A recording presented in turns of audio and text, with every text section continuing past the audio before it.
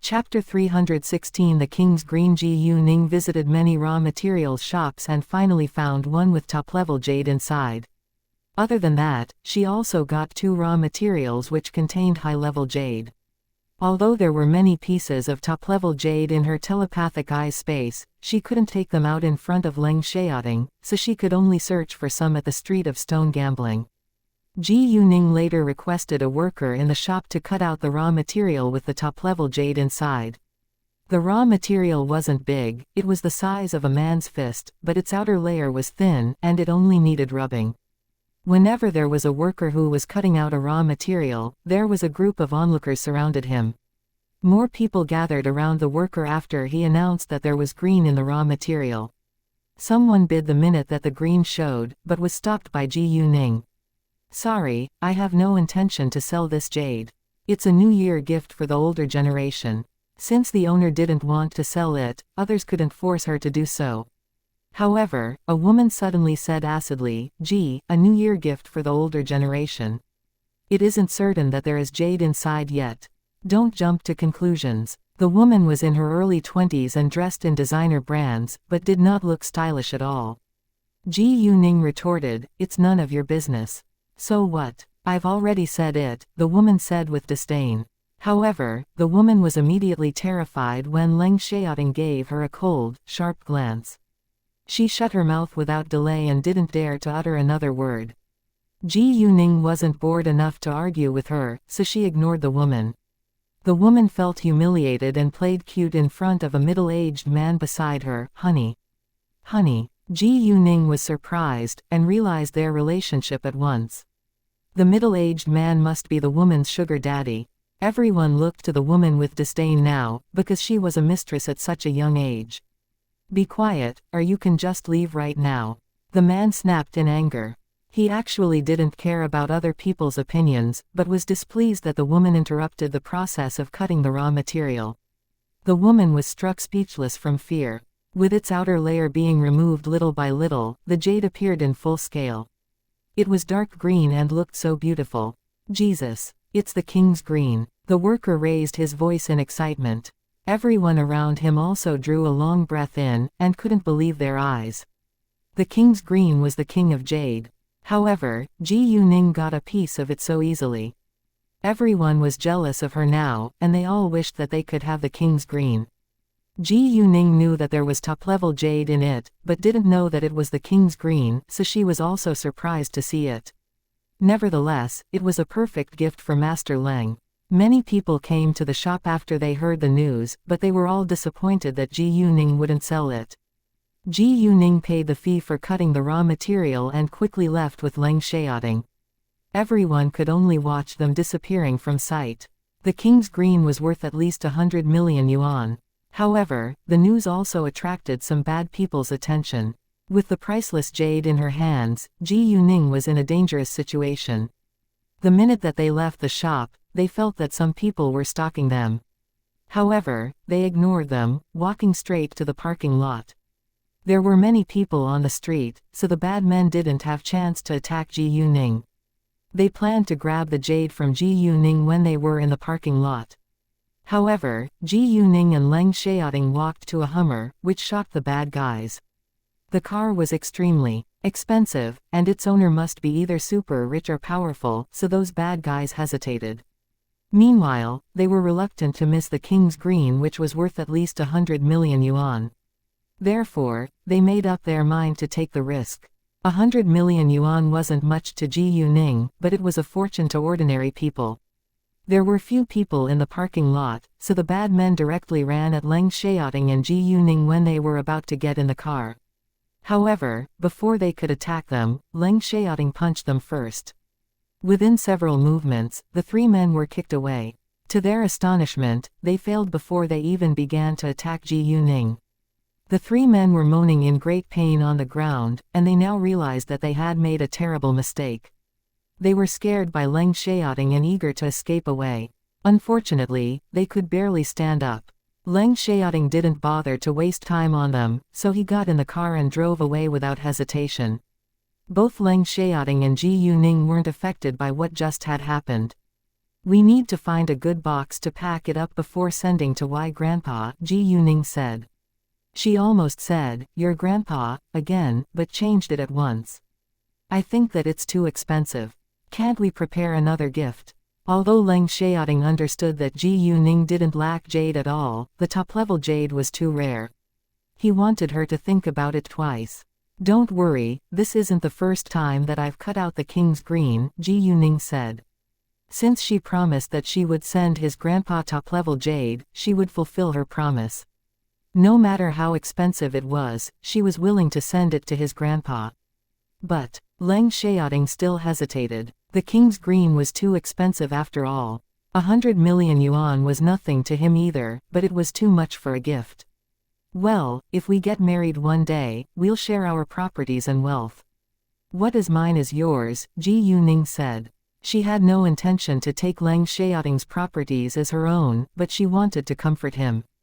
Chapter 317 Valueless Calligraphy. Hearing what Ji Yuning had just said, Leng Xiaoting was cheered up at once.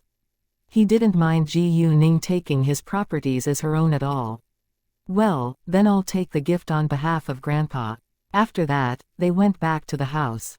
Before long, the news that someone had cut out the king's green went across the street of stone gambling.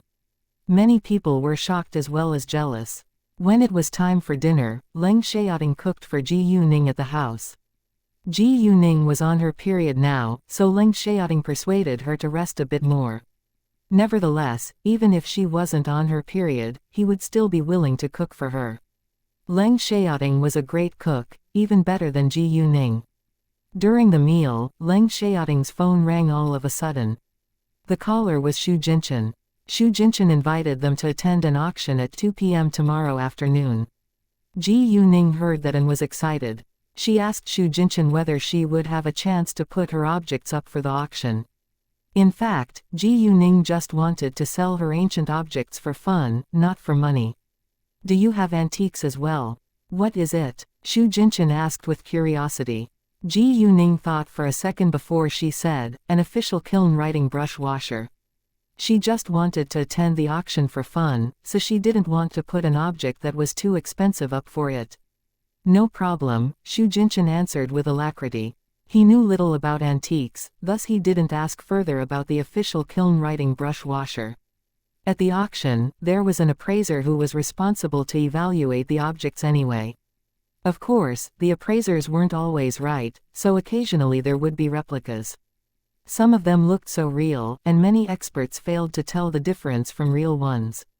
However, before the auction, potential buyers could check the object themselves and so they would be responsible for their own choice. The auction house didn't need to bear any responsibility, and its reputation wouldn't be damaged because that was the rule in this industry. A few minutes later, Master Leng called Leng Xiaoting again talking about the auction too. Master Leng was an antique lover, so he was interested in the auction. He asked Leng Xiaoting whether he was free tomorrow to keep him company. There was one of Xu Beihong's paintings at the auction, and he wanted to buy it. Leng Xiaoting directly replied that he wasn't free tomorrow, because he was going to attend the auction with Ji Yuning. However, he didn't tell his grandpa the reason. Otherwise, his grandpa would definitely come to meet them. To stop his grandpa from coming, Leng Xiaoting said, if you want the painting, I can buy it for you. It'll be crowded at the auction, so I think that it would be better if you stayed at home. I have to check it myself. What if it's fake? I don't want to waste money, Master Leng said. Well, I can give you a better calligraphy than Xu Beihong's painting, so you don't need to attend the auction, Leng Xiaoting said. He was trying every method to stop Master Leng from coming. Do you want Xu Beihong's painting, or Zhao Mingfu's Luo Shen Fu? Leng Xiaoting asked. What? Master Leng was astonished and excited. Are you sure that you have Luo Shen Fu? Yes, Leng Xiaoting said. With Leng Xiaoting's affirmative answer, Master Leng was more than excited now. He couldn't wait to get it. Give it to me right now. I promise that I'll bring it to you later. Since Leng Xiaoting mentioned Luo Shen Fu, he planned to send the gift to his grandpa today.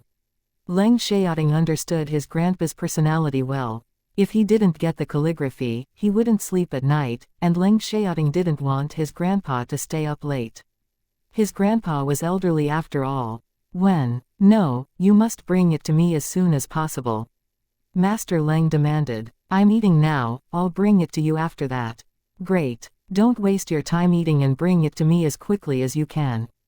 Master Leng urged. Leng Xiaoting hung up the call and told Ji Yuning he was going to leave for a while. Ji Yuning heard the conversation between them and didn't mind. After the meal, Leng Xiaoting went back to the Leng family's house with the calligraphy and the king's green in his hands. Ji Yuning then sent messages to Luzon and Duan Lizin, telling them that she had already settled the office building and the new company. Luzon and Duan Lizin both relaxed after reading Ji Yuning's message.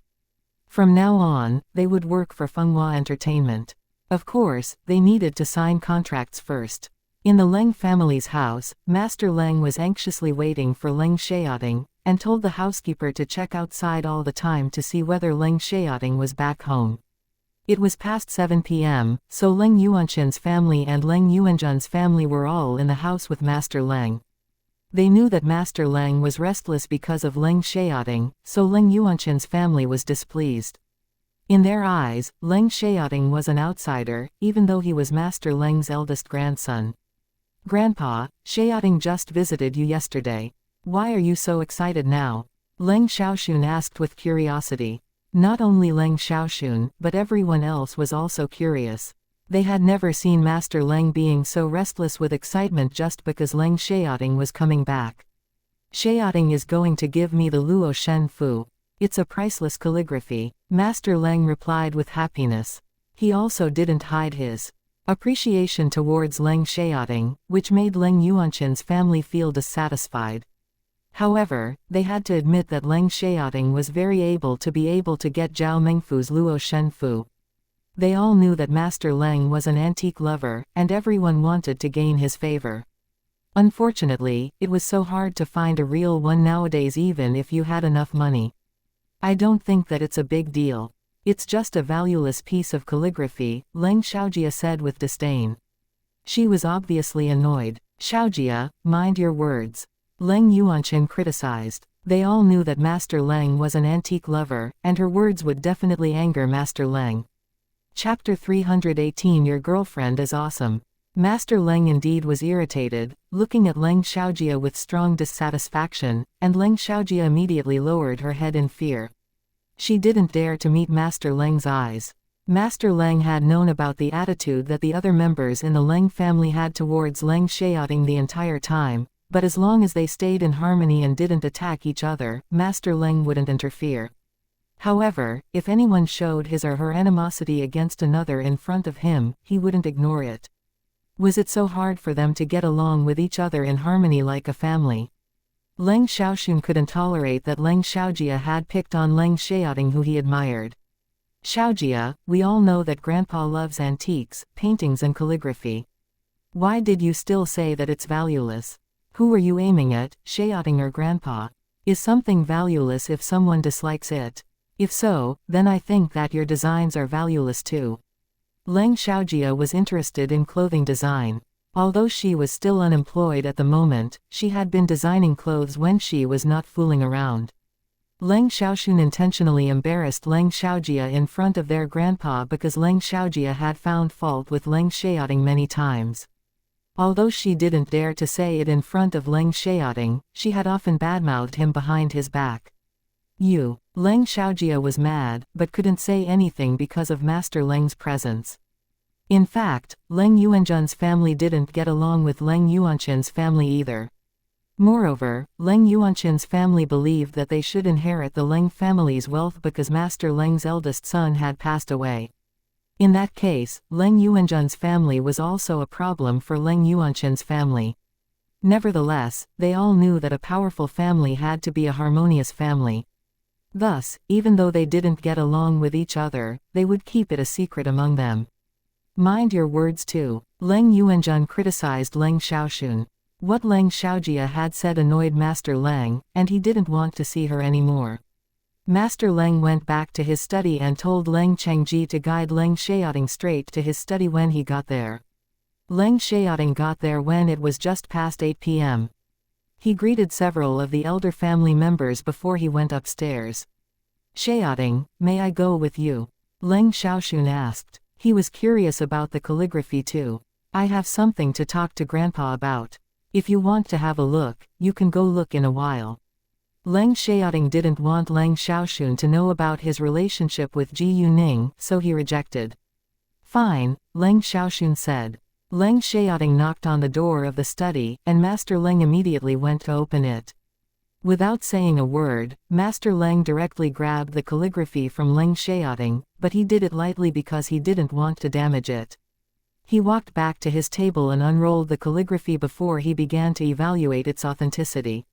It wasn't because Master Leng didn't believe Leng Xiaoting, but it was just a habit. In addition, it wasn't uncommon to see replicas nowadays, and it was possible that Leng Xiaoting bought a fake one.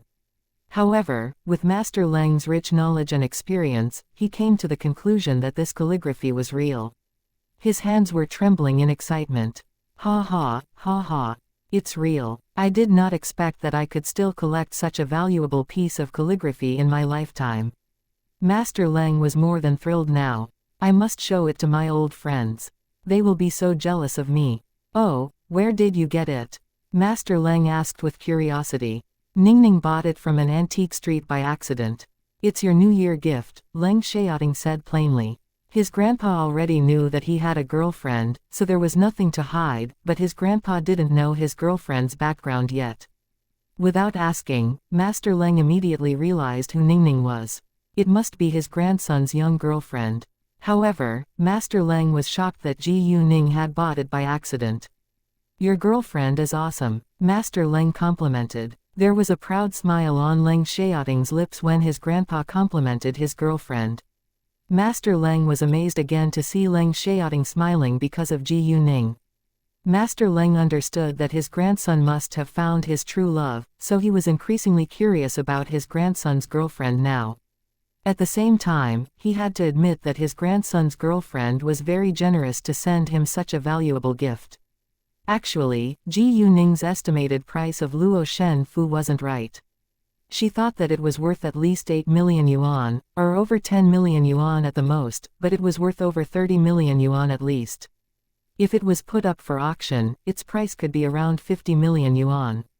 Master Leng then hesitated. Nevertheless, I think that this gift is too expensive.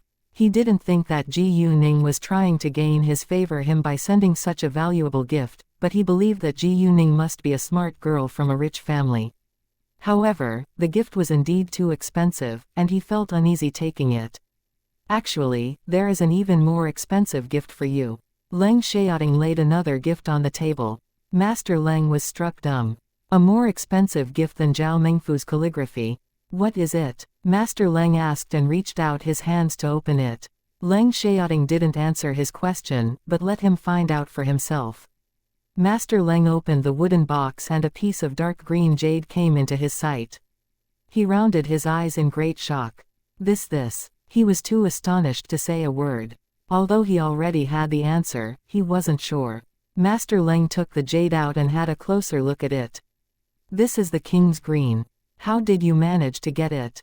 Ningning cut it out at the street of stone gambling today, Leng Xiaoting said. What? Master Leng was more than shocked now. Again, he had indeed heard the news that a girl had cut out a piece of king's green which was worth over 100 million yuan at the street of stone gambling a short while ago. Unexpectedly, the girl was Leng Xiaoting's girlfriend and his granddaughter-in-law to be.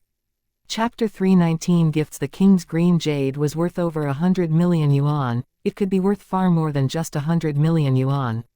Master Leng was short of words to describe his feelings now. Xiaoting, your girlfriend is so incredible. She's able to pick out real antiques and cut out high-quality jade. Master Leng had thought that Leng Xiaoting had merely chosen a beautiful young girl, but to his surprise, the girl was really talented. You'll find out more, Leng Xiaoting said. Nevertheless, it's too expensive. Master Leng felt more uneasy this time. The king's green was worth over 100 million yuan after all. Over 100 million yuan wasn't much to the Leng family, but it was too expensive if it was just a gift. Even the Leng family wouldn't send a gift at that price to others. In fact, Ji Yuning was just Leng Xiaoting's girlfriend and they hadn't gotten married yet. Therefore, Master Leng wasn't Ji Yuning's family right now, but she was willing to send him such an expensive and rare gift. Master Leng was astonished by Ji Yuning's generosity. Please don't worry. It wasn't hard for her to cut out the king's green, and she won't take back what she has given away, Leng Xiaoting said, although he had the same thought as his grandpa. Since Leng Xiaoting said so, Master Leng could only take the gifts. Well, let me send a gift back to her, Master Leng said, and was about to find something for Ji Yuning but was stopped by Leng Xiaoting. Don't bother please. I didn't tell her that you already know that I have a girlfriend, because she wants to keep it a secret for now. She told me to send you these 2 gifts under my name, but I didn't want to waste her kindness, so I told you the truth, Leng Xiaoting said. What? Hearing that, Master Leng was shocked. Unexpectedly, Ji Yuning had no intention to let him know that she had prepared the 2 gifts for him. Master Leng believed that Leng Xiaoting wouldn't lie to him, so he now thought more highly of Ji Yuning than ever. Leng Xiaoting didn't stay there very long. He left right after seeing Master Leng. It seemed like he really didn't take this house as his home. Other than Master Leng, who understood that Leng Xiaoting was in a hurry to get back to his girlfriend's side, the other members in the Leng family thought that he must be occupied with business in the military. Leng Xiaoting was an important figure in the military after all, and he must be busy especially at the end of the year. Leng Xiaoting didn't want anyone else in the Leng family to know that he had a girlfriend, so Master Leng promised to keep it between them. Master Leng was curious about Ji Yuning, but Leng Xiaoting didn't allow him to investigate her, so he had to give up the idea. However, Leng Xiaoting even refused to tell him the girl's full name, which confused Master Leng, but if Leng Xiaoting didn't want to tell him, Master Leng couldn't force him to say it. After Leng Xiaoting left, Master Leng immediately called someone. Hi, Master Zhang. I just got Zhao Mengfu's Luo Shen Fu. Why don't you come over and have a look tomorrow? Master Yang's full name was Zhang Zongyu. He was an old friend of Master Leng, and he had been the head of National Antiques Association before, so he naturally had great affection towards antiques.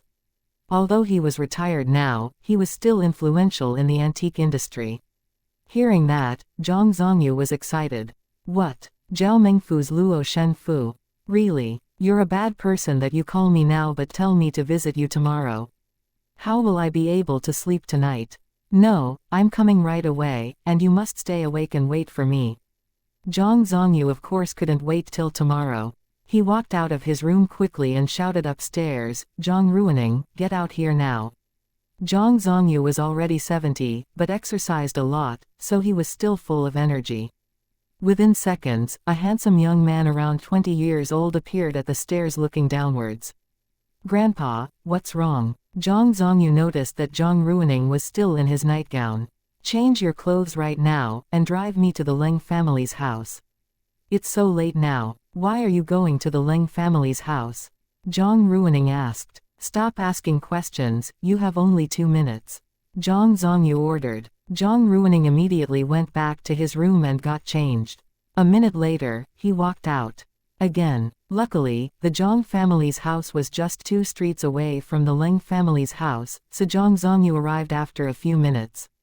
Leng Chengji was waiting for Master Zhang at the door. Thus, the minute that Zhang Zongyu arrived, they went to Master Leng's study. Zhang Ruining had to admit that his grandpa was a complete antique addict. It was a winter night, and he still came here without hesitation. Zhang Ruining had to follow his grandpa. In the living room, there was only Leng Xiaoxun. Seeing Zhang Zongyu, Leng Xiaoxun greeted him with respect, but was ignored. Leng Xiaoxun was already used to it, because he understood the reason why Zhang Zongyu was here. Zhang Ruining had no interest in antiques at all, so he stayed in the living room watching TV with Leng Xiaoxun. The New Year festival is around the corner. Will Xiaoting come back home? Zhang Ruining admired Leng Xiaoting as much as Leng Xiaoxun did, and he had also been trained by Leng Xiaoting along with Leng Xiaoxun. Although he couldn't compare with Leng Xiaoxun, it wasn't difficult for him to defeat several ordinary men by himself. Xiaoting has come back these past 2 days, but he only stayed here for a few minutes. I have no idea why he's so busy. I think that he will probably come back home during the festival. Leng Xiaoxun wasn't sure actually, because Leng Xiaoting didn't spend the New Year festival with them every year. In the study, Zhang Zongyu asked Master Leng excitedly, "Where is Luo Shen Fu? Let me have a look now." Saying that, Zhang Zongyu went straight to the study desk and appreciated the Luo Shen Fu placed on it. The next day, Guangyao and the others took the earliest flight at 7:20 a.m., and arrived at the capital around 10:30 a.m. Chapter 320 Auction. Leng Xiaoting helped Ji Yuning to arrange a car to pick them up, so Guangyao group took the car and headed to Jinline Hotel the moment that they left the airport. 50 minutes later, they arrived. Ji Yuning was waiting for them in a private room, and they would dine together before going to the office building. Ji Yuning and Leng Xiaoting were going to attend the auction at 2 p.m., so she ordered dishes beforehand. In that case, Guangyao's group could have the meal right when they arrived. "Nice to meet you, Miss Ji Yu and Mr. Leng," Guangyao said. Because there were other people around, it wasn't convenient for Guangyao to call Ji Yuning his boss. There was a secretary, Zhang Shunji, and a designer, Wu Mingkai, along with an assistant designer and 2 surveyors that came to the capital with Guangyao. "Miss Ji Yu, Mr. Leng, it's so nice to meet you." The others greeted them. Ji Yuning and Leng Xiaoting were their clients, so they had great respect and politeness towards them. Zhang Shunji, on the other hand, was aware that Ji Yuning was their big boss, so he behaved himself the entire time. Ji Yuning invited them to have a seat around the table afterwards. During the meal, they didn't discuss much about work. Ji Yuning had already written down her thoughts and blueprints for the office building, and Guangyao would be in charge of the rest of the work. It was an 18-story office building, so the reception undoubtedly would be on the first floor, while the chairman's office would be on the 18th floor. As for departments, they were going to set up finance, human resources, marketing, information, and securities departments. The office building was 550 square meters in size, and there were 3 departments on each floor along with a bathroom and a pantry. The canteen would occupy a floor, while meeting rooms were on another. Fenghua Entertainment was directly set up at the headquarters of the group, occupying the 7th, 8th and 9th floors. The 7th floor was to be a dance studio, the 8th floor was to be recording studios, and the 9th floor were the offices for Fenghua Entertainment staff. There would be plenty of empty space in the 18-story office building temporarily, because it wasn't the appropriate time for Ji Yuning to merge all her companies. In that case, Ji Yuning decided to decorate the floors as planned, and the rest of the empty space would wait till they were being used. Guangyao was surprised to hear about Fenghua Entertainment. To his astonishment, Ji Yuning was going to be involved in the entertainment industry. Because of Shenghua real estate and jade beauty jewelry, Guangyao had no doubt about Ji Yuning's ability. He admired Ji Yuning more than ever because she was able to establish her business empire at such a young age. They all knew that Ji Yuning and Leng Xiaoting had something else to deal with, so they finished the meal within half an hour. After that, they left for the office building. The capital wasn't only large, but also had heavy traffic, so they didn't arrive until half an hour later. Ji Yuning and Leng Xiaoting were going to attend the auction, so they left in another direction. The auction was held in the downtown, and the host was the biggest auction company in the capital. Many celebrities were invited. Not every attendee was an antique lover.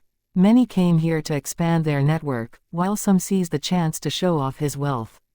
At the same time, not everyone who had been invited would show up, because some had no interest and some of those with a higher social status didn't bother to come.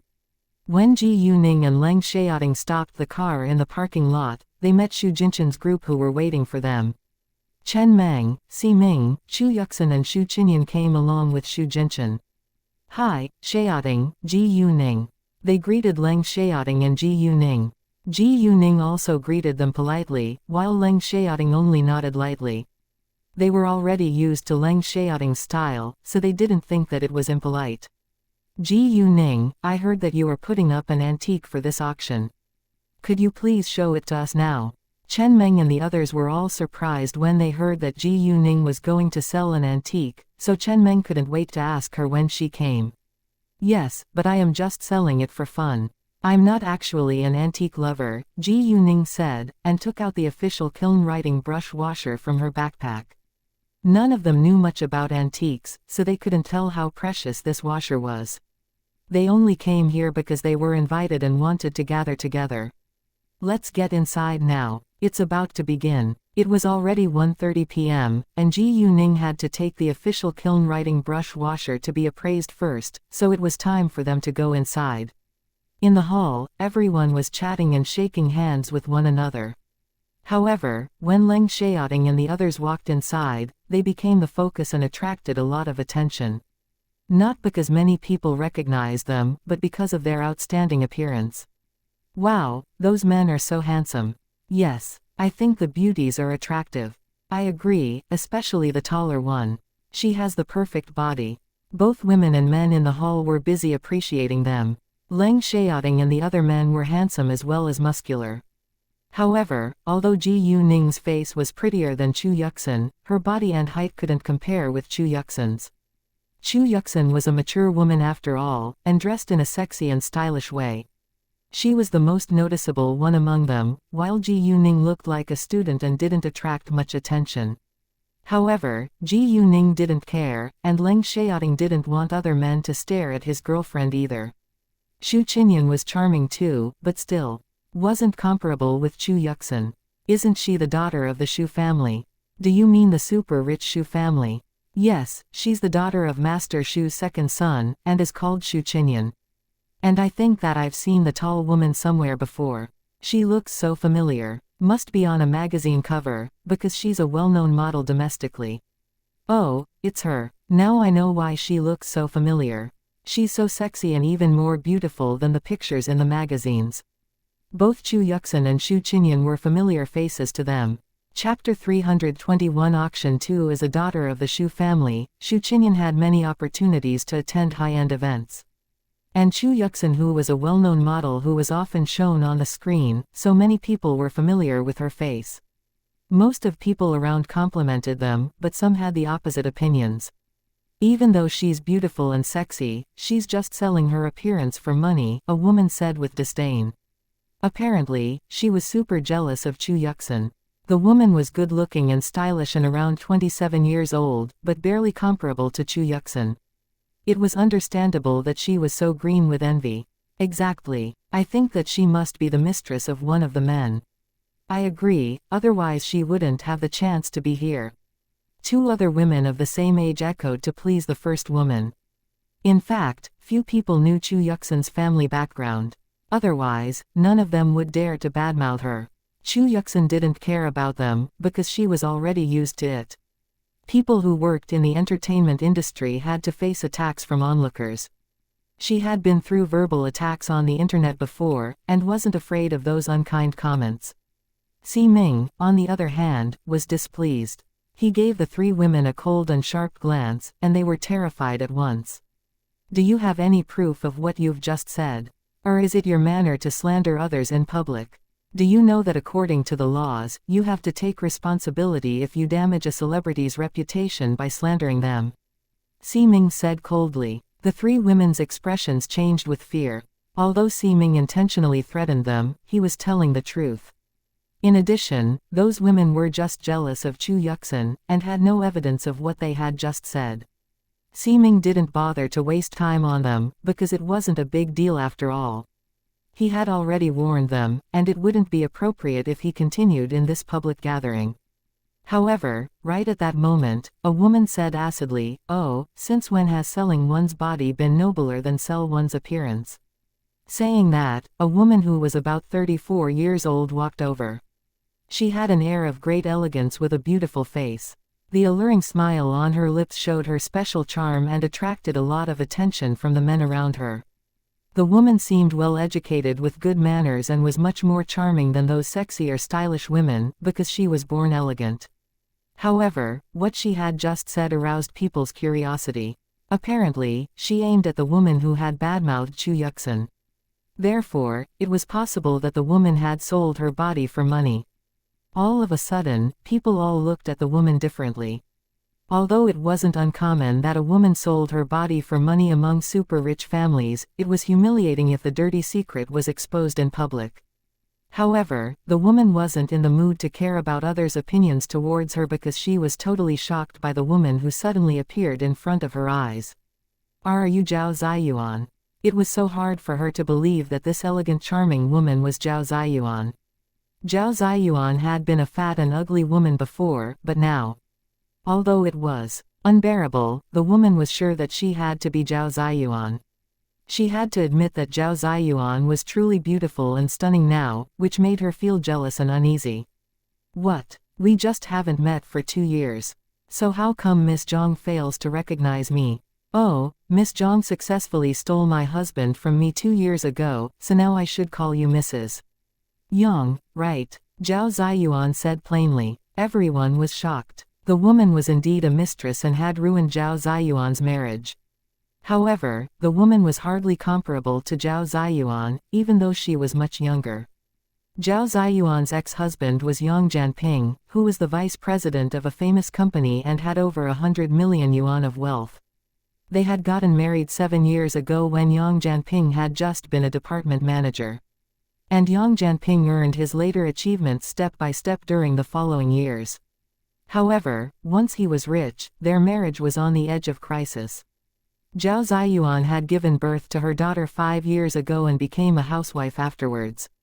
It was exhausting to take care of a baby, so she had no time to look after herself. When she had gained a lot of weight, her husband had abandoned her. Zhang Jiajia had become Yang Jianping's mistress 3 years ago. Yang Jianping had then divorced Zhao Ziyuan 2 years ago. She had gotten 10 million yuan and her daughter. Zhao Ziyuan hadn't tried to save their marriage because she had been badly hurt. After the divorce, she had used the money to invest. Although she wasn't very rich now, she had earned enough money to live a good life. Zhang Jiajia was greatly embarrassed and wanted to escape. Meanwhile, a man in a suit who was around 37 years old walked over. He was obviously stunned when he noticed Zhao Ziyuan and couldn't believe his eyes. Zhao Ziyuan. It's been ages, my ex-husband. Zhao Ziyuan looked at the man with an elegant smile, but there was animosity in her eyes. The man had stabbed her deeply in her heart before. Yang Jianping opened his mouth, but didn't know what to say. Zhao Ziyuan already attracted all his attention. In fact, Zhao Ziyuan had always been a great beauty, but her body had changed just after she gave birth to a baby. Seeing that Yang Jianping was attracted to Zhao Ziyuan, Zhang Jiajia was furious. She pulled Yang Jianping with great force, but was ignored, which made her really angry. Zhao Ziyuan wore a cold smile and said to Yang Jianping, "Sorry, I have something else to deal with." After that, Zhao Ziyuan left directly. Ziyuan. Yang Jianping wanted to stop her, but was pulled back by Zhang Jiajia. Zhao Ziyuan noticed that, but ignored them, walking straight backstage. Yang Jianping, what are you doing?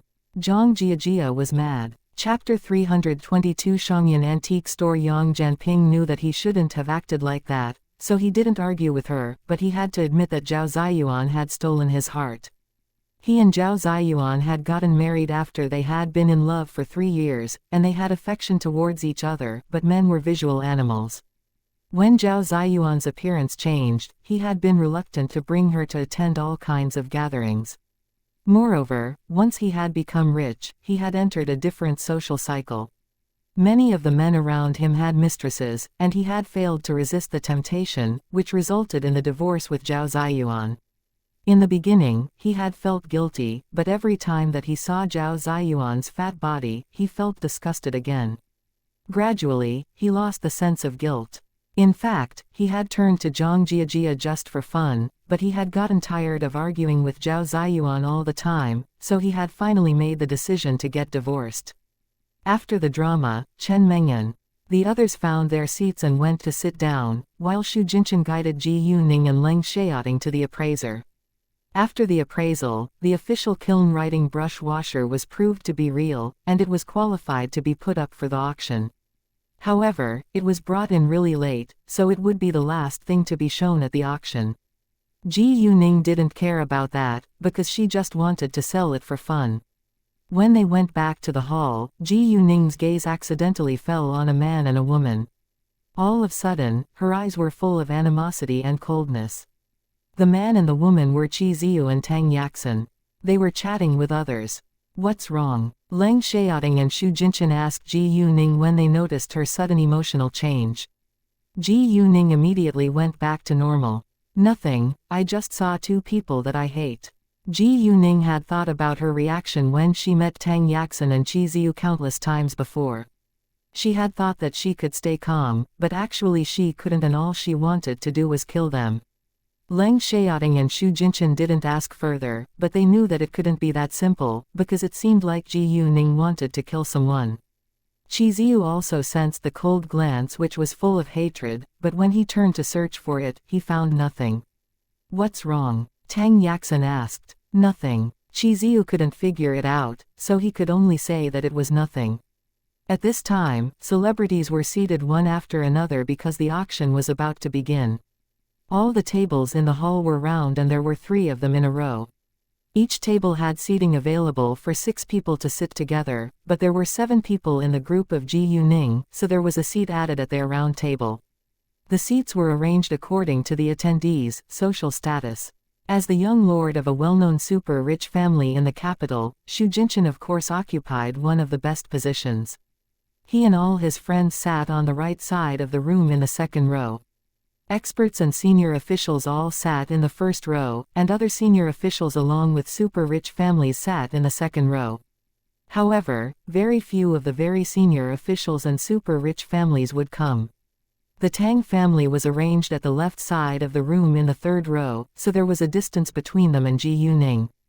Ji Yuning didn't want to think about Tang Yaxin and Qi Ziyu, so she intentionally sat with her back towards them. However, she couldn't control her thoughts and couldn't help thinking about them. Luckily, they didn't notice her yet. Before long, Ji Yuning was attracted by an object shown at the auction. There were many things which could be put up for auction, like antiques, real estate, stores and so forth. What attracted Ji Yuning's attention was the 9th object, which was the Xianxia antique store. As it was described, this antique store was located at the antique street with a great location. Xianxia antique store had a history of over 70 years, so it gained great fame in the capital. However, the owner of Xianxia antique store had just lost his wife and son in a car accident. He felt great grief and lost his appetite for running the store, so he put it up for auction. Ji Yuning thought that it would be better if she had her own antique store, because there were many real antiques in her telepathic eye space. Although she had only found a dozen real antiques till now, it wasn't necessary to sell only real antiques in an antique store. Many people would love to buy replicas too, because the price was much lower. Therefore, Ji Yuning made up her mind to bid for Xianxia antique store. The store wasn't small, and was 86 square meters in size. It consisted of 2 facades with 2 floors, and the owner was selling it along with its foundation property. At 2 p.m., the auction began. A sexy, mature woman in a red split cheongsam walked onto the stage. Many people immediately recognized her. She was precisely Zhao Ziyuan, who had argued with Zhang Jiajia just then. Seeing Zhao Ziyuan, Yang Jianping fixed his eyes on her body. Zhang Jiajia was mad and pinched him heavily, but Yang Jianping still focused on Zhao Ziyuan and ignored Zhang Jiajia. Zhang Jiajia was furious but didn't dare to make more noise.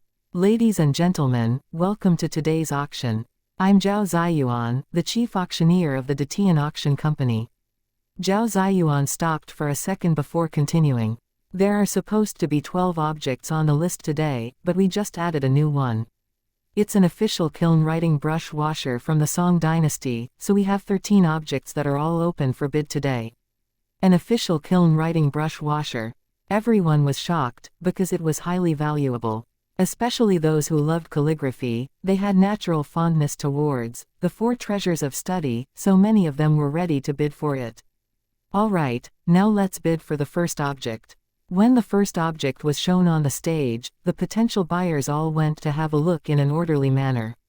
Chapter 323 bid. However, more people stayed at their seats. De Tian Auction Company was the largest auction company in the capital, and all of the objects shown at today's auction were expensive.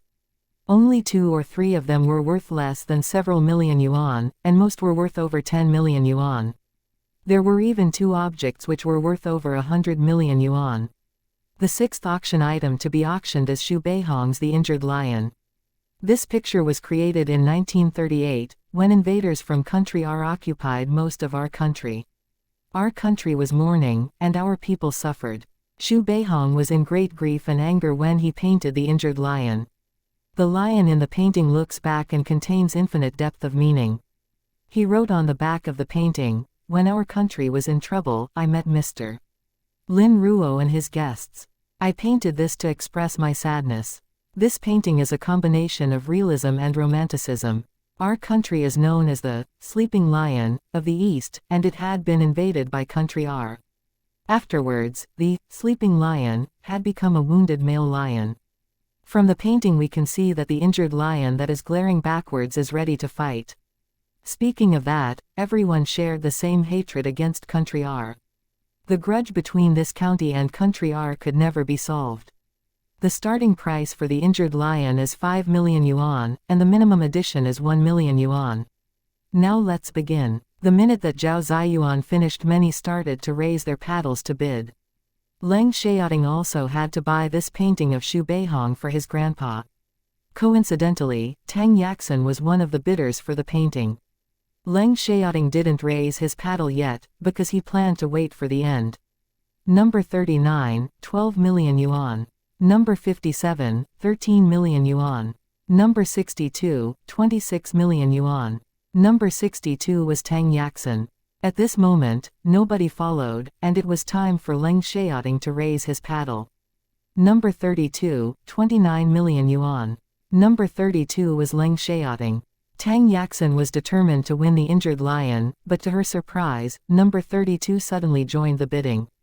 Nevertheless, it was the rule that the most generous buyer got the auction item, so she couldn't stop him. A few rounds later, Tang Yaxin's face started to change, because number 32 had no intention to stop. Leng Xiaoting raised his paddle without delay, as if he didn't care about money at all. Tang Bingsun had ordered Tang Yaxin to buy this painting as a gift for an important figure, but now it seemed hard for her to fulfill her assignment. A few rounds later, Tang Yaxin had to give up, because its price was 38 million yuan now. She knew that it was almost the highest price of the painting, and it wasn't worth making a higher bid. Although the Tang family didn't lack money, they didn't want to lose it either. In the end, Leng Xiaoting got the injured lion at the price of 38 million yuan. Ji Yuning of course was happy to see Tang Yaxin fail. Leng Xiaoting unconsciously helped her revenge herself. Before long, the 9th auction item, Xianxia Antique Store, was ready for bidding. Xianxia Antique Store is the 9th auction item, Zhao Ziyuan said. It's a well-known antique store with 70 years of history in the capital.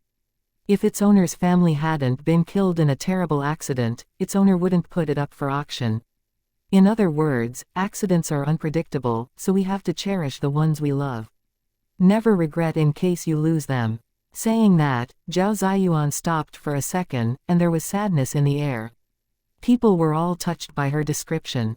Yang Jianping asked himself, "Do I regret?" He indeed regretted now, but he would probably make the same decision if he went back to 2 years ago, because he still disliked the Zhao Ziyuan from then. Soon, Zhao Ziyuan opened her mouth again. "All right, there are 583 objects in Xianxia Antique Store. 7 are real, 23 are replicas, and the rest are all crafts. Its starting price is 20 million yuan and the minimum edition is 1 million. Let's begin." The prices of the 7 real antiques in Xianxia Antique Store varied, but the foundation property of Xianxia Antique Store was worth at least 10 million yuan, so its starting price couldn't be low. Number 48, 21 million yuan. Number 62, 22 million yuan. Ji Yuning would also wait for the end. Number 56, 33 million yuan. When nobody followed up, Ji Yuning started to raise her paddle. When Ji Yuning raised her paddle, Leng Xiaoting and the others looked at her confused, but no one asked why she did it. Number 31, 34 million yuan. Number 56, 35 million yuan. Number 31, 36 million yuan. Number 31, 46 million yuan. In the end, Ji Yuning acquired Shangyan Antique Store at the price of 46 million yuan. And the auction went on. Finally, it was time to bid for the last auction item. Alright, we've successfully sold the previous 12 auction items, and now it's time to show the last auction item, the official kiln writing brush washer from the Song dynasty. The minute that Zhao Ziyuan finished, the official kiln writing brush washer was placed at the front. Great, now it's time to bid for this official kiln writing brush washer from Song dynasty. Its starting price is 2 million yuan, and the minimum edition is 500,000 yuan. Let's begin. Many people raise their paddles without delay. No. 3, 2.5 million yuan. Number 26, 3 million yuan. Number 2, 12 million yuan. 12 million yuan going once, 12 million yuan going twice, any more bids? 12 million yuan going thrice. Sold. Zhao Ziyuan announced, congratulations. Number 2 gets the washer. The official kiln writing brush washer wasn't one of the most expensive items among the auction items, the most expensive one was sold at the price of over 100 million yuan. The auction finished after Zhao Ziyuan made a short closing speech. Come on, let's go dine at the Fenggalan Mountain Villa. I already made the reservation yesterday, Xu Jinchen said. There were many famous restaurants under the name of the Xu family, but Xu Jinchen wanted to take Ji Yuning to a new place. In addition, Fenggalan Mountain Villa was located halfway up the mountain and had a beautiful view. Chapter 324 People may change. However, before they left, Ji Yuning and Leng Xiaoting went backstage to finish the procedures first. If you need any help, just tell me. Leng Xiaoting wouldn't ask Ji Yuning about her history, but he was willing to help her whenever she needed it. After that, Leng Xiaoting received Master Leng's call. His grandpa asked him whether he had gotten the injured lion yet. Hearing that Leng Xiaoting had already bought it, Master Leng relaxed and reminded Leng Xiaoting to bring it to him once Leng Xiaoting was free. When Ji Yuning and the others arrived at the parking lot, they watched another drama, in which a man was chasing a woman, while another woman was chasing the man. The roles in the drama were precisely Zhao Ziyuan, Yang Jianping and Zhang Jiajia. Yang Jianping was chasing Zhao Ziyuan, while Zhang Jiajia tried to pull Yang Jianping back, swearing loudly, Yang Jianping, what the hell are you doing? Do you care about my feelings at all? Because of Zhang Jiajia, Yang Jianping couldn't catch up to Zhao Ziyuan, and he was mad. Zhang Jiajia, let me go. Zhang Jiajia was pushed away and almost fell, but Yang Jianping ignored her, which irritated her greatly. Yang Jianping. Without Zhang Jiajia pulling him back, Yang Jianping immediately ran to Zhao Ziyuan and stopped her, begging, Ziyuan, can we talk? I don't think that there is anything for us to talk about, Zhao Ziyuan said. Ziyuan. Yang Jianping was helpless. At this moment, he missed their good old days so much. Zhang Jiajia followed him up and stood between Yang Jianping and Zhao Ziyuan, as if she was going to defend her man and their marriage. Zhao Ziyuan, you've already divorced Jianping. Why can't you disappear from our sight? Zhao Ziyuan felt like laughing. Zhang Jiajia, are you dumb or something? I work for Datian Auction Company and it's my duty to host the auction. In addition, it's your husband who is standing in my way now, not me. In fact, Zhao Ziyuan had the thought of showing up in front of them and getting revenge on them, but today was truly a coincidence. Zhang Jiajia was struck dumb, because Zhao Ziyuan was telling the truth. However, once Zhao Ziyuan appeared, Yang Jianping directly ignored her. And Zhang Jiajia blamed Zhao Ziyuan for that. Yang Jianping, come home with me now. Zhang Jiajia pulled Yang Jianping to leave, but Yang Jianping got rid of her. Enough. I just want to talk with Ziyuan. Yang Jianping said that like he was being serious, but no one believed him. You're already divorced. There is nothing to talk about between you two. Zhang Jiajia wasn't an idiot. It was quite obvious that Yang Jianping fell in love with Zhao Ziyuan again when Zhao Ziyuan had shown up in his sight. If they got along with each other again, Zhang Jiajia would probably be abandoned. And Zhao Ziyuan was much more beautiful now. It was impossible that Yang Jianping could remain calm. Couldn't we talk about Yueyu? Yueyu is my daughter. Yang Jianping snapped at Zhang Jiajia. Hearing that, both Zhao Ziyuan and Zhang Jiajia wanted to laugh. Yang Jianping, stop acting. Don't you think it's disgusting? You never cared about Yueyu in the last 2 years, and we signed the agreement when we got divorced.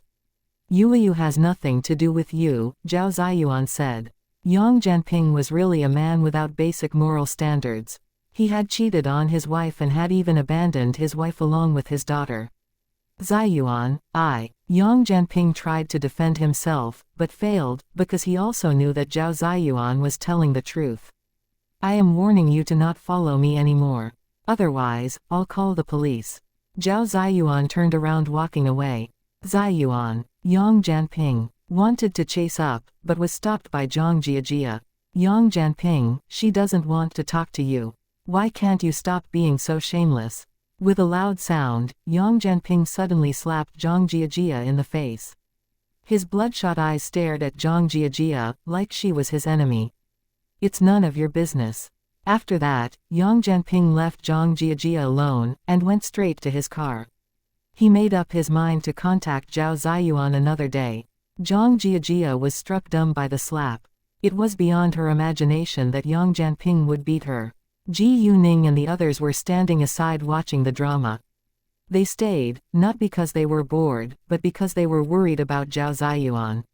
Xu Jinchen and the other men were all military officers with principles. They wouldn't allow innocent people to be hurt. Seeing that Zhao Ziyuan handled it well herself, they didn't interfere, but they all felt great sympathy for her. After the drama, Ximing said acidly, well, he is shameless enough for cheating on his wife and abandoning his wife along with his daughter, but he even slapped a woman just then. He's a shame to men. Are you sure that you wouldn't do the same things?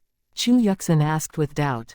Hearing that, Ximing got nervous and immediately said seriously, of course I wouldn't. Nobody knows. People may change. Chu Yuxin wasn't finding fault with Ximing, but she lacked confidence in men after she had seen a lot.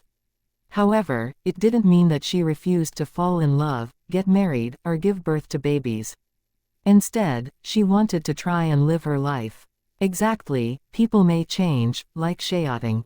Xu Jinchen wanted to use Leng Xiaoting as an example, because Leng Xiaoting had always stayed away from women, but he suddenly fell in love with Ji Yuning and loved her a lot. However, before Xu Jinchen could finish, Leng Xiaoting gave him a cold glance. Xu Jinchen immediately changed what he wanted to say. I believe that Xiaoting would never do such immoral things, but I doubt that other men could be the same. Xu Jinchen aimed at Ximing on purpose. Chapter 325 Xu Jinchen challenges Ji Yuning. Ximing was displeased and retorted, Xu Jinchen, how could you say that? You must know me well since we've been close friends for so long. Exactly, because I know you so well, I can't promise that you won't do the same things. Xu Jinchen deliberately annoyed Ximing, then turned to others. All right, it's already 4:30 p.m. Let's leave for the Fengelin Mountain Villa. It's a bit far and it'll be terrible if we get caught by the rush hour. Xu Jinchen. Ximing was mad, but no one comforted him. Ji Yuning and Leng Xiaoting drove in the same car, Ximing and Chen Meng shared another one, and Xu Jinchen, Xu Qinyan along with Chu Yuxin drove another one. Once they were in the car, Leng Xiaoting said seriously to Ji Yuning, Ningning, I promise I'll never cheat on you, or ever beat or abandon you. Ji Yuning was struck dumb. They were just joking, but Leng Xiaoting took it seriously. Ji Yuning wanted to comfort him, but suddenly changed her mind and teased him. Who knows? You previously said that you have no interest in dating or a relationship, but now you have me as your girlfriend, Ji Yuning said what Xu Jinchen didn't dare to say previously. Leng Xiaoting immediately explained, it's because you're the girl that I want. Maybe you'll say the same thing to another girl, Ji Yuning, I won't. Leng Xiaoting promised with determination. How can you know that? You can't foresee the future, Ji Yuning said. I won't. Leng Xiaoting repeated with sincerity. Ji Yuning didn't want to hurt him and she didn't want to make him unhappy. Fine, I trust you for now, but if you dare to do it one day in the future, I'll make you pay for it. Ji Yuning pretended to threaten him. I'll prove it to you. Although Ji Yuning just said that she trusted him for now, Leng Xiaoting was cheered up already. He also understood that it was impossible for a person to unconditionally trust another one, so he would prove it by his actions. Fenggelin Mountain Villa was a little far from downtown. Normally, it took half an hour of driving to get there when there was no traffic jam. Luckily, they left early and avoided the rush hour, but they met many red lights on the way, so they spent 40 minutes on the road before they arrived at Fenggelin Mountain Villa. Fenggelin Mountain Villa was built halfway up the mountain in an ancient style, and there was a stream that was 1 or 2 meters wide around the outside of the mountain villa. The stream flowed down from the top of the mountain and then passed through the mountain villa. In the mountain villa, there was also a 10-meter-high waterfall. At the bottom of the waterfall was a pool about 10 square meters in size, and there was a spinning water wheel next to it. It felt like they transmigrated to ancient times the moment that they walked into Fenggelin Mountain Villa. Fenggelin Mountain Villa was very famous in the capital for its beautiful views and delicious food. Many rich people and the authorities were frequent visitors here. However, it wasn't very large, and there were only 18 private rooms and no dining hall. Therefore, guests had to make a reservation beforehand. Fenggelin Mountain Villa was always popular, but its owner had no intention to expand it, because he preferred to keep its rarity. What most rich people liked was precisely the rarity. Ji Yuning and the others decided to have a tour around Fenggelin Mountain Villa first, after they parked the cars in the parking lot, because it was still too early for their dinner reservations. Ji Yuning, would you mind if we had a competition of kung fu for fun? When they walked to an empty grassland, Xu Jinchen proposed. He was very curious about Ji Yuning's level of kung fu. An ordinary girl couldn't have gotten control of 2 suspects with guns with their hands empty. However, Xu Jinchen didn't believe that Ji Yuning could be better than him, because he had been trained strictly in the army for so long, and had fought against terrorists on the battlefields. On the other hand, Ji Yuning was merely a common high school student. She might be good at fighting ordinary people, but was hardly comparable to professionals. Xu Jinchen had no intention to beat Ji Yuning down. Instead, he was just curious about her level of kung fu. Before Ji Yuning could respond, Ximing and Xu Qinyan started to criticize Xu Jinchen. Xu Jinchen, how can you take advantage of a young girl? Aren't you afraid that Xiaoting will tear you apart? Exactly, Jinchen, you're a man. How can you fight against a girl? Chu Yuxin disagreed with Xu Jinchen's proposal, but she thought that Xu Jinchen had to be doing it for a reason. Chu Yuxin was indeed right. Come on, you know nothing about Ji Yuning at all. She's excellent at kung fu, and we will just be competing for fun. I won't hurt her. And Xiaoting didn't say anything yet. Why do you all have to be so angry? Xu Jinchen argued. Hearing that, both Ximing and Xu Qinyan looked at Ji Yuning with surprise.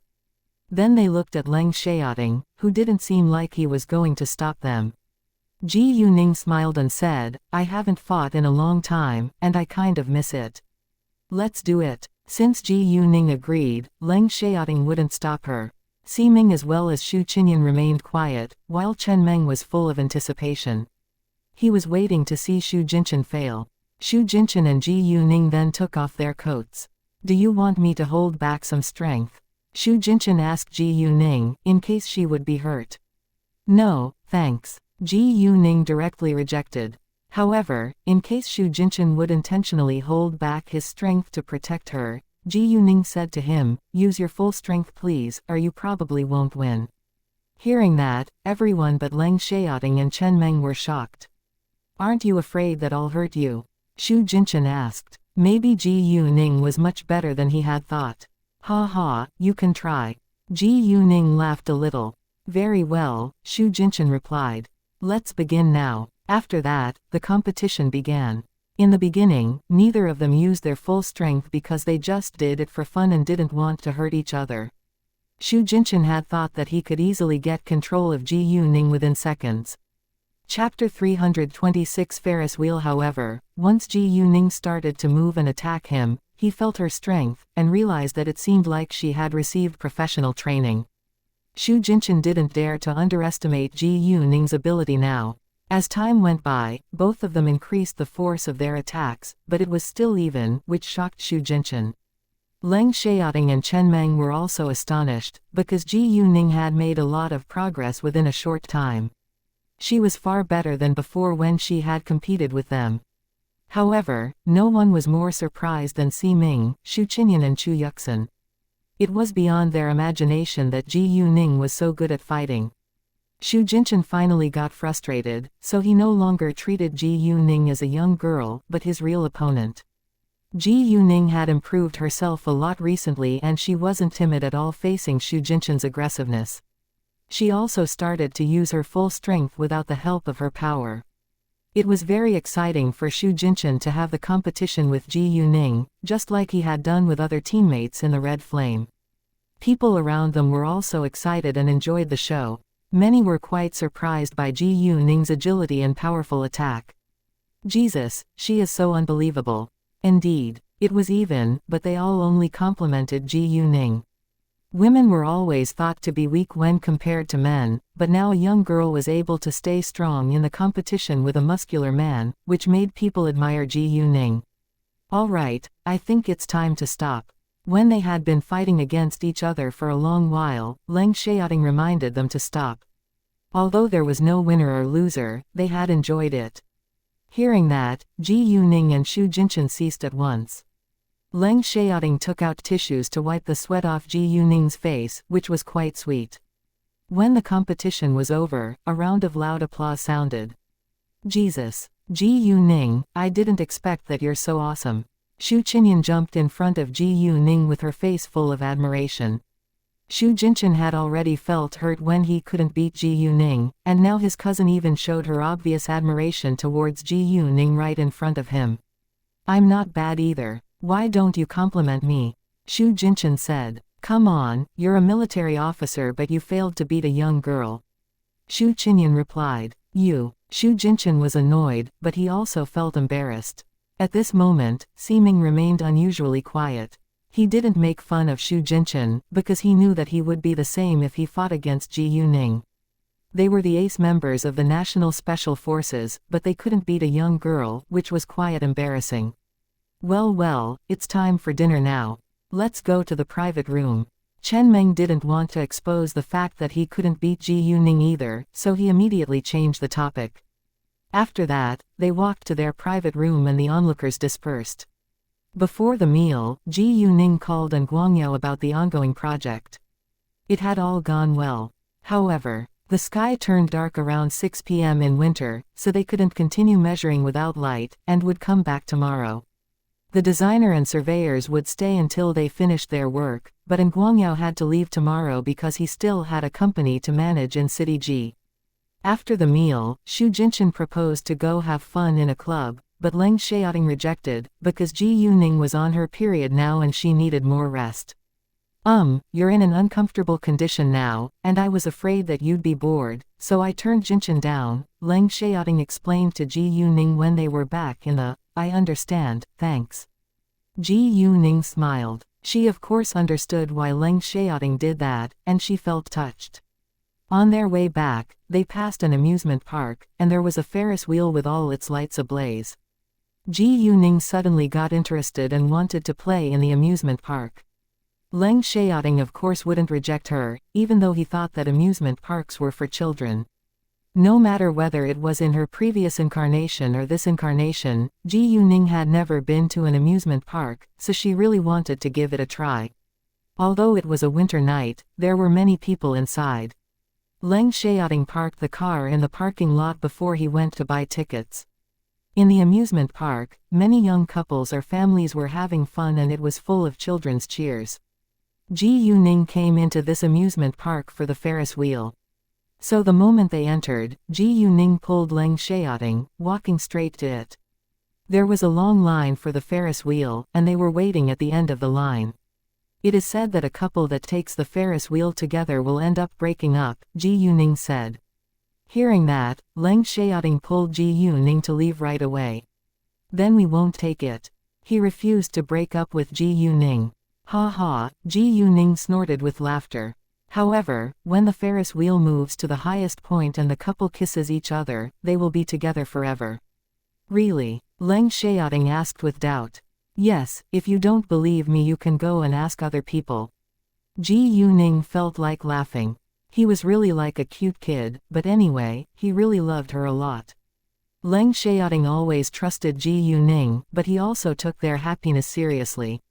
Wait a second, Leng Xiaoting said to Ji Yuning, then walked to a nearby worker. Ji Yuning didn't expect that Leng Xiaoting would really go and ask other people.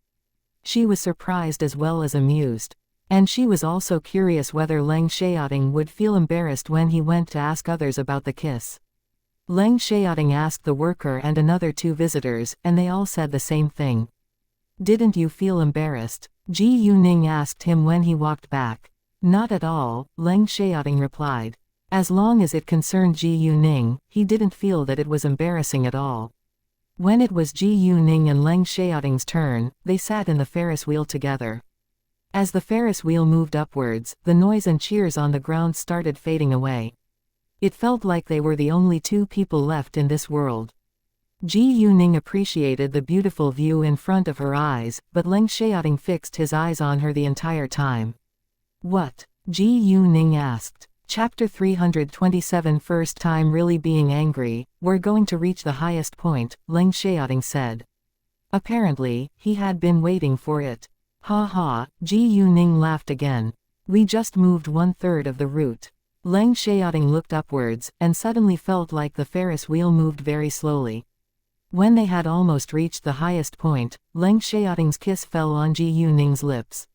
Not only Ji Yuning and Leng Xiaoting, every couple started to kiss when they reached the highest point. It was said that the Ferris wheel was set for couples.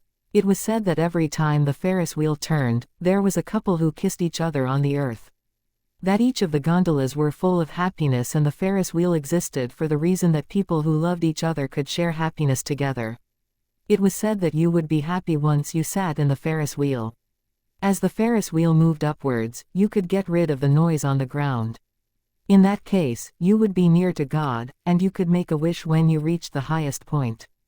God would hear it, and if God believed that you were a good kid, your wish would come true. However, those were all old sayings which could comfort people. When the Ferris wheel passed the highest point, Leng Xiaoting didn't stop. Ji Yuning had to pinch him to make him stop when they had almost arrived at the ground, but Leng Xiaoting looked at Ji Yuning like he was innocent. Apparently, he wasn't satisfied yet. It was normal that couples kissed in Ferris wheel, but it was unusual that they had kissed for so long. Ji Yuning flushed when they walked out. It was still early, around 8 p.m., so they didn't leave right away, but walked around in the amusement park. All of a sudden, a picture flashed by Ji Yuning's eyes. She saw a man who was around 40 years old holding a little boy who was around 7 years old at a high bridge. The river was 20 meters below them. After the man lost control of his emotions, he jumped into the river along with the little boy and they both died. The high bridge was right next to this amusement park. Ji Yuning and Leng Xiaoting had just passed by it. I suddenly had a premonition. Come on, let's go to the nearby high bridge. Ji Yuning couldn't tell Leng Xiaoting that she had jade eyes which could foresee the future, so she could only make an excuse. Sometimes, people might have a premonition when something bad was going to happen.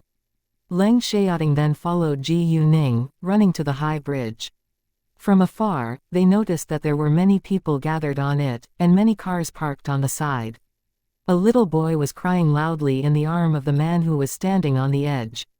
Seeing the scene, Leng Xiaoting sensed that something had to be wrong, and ran faster ahead. Meanwhile, a young woman was crying while begging, I can give you money, no matter how much you want. Please just let my son go. I don't want money. I just want Zhang Zhenghua to die. He has ruined my life. And if he doesn't come, I'll kill his son. The man roared in anger. It wasn't because he had enough money, but because he knew that money was useless now. He already did it. Even if he was willing to let their son go, they wouldn't let him get away with it. Therefore, he only wanted Zhang Zhenghua to die now. And it was acceptable for him to exchange Zhang Zhenghua's life with his son's. Hearing the name, Zhang Zhenghua, Leng Xiaoting was slightly surprised. He naturally knew who he was, because Zhang Zhenghua had a good relationship with the Leng family. Zhang Zhenghua. Isn't he the director of the National Medical Products Administration? And the man is Qin Weichun. He's the chairman of Guanghua Pharmaceutical Factory. I heard that his pharmaceutical factory was found guilty of producing fake medicine, and he went bankrupt and ended up with huge debts. I think that he deserved it. Exactly. Nevertheless, he blames Director Zhang for it and kidnapped his son. Hearing the discussion among the crowd, everyone immediately understood what was happening now, and they all criticized Qin Weichun. At this moment, Ji Yuning and Leng Xiaoting didn't dare to make noise, in case Qin Weichun would loosen his arm and let the little boy fall, but they couldn't wait without doing anything. Ji Yuning used her jade eyes to check the construction under the bridge. She thought that she could probably wait under the bridge and catch the boy when they fell. And she believed that Leng Xiaoting was able to control the situation on the bridge.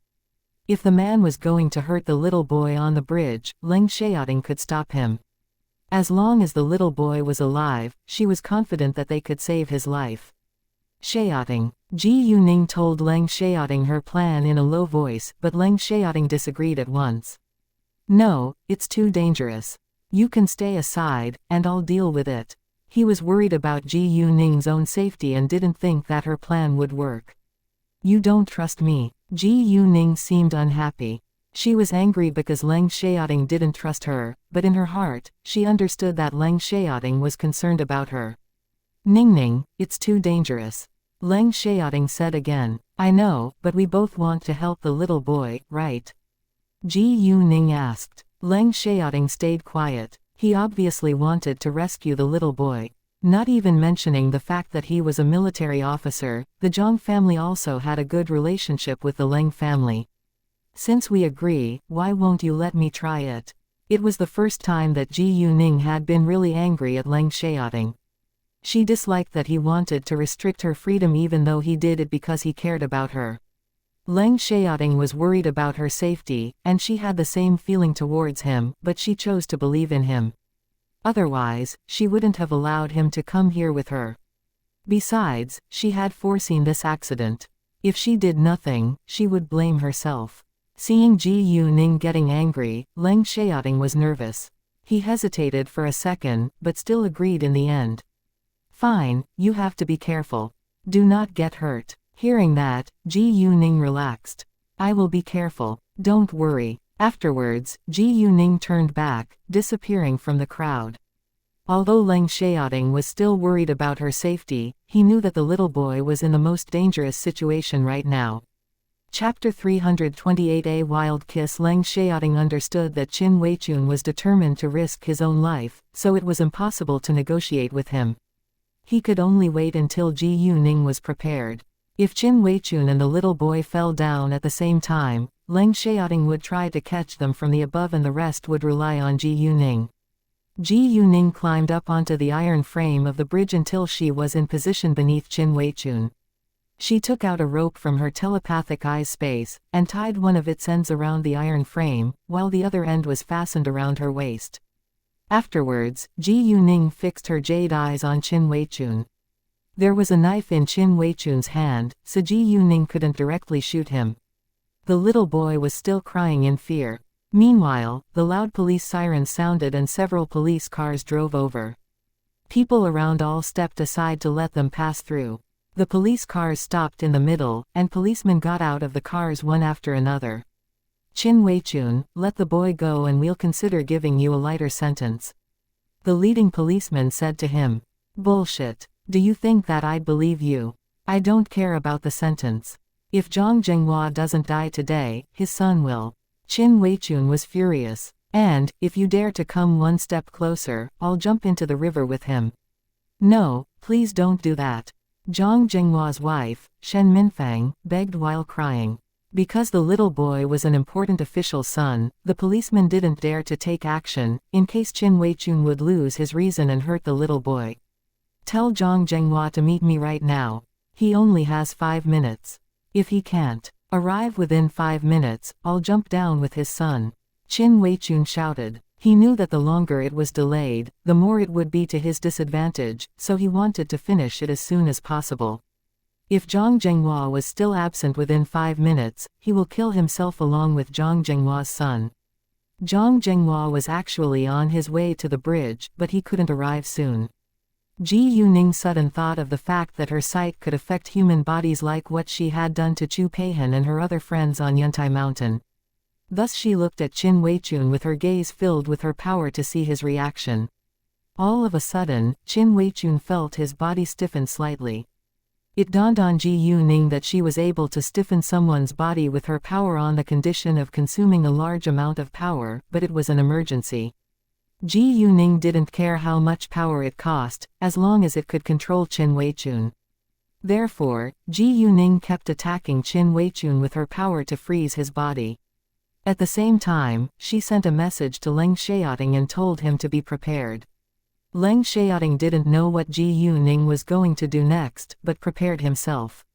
When Ji Yuning thought that it was the right time, she abruptly jumped up from underneath the bridge and hit Qin Weichun. Everyone was shocked by her sudden appearance. Reporters who had just arrived also caught the scene with cameras, but her face wasn't clear in the photos because of the long distance. Within seconds, Ji Yuning got control of Qin Weichun, while the little boy fell down onto the bridge. People were screaming in astonishment. Leng Xiaoting, on the other hand, dashed ahead to protect the little boy. Luckily, the little boy was safe and was back in his mother's arms, but he had just been through a terrible event, and was now crying in fear. "Oh, my poor little son." Shen Minfang clasped her son, trembling in horror. As for Qin Weichun, Ji Yuning broke his arms like lightning. He couldn't resist any more and was thrown directly onto the bridge by Ji Yuning. After that, Ji Yuning, who had consumed a lot of her power and energy, fell backwards.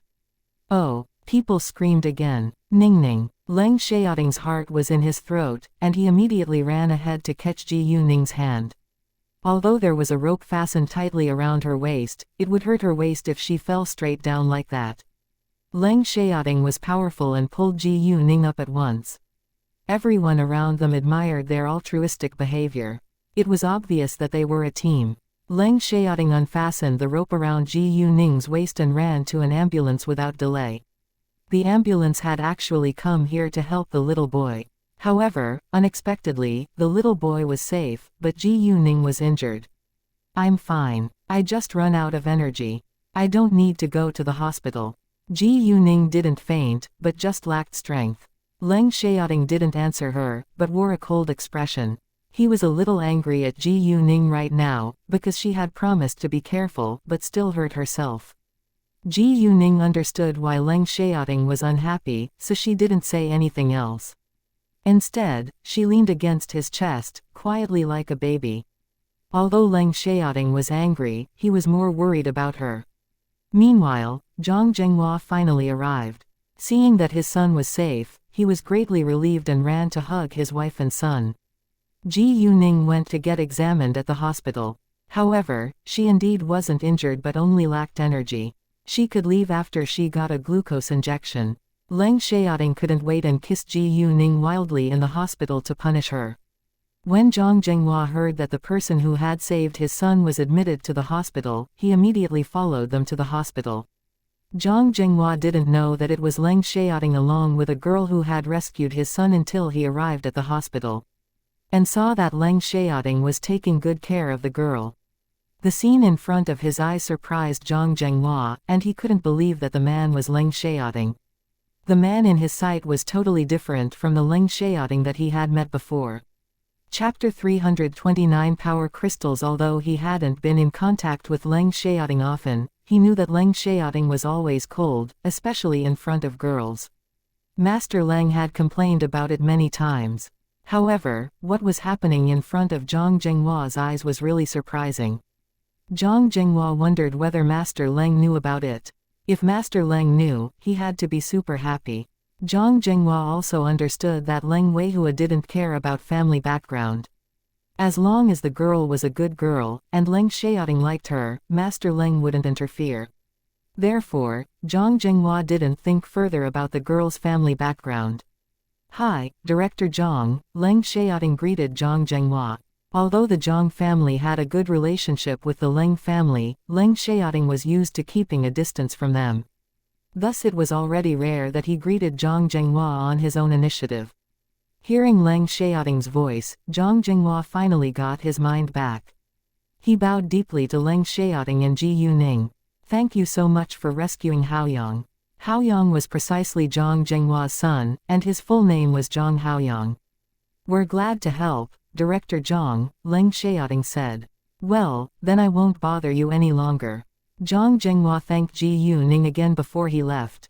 When Zhang Zhenghua was gone, Leng Xiaoting introduced him to Ji Yuning. The Zhang family and the Leng family have known each other for generations.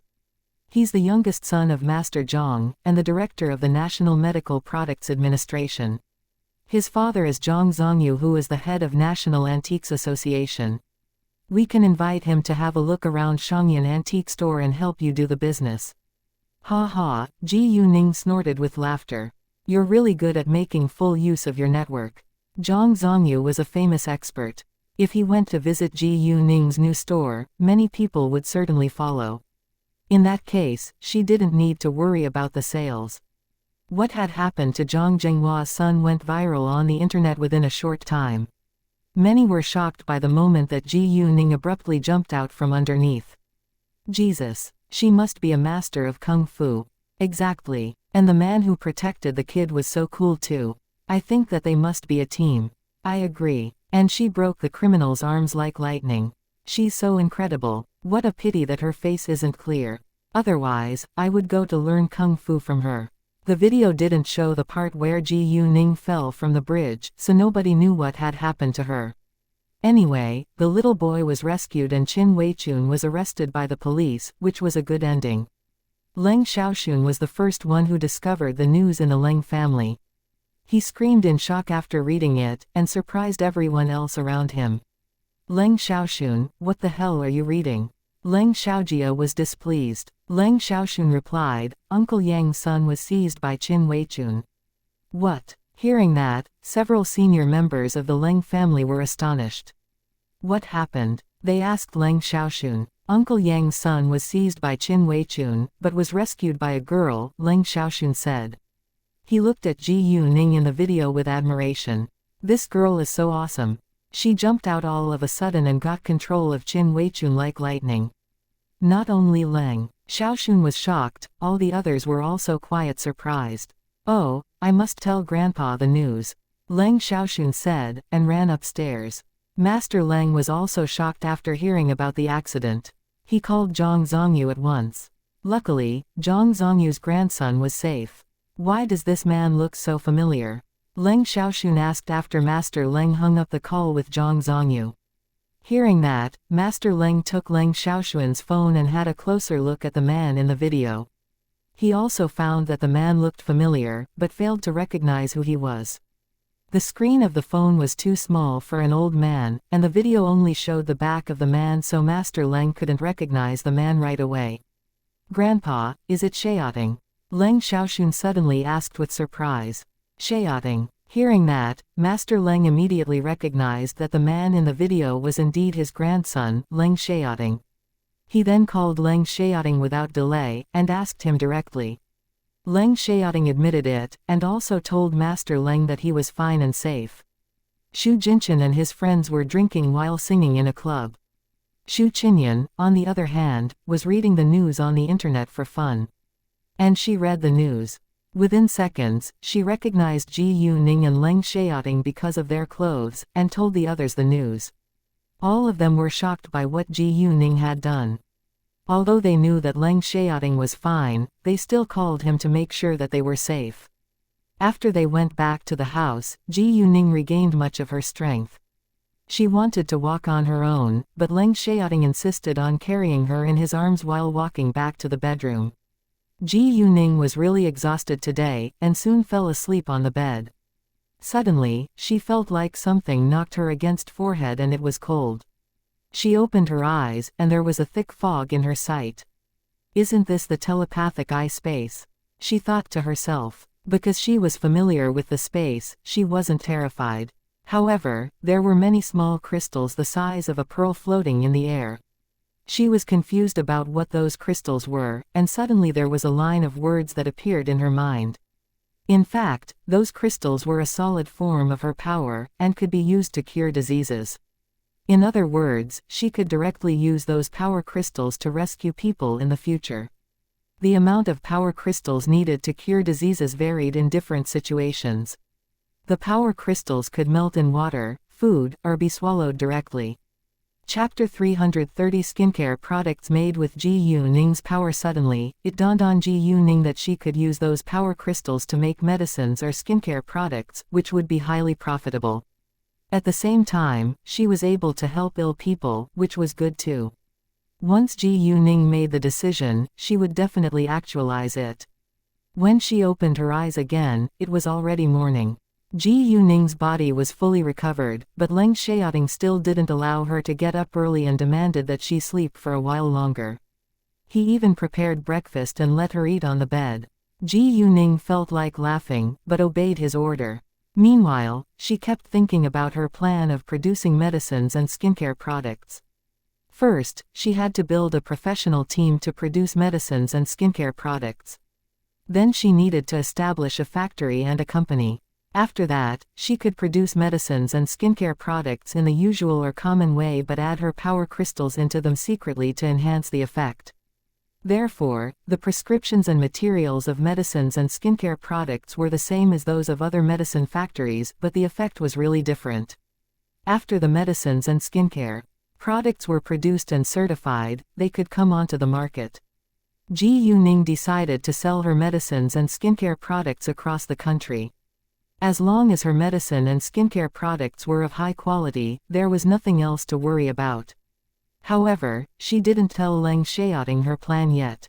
When Leng Xiaoting was not in the bedroom, Ji Yu-Ning sent a message to Kay and asked him to help her investigate whether there were any medical companies barely staying afloat. She wanted to acquire one. Kay was surprised by Ji Yu-Ning's enthusiasm towards business. It seemed like she wouldn't miss any chance to make money. And Kay of course wouldn't reject his boss's order. Leng Xiaoting didn't allow Ji Yu-Ning to get up until he prepared lunch.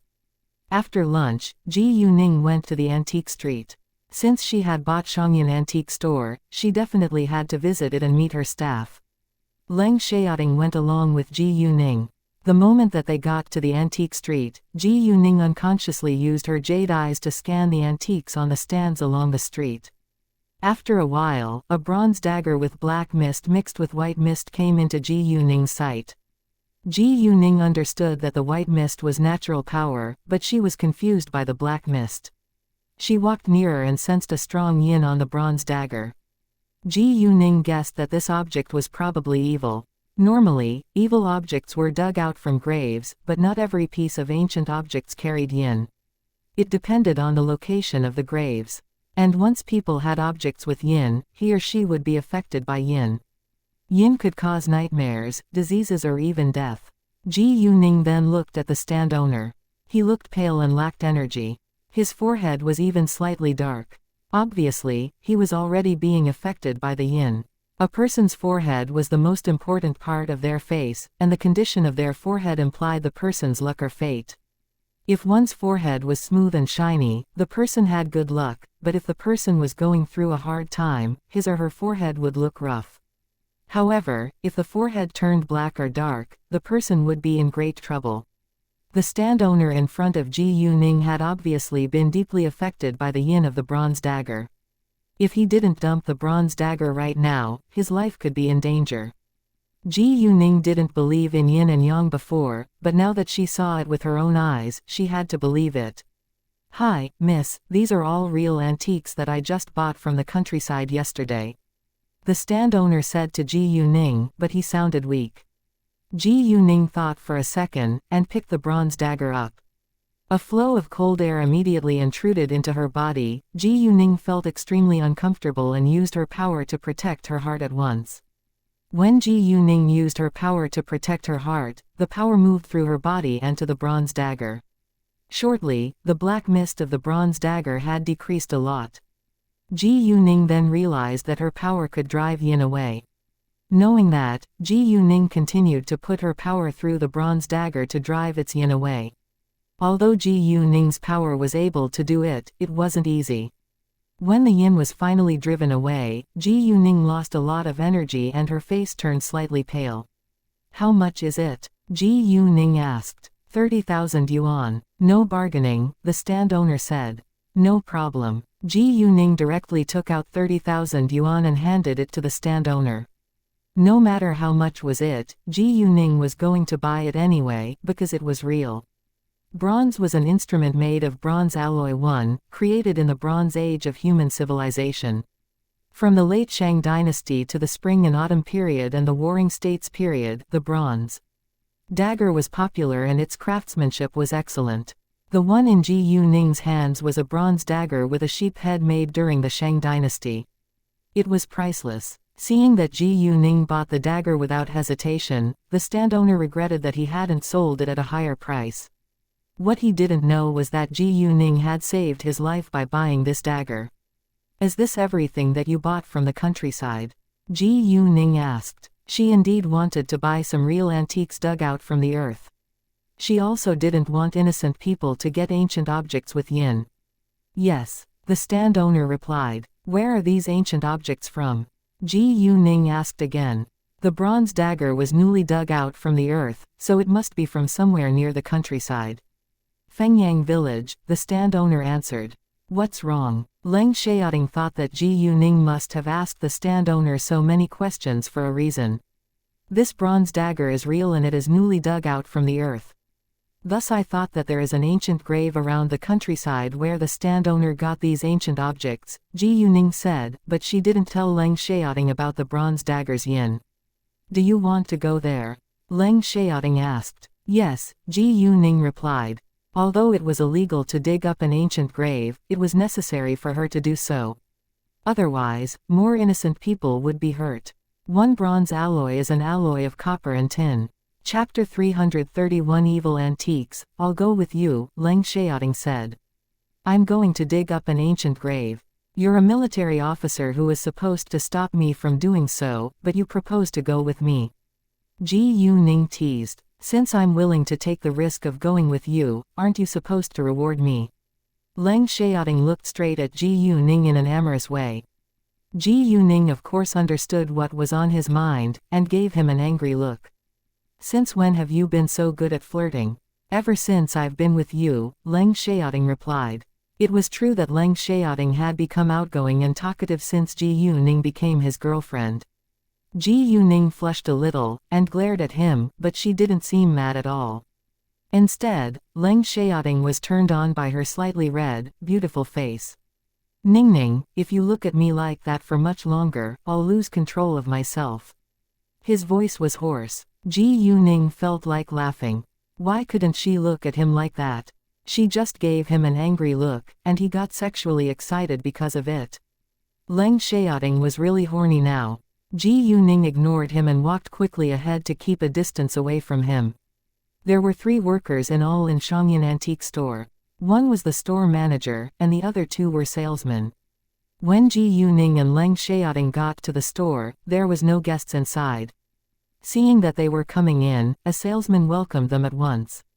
Welcome to our store. Please enjoy yourself. Ji Yuning didn't expose her identity right away, but ambled around in the store.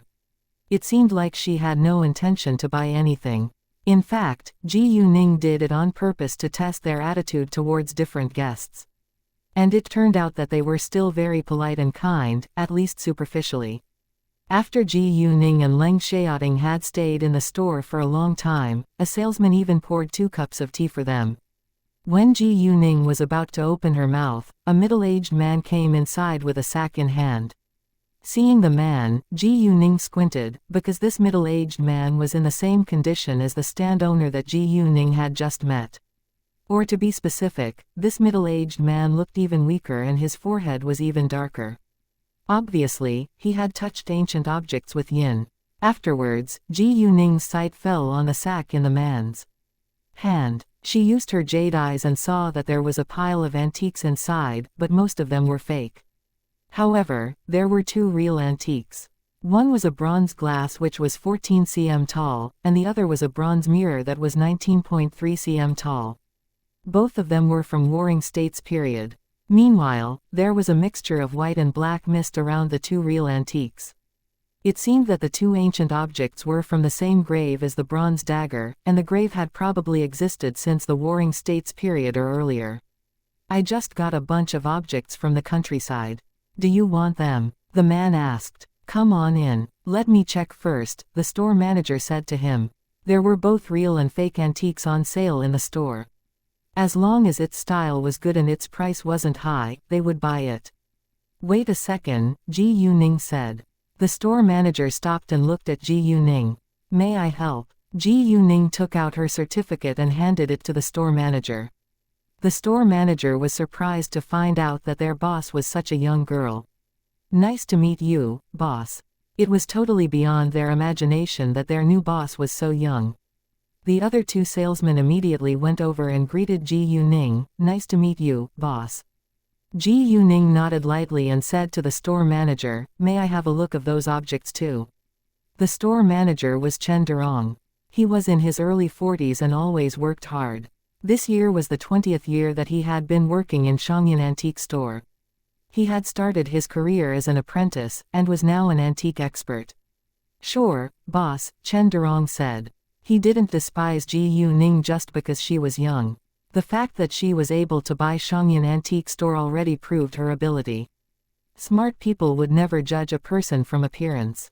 After that, Ji Yuning and Leng Xiaoting followed Chen Durong and the man and walked into a room. When they were in the room, the man put the sack down and opened it.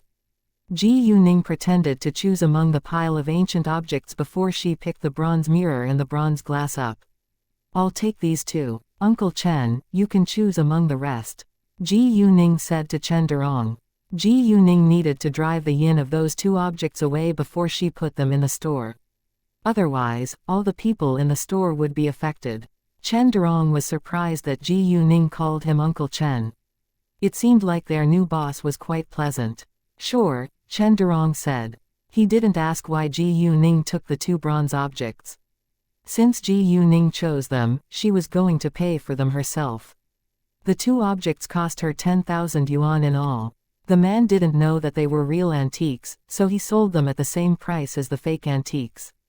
Some antique dealers would go to antique stores first when they got a lot of ancient objects from the countryside. If antique stores didn't want their objects, they would sell them on the antique street themselves. Where did you get these ancient objects? Ji Yuning asked the man. From several villages, like Fengyang village, Daning village and so forth, the man replied. A question dawned on Ji Yuning suddenly. These real antiques were newly dug out from graves. If the village citizens really dug them out from graves, they should know that they were real. Why did they still sell them at a low price to the antique dealers? Ji Yuning couldn't figure it out. It seemed like she had to go to the village on her own to find out the truth. Later, Ji Yuning used an excuse to use the bathroom and put the bronze mirror as well as the bronze glass in her telepathic eye space. There was a large amount of power in her telepathic eye space, so the two objects would be purified automatically. Ji Yuning and Leng Xiaoting didn't stay in the store any longer, and left for Fengyang village. However, Ji Yuning wasn't in a hurry to enter Fengyang village in the day, because they were going to search for the grave. It was better if they slid into the village during the night. And they couldn't directly drive into the village, so they booked a room at a nearby hotel. They planned to park the car in the parking lot of the hotel before they walked to the village in the night.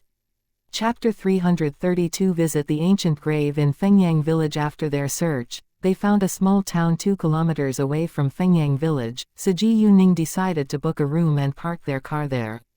Leng Xiaoting agreed with her after she told him her plan.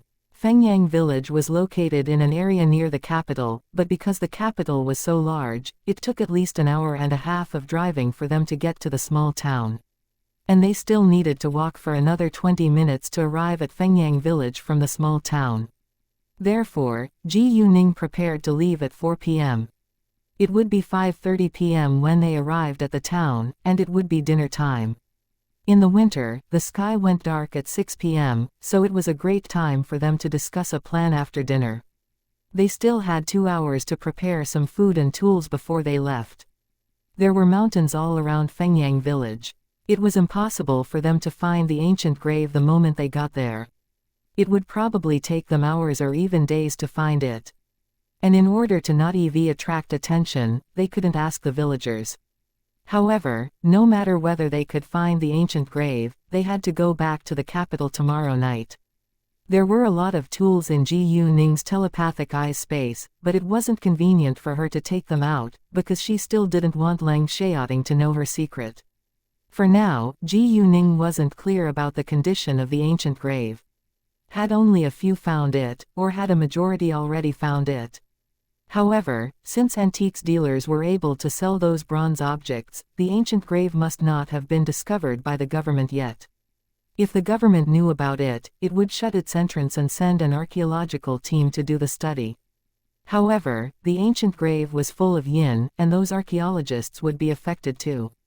Ji Yuning would give Lang Xiaoting her night luminescent pearl to protect him before they got into the ancient grave, but the most important first step was to find the ancient grave. 2 hours later, Ji Yuning and Lang Xiaoting arrived at the small town which was the one nearest to Fengyang village. They booked a room and parked their car before they went to have dinner. After dinner, it was almost 6:30 p.m., and the sky was completely dark now. The two then set out on their adventure. Within 20 minutes, Ji Yuning and Lang Xiaoting arrived at Fengyang village, which was completely dark. Even with her acute sight, Ji Yuning could barely figure out where the road was. She looked at the surrounding mountains and had no idea where they should start. The mountains were too far. Even though it was hardly possible, Ji Yuning still used her jade eyes to give it a try. However, unfortunately, her jade eyes were only effective within 200 meters, and she couldn't see the mountains at such a far distance. Right at this time, they heard a car driving over. In order to not be discovered, Ji Yuning and Lang Xiaoting immediately hid in the grass at the roadside. A van stopped at the entrance of Fengyang village and 4 men who each had a big backpack got out of it. "Come on. Be careful. Don't let anyone else find us," one of them said. Hearing that, Ji Yuning and Lang Xiaoting understood that they came here for nothing good. They also thought that they could be grave diggers. Ji Yuning instantly used her jade eyes to scan their backpacks. There were all kinds of tools for grave digging in their backpacks. Once they 4 men left, the van drove away without delay. "Let's follow them," Ji Yuning said. Lang Xiaoting gave her an affirmative nod. After that, they quietly followed the 4 men. Half an hour later, they had climbed halfway up one of the mountains, and the 4 men never found out that Ji Yuning and Lang Xiaoting were following them. Afterwards, they stopped at a rather steep rock wall and uncovered an area of grass. A hole immediately appeared. It was probably the dug-up grave. The 4 men fastened ropes and abseiled down. After the 4 men were in the ancient grave for a long while, Ji Yuning and Lang Xiaoting approached the hole. However, they didn't get in right away. Ji Yuning used her jade eyes to check the depth and the 4 men's location first in case they met them by accident. The hole was about 20 meters deep, and there was a tomb tunnel beneath it. About 3 or 4 meters from the tomb tunnel, there was an anteroom, which was about 10 square meters in size. And 4 coffins were laid in the anteroom. The 4 coffins had been opened already. That was all that Ji Yuning could see with her jade eyes. The 4 men were in the anteroom, but they didn't stay there because they had already stolen all the valuable objects there. Thus they were walking towards other anterooms, but it wasn't easy to get into an anteroom. From the ancient objects that they had already found, they knew that the person who had been buried in this ancient grave had to be an important figure, so it was highly possible that there were traps or poison at the entrances of the anterooms. The 4 men came to another anteroom, but didn't dare walk in directly. Instead, they checked the surroundings carefully, and didn't walk inside until they were sure that there was no danger. Now was the time for Ji Yuning and Lang Xiaoting to abseil down. Ji Yuning took out her night luminescent pearl, but didn't reveal it fully, because its light was very bright. Here, Ji Yuning gave the night luminescent pearl to Lang Xiaoting. "This is a night luminescent pearl. You can use it to light the way." It was too complicated for her to explain the yin and her magical power, so she could only use the excuse. A night luminescent pearl. Lang Xiaoting was quite surprised that Ji Yuning had such a priceless jewel, but he didn't ask further, and took the night luminescent pearl. Ji Yuning also told Leng Xiaoting not to show its light fully in case the four men would find out.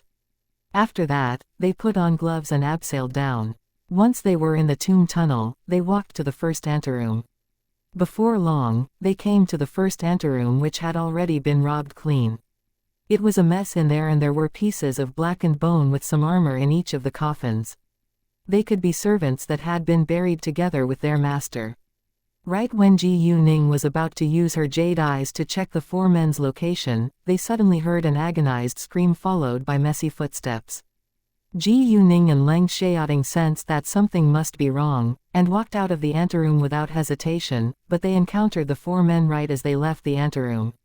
The man who was running in the front saw two shadows in the tomb tunnel and was frightened to a stop right away. The other three men who were running behind him didn't expect that he would stop all of a sudden and knocked him over directly. However, they were in a dangerous situation and immediately struggled to get back on their feet. All of them were scared to death when Ji Yuning and Leng Xiaoting appeared in their sight. Chapter 333 Bats in the Ancient Grave. One of them said, in a trembling voice, "Are you human beings or ghosts?" "Ghosts," Ji Yuning joked because she thought that it was funny. However, the man relaxed instead. "You can speak, so you're human beings, but get out of here right now. There is a group of bats flying towards here." They weren't curious about why Ji Yuning and Leng Xiaoting were here, because there were many grave diggers. It wasn't uncommon that others found this ancient grave. A group of bats. Hearing that, Ji Yuning immediately used her jade eyes and saw a large group of black bats flying towards this tomb tunnel from an anteroom. The four men ran to the anteroom beside Ji Yuning and were about to close the door, but Ji Yuning and Leng Xiaoting were still out in the tunnel. "Hey, do you want to get in here or not? We're closing the door," one of them said. Although they were opponents as grave diggers in the same ancient grave, the four men had already warned Ji Yuning and Leng Xiaoting that there was a group of bats. If Ji Yuning and Leng Xiaoting wouldn't come inside, it wasn't their fault. Ji Yuning and Leng Xiaoting then walked into the anteroom without delay, and a man closed the door tightly. They were all relieved afterwards. Seconds later, they all heard the continuous noise made by the large group of bats. "What should we do now? The bats are afraid of light and fire, but there are too many bats and our flashlight are barely enough. I don't think that there is anything we can burn here," a man said. "Reveal the night luminescent pearl fully now," Ji Yuning said to Leng Xiaoting. Leng Xiaoting nodded, then revealed the entire night luminescent pearl. Shortly, the anteroom was completely lit up, which shocked the four men. They looked to the light source and rounded their eyes in shock. "Ni night luminescent pearl." Ji Yuning and Leng Xiaoting stayed calm, examining their faces. If they were kind people, Ji Yuning wouldn't mind bringing them out, but if they dared to scheme against them for this night luminescent pearl, Ji Yuning wouldn't help them at all. Three of the four men were astonished, but didn't show any greedy expressions. However, the last one seemed to have his own plan. Of course, just because the three men didn't show their greed didn't mean that they had no intention to steal it from Ji Yuning. So Ji Yuning was on alert now. She turned to a man who was around 25 years old. He was the youngest one among them. "You're injured." Indeed, the man had been bitten by a bat and his face started to turn back, which was a sign of being poisoned. Hearing that, the other three men looked to the youngest man with one accord and asked nervously, "You're injured?" "Where?" I was bitten by a bat." The man hadn't felt the acute pain from the back of his hand until now. He was horrified, because they all knew that bats in ancient graves were extremely poisonous. Although he wouldn't die quickly, he would be dead after 1 or 2 hours if he hadn't been administered in time. "Oh, the antidote." Three of them immediately took off their backpacks searching for medicine. They were gravediggers and always carried all kinds of antidotes with them. They took out the antidote and covered the youngest man's hand with it. However, the antidote would only be effective after a long time. Besides, even if the poison in the youngest man's body was resolved, he would be weak in the following days, which would affect his later movements. Ji Yuning walked to them and gave them a small porcelain bottle.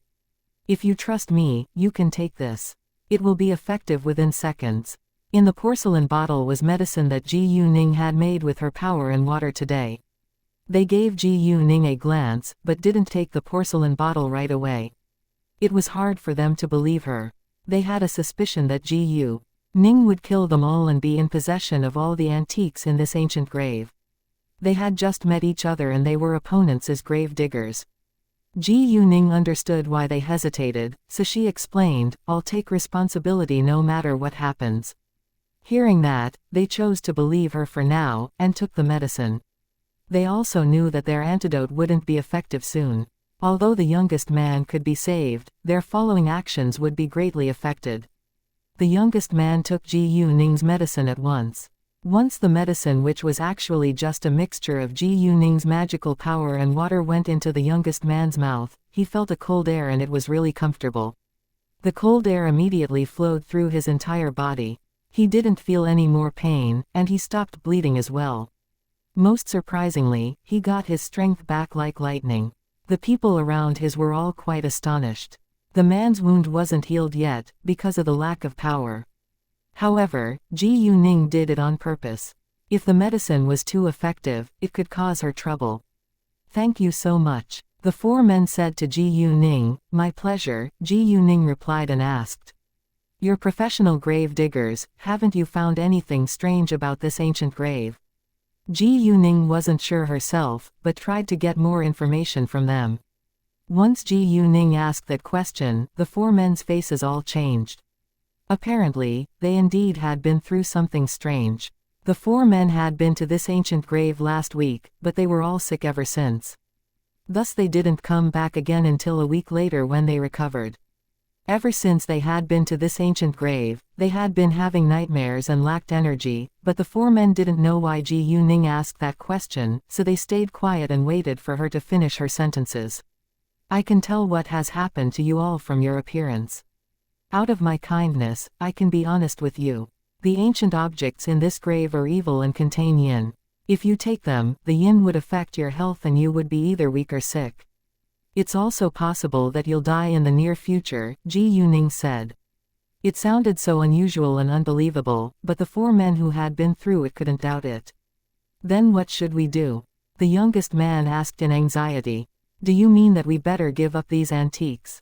a man who was around 35 years old asked in an unpleasant tone. "If you want to live, you better give up, but if you don't care, just take them," Ji Ning said. "Stop scaring us. If we give up, you'll have the chance to take them all." Another man who was around 30 years old retorted.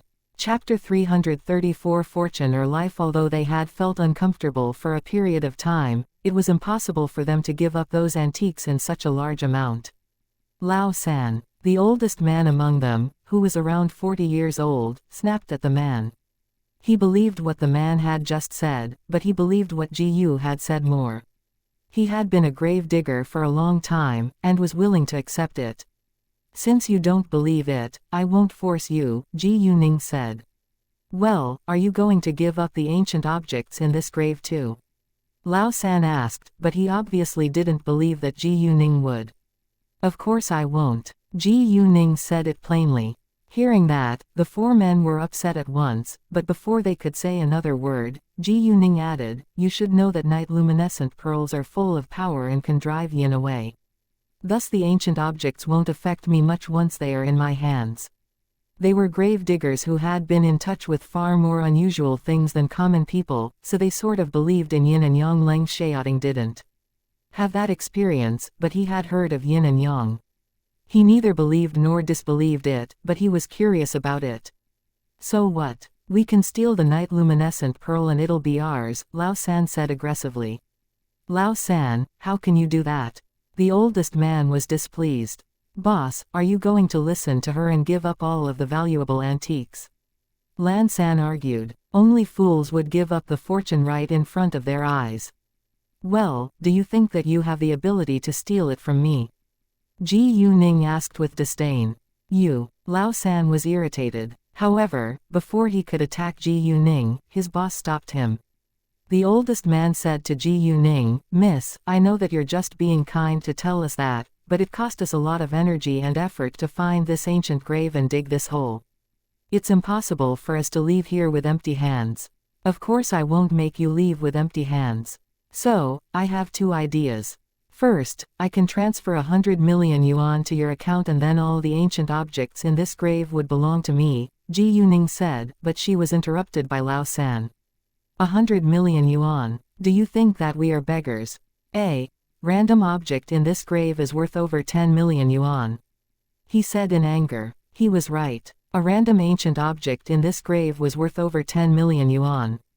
Thus it wasn't fair for them, however that was only when their life wasn't in danger. You indeed would rather die for money. Ji Yuning shook her head resignedly and signed. Well, second, we can compete against each other for the antiques. That's reasonable, Lao San said, but others remained silent. However, physical attacks are not allowed. If you attack us, we don't mind fighting back, Ji Yuning warned. And if you choose the second, I won't bother saving your life again, or protecting you from the bats outside. Ji Yuning thought that she had already saved them once and warned them. Even if they were all dead in front of her eyes now, she wouldn't feel guilty, because they deserved it. Hearing that, the four men panicked a little. The large group of bats outside was indeed a major threat. All right, then we'll leave first, Ji Yuning said. She and Leng Xiaoting then took out protective suits and put it on, in case the bats bit them. Ji Yuning already knew that this ancient grave was dangerous, so she had checked related knowledge on the internet beforehand. She was aware that there could be bats, mice or snakes in it. Although the protective suit couldn't stop the poisonous animals from attacking them, it wouldn't be difficult for them to deal with them given their outstanding agility. Seeing that Ji Yuning and Leng Xiaoting put on protective suits, the four men were envious, especially Lao San who was already jealous of them and couldn't wait to leave this anteroom. He was worried that Ji Yuning and Leng Xiaoting would get all the antiques before them. Hey, if you open the door now, the bats will get inside. Lao San tried to stop them. Don't worry, I won't allow a single bat to get in here, Ji Yuning smiled with disdain. Lao San lost his patience and urged his partners. Boss, let's get out of here now. However, his boss suddenly said to Ji Yuning, Miss, we choose the 100 million yuan over the ancient objects in this grave, but you need to keep your promise. What? They were all surprised. Lao San, on the other hand, was furious. Boss, what do you mean? Are you scared of what this girl said? Lao San, I don't have the right to stop you, but if you still regard me as your boss, please take my advice and don't leave here. If you insist on walking out, you can go alone, the oldest man, Lao Da, said. He wasn't scared of what Ji Yuning had said, but he knew that Ji Yuning had told them the truth. Although grave digging was always dangerous, he wasn't willing to die for money. What about you? Lao San asked looking to Lao Er and Lao Yao. Although Lao Er and Lao Yao were reluctant to give up the priceless antiques, they always trusted Lao Da and chose to follow his lead as usual. We'll follow Lao Da, Lao Er and Lao Yao replied. Fine, very well, I'll go alone. Lao San was extremely mad, and made up his mind to go out alone. He put on his mask and took out a burning torch. Ji Yuning looked to Lao Da and others. Since we made an agreement, you can wait here for us. Once we're out of this grave, I'll transfer the money to you. I promise. Sure, Lao Da answered. He could only choose to trust her now. After that, Ji Yuning said to Lao San, Till, protect them, so you need to leave before us. I'm afraid that the bats will fly inside when you open the door. Lao San was angry that Ji Yuning despised him. He snorted with anger, and opened the door, walking out with the burning torch lifted in his hand. Nobody stopped him, not because his partners didn't care about his life, but because he didn't value his own life. Chapter 335 Lao San's death and the black moving body. Because of the bright light of the night luminescent pearl, the large group of bats was just flying from left to right outside, but didn't dare to come inside. Before Ji Yuning and Leng Xiaoting went out, she said to Lao Da and others in the anteroom, It's his own choice, and whether he can stay alive had nothing to do with me. Lao Da and the others also knew that even if Lao San died, they couldn't blame anyone. Once we're out, you need to immediately close the door, Ji Yuning reminded them. The moment that Ji Yuning and Leng Xiaoting were out, Lao Da closed the door and no bats had the chance to fly inside.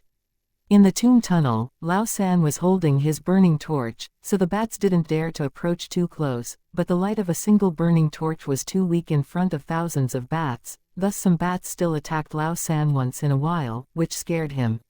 As for Ji Yuning and Leng Xiaoting, they had the night luminescent pearl to protect them from the bats. However, if they didn't kill the bats, it could still be dangerous. No one could promise that the bats wouldn't attack them or bite them by chance. At this time, Ji Yuning heard Lao San's agonized shout. Obviously, he had been bitten by bats. Lao San used his antidote to stop the effects of bats' poison. And although he survived, he was much weaker. Let me ask you for the last time. Do you want the antiques or your life? Ji Yuning still had her sympathy towards Lao San and gave him one last chance. It's none of your business, Lao San said in anger and continued to walk ahead. Since he said that, Ji Yuning wouldn't persuade him anymore. She took out a flamethrower from her backpack and sprayed flame at the group of black bats behind them. The flamethrower emitted flames that were 2 meters long and 10 centimeters wide. Once the flame was sprayed out, a group of bats were ignited. They struggled, then died and fell. Lao San was so jealous of Ji Yuning and Leng Xiaoting. He was eager to grab the night luminescent pearl and flamethrower from them, but was afraid that he couldn't beat them alone.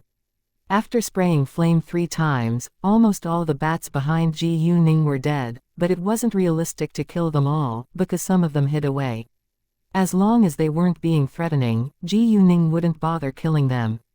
Ji Yuning only killed the bats behind her, but there were a lot in front of Lao San. With a single burning torch, he could hardly escape from their attacks. Lao San went to the anteroom that they had opened before the bats flew out, but he couldn't get inside right away because the bats were precisely flying out of this anteroom. He cautiously looked inside. There were a lot less bats in it, but they all flew backwards seeing fire. Don't go inside. Ji Yuning tried to stop Lao San, but he refused to listen to her. Lao San walked in directly and later screamed in horror and pain. When Ji Yuning followed him, she saw Lao San lying on the ground with blood around his body. He was dead already, and there was a black moving body standing in front of Lao San. It was a zombie. Before they went into the anteroom, Ji Yuning had used her jade eyes and saw the zombie. She was shocked to find that there really were zombies in this world. It was because she was so stunned that she failed to stop Lao San in time, but she had indeed warned Lao San to not go inside beforehand. If he had listened to her, he wouldn't have been killed, but the truth was that Lao San had died because he refused to listen to Ji Yuning's advice. In the first anteroom, the 3 men heard Ji Yuning's voice and Lao San's scream. They had a premonition that Lao San was in trouble.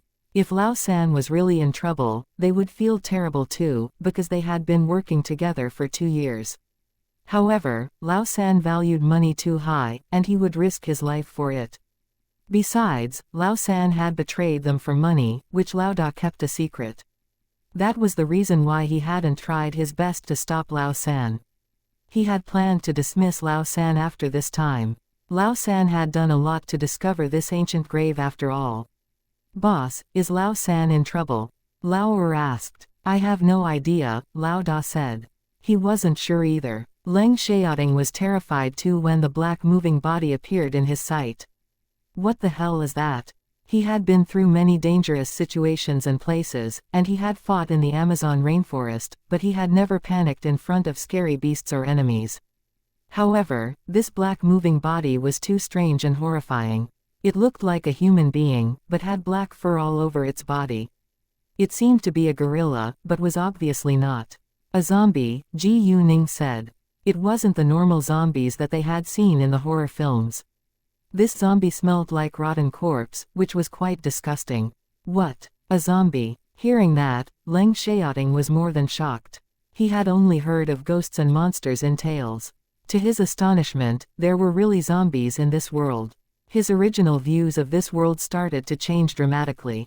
The zombie was afraid of light and fire too, so it didn't dare to approach them because of the night luminescent pearl in Leng Xiaoting's hand. But a zombie was much more threatening to Ji Yuning and Leng Xiaoting than a group of bats, because it was really strong and could use other things to attack them.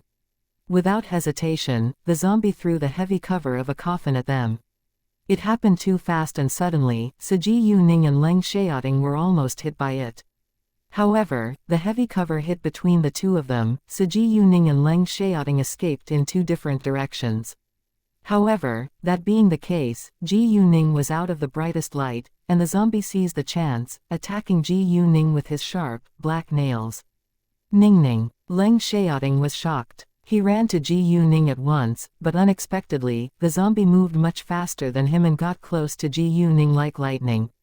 Ji Yuning wasn't weak either. She fought against the black moving body with her magical power, so it didn't hurt her. At the same time, Ji Yuning said to Leng Xiaoting seriously, "Keep the night luminescent pearl bright and never let it leave your hand."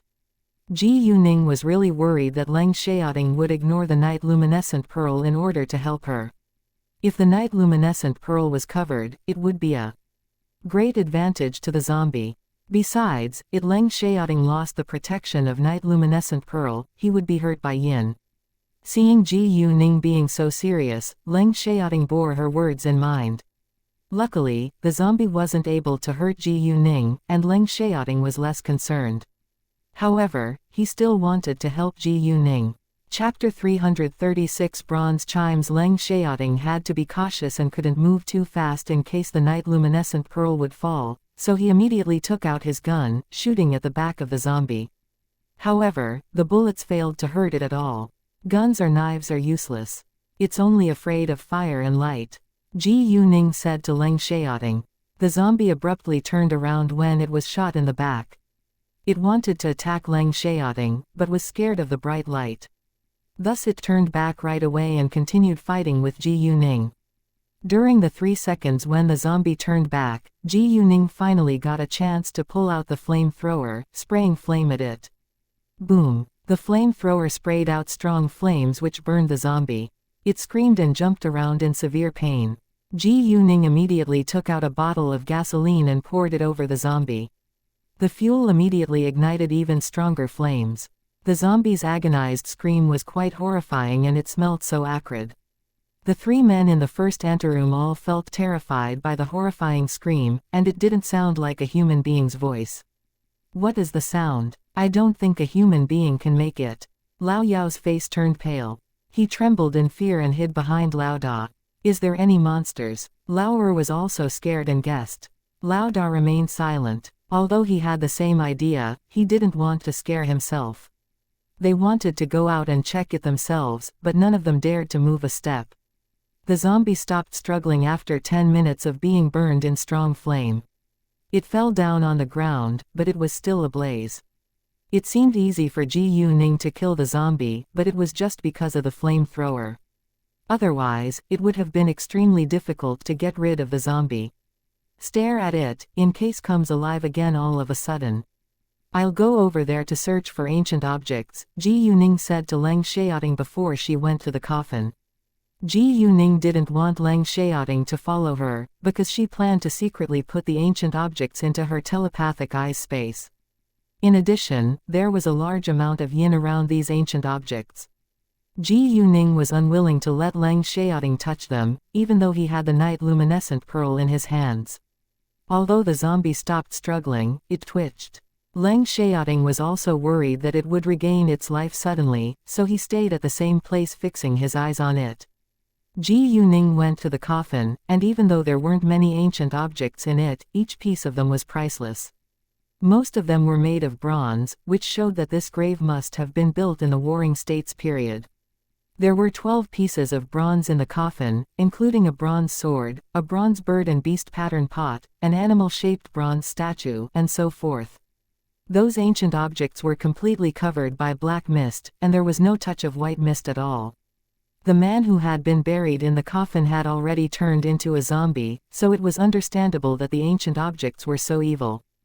Ji Yuning put 5 pieces of bronze into her telepathic eye space, and the other 7 pieces of bronze were put into her backpack. She could easily put the ancient objects in her backpack into her telepathic eye space as long as she wanted. In fact, she put some pieces of bronze into her backpack for Leng Xiaoting's sake, in case he would think that it was strange that her backpack seemed the same after she had put so much stuff into it. After that, Ji Yuning went back to Leng Xiaoting's side. The black moving body was still twitching, so they couldn't leave yet. During this time, Ji Yuning used her jade eyes to look into another closed anteroom. There was no coffin in it, but a wooden box and a set of bronze chimes. Seeing the bronze chimes, Ji Yuning was greatly surprised, because she knew that they had to be extremely priceless. There were 65 pieces of bronze chimes in all, which were divided into 3 layers and 9 groups according to size, hanging on the clock frame. There was a fu bell and 45 yang bells divided into 5 groups in the middle and lower layers of the clock frame. Bells hanging in the middle layer had a bright sound, while those hanging in the lower layer had a low sound. Other than the fu bell and yang bells, there were also 19 niu bells, which was smaller than yang bells, hanging on the upper layer of the clock frame in 3 groups. 1 in 19XX, in the tomb of the Eastern Zhou dynasty, 2 sets of bronze chimes were unearthed. One group was made up of 9 pieces, while the other was 7. The bronze chimes were exquisitely decorated, and well made. According to the textual research, they were the court instruments of Wu Guo in the late spring and autumn period. Even after being buried in the earth for 2,500 years, the 2 sets of bronze chimes were still able to make clear and beautiful sounds. Unfortunately, the set of bronze chimes which consisted of 3 layers and 9 groups were still missing. If this set of bronze chimes in this ancient grave was discovered, it would cause a great sensation in music, art and antique industries. Many famous museums would fight for it. Moreover, the whole set was worth at least several billion yuan, which was quite exciting. And in the wooden box were other ancient objects. To Ji Yuning's surprise, all the ancient objects in this anteroom were purely covered with natural power. Ji Yuning thought for a while and figured it out. The ancient objects that she had just discovered were buried with a man, who must have been tortured before he had been killed. Thus those ancient objects were affected by his deep hatred. And this anteroom where the set of bronze chimes was placed was separated from that one, so there was no yin in it. It wasn't hard to take the ancient objects in the wooden box, but the set of bronze chimes was too heavy to carry. In that case, Ji Yuning had to put it into her telepathic eye space, and she had to avoid Leng Xiaoting. Therefore, Ji Yuning said to Leng Xiaoting, "Xiaoting, you can stay here and I'll go out to have a look. If you're worried about me, you can stand at the door of this anteroom, staring at this zombie and keeping an eye on me." Hearing that, Leng Xiaoting was of course worried about Ji Yuning's safety, but he compromised in the end. The anteroom that Ji Yuning was leaving for wasn't far away. There was only a short distance of 4 meters. Leng Xiaoting stood at the door, staring at the zombie which was still burning, and kept an eye on Ji Yuning at the same time. Ji Yuning went to the anteroom, and used her jade eyes to check its door. Luckily, there were no traps or poison powder. She opened the door, which astonished Leng Xiaoting. He was concerned that there could be more bats or another zombie inside. "Ning Ning." Leng Xiaoting called Ji Yuning worriedly. "It's fine," Ji Yuning comforted him, then directly pushed the door open. Seeing that there wasn't anything strange coming out, Leng Xiaoting relaxed. Ji Yuning used a flashlight to light the anteroom and said to Leng Xiaoting, "There's nothing terrifying in it, just pieces of bronze." Hearing that, Leng Xiaoting was relieved. Afterwards, Ji Yuning walked inside. She immediately put the set of bronze chimes into her telepathic eye space, and opened the wooden box. There was a lot of bronze in it, because bronze was quite popular during the Warring States period. Ji Yuning carried the wooden box out and put it down at the door. She then went back to check on the zombie which had finally stopped twitching and was almost burned into ashes. It was impossible for it to come alive again. One fu, yang and niu bells are ancient Chinese bells that have different shapes and octaves.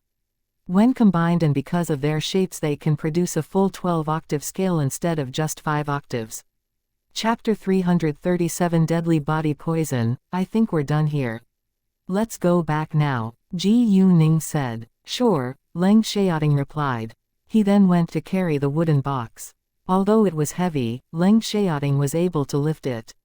They stopped at the first anteroom again, and Ji Yuning said loudly, "You can come out now." The 3 men in it couldn't wait to leave. Once they heard Ji Yuning's voice, they immediately opened the door and walked out. Lao Yao asked, what was the terrifying scream just then? I was so scared. A zombie, Ji Yuning said directly. If they didn't know the truth, they would probably think that it was easy to get the ancient objects in this grave. What? Hearing that, they were all shocked.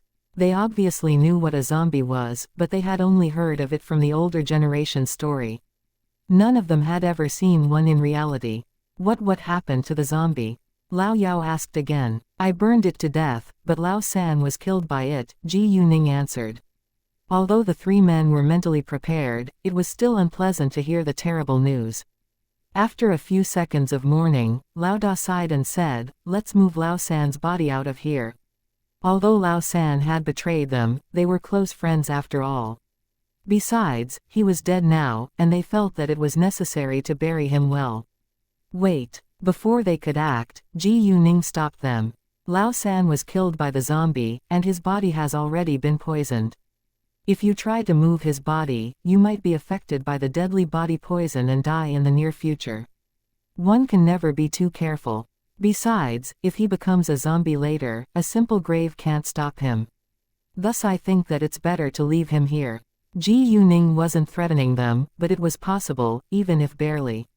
Hearing that, the three men were all shocked. No matter if it was true or not, they didn't dare to bring Lao San's body back, or to have a look of the zombie. Nevertheless, they didn't doubt what Ji Yuning had just told them. Although they didn't see the black moving body with their own eyes, they had heard the strange scream, which a human being couldn't make. Well, I think that we better leave now. Lao Yao was too scared to stay here for a second longer. Although he had dug up graves many times, it was the first time that he had been through such weird things. Not only Lao Yao, even Lao Da and Lao Er, who had been grave diggers for over a dozen years, felt that it was very terrifying. Afterwards, they noticed the wooden box beside Leng Xiaoting's feet. They knew that there had to be antiques in it. If they didn't know that there was a zombie, they would be reluctant to miss those antiques, but now, they only felt that they were lucky. If they had been greedy and risked their lives for fortune, they would have been killed too. If they were dead, fortune would be meaningless. In fact, 100 million yuan was a lot, and each of them could get 25 million yuan. However, Lao San was already dead, so they would share the money with Lao Si, who had driven them here. There were 5 members in their team.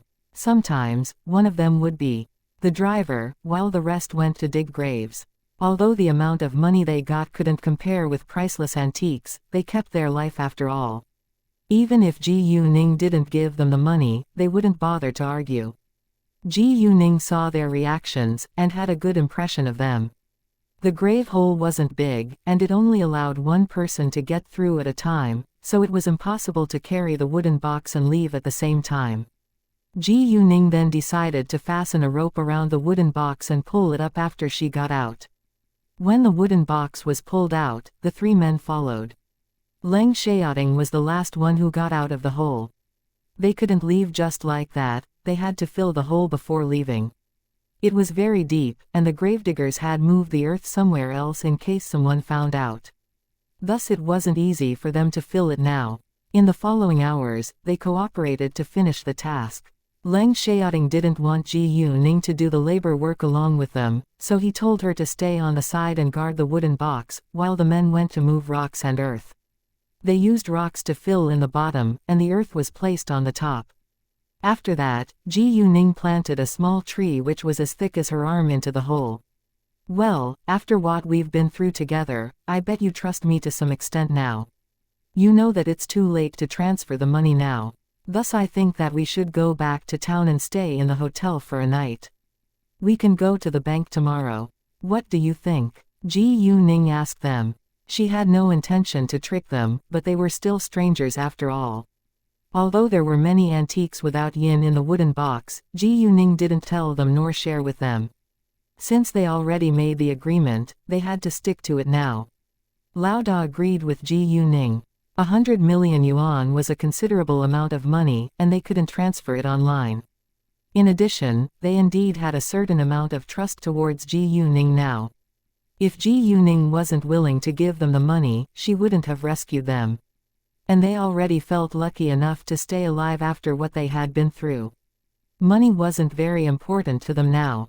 However, our friend is waiting for us now, Lao Da said. Ji Yuning understood that it must be their driver. Actually, it would be convenient if they had a car to move the wooden box back.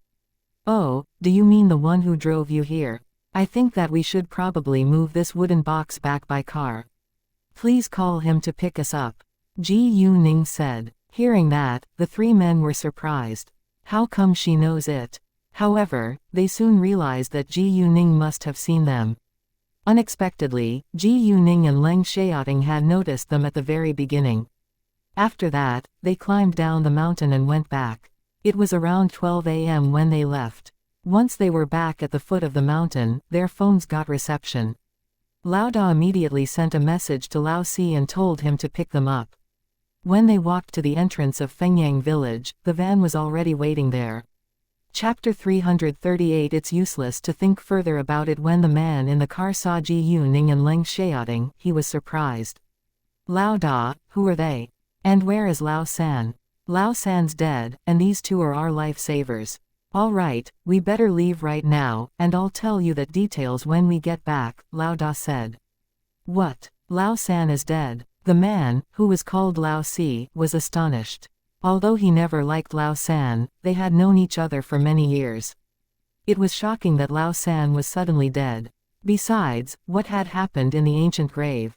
Why were these two strangers their lifesavers? Lao Si had many questions in his mind, but Lao Da wouldn't tell him until they got back. They all got in the car and drove to the small town. On the way, they introduced themselves to each other. Lao Da's full name was Li Meosong. He was 42 years old. Lao Er was Sun Chao, who was 38 years old. Lao Si was Zhao Zhongquan, who was 29 years old, and Lao Yao was Guo Yiyang, who was just 26 years old. Ji Yuning introduced herself to them too, but she didn't tell them Leng Xiaoting's full name. She just told them that Leng Xiaoting's family name was Leng. Other than that, she also told them that she and Leng Xiaoting were a couple. Li Meosong and Ji Yuning exchanged phone numbers so that Li Meosong could contact her. About 10 minutes later, they arrived at the parking lot and stopped beside Leng Xiaoting's car. Leng Xiaoting got out and moved the wooden box to the trunk of his car. They had prepared a big suitcase in the trunk. Leng Xiaoting placed the ancient objects into the big suitcase and then carried it back to their room in the hotel. It would be too noticeable if they carried the wooden box. Ji Yuning ordered 2 rooms for the 4 men, and the 2 rooms were right next to the one where Ji Yuning and Leng Xiaoting stayed. Ji Yuning did it on purpose to calm the 4 men's worries. After that, Ji Yuning and Leng Xiaoting went back to their room, while Li Meosong and the others went into the same room, because they had a lot to discuss. What did you get? Zhao Zhongquan asked the moment they walked inside. Nothing, Li Meosong replied. What? Why? Zhao Zhongquan was shocked. We almost died in there. Who cares about the antiques? Sun Chao said seriously. He then told Zhao Zhongquan what they had been through in the ancient grave. Zhao Zhongquan rounded his eyes in shock and felt terrified. A zombie. Jesus, it is real. And the zombie killed Lao San. Zhao Zhongquan didn't blame them because they had made the deal with Ji Yuning, because he would have done the same thing. Life was more valuable than money after all. Lao San had risked his life for money, and had been killed in the end. Nevertheless, can we trust them? Zhao Zhongquan asked. He was worried that Ji Yuning would lie to them. I trust them. If they didn't want to give us the 100 million yuan, they could have just abandoned us in the grave. Moreover, she did rescue us after all. If she is unwilling to give us the money, we won't say anything, Li Meosong said. All right, it's useless to think further about it. Let's have a rest now. They knew that it was meaningless to think about it right now, and they all agreed with Li Meosong, so they stopped discussing it. Lao Er and Lao Si left for another room afterwards. That night, Ji Yuning and Leng Xiaoting slept like babies, but the 4 men could barely sleep. Although it was useless to be worried, they couldn't help doing it. The next morning around 7 a.m., the 4 men got up and gathered together in a room, waiting for Ji Yuning. Ji Yuning and Leng Xiaoting made it a habit to get up early, so they were both awake at 7 a.m. Ji Yuning understood that Li Meosong and his friends had to be anxious throughout the whole night. Thus she didn't want to let them wait any longer, and called Li Meosong once she was prepared. However, it was too early, and the bank wasn't open yet. Therefore, they had to wait till 9 a.m. Li Meosong and his friends immediately went outside, waiting for them in the passage after he hung up the call with Ji Yuning. Thus the moment that Ji Yuning and Leng Xiaoting stepped out of their room, they saw the four men in the passage, which was quite amusing. The bank isn't open yet. Let's go check out and have breakfast first, Ji Yuning said. Sure, the four men answered. Afterwards, they checked out together and went to have breakfast. Then they drove to the bank without delay. At 9 a.m., the bank opened. Ji Yuning and Li Meosong went to complete the transfer procedure. When the money was transferred to their accounts, Li Meosong and his friends were finally relieved. Miss Ji Yu, Mr. Leng, thank you so much for saving our lives this time. Li Meosong thanked Ji Yuning and Leng Xiaoting seriously. No matter what, they had earned a lot this time. Sun Chao and the others also thanked Ji Yuning and Leng Xiaoting. You're welcome, Ji Yuning said. Goodbye then. After that, they separated, and Ji Yuning along with Leng Xiaoting went back to the capital. Are you going to put those ancient objects in Xianxia antique store, or keep it elsewhere? Leng Xiaoting asked. I'll choose some to put in Xianxia antique store, and we can keep the rest in your house for now, Ji Yuning said. She didn't want to attract too much attention, because it was illegal to dig up ancient graves. After they arrived at the capital, they went to the antique street first. There was a big suitcase of antiques in their car, and it wasn't safe. Thus Leng Xiaoting would stay in the car, while Ji Yuning left for a while. Actually, Ji Yuning deliberately avoided Leng Xiaoting, because she planned to take out some ancient objects from her telepathic eyes space. And it wouldn't be convenient if Leng Xiaoting was with her. Most importantly, it would be strange if she carried a pile of antiques around all the time, so she had to avoid Leng Xiaoting. Ji Yuning went to buy a 26-inch suitcase first and put several antiques in it before she walked ahead. When she walked past a public washroom, she went inside and secretly took out more antiques from her telepathic eyes space. Afterwards, she went straight to Xianxia antique store. However, the moment that Ji Yuning arrived, she saw a person arguing in Xianxia antique store. There was a group of onlookers gathered around at the door of Xianxia antique store. And a man inside was arguing in anger, Chen Durong. Master Luo just sold Xianxia antique store, and you are already starting to ruin its reputation. This teapot is obviously a fake, but you claim that it is real. I wasted 200,000 yuan on it, and you need to compensate me. Otherwise, I'll call the police. Chapter 339 Troublemaker. The group of onlookers burst into discussions. No way. Xianxia antique store deceives consumers. Xianxia antique store may not have done it in the past, but it's hard to tell now since its boss has changed. Exactly, businessmen only care about profits. I think the new boss is ruining Xianxia antique store's reputation. Chen Durong didn't panic but calmly looked at the middle-aged man who was causing trouble in the store. Mr. Wu, are you sure that this is the teapot that you bought from Xianxia antique store? Mr. Wu ran a restaurant outside of the antique street. He was rich and loved to collect antiques. Unfortunately, he didn't know much about antiques. Are you kidding me? If it's not, I wouldn't come here. It's the same as the picture. Mr. Wu was angry. Really? Let me check first, Chen Durong said. Mr. Wu then gave the teapot to Chen Durong without hesitation, like he wasn't lying at all. Chen Durong had a closer look of the teapot then said, "You're right. It indeed looks the same as the one in the picture, but there is something very different." Where? Mr. Wu was nervous, and refused to believe it. Obviously, Mr. Wu came to cause them trouble on purpose. Both Chen Durong and Ji Yuning, who was outside, were aware of that. Chen Durong sneered and asked, "Did you bring the picture with you? I can point it out for you." Seeing Chen Durong being so confident, Mr. Wu, instead, hesitated. Is there really something different? He thought to himself. Impossible. It is an exact replica of the real one. How come it's different? It seems that you don't have the picture with you. Don't worry. I do. Chen Durong smiled after Mr. Wu remained silent for a long while. Jian, go and get the contract of the teapot for me. The purchasing of real antiques required the signing of a contract between the seller and the buyer. Not only the text contract, but also the full-scale high-definition pictures of the objects needed signing, in order to prevent such things from happening. Some people might buy the real antiques, and use fakes to extort money. No problem. Jian was a worker in Xianxia antique store. He immediately went to the document room. At this time, Mr. Wu felt more nervous, because this teapot wasn't the real one. Although it was an exact replica, it was fake. However, he couldn't back away now. Thinking for a while, Mr. Wu forced himself to face it. Jian gave Chen Durong the contract that they had signed with Mr. Wu, but Chen Durong didn't open it right away. Instead, he said seriously to Mr. Wu, Mr. Wu, I don't know why you had to do this today, but if you're willing to stop it now, and apologize, I can pretend that nothing has happened. If you insist, I won't show any sympathy. Mr. Wu, however, felt humiliated.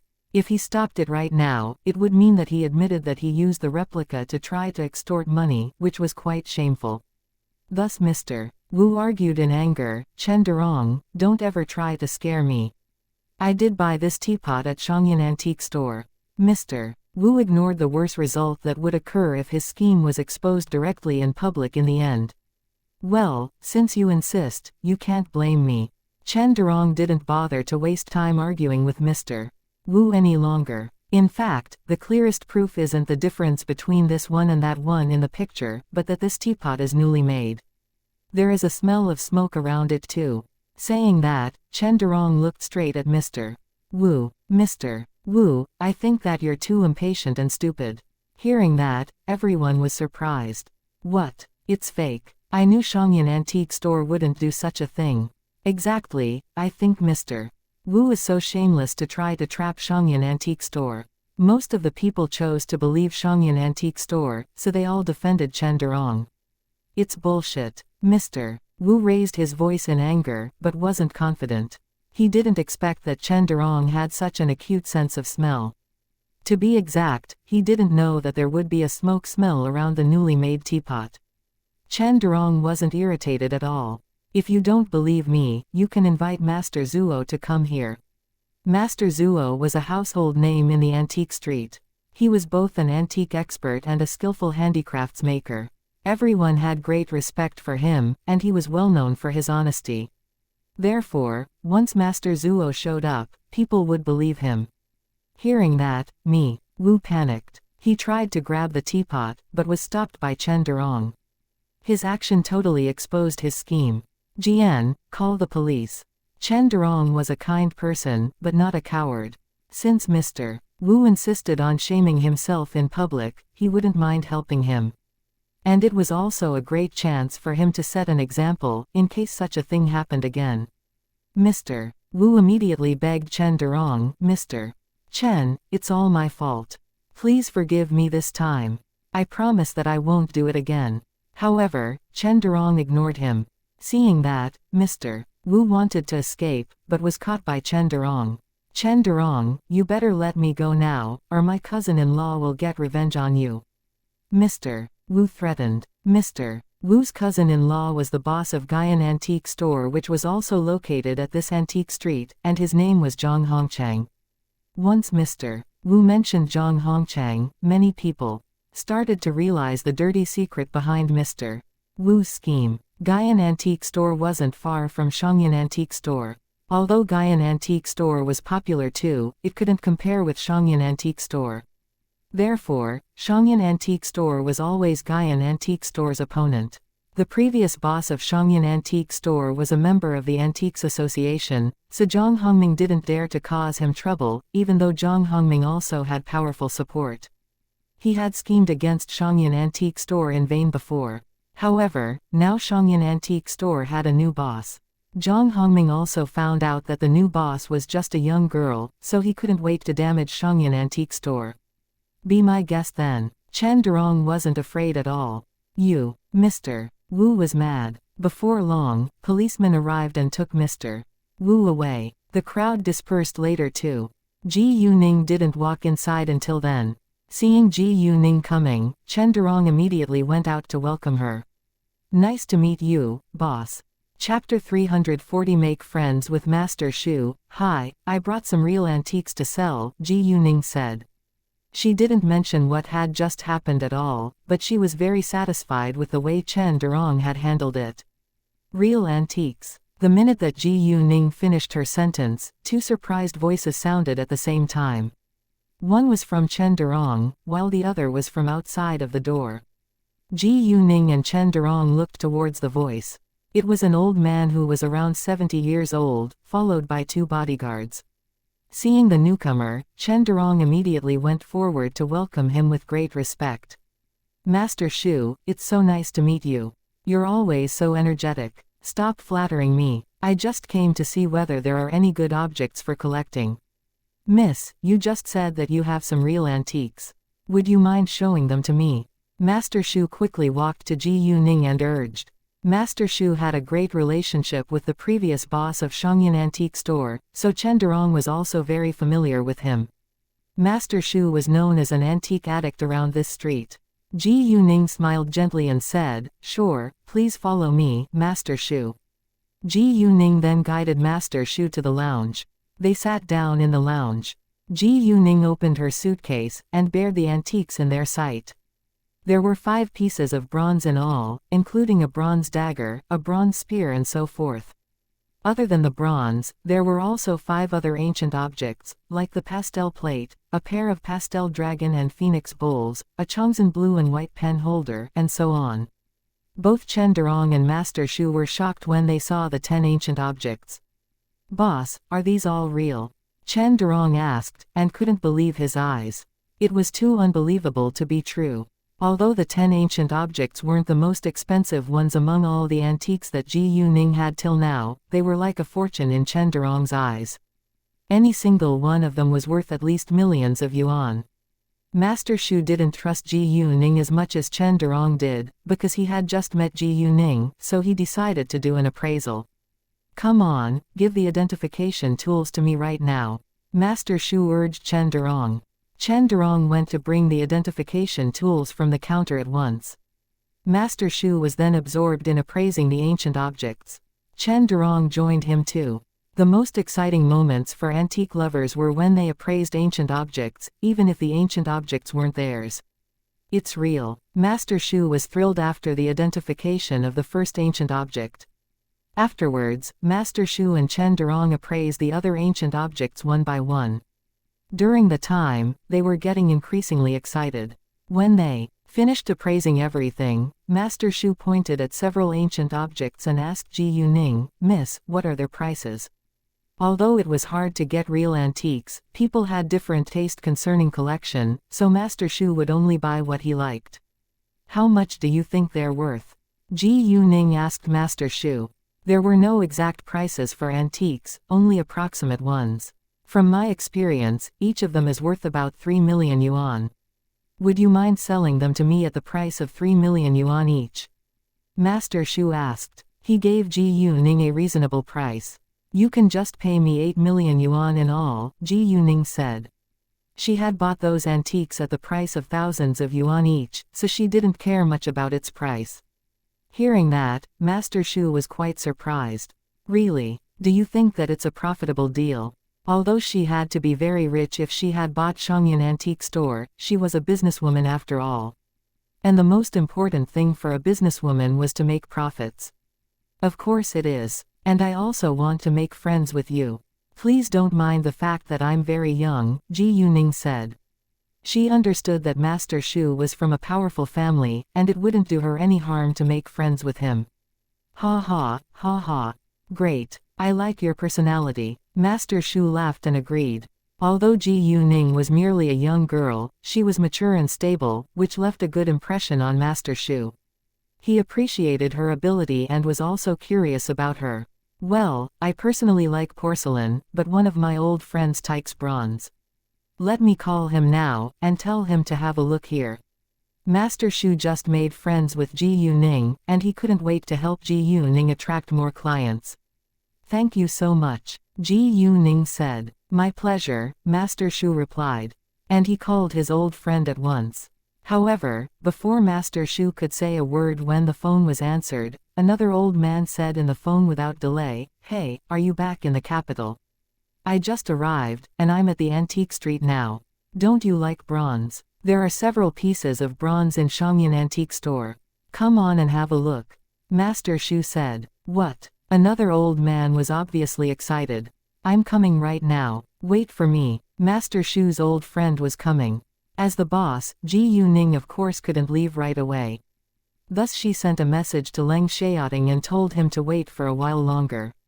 Ji Yuning was busy with her business, so Leng Xiaoting didn't mind waiting for her. Around 40 minutes later, Master Shu's old friend arrived.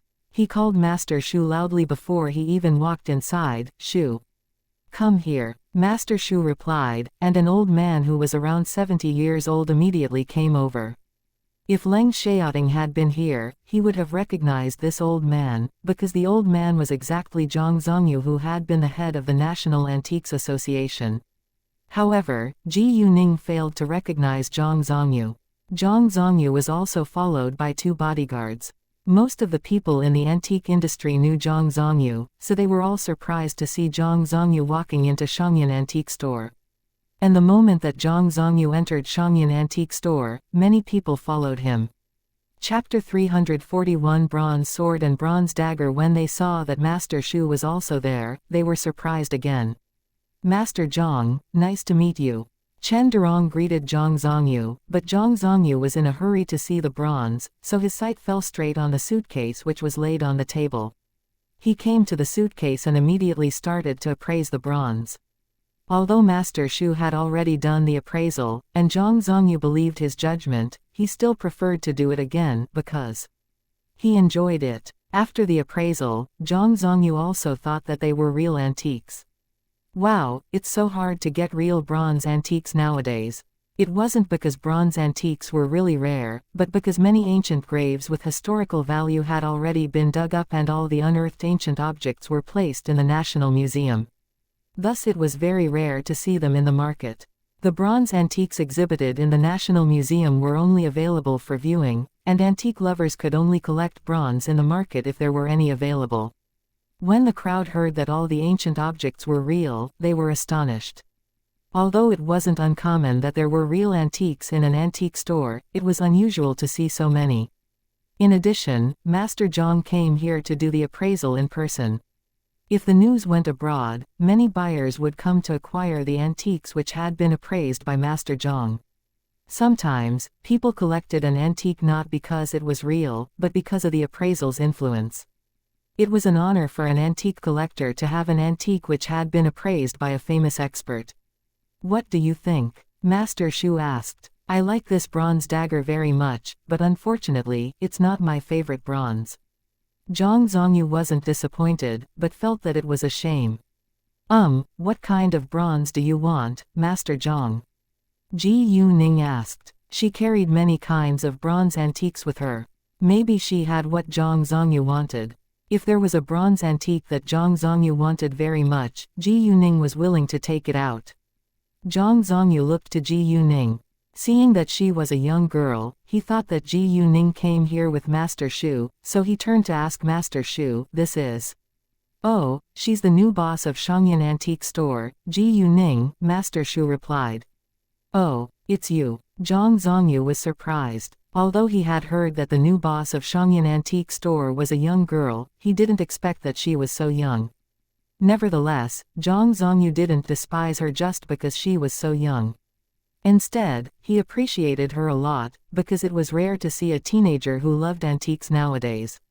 Onlookers around them were also surprised, looking at Ji Yuning. To their astonishment, the new boss of Xianxia Antique Store was such a young girl. "Yes," Ji Yuning smiled. "May I know what kind of bronze you want, Master Zhang? If I can get it in the future, I'll show it to you first." "Very well." Hearing that, Zhang Zongyu was excited. "I just want a bronze sword, but it's so hard to find one." Ji Yuning coincidentally had a bronze sword in her telepathic eye space. The bronze sword was taken out of the coffin. It had been covered with yin, but now had been purified after a day in her telepathic eye space. However, Ji Yuning wasn't sure whether Zhang Zongyu would like the bronze sword, because it wasn't famous. Ji Yuning smiled. It seems that Master Zhang is quite lucky today. I indeed have a bronze sword, but I'm not certain that you'll like it. Really? Please show me right now. Zhang Zongyu was thrilled and urged. Of course, but please allow me to get it. It's in my car, which is parked in the parking lot, Ji Yuning said, standing up. Everyone was surprised that Ji Yuning would leave a real antique in her car. Wasn't she afraid that it would be stolen? Zhang Zongyu nervously chided her. You left it in the parking lot. Aren't you afraid that it'll be stolen? Ji Yuning smiled and explained, it's guarded by someone, so it'll be safe. Hearing that, Zhang Zongyu relaxed. Then go get it now. He urged again. Sure, Ji Yuning said. However, when she had only walked a few steps ahead, Master Zhang called her again. Wait a second. Did you put the bronze sword away because you need it for something else? Although Zhang Zongyu wanted to own a bronze sword, he didn't want to grab it from Ji Yuning. No, I didn't carry it here because the suitcase can't accommodate that many antiques, Ji Yuning explained. Hearing that, Zhang Zongyu was relieved, and he urged once more, that's great. Please go get it right now. Ji Yuning left, but she didn't go to the parking lot. Instead, when she was sure that there was nobody following her, she went to the washroom again, and took the bronze sword out of her telepathic eye space. She wrapped it with cloth, then went back to Xianxia antique store. Right after Ji Yuning left, several antique lovers who admired Zhang Zongyu came to Xianxia antique store, and bought 2 antiques. One was the pastel plate and the other was a bronze glass. They were sold at the price of 6.6 million yuan in total. Including the transaction with Master Shu, Xianxia Antique Store made 14.6 million yuan today, which was the highest daily profits that Xianxia Antique Store had ever achieved. They had made over 10 million yuan in a day before, but it was still less than today's profits. Moreover, today wasn't finished yet. Master Zhang was likely to buy the bronze sword which Ji Yuning was bringing. After about 10 minutes, Ji Yuning was back. The crowd immediately stepped aside to let her pass, in case they accidentally damaged the valuable antique in her hands. Zhang Zongyu went to welcome Ji Yuning the moment she appeared in his sight. He couldn't wait to see the bronze sword, but no matter how excited he was, he didn't take it right out of Ji Yuning's hands. He didn't go ahead to appraise it until Ji Yuning put it on the table and unwrapped the cloth. The ridge of the sword was straight and sharp. The front sill was narrow and the sword was relatively thin. It was perfectly cast and well preserved. Zhang Zongyu's hands were trembling with excitement. People around him were also nervous. Master Zhang later asked Ji Yuning, "Miss, how much is this bronze sword and the bronze dagger?" Although Zhang Zongyu liked the bronze sword more, he didn't want to miss the bronze dagger either. "What's your opinion?" Ji Yuning asked. "Both of this bronze sword and the bronze dagger are delicately made, especially this bronze sword. There is a Hachan jade set on the hilt, so its owner must have been a noble man. I think it's worth at least 40 million yuan, and the bronze dagger is worth around 10 million yuan, Zhang Zongyu said. Actually, no matter how much these 2 bronze antiques were, he would buy them anyway. Chapter 342. Are you insane? Everyone around them drew a long breath in after they heard the price. It was a fortune. They were all envious of Ji Yuning now. Even Chen Durong couldn't believe his ears. After this deal was settled, they would indeed reach the all-time record for profits within a day. Chen Durong now thought highly of his new boss, who was able to strike big deals continuously. "Well, it's my honor that Master Zhang came to my store today. I think that you can just pay me 40 million yuan for these 2 bronze antiques," Ji Yuning said to Master Zhang.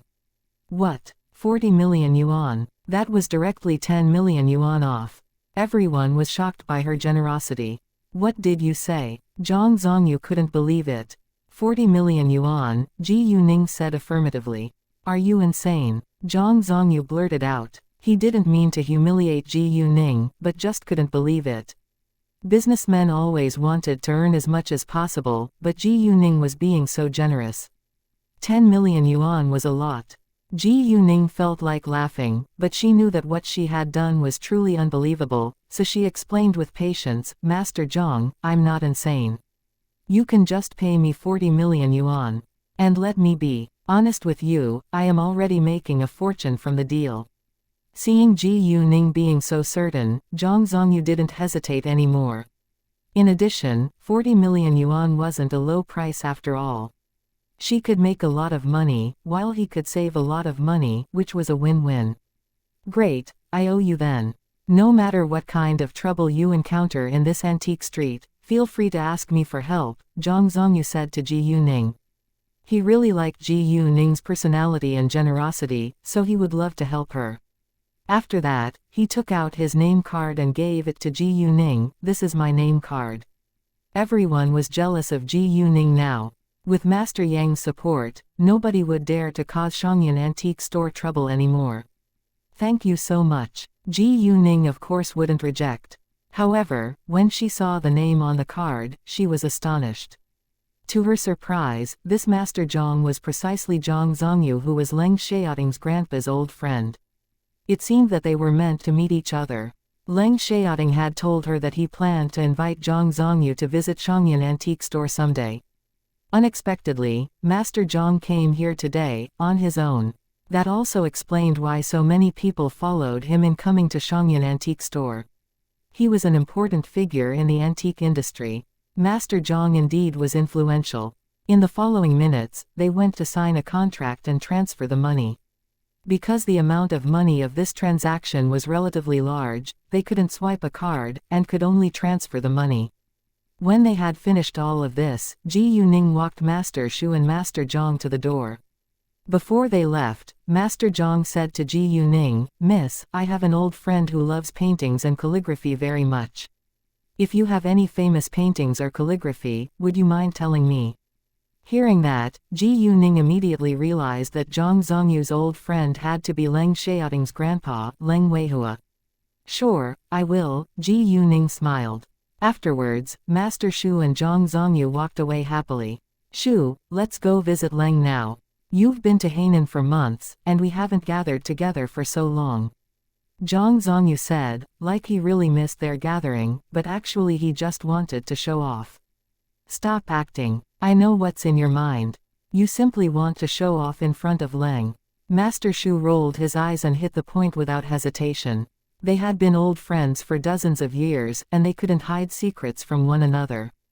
However, they indeed hadn't gathered together in a long time, and they would love to meet and chat with one another. Ha ha, Zhang Zongyu didn't feel embarrassed at all. He showed off in front of me the other day. Why can't I do the same thing? I'm so envious that he got Zhao Mengfu's Luo Shenfu. Although Zhang Zongyu had a preference for bronze, he also liked other collectibles, especially Zhao Mengfu's Luo Shenfu. He would definitely buy it if he saw it. Leng Weihua preferred paintings and calligraphy, and Master Shu liked porcelain, but both of them wouldn't miss any collectibles. Ha ha, ha ha. Master Shu was amused. Zhang Zongyu and Leng Weihua were like little kids. Master Shu was also aware of the Luo Shen Fu because Leng Weihua had purposely called him that night. Master Shu was also envious of him, but he wasn't as excited as Zhang Zongyu and Leng Weihua. After Master Shu and Zhang Zongyu left, Ji Yuning talked with Chen Durong in a room. Ji Yuning said, "The New Year festival is around the corner. Both of the salesmen can have year-end bonus of 100,000 yuan, and yours is 200,000 yuan. Hearing that, Chen Durong rounded his eyes in shock. Normally, they only had a year-end bonus of 10 or 20,000 yuan, which was quite a lot to them. "Uncle Chen, as long as you're loyal to me, I promise that you'll get a reasonable bonus." Ji Yuning took out a contract handing to Chen Durong. "This is the new contract that we need to sign together." Chen Durong took the new contract and read it with full attention. When he found out that he was able to have 10% shares of Xianxia Antique Store, he was so shocked that the contract almost fell from his hands. "Boss, won." Chen Durong breathed fast now, like he had won the lottery. "Right, I understand that you are probably amazed, but I'm only a student now, so I need you to manage this store well. Don't ever think that you don't deserve it, because all my managers share the same treatment," Ji Yuning said seriously. "However, if you betray me, you can't bear the result." Chen Durong didn't expect that Ji Yuning, who was just a young girl, could be so powerful, and he indeed felt threatened. Since Ji Yuning said that all of her managers shared the same treatment, Chen Durong agreed in the end. Chapter 343 Xu Jinchen's grandpa Ji Yuning was his boss after all. "Boss, don't worry, you'll always have my loyalty," Chen Durong said and promised with sincerity. Ji Yuning wouldn't trust a person unconditionally, but she was willing to give them a chance to prove themselves. All companies hired strangers to work for them. Without proof of time, it was impossible to know who was loyal and who wasn't. In fact, most people were hard-working and upright. After signing the contract, Ji Yuning left. Leng Xiaoting had been waiting for Ji Yuning for 3 hours, but he was as patient as usual. Ji Yuning on the other hand felt guilty and apologized. "I'm so sorry to make you wait for so long." "It's nothing. You don't need to apologize," Leng Xiaoting replied. After that, Ji Yuning told Leng Xiaoting what just had happened in Xianxia antique store. Leng Xiaoting was surprised. Grandpa Xu and Grandpa Zhang. Those two masters were Leng Weihua's best friends and had known Leng Xiaoting since he was a child, thus Leng Xiaoting felt close to them to some extent. When they left, they also told me that they have an old friend who loves paintings and calligraphy and reminded me to tell them first if I get any in the future. I thought that their old friend had to be Grandpa Leng, Ji Yuning said. Indeed, they're Grandpa's best friends, and Master Xu is Xu Jinchen's grandpa, Leng Xiaoting said. What? Ji Yuning was astonished. What a coincidence. Master Xu turned out to be Xu Jinchen's grandpa. It was almost 3 p.m., but Ji Yuning and Leng Xiaoting didn't feel hungry. Master Xu and Zhang Zongyu arrived at the Leng family's house later. Because it was daytime, the younger generation in the Leng family either went to work or to meet friends, and only Master Leng was home. It wasn't convenient for an old man to hang around outside, especially in the cold winter, so Master Leng stayed at home almost every day, which was quite boring. Therefore, when he heard that his best friends were coming, Master Leng was cheered up at once. He immediately told the housekeeper to prepare 2 cups of tea and waited in the living room. "Leng, I have something good to show you," Zhang Zongyu said even before he walked inside. He couldn't wait to tell Master Leng with obvious pride. Hearing that, Master Leng realized that they must be here to show off. All of a sudden, Master Leng seemed displeased. "Are you bringing something good to show me, or to show off?" Master Leng hit the point, but Zhang Zongyu wouldn't admit it. He complained in an aggrieved tone, "How could you say that? I just came to visit you and show you something good. If I kept it to myself, you'd blame me for hiding it. What should I do? Stop it. Just let me have a look." Master Leng rolled his eyes at Zhang Zongyu, and couldn't wait to see what he brought with him. They sat on the sofa, while the bodyguards placed the antiques on the table. When the cloth was unwrapped, Master Leng rounded his eyes in shock seeing the bronze antiques. These are a bronze dagger and bronze sword. Ha ha, yes, and they are both delicately made. Common bronze antiques are hardly comparable to them, Zhang Zongyu said proudly. "Where did you buy them?" Master Leng asked. "Xianxia antique store," Zhang Zongyu replied. Master Leng was irritated and complained, "Why didn't you tell me that you were going to the antique street? And now you're showing off in front of me. How can you do that to me? You did the same thing the other night when you got Zhao Mengfu's Luo Shenfu." Zhang Zongyu argued. Master Leng had called him that night, so he barely slept. If Master Leng had told him the next day during the daytime, he wouldn't have been rushed. Master Leng didn't know how to retort. "Ha ha," Master Xu laughed. "Leng, we won't forget you. In fact, I went to Xianxia antique store alone after I heard that it had a new boss. Unexpectedly, I found some good real antiques there. Xu is a bronze lover, so I told him to have a look, but we didn't see any paintings or calligraphy yet, so we didn't call you. However, I did tell its new boss to inform us first if she gets any famous paintings or calligraphy in the future." Hearing that, Master Leng felt more comfortable. Master Xu added, "We were really amazed by the new boss of Xianxia antique store. Although we already knew that its new boss is a young girl, I didn't expect that she is only 18 years old. She's pretty, able, mature and adorable. I think she's exactly right for Jinchen, so I plan to get Jinchen to chase her. Forget it. The girl is only 18 years old, and Jinchen is too old for her. I think Ruining and her are exactly right for each other, Zhang Zongyu argued.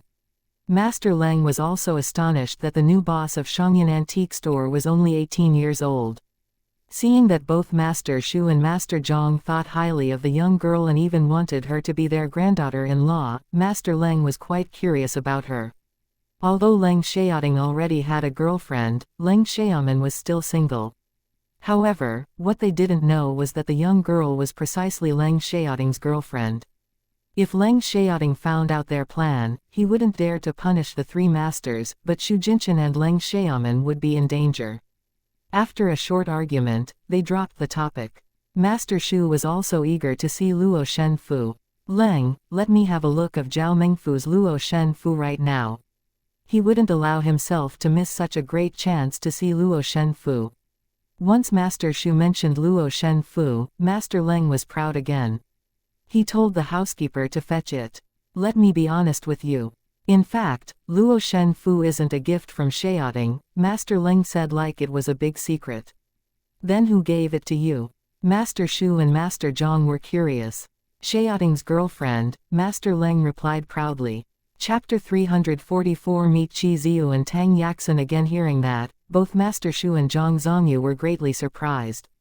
Xiaoting has a girlfriend. Yes. Master Leng was obviously happy. He had always been worried about Leng Xiaoting's marriage.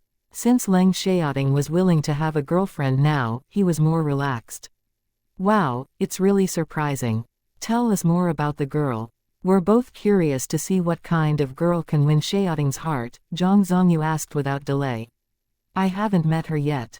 Xiaoting won't allow me to investigate her. Saying that, Master Leng felt slightly upset. Master Shu and Zhang Zongyu were surprised once more. But they were aware that Leng Xiaoting never liked anyone else being involved in his personal affairs. Ha ha. Leng, do you feel upset? Master Shu and Zhang Zongyu laughed out loud, while Master Leng forced a smile. He couldn't help blaming Leng Xiaoting for making him lose face. Ji Yuning had stayed in the capital for 6 days, and it was the time for her to leave. Xiaoting, I have to go home tomorrow, Ji Yuning said to Leng Xiaoting during the meal. Hearing that, Leng Xiaoting suddenly lost his appetite, and remained silent. Although he knew that Ji Yuning would stay in the capital for a week at the most, he was reluctant to be apart from her. Most importantly, he couldn't leave with her. You've kept my company for so many days, and you should go back to work, Ji Yuning added. Ji Yuning was unwilling to be apart from Leng Xiaoting too, but she thought that their careers were as important as their relationship, so she believed that Leng Xiaoting had to go back to work now. Sure, Leng Xiaoting answered. When is your flight tomorrow? In the morning. I'll fly to City Ji to deal with something first, Ji Yuning replied. Knowing that Ji Yuning was going to City Ji, Leng Xiaoting was displeased. Especially when Ji Yuning said that she was going to deal with something there, he was concerned that she would turn to Satuyi. Ji Yuning understood what was on Leng Xiaoting's mind, but she couldn't promise not to meet Satuyi just because he wasn't happy about it. She wasn't sure whether she would meet Satuyi in City Ji. It all depended. Moreover, Ji Yuning wouldn't cut off the connection with Satuyi just because he liked her. They were friends after all, and she needed the Qing gang's support. However, she absolutely wouldn't give Satuyi any chances or flirt with him. She would reject him once he told her about his feelings towards her. And it would be up to Satuyi whether he would still want to be her friend after she rejected him. If he hated her or even picked on her afterwards, she wouldn't stay quiet and would fight back. After the meal, Ji Yuning and Leng Xiaoting went to check on the office building before they went back to Leng Xiaoting's house. The moment that they were back in the house, Leng Xiaoting pressed Ji Yuning against the bed and kissed her wildly to vent his emotions. As the kiss progressed, Leng Xiaoting got sexually excited from touching Ji Yuning's body. Ji Yuning immediately stopped him. Xiaoting, I'm still on my period. What Ji Yuning had just said was like a bucket of cold water poured on Leng Xiaoting from head to toe, but his sexual desire was still burning. Of course, he wasn't willing to hurt her, but he was unwilling to take a cold shower either. In the end, he made a decision to punish her by making her use her hands. Ji Yuning's face turned completely red. She knew that Leng Xiaoting did it on purpose, but she couldn't refuse to do it, because she wanted him to be comfortable too. After a long time, Ji Yuning's hands were sore, and Leng Xiaoting gradually calmed down. In fact, Ji Yuning could use her power, but she didn't, because it would be meaningless. Zhang Zongyu went back to the Zhang family's house, and told his family that Leng Xiaoting had a girlfriend during the meal. Zhang Zhenghua suddenly said, "Oh, isn't she the one who rescued Haoyang? I bet she's Leng Xiaoting's girlfriend." "What? The girl who rescued Haoyang is Xiaoting's girlfriend?" Hearing that, the members of the Zhang family were astonished. "Are you sure?" Zhang Zongyu asked. "Not 100%, but I saw that Leng Xiaoting cared about her very much. And he was holding her hand at the side of the patient bed the entire time in the hospital," Zhang Zhenghua said. "Then it could be true. Xiaoting never gets close to a female. It really surprises me that Xiaoting's girlfriend rescued Haoyang. I think that she isn't simple at all according to her agility." Zhang Zongyu was curious about Leng Xiaoting's girlfriend now. Leng Weihua didn't mention that today, maybe he didn't know about it either. Around 7 p.m., Leng Xiaoting and Ji Yuning went out to have dinner together. Leng Xiaoting drove Ji Yuning to the trade center, and went into a private room of a Western restaurant. Just as they went inside, but the door wasn't closed yet, Ji Yuning heard familiar voices from outside. She was surprised and looked forward. Unexpectedly, she saw two faces that she could not be more familiar with. And her face turned cold unconsciously. Qi Ziyu, Tang Yaxin, what a coincidence. Actually, she hadn't planned to act against them this time, so she didn't pay attention to them, but since she met them by accident today, it would be a shame if she still did nothing. Leng Xiaoting sensed Ji Yuning's the emotional change at the very beginning. He followed her gaze to look ahead. Although he just saw their backs, he recognized them as the people who had competed with him for Xu Beihong's The Injured Lion. Leng Xiaoting always had the feeling that Ji Yuning had strong animosity against those two people. He thought that there must be a grudge between them, but he didn't know any details. Ji Yuning quickly went back to normal, but she used her jade eyes to follow them. Coincidentally, Qi Ziyu and Tang Yaxin sat in the room adjacent theirs. Ji Yuning drew her sight back and thought about how to teach them a lesson. In fact, it was so easy for Ji Yuning to kill them right now, but Ji Yuning had no intention to let them die so easily. They cared about fortune and fame so much, so she would destroy their fortune and fame before pushing them towards death step by step. Chapter 345 Teaching Tang Yaxin a lesson. Moreover, Ji Yuning wouldn't hurt herself during her revenge, because she had family and a boyfriend. She had to make allowances for the result. Ji Yuning checked on what they were doing in the private room next door every once in a while with her jade eyes. Before long, Tang Yaxin stood up and left. Ji Yuning's gaze followed her into the lady's room. Ji Yuning felt like it was a great chance, so she went to the lady's room too. When Ji Yuning went in the lady's room, there was nobody else around. She used her jade eyes to find the toilet compartment that Tang Yaxin was in before she took out a bottle of cleansing oil and poured it on the ground in front of it. After that, Ji Yuning hid in the opposite toilet compartment. Soon, Tang Yaxin pushed the door open, stepped on the cleansing oil, and slipped backwards with a scream. With a loud sound, Tang Yaxin hit the toilet, which was flushing, and the water kept washing against her back. The loud noise attracted a lot of attention from other women in other toilet compartments, and they all walked out at once, Ji Yuning included. "Miss, are you all right?" Ji Yuning immediately stepped forward. "Let me help you, ah." However, just as Ji Yuning walked to the door, she slipped too, and flew at Tang Yaxin with a scream. Tang Yaxin was injured again, and could barely utter a word because of the great pain.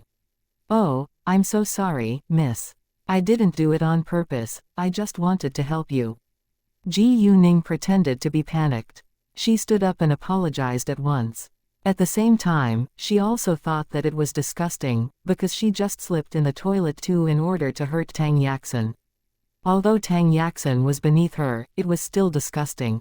However, nobody was in a worse condition than Tang Yaxin now.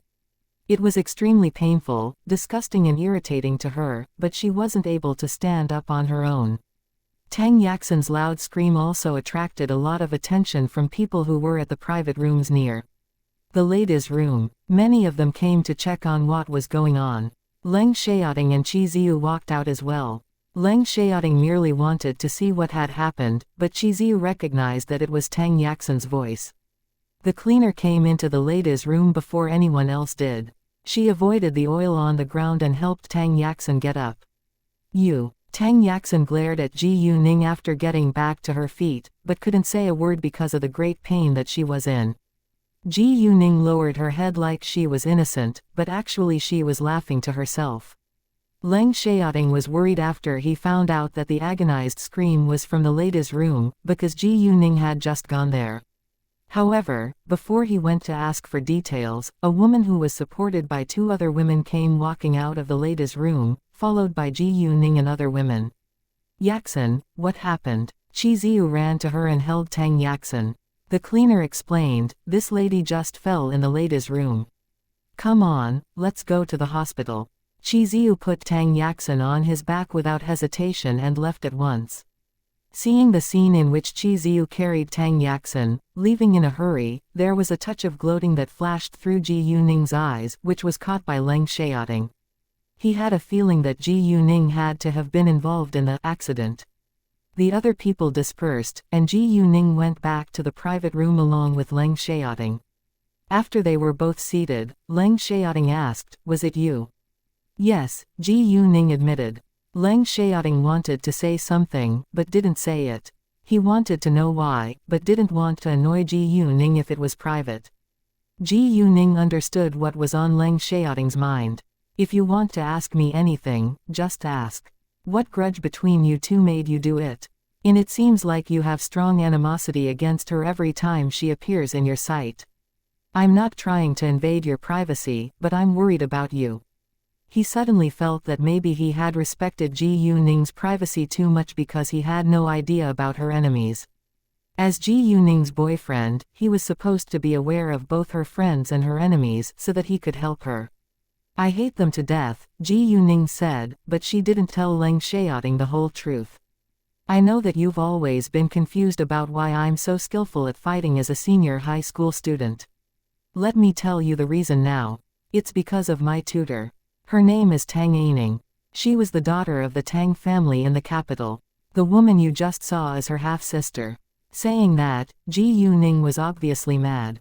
Thinking of what had happened to her in her previous incarnation, she was full of anger. 10 years ago, because Tang Yaxin's mother had deliberately gotten involved in her marriage, my tutor, Tang Aining's mother was caught in a car accident due to a mental breakdown and was in a vegetative state.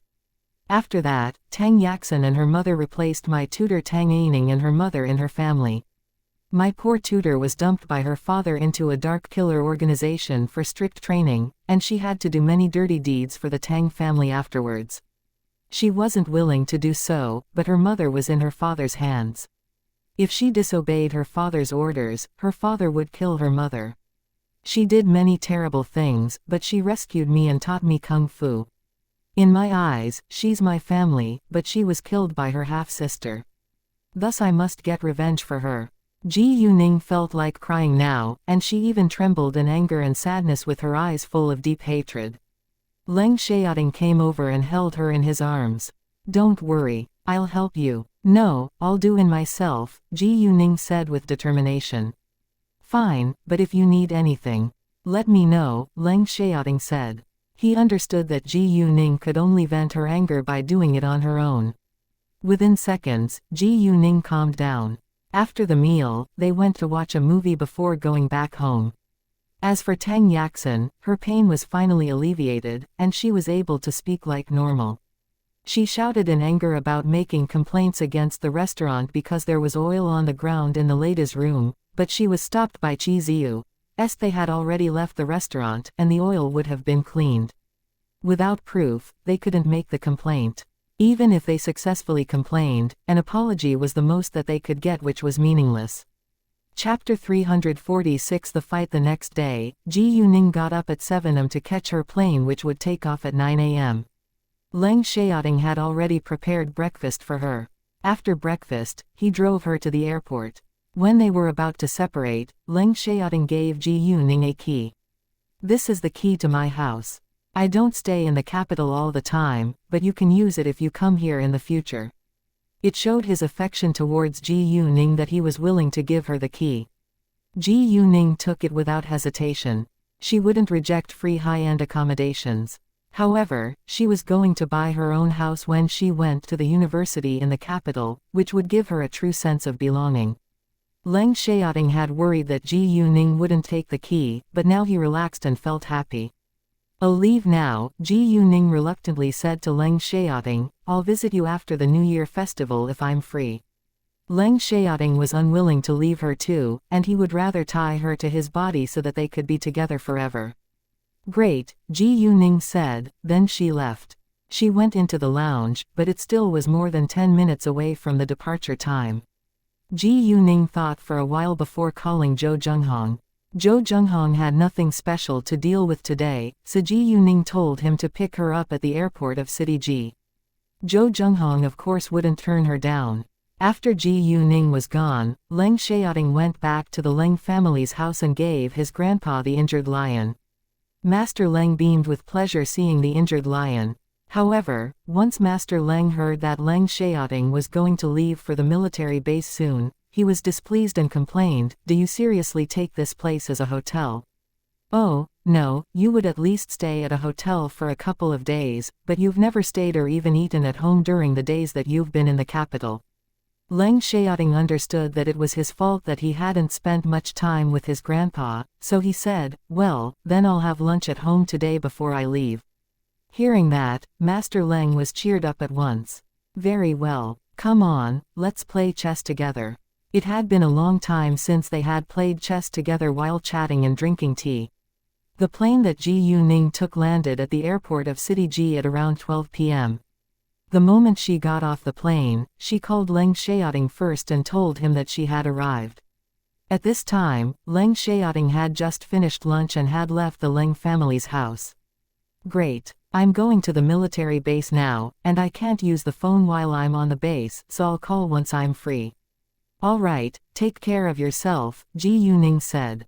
She understood that any mobile phones or other equipment for communication were banned on the military base, in case enemies could figure out their location by tracking the satellite signals.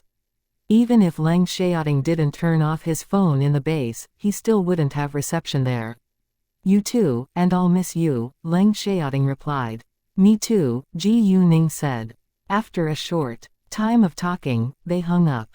When Ji Yuning walked out of the exit, Zhou Zhenghong immediately walked forward to welcome her. "Nice to meet you, boss."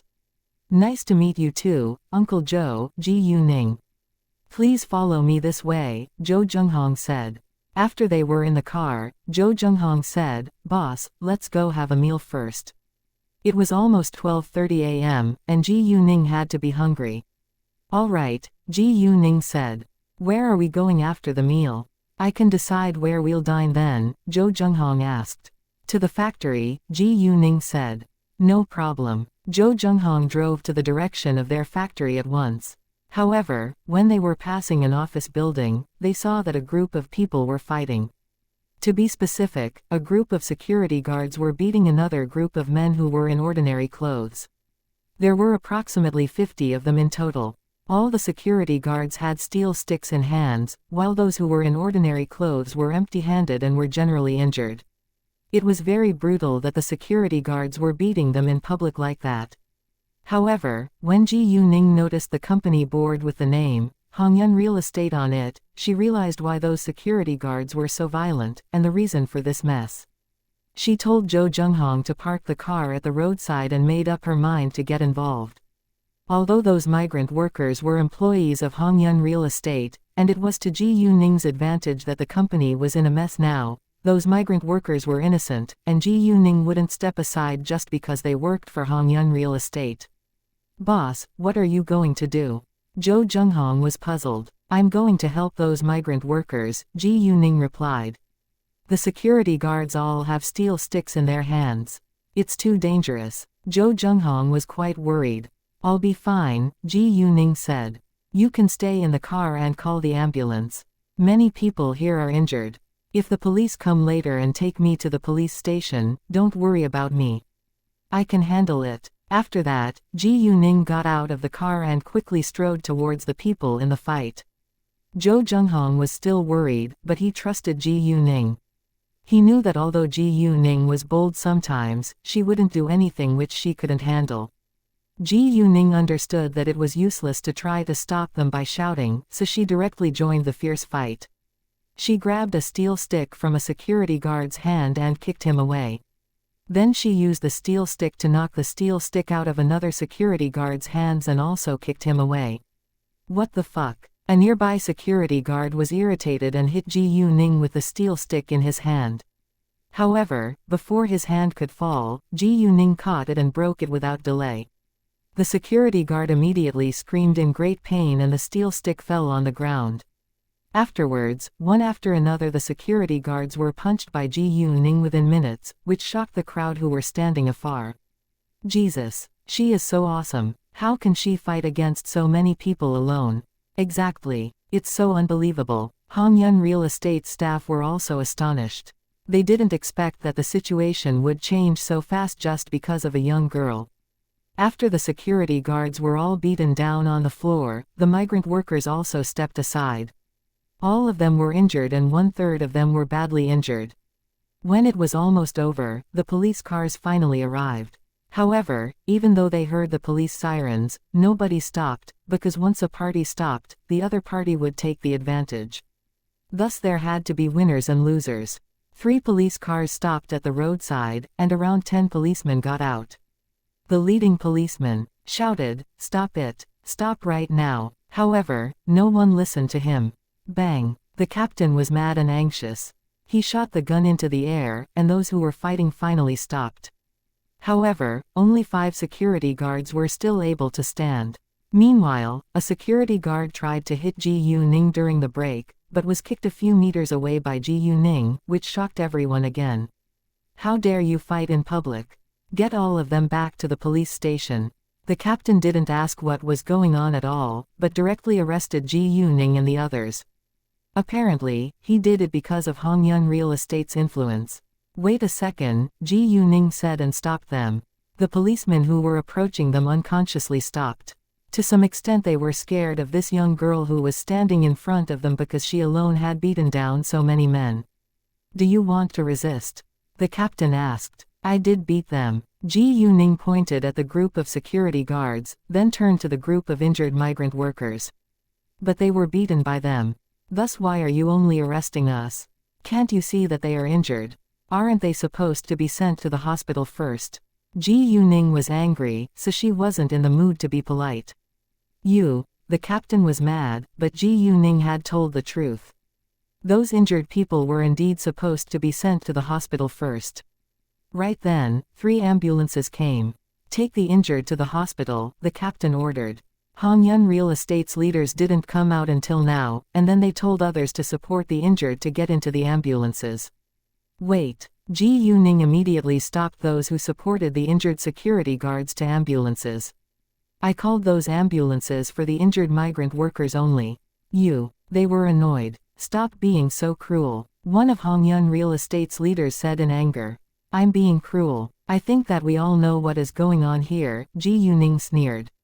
Besides, they were beaten by the security guards of Hongyun Real Estate, so Hongyun Real Estate has to pay for their medical expenses.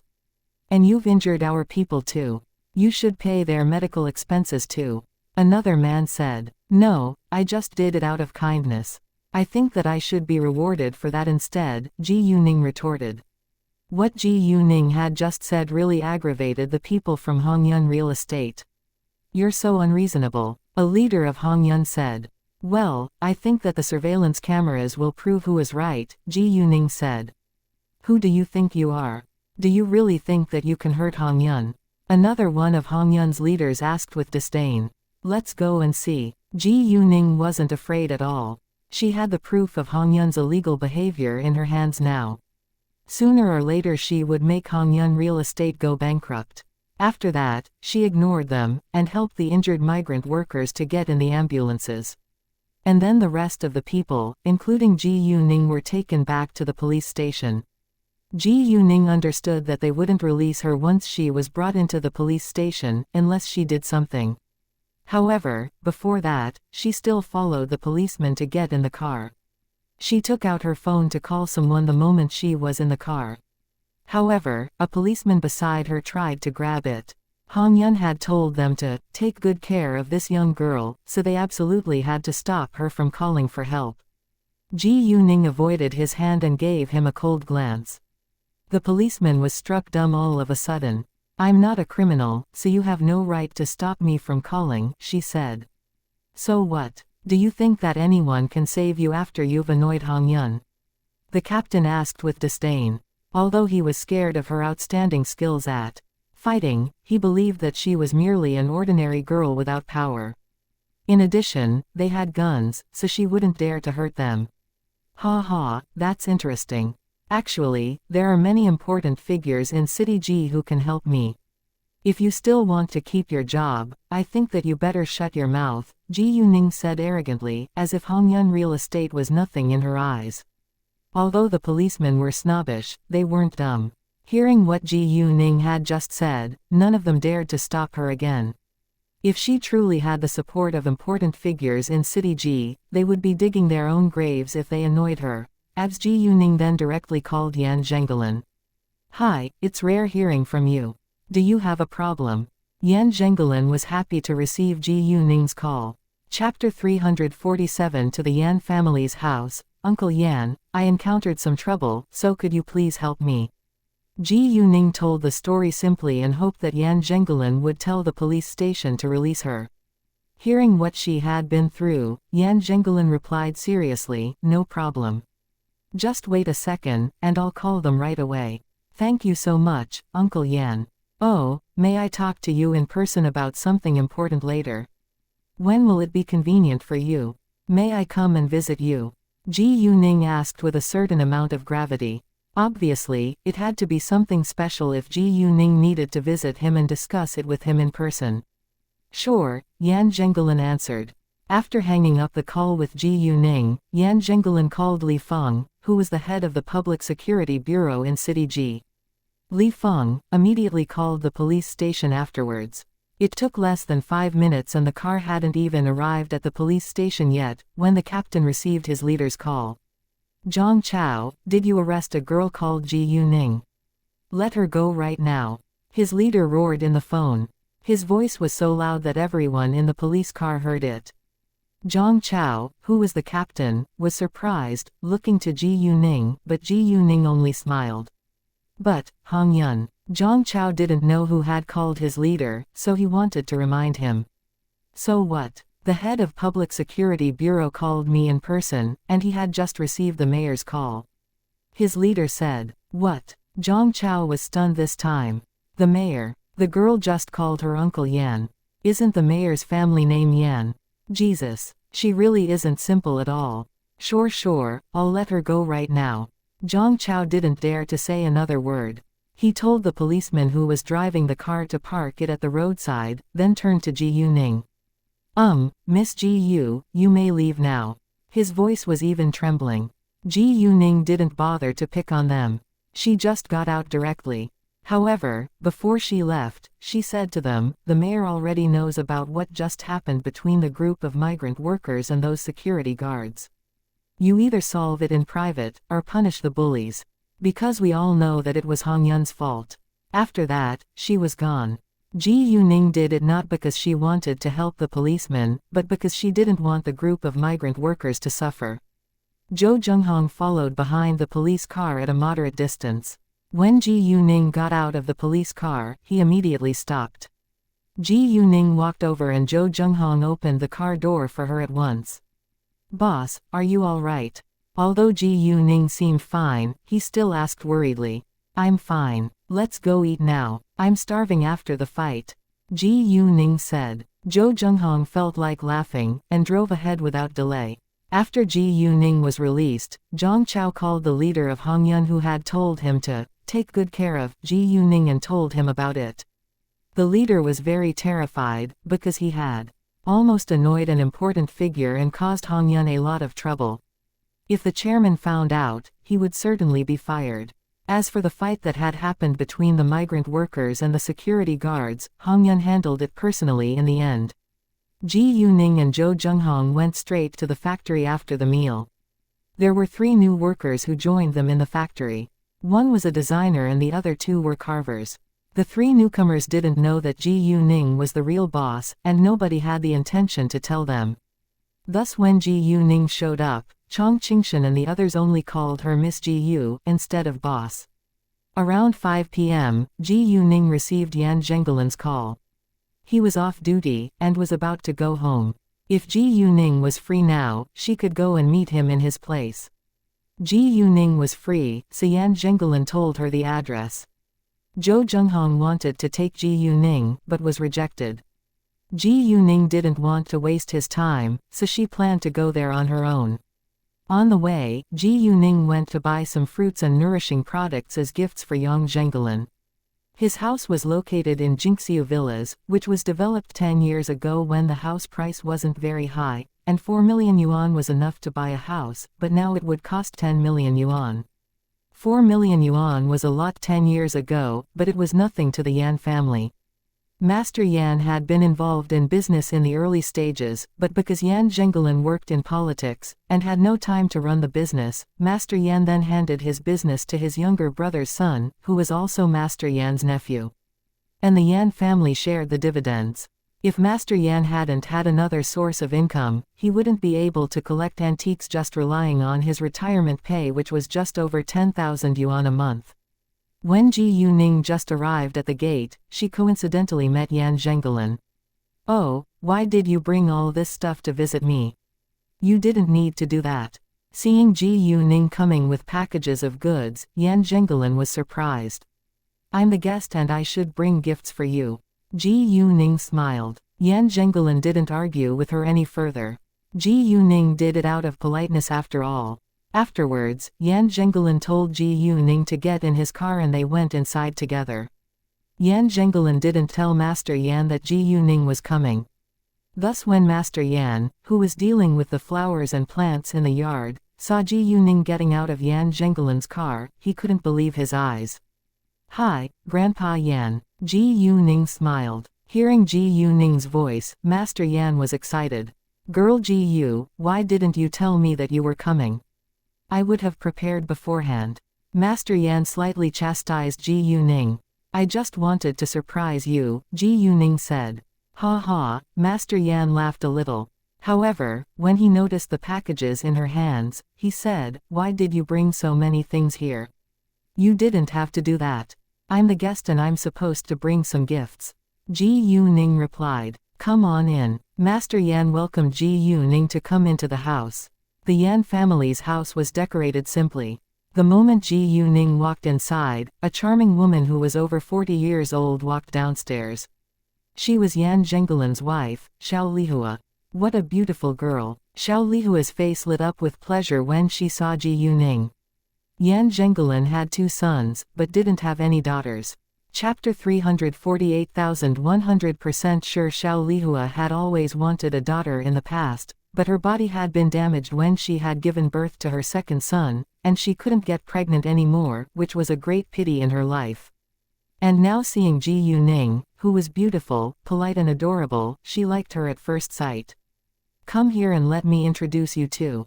This is your aunt, Xiao." Master Yan introduced Xiao Lihua to Ji Yuning. "Nice to meet you, Aunt Xiao." Ji Yuning said politely, "Lihua, this is Ji Yuning. Zhenggelin and I have both mentioned her in front of you," Master Yan said to Xiao Lihua. Hearing Ji Yuning's name, Xiao Lihua wore an expression of shock and admiration, because she had heard of what Ji Yuning had done. She was so young, but was talented in both stone gambling and antiques. She was also excellent at kung fu and had saved Yan Zhenggelin's life from a sniper. After the shock, Xiao Lihua's eyes lit up with great excitement, and Ji Yuning just smiled. Xiao Lihua now appreciated Ji Yuning more than ever. "Come on in. Make yourself at home," Xiao Lihua said to Ji Yuning. Ji Yuning sat down and Xiao Lihua immediately went to pour a cup of tea for her like they were really family. Xiao Lihua was the vice principal of a high school in City G. She was known as a strict teacher in her school, but she was very gentle and kind at home. After pouring the tea for Ji Yuning, she immediately went to cook. You can step away. I have something to talk to girl Ji Yu about, Master Yan said to Yan Zhengelin and pulled Ji Yuning aside, which was quite amusing. Girl Ji Yu, you're really unbelievable. You cut out over 30 pieces of jade and made 2.3 billion yuan in City Tang, but I think that you've probably made more than that, right? Master Yan said to Ji Yuning with admiration. He understood that Ji Yuning didn't want many people to know that she had done that, so Master Yan didn't tell his son and daughter-in-law. Ji Yuning smiled. Yes, I cut out another dozen jade afterwards. Ji Yuning had no plan to tell Master Yan that she had established a jade provider and raw material provider, because it wasn't a good time. Master Yan was so astonished, but he thought that it was reasonable. Ji Yuning had already cut out over 30 pieces of jade, so it was nothing that she could cut out more. Ji Yuning came to the Yan family's house to discuss something serious with Yan Zhengelin. Thus she went to talk with Yan Zhengelin after chatting with Master Yan for a short time. It was highly confidential, so Ji Yuning proposed that they discuss it in the study. Yan Zhengelin didn't think further and guided Ji Yuning to the study. Girl Ji Yu, you can tell me now. Yan Zhengelin said after both of them were seated. Uncle Yan, did you already know that Hongyun Real Estate schemed against Xianxia Real Estate the other day? Ji Yuning asked, although she knew that Yan Zhengelin had to be aware of it. Yes, I know about it, Yan Zhengelin replied. Well, then I'll lay my cards on the table. In fact, I'm the real boss of Xianxia Real Estate. As for what Hongyun Real Estate did to Xianxia Real Estate, Ren Kong has been sentenced and we got the compensation too, but I don't think that it's enough. Of course, Hongyun Real Estate won't give up either, because Xianxia Real Estate grabbed a big deal from Hongyun Real Estate. From what I know about Fang Chengsheng's character, he will definitely try again.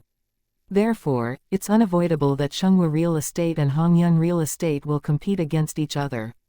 Compared with staying quiet, I prefer to take action before they do, Ji Yuning said calmly and clearly, but Yan Zhengelin was amazed. What? Ji Yuning owns Xianxia Real Estate, which is quite surprising. She established Jade Beauty Jewelry, and now Xianxia Real Estate. Does she have any other properties? She is a girl full of surprises. Although Yan Zhengelin was curious, he didn't ask the questions. What's your plan? Yan Zhengelin asked later. Yan Zhengelin clearly knew that Hongyun Real Estate wouldn't give up, because Fang Chengsheng was an evil person who was selfish and cunning. No matter who annoyed him, he would set himself to be revenged. Hongyun Real Estate had suffered a double loss in the competition with Xianxia Real Estate, and it was just a matter of time before they started conducting their schemes again. Therefore, it was understandable that Ji Yuning would rather take action before them, but how? I already have proof of Hongyun Real Estate's illegal behavior. It's enough to throw Fang Chengsheng into jail. However, there are some government officials involved in it as well, so I can't do it alone. Uncle Yan, would you mind giving me a helping hand, and you can also make a remarkable achievement, Ji Yuning said.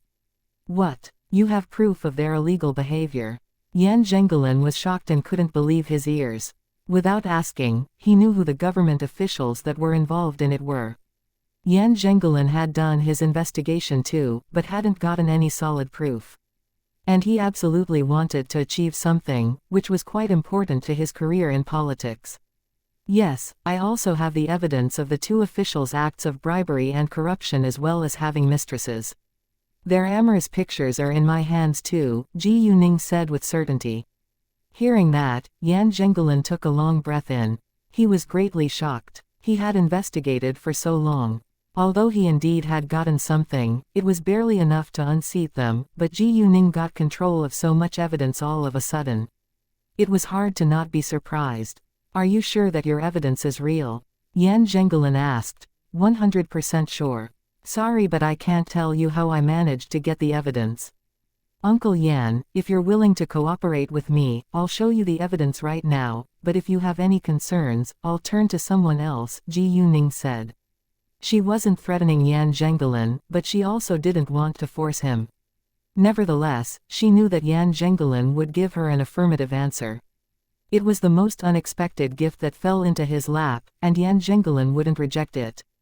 To be honest with you, I've been investigating them recently, but I haven't found any solid proof yet. You're such a smart girl, and I think you must know my political enemies planned the assassination last time. Yan Zhengelin said. Yan Zhengelin then agreed to Ji Yuning's plan, and Ji Yuning took out a folder, giving it to Yan Zhengelin. Seeing that Ji Yuning had casually put the important evidence in her backpack, Yan Zhengelin was anxious. What if it got lost? Chapter 349 Criminal Evidence. Yan Zhengelin took the folder and opened it to read the materials inside. There was a thick pile of papers in the folder. On the top was criminal evidence for Hongyun Real Estate. Its senior management had bribed Lu Shikun, the vice mayor, and Wei Chengguan, the head of the Roads and Traffic Authority, with over 100 million yuan, and had gotten many benefits in return. Other than Lu Shikun and Wei Chengguan, there were other government officials involved in the bribery as well. Although the amounts of the bribes were much less, they could be sentenced to years in jail. Some people had died in a forced demolition Hongyun Real Estate had conducted, but it had refused to compensate them. Besides, Hongyun Real Estate had committed illegal tax evasion amounting to nearly 500 million yuan within 3 years. And one of their construction sites had used low-quality construction materials, which caused many accidents. Apart from Hongyun Real Estate, a famous hotel of the Hongyun Group secretly provided sex services. Among the prostitutes, there were underage girls. Although it wasn't uncommon in a majority of hotels, it was illegal. And once it was reported, the hotel would be in trouble. Additionally, a person had died of food poisoning in a famous restaurant of the Hongyun Group, but it had been judged as death from a heart attack in the end. Even though Yan Zhengelin knew that Hongyun Real Estate had many dirty secrets, he was still surprised by what they had done. Yan Zhengelin was very furious by the fact that Hongyun had gotten away with so many crimes. Ji Yuning, who was sitting on the opposite sofa, also felt his great anger. The other papers showed the criminal evidence for Lu Shikun and Wei Chengguan. It was written on the papers that they had accepted bribes from Feng Chengsheng and illegally provided aid for him to cover his crimes. K also got videos and stored them on a USB flash disk. There were also many amorous pictures that they had taken with their mistresses in bed. Each of their faces was too clear to deny it. The mistresses' information was also attached, including their names, addresses, places of work, and when they had started the sexual relationship with Lu Shikun or Wei Chengguan. Lu Shikun had an illegitimate child who was already 8 years old. More shockingly, they had been involved in a murder too. 3 years ago, the previous head of the Roads and Traffic Authority had died in a car accident, which had caused a great sensation at that time. After the previous head of the Roads and Traffic Authority had been killed in the car accident, Wei Chengguan had been promoted to be the new head. Yan Zhengelin slapped the papers heavily onto the table with a loud sound and said in great anger, "I'm so shocked that they have gotten away with so many severe crimes. Lu Shikun and the others have to be investigated and sentenced to jail, but I can't make the decision alone, so I first need to talk to my leaders tomorrow. I'll contact you then. What do you think?" It concerned different groups in politics, instead of just Yan Zhengelin's personal grudge, so he couldn't make the decision on his own. Sure. Ji Yuning understood it, so she agreed. However, please don't expose me, because I don't want to be involved in politics. I won't. Yan Zhengelin knew that Ji Yuning would be in danger if his political enemies found out that she was involved. However, in that case, Ji Yuning wouldn't get the reward which belonged to her. In actual fact, Ji Yuning didn't care about that. "Oh, Uncle Yan, if the Hongyun Group is going to be punished, can I get some of its properties?" Ji Yuning asked. Ji Yuning only wanted some of Hongyun's properties, because most of its construction sites were of low quality. And the Hongyun Group's construction material company was notorious. Jiangshu was already involved in the construction material industry, so Ji Yuning wouldn't bother to get involved as well. As for the loan company, Ji Yuning wasn't interested. However, the construction industry, construction machinery leasing, construction workers, floor heating installation industry and the home appliance industry of Hongyun Real Estate weren't bad. There were 2 first-tier cities, 3 second-tier cities and 4 third-tier cities in Province D, and its capital city was City D, while the rest were small cities. Hongyun Group had a construction project in the second-tier city of City J, which had just started construction. It covered an area of 200 acres. There was also a shopping mall of great quality under construction, so Ji Yuning would take it over and continue to build it. There were 7 shopping malls, 6 4-star hotels, and 5 restaurants under the name of the Hongyun Group. All of them were located in the 3 second-tier cities in Province D. Ji Yuning also had plans to take them over. Of course, after taking over, Ji Yuning wouldn't continue to run them. Except for the shopping malls, all the hotels and restaurants would have to be refurbished. In other words, Ji Yuning only bought the property rights, and would start the business anew. It wasn't hard if she had the foundation that Hongyun had built. Although its hotels and restaurants weren't very popular, it was profitable. Yan Zhengelin didn't expect that Ji Yuning was so ambitious as to take over the Hongyun Group, but since she had already made up her mind, he wouldn't stop her. If Hongyun Group is seized due to illegality, it will be owned by the state. Its assets will be used to offset the losses and other expenses before it is put up for auction. Since you want it, I can promise to give you priority to acquire it before anyone else. However, the Hongyun Group's industries aren't small, so you will need a lot of money. This wasn't a violation of the law, thus Yan Zhengelin could make the promise, but he didn't know whether Ji Yuning could afford the Hongyun Group's industries. I think that the total price won't exceed 3 billion yuan, and if Uncle Yan is willing to give me a discount, it would be much better, Ji Yuning said half-jokingly. Ha ha, Yan Zhengelin was amused, but it proved that Ji Yuning had at least 3 billion in hand. Even though Ji Yuning didn't ask him for the favor, he would also try to give her a discount given the significant evidence she provided. After the deal, Yan Zhengelin and Ji Yuning left the study. What are you two talking about? Do you have to be so mysterious? Why can't you tell me? Master Yan complained the moment they came out. Actually, Master Yan was just kidding, because he knew that it had to be highly confidential since the two discussed it alone. Ji Yuning understood what was on Master Yan's mind, but she still comforted him, "We don't want to worry you. You can share more leisure time with Grandpa Fu and Grandpa Bai, and let Uncle Yan deal with the problems." Chapter 350 Cure Disease. When Ji Yuning mentioned Master Fu and Master Bai, Master Yan asked, "They don't know that you're in City G now, right?" Ji Yuning understood what was on Master Yan's mind and replied resignedly, "I didn't tell them." Ha ha, ha ha. If they know that you came to City G and visited me in my house, will they get mad and come here immediately? Master Yan laughed and was full of anticipation. Although Ji Yuning was of the younger generation, those masters appreciated her very much.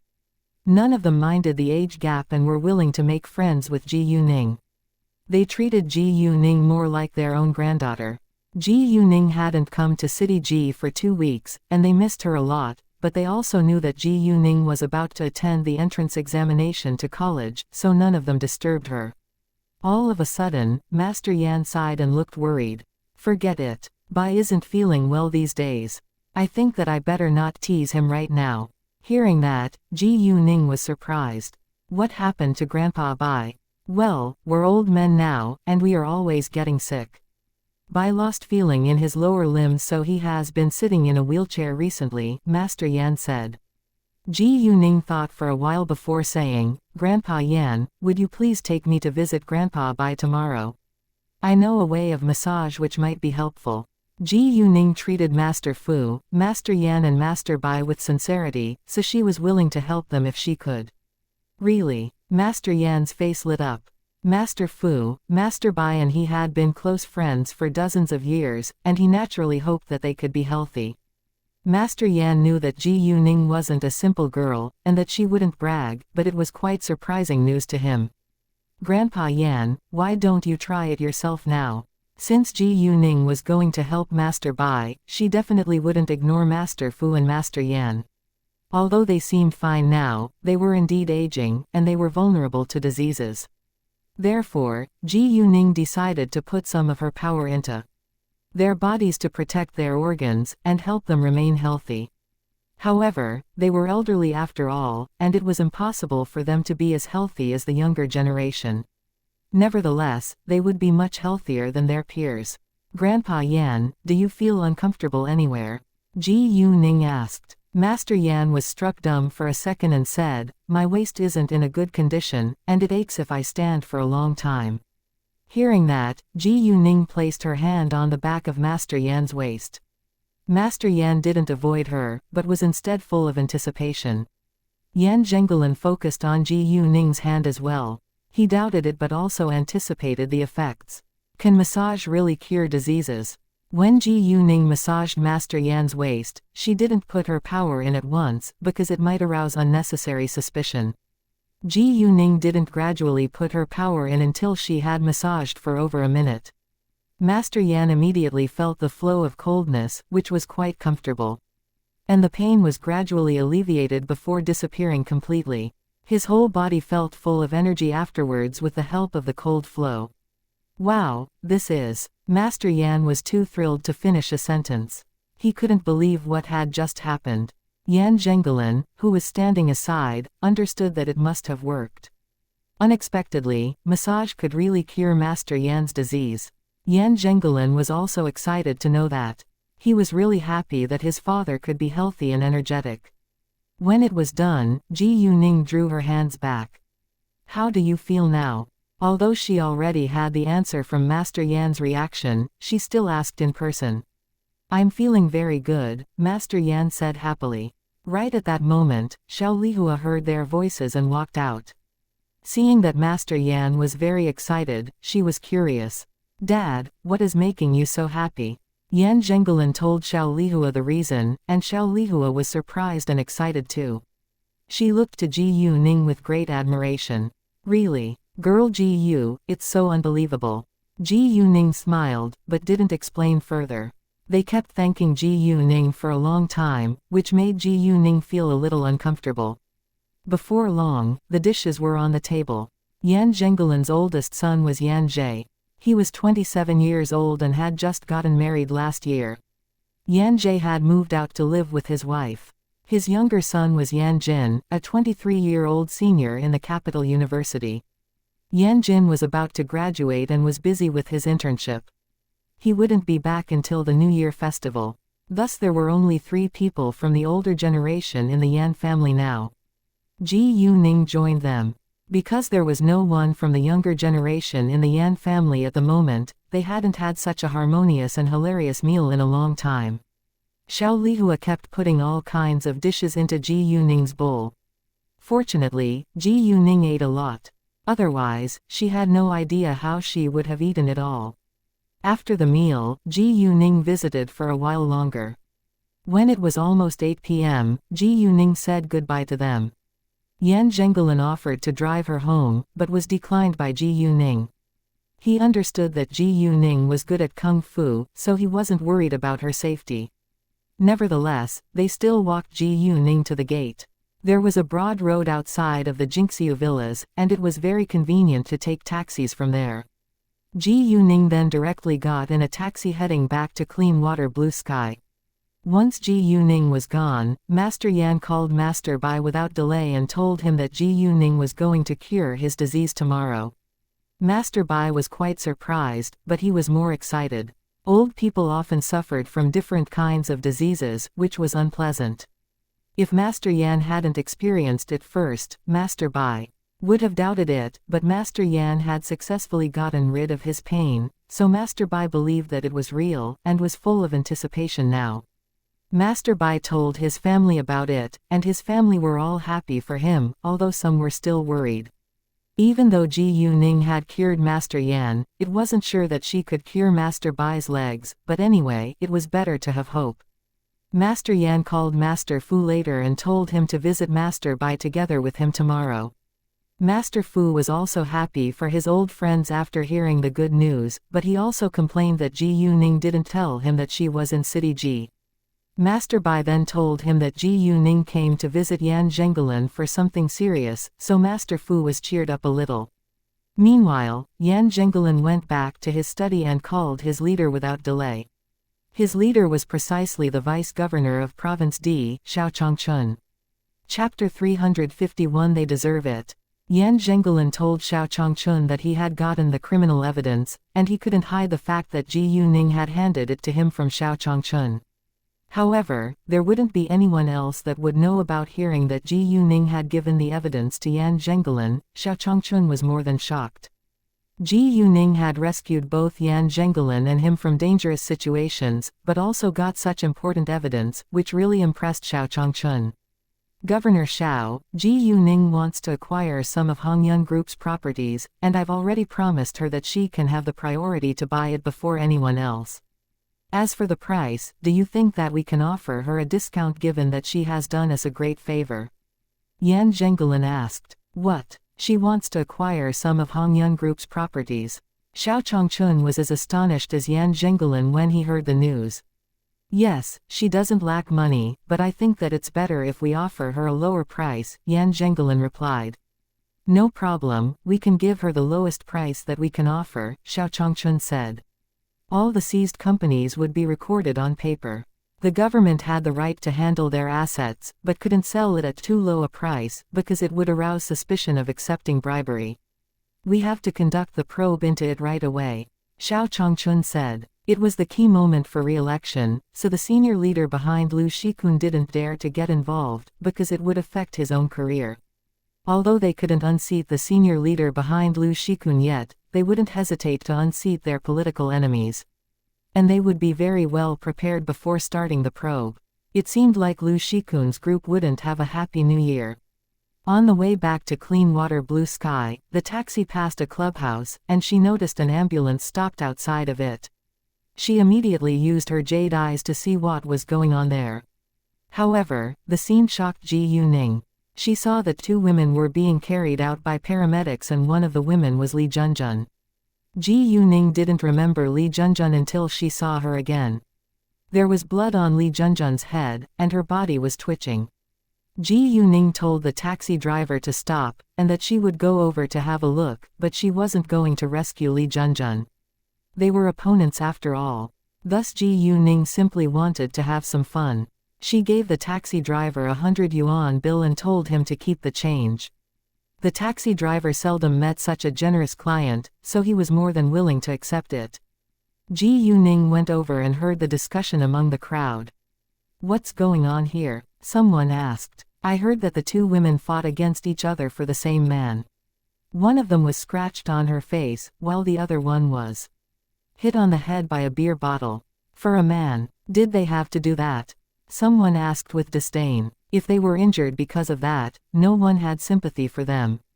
It's not that simple. They were using drugs and lost control of their emotions, which is the reason why they fought so fiercely.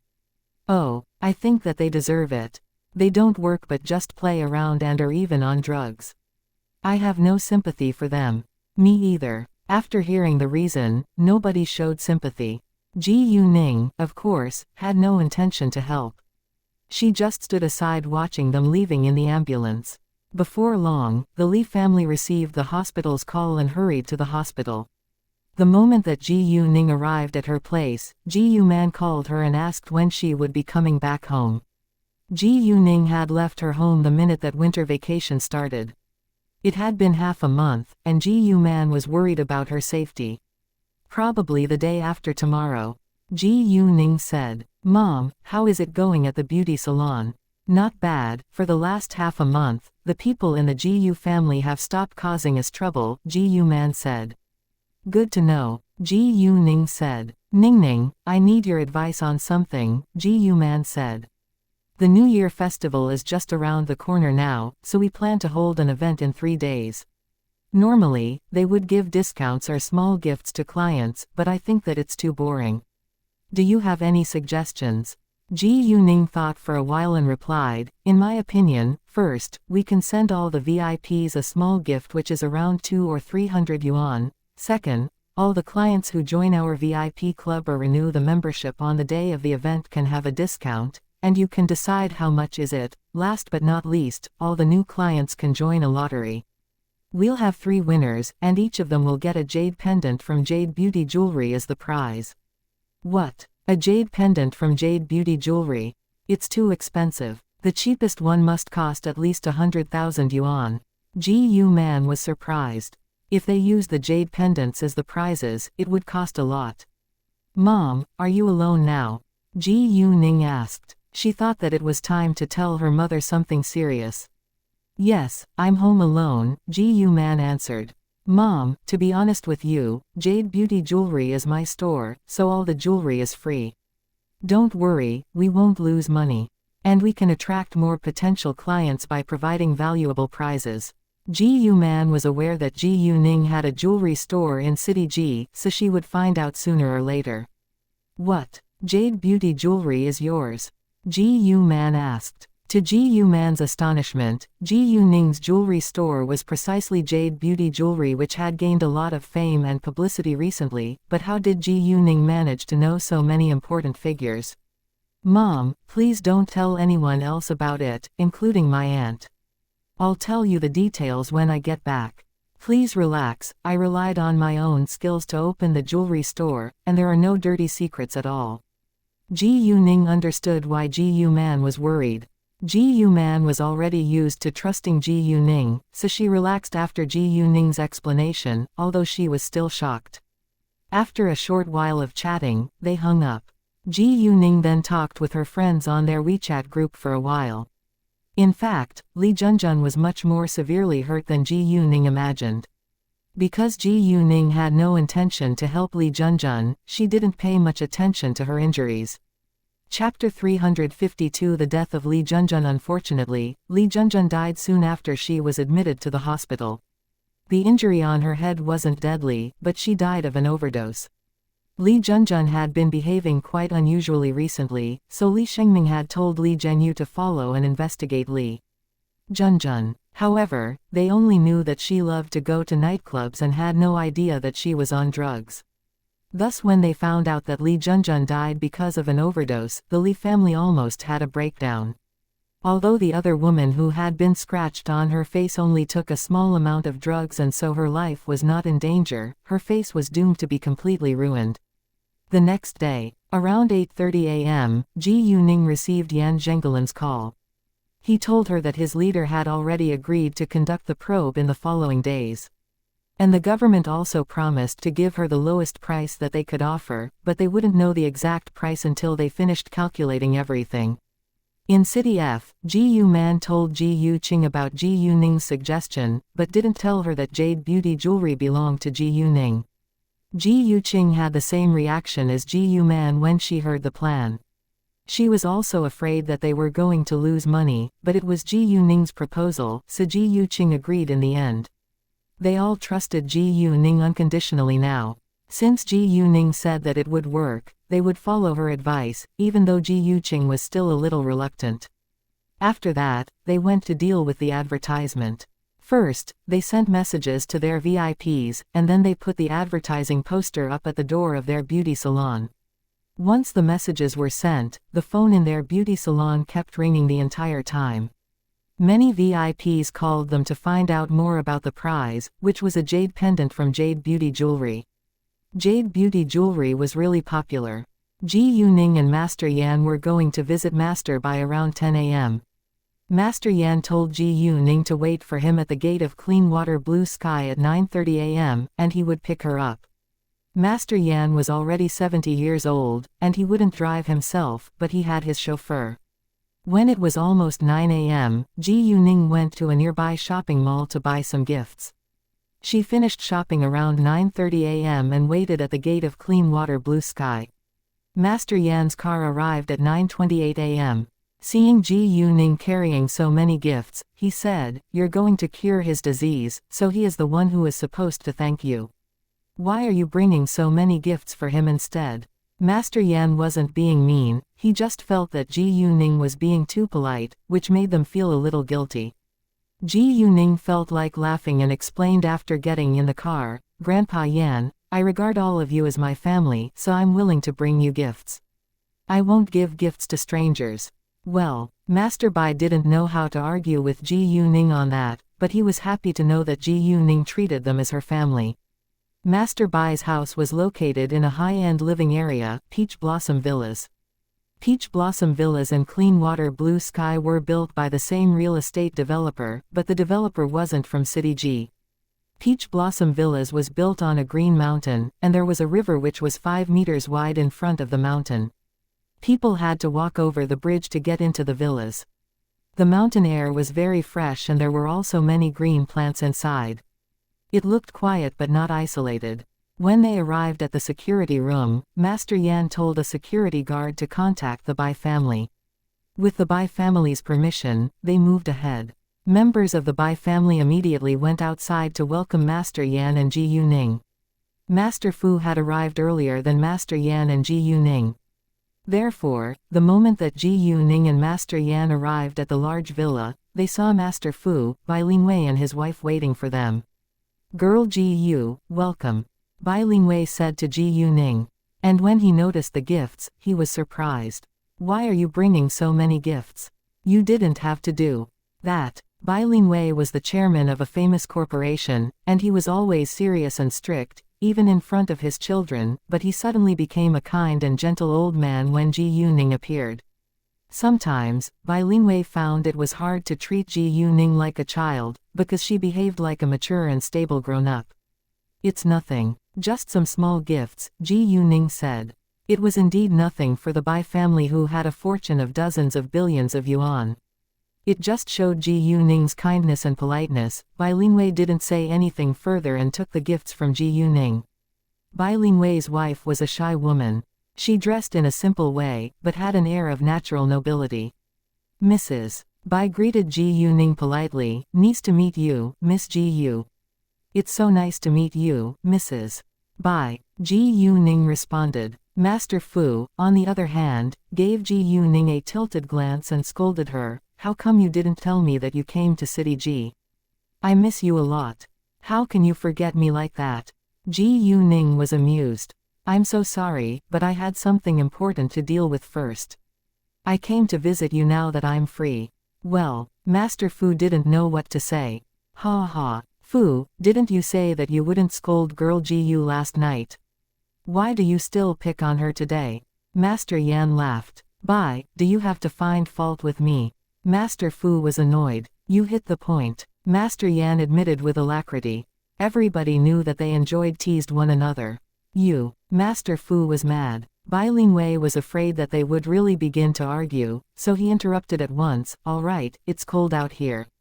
Let's get inside now." "Exactly, let's go in now," Mrs. Bai added. After that, they walked inside. The second that they got in the house, a girl about Ji Yuning's age and pink, furry, loose clothes came out of the kitchen. There was a plate of fruit in her hand, and she was eating fruit while walking over to them. Seeing Ji Yuning, the young girl said arrogantly and with doubt, "Seriously? Can she cure Grandpa's disease?" "Yan, shut your mouth," Bai Lingwei snapped at her. Chapter 353 Disease cured. He knew about Ji Yuning's ability quite well. And even if Ji Yuning failed to cure his father's disease, he wouldn't doubt her ability either. "Girl Ji Yu, I'm sorry. This is my daughter and she has just never met you before," Bai Lingwei said to Ji Yuning. "It's fine." Ji Yuning didn't care. She understood that she had to be prepared to be challenged because of her young age. If she hadn't cured Master Yan, they wouldn't believe her either. "I don't think that I'm wrong," Bai Shuiyan retorted in a low voice. She was afraid of her father. However, no matter how low her voice was, the others still heard it. "Get back to your room." Bai Lingwei was irritated by her bad manners. "Well, let's wait and see," Bai Shuiyan said before she glared at Ji Yuning and turned back, walking upstairs. Afterwards, Bai Lingwei and his wife guided them to Master Bai's bedroom. Master Bai's bedroom was on the first room, and it consisted of 2 rooms. A study and a bedroom were integrated into one. Once they walked in, they saw the study, which was 15 square meters large. The wall next to the door was made up of shelves on which various antiques and emeralds were placed. On the left side, there were bookshelves and a table. The sofa was in alignment with them, and there was a coffee table in front of the sofa. Between the bedroom and the study was a delicately made screen in a traditional style. Master Bai was lying on the bed in the bedroom. Because of Ji Yuning's arrival, Bai Lingwei told him to stay in bed. Master Bai's legs weren't in good condition, but his mind was very clear. Seeing Ji Yuning, he was obviously delighted. "Hi, girl Ji Yu." He was happy, not just because Ji Yuning could cure his disease, but because he truly appreciated Ji Yuning and treated her like his own granddaughter.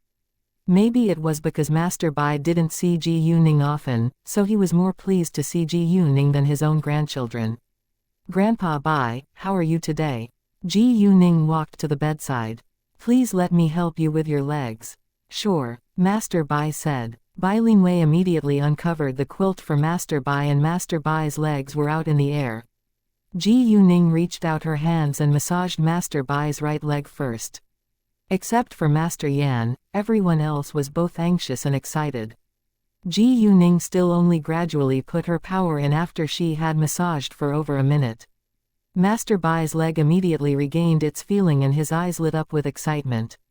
"I feel." "How do you feel?" Bai Lingwei and his wife asked nervously. "Don't you feel a cold flow which is quite comfortable?" Master Yan asked, but he seemed proud because he had already known about it. "Exactly." Master Bai nodded. He was too excited to complete a sentence.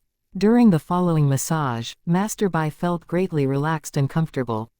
"Ha ha, you'll soon be full of energy, as if you were a dozen years younger," Master Yan said. Master Yan had the same experience last night after the massage. He now really felt like he was much younger. "Really?" Master Fu was surprised. "You'll know when girl Ji Yu helps you with a massage," Master Yan said. Master Fu was full of anticipation. Nobody would refuse to feel a dozen years younger. Old people were often vulnerable to diseases, which was quite bothersome. A few minutes later, Master Bai's right leg was back to normal and healthy. Without delay, Ji Yuning massaged Master Bai's left leg. 5 minutes later, his left leg was healthy again. Although it didn't cost Ji Yuning much power, she did consume some, so her face turned a little pale, but normal people wouldn't notice it. "Master Bai, why don't you get up and have a walk?" Ji Yuning said. "What? I can walk." Hearing that, everyone was shocked. "Sure," Ji Yuning said affirmatively. Bai Lingwei immediately went forward to help Master Bai get out of the bed. They were all eager to know the result. When Master Bai's legs were placed on the ground, he was certain that he was able to walk again. 1 step, 2 steps, 3 steps. "I can walk. I can walk." Master Bai burst into tears from excitement. Although his legs losing feeling wasn't a severe disease, and he might recover after a period of time of getting medical treatments, it was a torture to go through it. However, now Ji Yuning had cured him within minutes, which was quite exciting. "Miss Ji Yu, thank you so much. I don't even know how to thank you enough, Mrs. Bai said to Ji Yuning, and her eyes were slightly wet with tears. "Indeed, girl Ji Yu, thank you so much," Bai Lingwei added. "Uncle Bai, Mrs. Bai, it's my pleasure," Ji Yuning replied. Although it was no big deal for Ji Yuning, it was a great favor for the Bai family. Master Bai tried his best to calm down and said to Ji Yuning, "Girl Ji Yu, thank you for curing me. If you have any need in the future, feel free to let me or your Uncle Bai help you. We'll spare no effort to help as long as we can." He understood that Ji Yuning had a powerful network, so she probably wouldn't need their help, but he still showed his willingness to help her since Ji Yuning had cured his legs. Master Bai wasn't pretending either. If Ji Yuning really encountered any trouble, they were absolutely willing to help her. Not only because Ji Yuning had cured his legs, but because Ji Yuning was also a promising young girl. Ji Yuning didn't hesitate, and agreed. She didn't need the Bai family's support right now, but they could be of great help in the future. "No way, she did it." Bai Shuiyin appeared from outside of the door with astonishment on her face. Although she had gone upstairs earlier, she came back down immediately. She didn't believe that Ji Yuning was able to cure her grandpa at all, so she planned to laugh at her. Unexpectedly, Ji Yuning did it. Hearing what Bai Shuiyin had just said, the rest of the Bai family members were displeased. However, before they could criticize her, Bai Shuiyin opened her mouth again. I'm sorry for what I said to you. Bai Shuiyan apologized to Ji Yuning with sincerity, which surprised Ji Yuning. She didn't expect that Bai Shuiyan would admit her fault and be so sincere. It seemed like she wasn't a bad girl. After that her family relaxed as well. Chapter 354 Envy and Jealousy. Bai Shuiyan's family knew her character very well. Although she was spoiled to some extent, she wasn't a bad young girl, and was willing to admit her shortcomings. However, Ji Yuning had never met her before, so they were afraid that Bai Shuiyan would annoy Ji Yuning. They understood that Ji Yuning wasn't mean, and that she wouldn't care about Bai Shuiyan's rude behavior, but they still didn't want to affect Ji Yuning's good mood. It's fine, Ji Yuning said. She wasn't affected at all. Seeing that Ji Yuning was fine, the others all relaxed. After Ji Yuning forgave her, Bai Shuiyan walked to Master Bai at once. She also felt happy for her grandpa. The older generation and the younger generation in the Bai family got along quite well. In the following minutes, Ji Yuning helped Master Fu with his sore shoulder. With the nourishment of Ji Yuning's magical power, Master Fu experienced the changes of his own body in person this time. He felt like he was full of energy now. Ha ha, I do feel energetic now, like I am a dozen years younger. Master Fu laughed with excitement. Then he turned to Ji Yuning. Girl Ji Yu, thank you so much. Ji Yuning smiled gently as response. Come on, let's go out and have a walk together. Master Fu couldn't wait to walk around now that his body was full of energy. Let's go. Master Yan and Master Bai had the same idea. Why don't you come with us? Master Bai asked Ji Yuning and Bai Shuiyan. Afterwards, Ji Yuning and Bai Shuiyan followed them, walking outside. Bai Linwei, on the other hand, went back to his study to deal with his own business, while his wife went to the kitchen to cook with their housemaid. There was Peach Blossom, in Peach Blossom Villa's name, not only because this living area was like the Arcadia one, but also because there were many peach trees along both of the roadsides along with a large peach grove. When the peaches bloomed, people could see a large area of peach color from afar, which was quite stunning. There were more green plants than villas in Peach Blossom Villas, and the villas were divided by a certain distance, so that citizens living here wouldn't be bothered by others. Half of the green plants were from the original forest.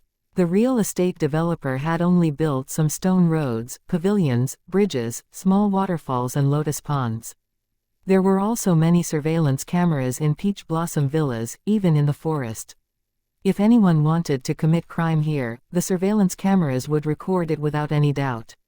Even Ji Yuning, who was good at kung fu, would expose herself if she wasn't cautious enough. They had all walked for a long distance, but none of them felt tired. And those masters beamed with pleasure along the way. Ji Yuning talked with them without any trouble, but Bai Shuiyan failed to join their discussion, which made her feel like she was an outsider. Bai Shuiyan's sight fell on Ji Yuning once in a while with curiosity. Ji Yuning was the same age as her, so why did she look so mature and stable like a grown-up? Bai Shuiyan was envious, but also admired her. Ji Yuning couldn't be a simple girl. Bai Shuiyan thought to herself. Bai Shuiyan was born in a super-rich family. And although she was spoiled by her superior life, it didn't mean that she was dumb. Instead, under the influence of her family, she was more sophisticated than her peers.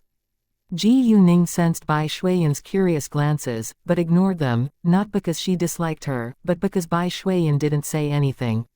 And she wouldn't give Bai Shuiyan any responses.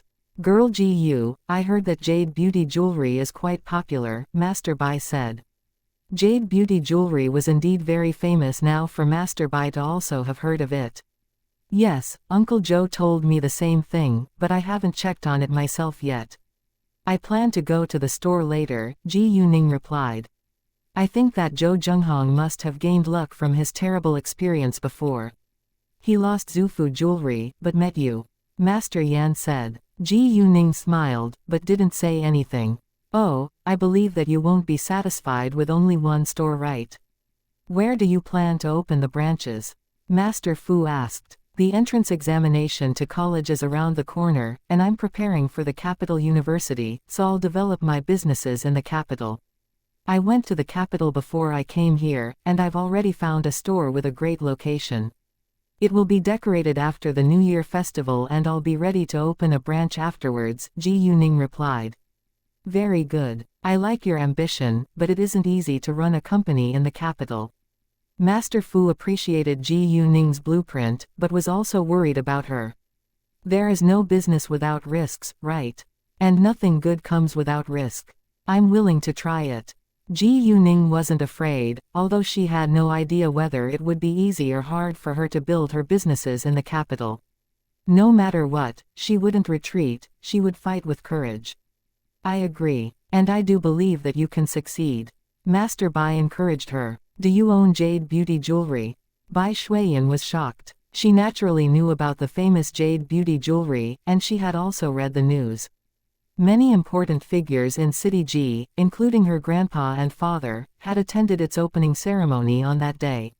What? Bai Shuiyan was stunned. How can Ji Yuning be so amazing? Is she really just a year older than me? Master Bai also felt slightly embarrassed after comparing Ji Yuning with Bai Shuiyan.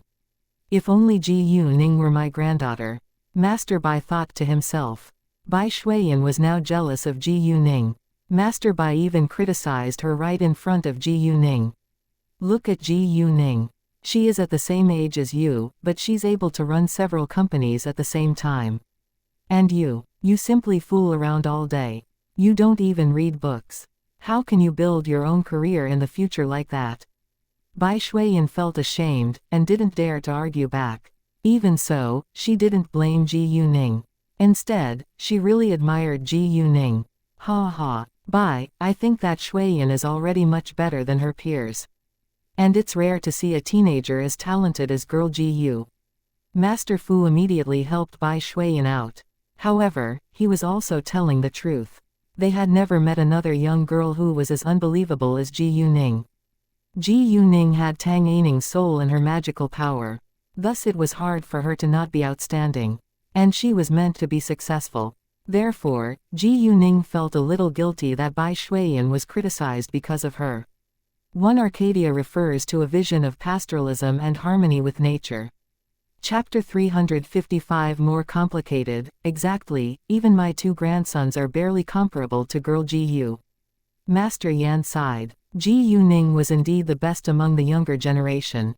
Master Bai wasn't really blaming Bai Shuiyan, nor did he hope that she could be as able as Ji Yuning. He simply wanted to encourage her to be more independent and outstanding. They walked for another half an hour before going back. It was time for the meal too. During the meal, Mrs. Bai kept putting different dishes into Ji Yuning's bowl. Although Ji Yuning had a large appetite, it was hard for her to eat all of it, so she politely stopped Mrs. Bai. After the meal, they relaxed in the living room. During the break, Bai Shuiyan approached Ji Yuning and asked, Ji Yuning, would you mind taking me to Jade Beauty Jewelry with you? No problem. Ji Yuning agreed with alacrity. Bai Shuiyan was pleased and told her mother at once. Mrs. Bai didn't stop her, but reminded her to be polite and to not cause any trouble. Bai Shuiyan was outgoing and spoiled by her family, but she would only argue with those that she disliked. Other than that, she was also supportive of her friends, and she had caused a lot of trouble because of that in the past, so Mrs. Bai was worried. Although it wasn't a big deal, it would not be good news if she caused trouble again. Later, a group of them left the Bai family's villa. They took Master Yan's car and Master Yan sent them to Jade Beauty Jewelry. After taking Ji Yuning and Bai Shuiyan to Jade Beauty Jewelry, Master Yan went back to his home. In actual fact, Bai Shuiyan wasn't interested in jewelry, so she had never come here before. However, when she found out that Ji Yuning was the boss of this famous jewelry store, she was shocked and curious. Thus she came to have a look.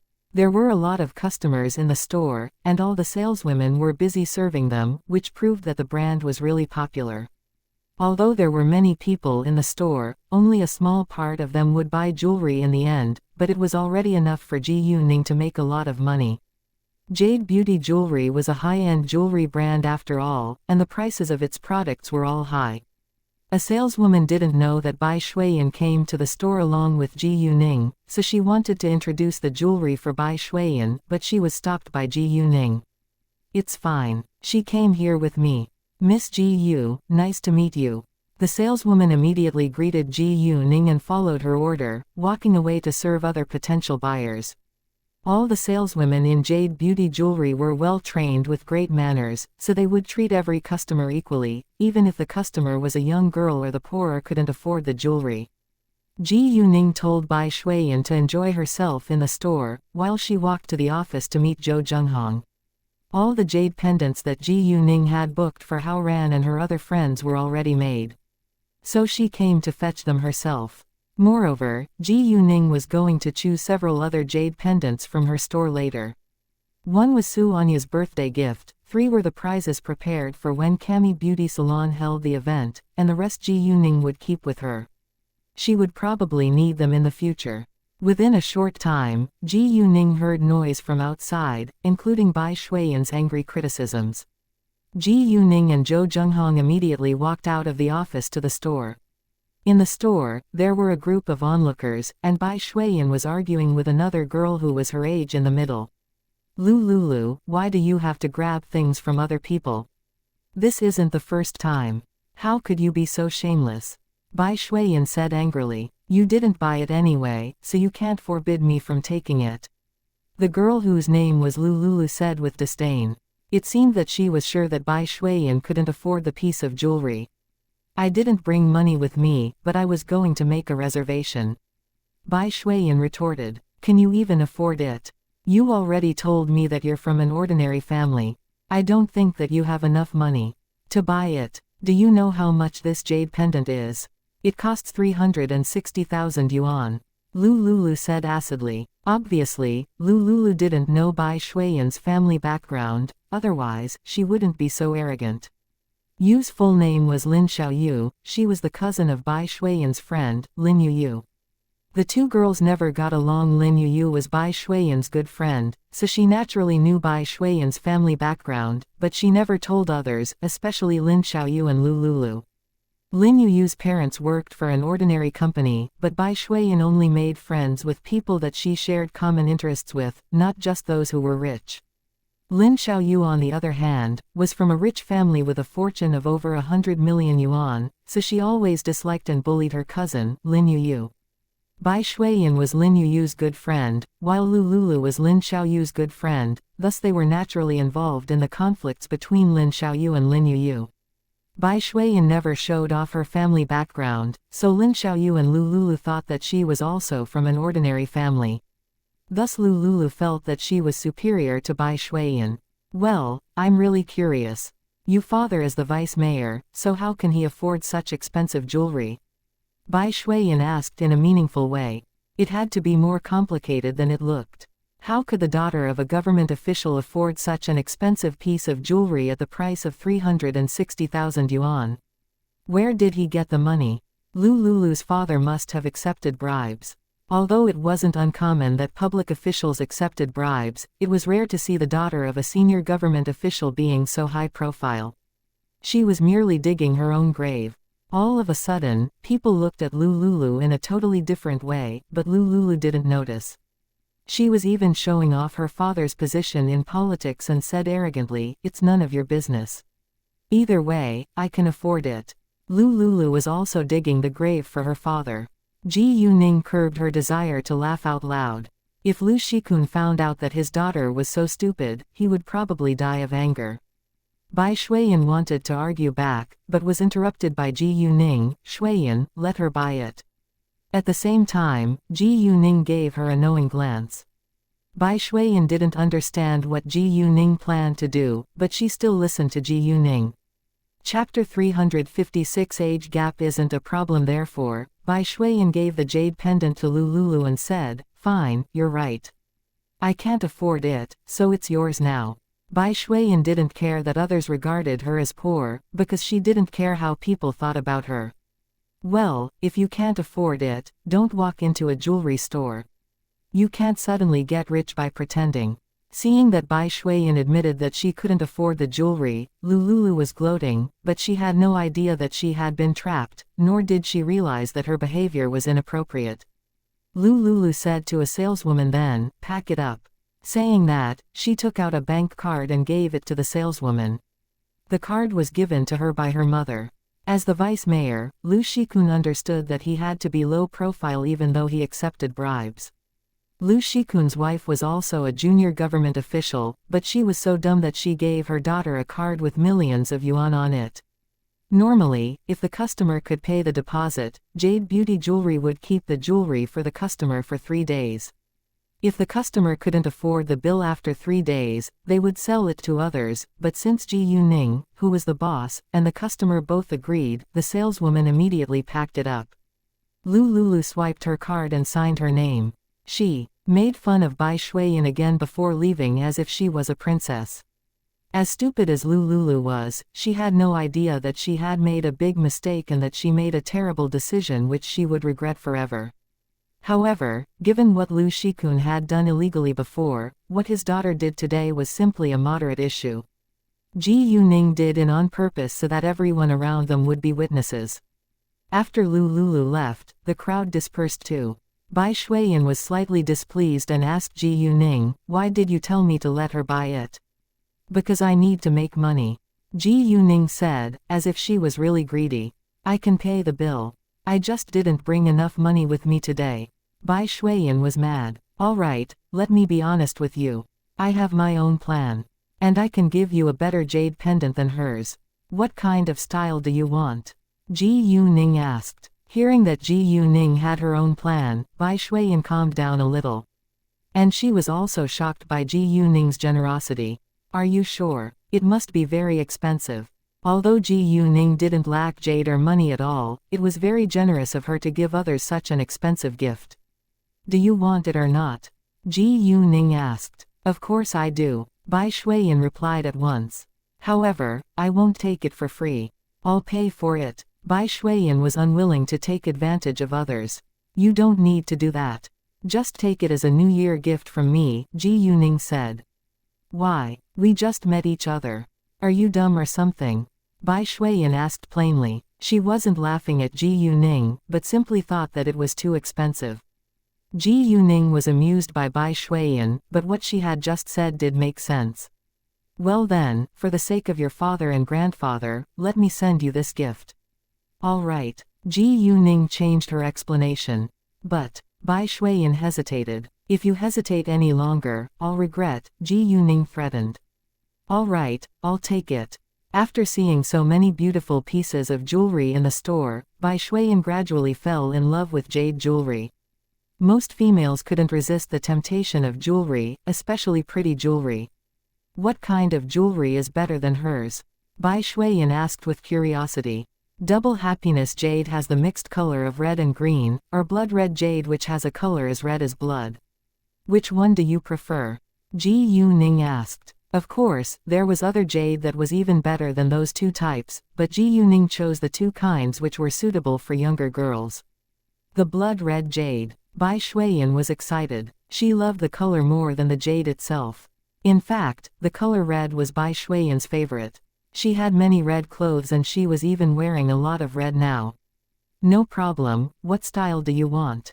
Ji Yuning asked. "Please give me a jade pendant with a dragon on it," Bai Shuiyan said. The dragon was Bai Shuiyan's Chinese zodiac sign, and she was a year younger than Ji Yuning. Ji Yuning then went to tell Zhou Zhenghong to make it. Bai Shuiyan's jade pendant would be carved by machine, because it took a lot longer and required more energy to carve it by hand. Bai Shuiyan could come get it tomorrow. When Ji Yuning walked out of the office again, Bai Shuiyan asked her, "Are you free today? Can we go shopping together?" "Sure." Ji Yuning agreed. Afterwards, they went to a shopping mall together. They didn't actually buy anything, but just hung out together. An hour later, Bai Shuiyan and Ji Yuning left for a cafe to have some coffee. Bai Shuiyan's favorite dessert was sold in the cafe. Bai Shuiyan loved eating desserts. Luckily, she didn't gain weight at all. Otherwise, she would be overweight in a short time since she ate desserts often. After they were both seated, Bai Shuiyan said, "I love the desserts here and the coffee of course. The boss is a Sino-German one, whose name is Alan, and he is not 30 years old yet, and single.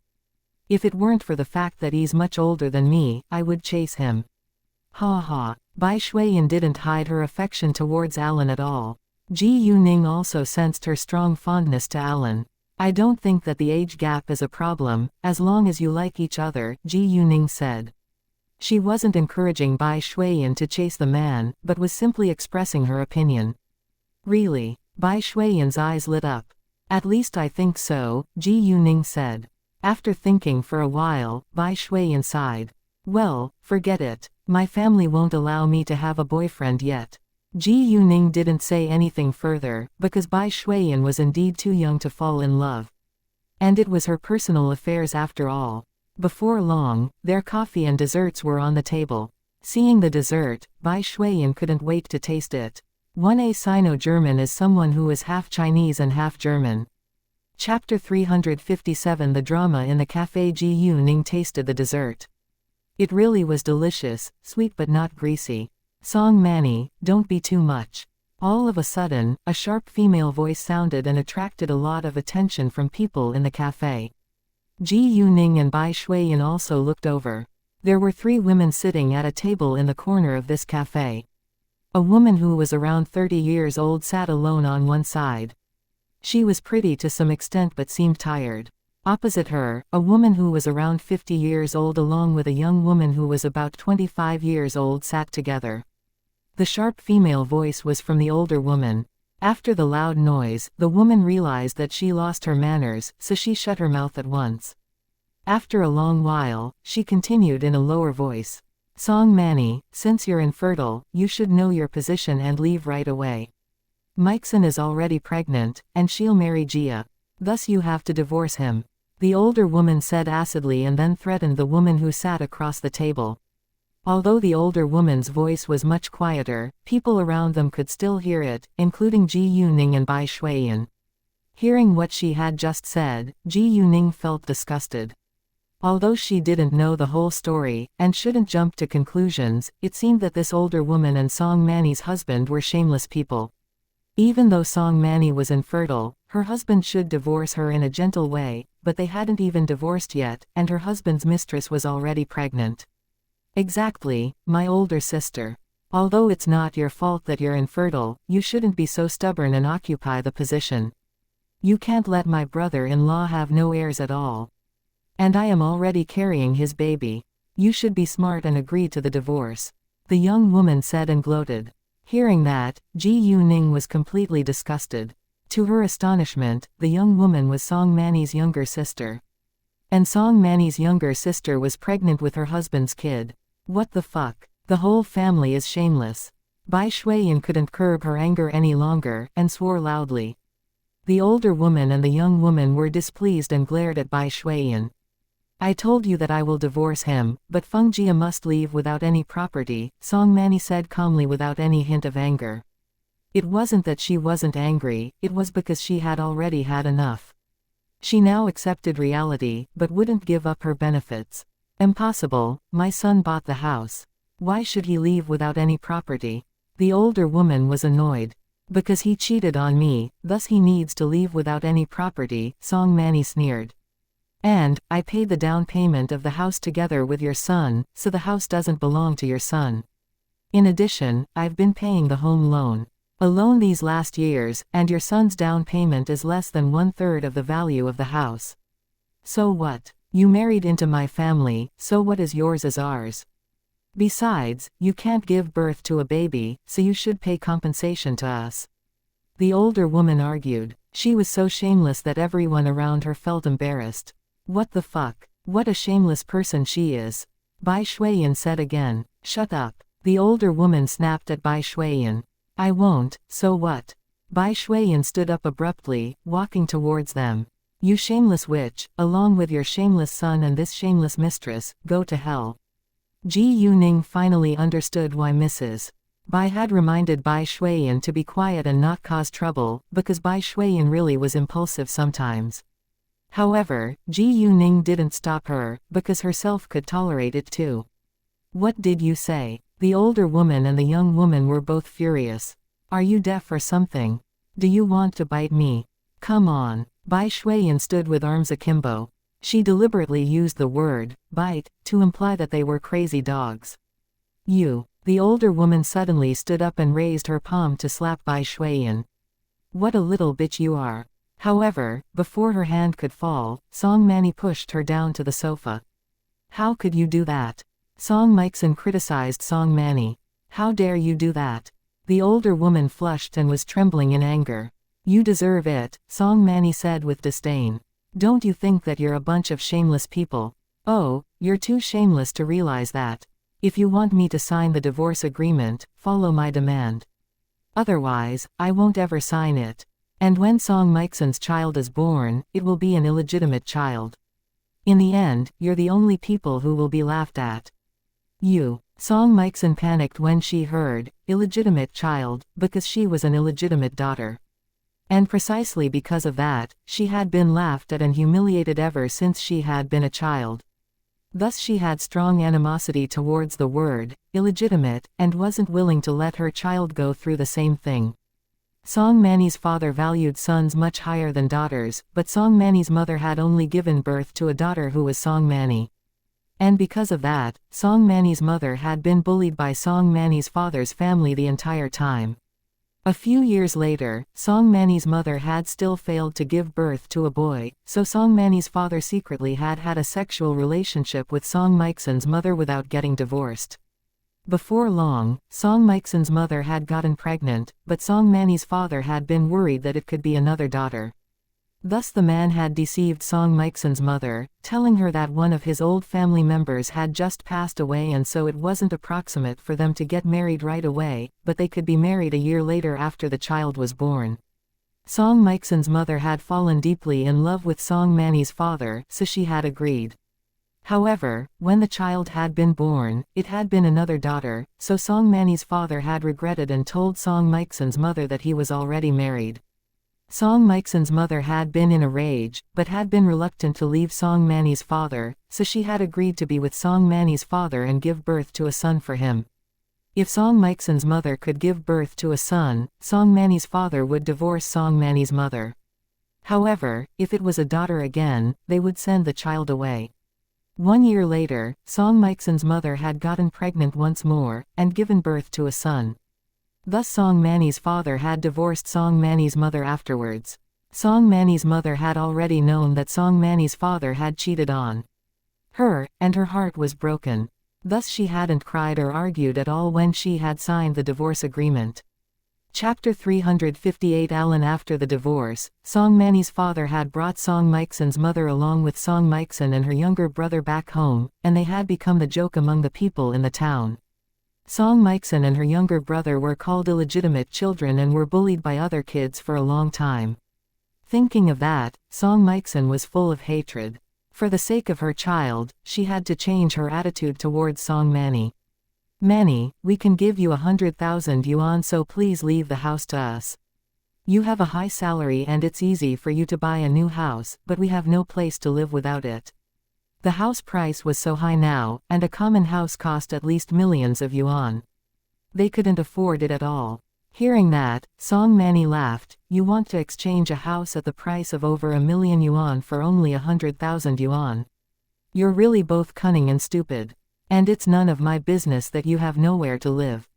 Exactly. I've never seen such shameless people before. It's so disgusting that you hurt another woman and even want to grab her house. Bai Shuiyan supported Song Manny.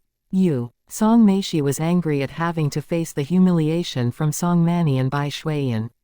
She actually knew that her behavior was amoral, but so what? She did it for her own benefits anyway. Song Manny, we already gave you a chance by talking with you. If you don't compromise, I have tons of ways to torture you. The older woman threatened. This will be the last time that I call you my mother. Mom, you've gone to school, so you should know what laws are. I didn't sue you just because I'm doing you a favor by saving the litigation cost. You should know that the losing party has to pay the litigation costs. And let me tell you the truth. I will definitely win the lawsuit. If you still refuse to compromise, wait for my lawyer's letter. Song Manny said calmly with the air of an elite. Song Manny wasn't weak. She had been ignored and bullied ever since she had been a kid, so had learned to be independent at an early stage. Although she had still lived with her father after her parents had divorced, her mother had paid all of her tuition fees because her father had refused to do so because he believed that it was meaningless for girls to receive education. While she studied in college, her mother had passed away because of cancer. And she had worked part-time while she kept studying hard. What she had done had paid off. She had found a great job after her graduation. Her job was interior design, which was tiring, but had a high salary so that she had been able to live a good life on her own. However, she had married the wrong man. As for whether she was really infertile or not, she decided to keep it a secret for now. After she divorced her husband, she would tell them the truth then. Song Manny wouldn't give in to them. She always treated others the way she wanted to be treated, but if anyone tried to hurt her, she would definitely fight back. Her husband and her mother-in-law had annoyed her again and again, so she already had her plan to beat them down. Hearing that, the older woman was scared. She knew that they would lose the lawsuit without a doubt. Otherwise, she wouldn't have tried to force Song Manny to compromise by threatening her, instead of using the laws. However, if they couldn't get the house, they would have to move back to the poor small town, which was the last thing they wanted to do. Song Manny, how can you be so cold-blooded? You're part of my family, do you want us to sleep on the street? The older woman questioned, as if Song Manny was the one who was cruel. Her behavior was totally ridiculous. Song Manny was amused by her stupidity. That's quite interesting. Have you ever reflected on your behavior when you hurt me without hesitation? I'm the victim, not you. At this time, a waiter came over and said, "Sorry, we have many other customers here. Please keep your voices low." There was music in this cafe. Normally, the music could cover people's voices when they were chatting, but if anyone raised his voice, it would be disturbing. I'm sorry, Song Manny immediately apologized, then turned to the older woman and Song Mikeson. That's all I will say. Please stay away from me. After that, she picked her handbag up and thanked Bai Shuiyan before walking out. Bai Shuiyan went back to her seat afterwards, while the older woman and Song Mikeson were struck dumb. They didn't dare to cause trouble here, so they didn't stop Song Manny from leaving. And they also knew that it was useless to argue any longer, but it was impossible for them to do nothing. They wouldn't give up the house, nor wait for Song Manny to sue them. Bai Shuiyan kept complaining after she was seated again, the old witch and the mistress are indeed shameless. They hurt the woman and even try to grab her house. Luckily, the woman isn't weak. Otherwise, it would be a tragedy. I do hope the witch and her family goes to hell. OMG. Shui, it's so nice to meet you. Suddenly, a male voice with a foreign accent sounded at their back, which surprised Bai Shuiyan. She stood up, looking at the man. The man was tall and around 28 years old with curly hair. His facial features were attractive and had sharp lines with a pair of blue eyes, and there was a charming broad smile on his sexy lips. He also had an air of nobility like a prince. Ji Yuning had already noticed him and assumed that he had to be the boss of this cafe. The man was indeed as handsome as Bai Shuiyan had described. Seeing the newcomer, Bai Shuiyan obviously panicked as if she had seen her lover. Alan. Hi. Bai Shuiyan said. Hi. Alan replied, then looked at Ji Yuning before reaching out his hand. Nice to meet you. You must be Shui's friend. Ji Yuning immediately stood up and shook hands with him. Nice to meet you too, Mr. Alan. Do you know me? Alan was surprised. Shuiyan told me a lot about you, Ji Yuning replied. Hearing that, Alan smiled gently and asked, May I know your name? I'm Ji Yuning, Ji Yuning replied. Great to meet you, Miss Ji Yu. Your coffee and desserts are my treat today, Alan said. He treated both of them as his friends. Since Alan said so, Ji Yuning didn't reject. Thank you so much. My pleasure. Then I won't bother you two any longer, enjoy yourself please, Alan said. Sure, Ji Yuning and Bai Shuiyan answered at the same time. Chapter 359. Back to City F. While Alan was walking away, Bai Shuiyan was absorbed in his back. She didn't get her mind back until Alan disappeared from her sight. She asked Ji Yuning, isn't he handsome? He's such a gentleman. Yes, he's handsome and polite. Ji Yuning couldn't deny it, but she still believed that Leng Xiaoting was better looking than Alan. Thinking of Leng Xiaoting, Ji Yuning missed him so much. Especially when he smiles. It's so stunning. Bai Shuiyan looked like she fell in love, which amused Ji Yuning. After a while, Bai Shuiyan and Ji Yuning left the cafe. However, Alan didn't show up again when they left, and Bai Shuiyan was slightly disappointed. Ji Yuning felt sorry for her but didn't know how to comfort her. The two separated when they walked out of the cafe. Bai Shuiyan invited Ji Yuning to dine with her family in the Bai family's house, but Ji Yuning declined. Ji Yuning later called Chao Ya and asked her about the company in City Tang. Chao Ya said that everything was fine. Then Ji Yuning told them to fly to City F tomorrow. In the following hours, Ji Yuning was free, so she went to the processing plant afterwards. When it was almost 6 p.m., people were getting off from work, so Ji Yuning left too. She went to a restaurant to have her dinner alone. During the meal, she noticed that Qin Zixin invited them to gather together on their WeChat group. Mu K, will your parents allow you to hang out? Qin Zixin, they couldn't stop me anyway, because they aren't home and went to City G for a funeral. Hao Ran, who died?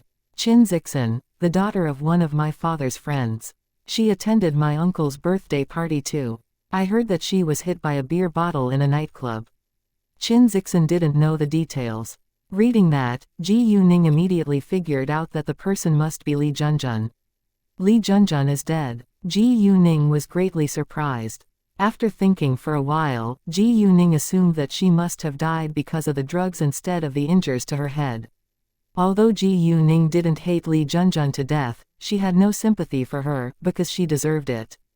Ji Yuning went back to clean water blue sky after the meal. In the evening, Ji Yuning received a message from K. He had already sent what she requested to her email box. Ji Yuning opened her email box and checked the email.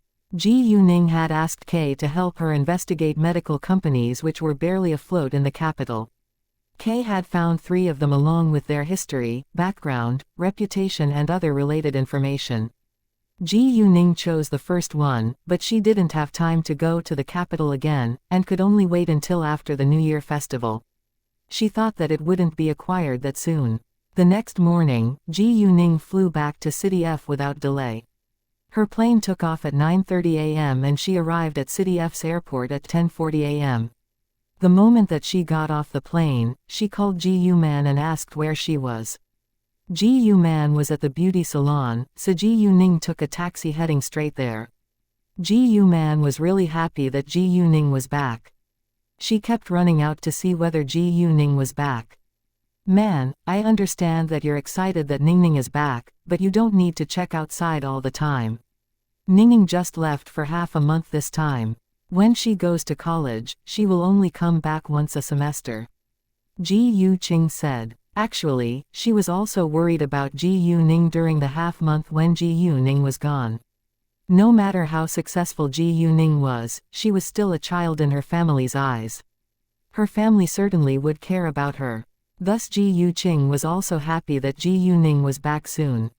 Nevertheless, she doesn't go to college yet.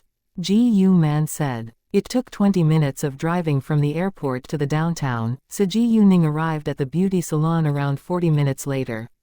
Once Ji Yuning walked inside, Ji Yuman and Ji Yuqing went forward to welcome her. Ningning, welcome back. Ji Yuqing took the suitcase from Ji Yuning's hand, while Ji Yuman held Ji Yuning's hand walking to the office. When they were in the office, Ji Yuning opened her suitcase. These are your New Year gifts. We already have enough clothes. You didn't need to do that, Ji Yuman said, but she felt happy in her heart. Nobody would be unhappy to receive gifts. Ji Yuning smiled gently, but she couldn't tell them that these were gifts from her son-in-law to be. If they knew that she had a boyfriend, they would ask for every detail. Afterwards, Ji Yuning took out 3 jewelry boxes and gave it to Ji Yuman. These are the 3 jade pendants for your event. Ji Yuqing looked at the 3 jewelry boxes. She wanted to say something but didn't say it, because she still thought that it was too expensive. Ji Yuning noticed that and comforted her, "Aunt, I know they're expensive, but no pain, no gain." Hearing that, Ji Yuqing Remembered that many VIPs had called to ask about the prize yesterday, which proved that it was indeed attractive, so she relaxed. All right, it's almost 11:30 a.m. Let's go dine together. What do you want to have, Ning Ning? Ji Man checked the time and asked Ji Ning. There was a kitchen in their beauty salon, and staff could cook and eat here, but Ji Man wanted to have a family reunion, so they decided to eat outside. Let's have hot pot. It's winter anyway, Ji Ning said. No problem, let's go have hot pot. Ji Man agreed. The three of them went out afterwards. Aunt, how is Uncle's business doing? Ji Ning asked Ji Qing. I don't know the details, but it's quite good. There is deal coming in almost every day, Ji Qing smiled. They had been dirt poor and now had everything. Ji Qing couldn't help thinking that life was indeed full of changes. And Ji Ning made everything possible. Oh, I received a call from your youngest uncle this morning. They'll be back the day after tomorrow, and want to have a family reunion with us. I didn't answer him yet, because I wanted to hear your opinion, Ji Qing said and looked to Ji Ning. In fact, she just needed Ji Ning's opinion. Ji Ning was silent for a second. She understood that Ji Man and Ji Qing were willing to go. Otherwise, they wouldn't ask her. In addition, there was no deep grudge between them and Ji Qinyang's family, so it was no big deal that they had a meal with them. I don't think that it's a big deal. There is no deep grudge between us and my youngest uncle's family either. It isn't necessary that we keep a long distance from them. However, let's be candid here, if the old witch and Ji Qingxiang's family annoys me again, I won't be polite to them. And they will have to leave, instead of me, Ji Ning said seriously. I understand, Ji Qing replied. They weren't weak like they had been before, and they had already had enough of them, so there was nothing to be afraid of.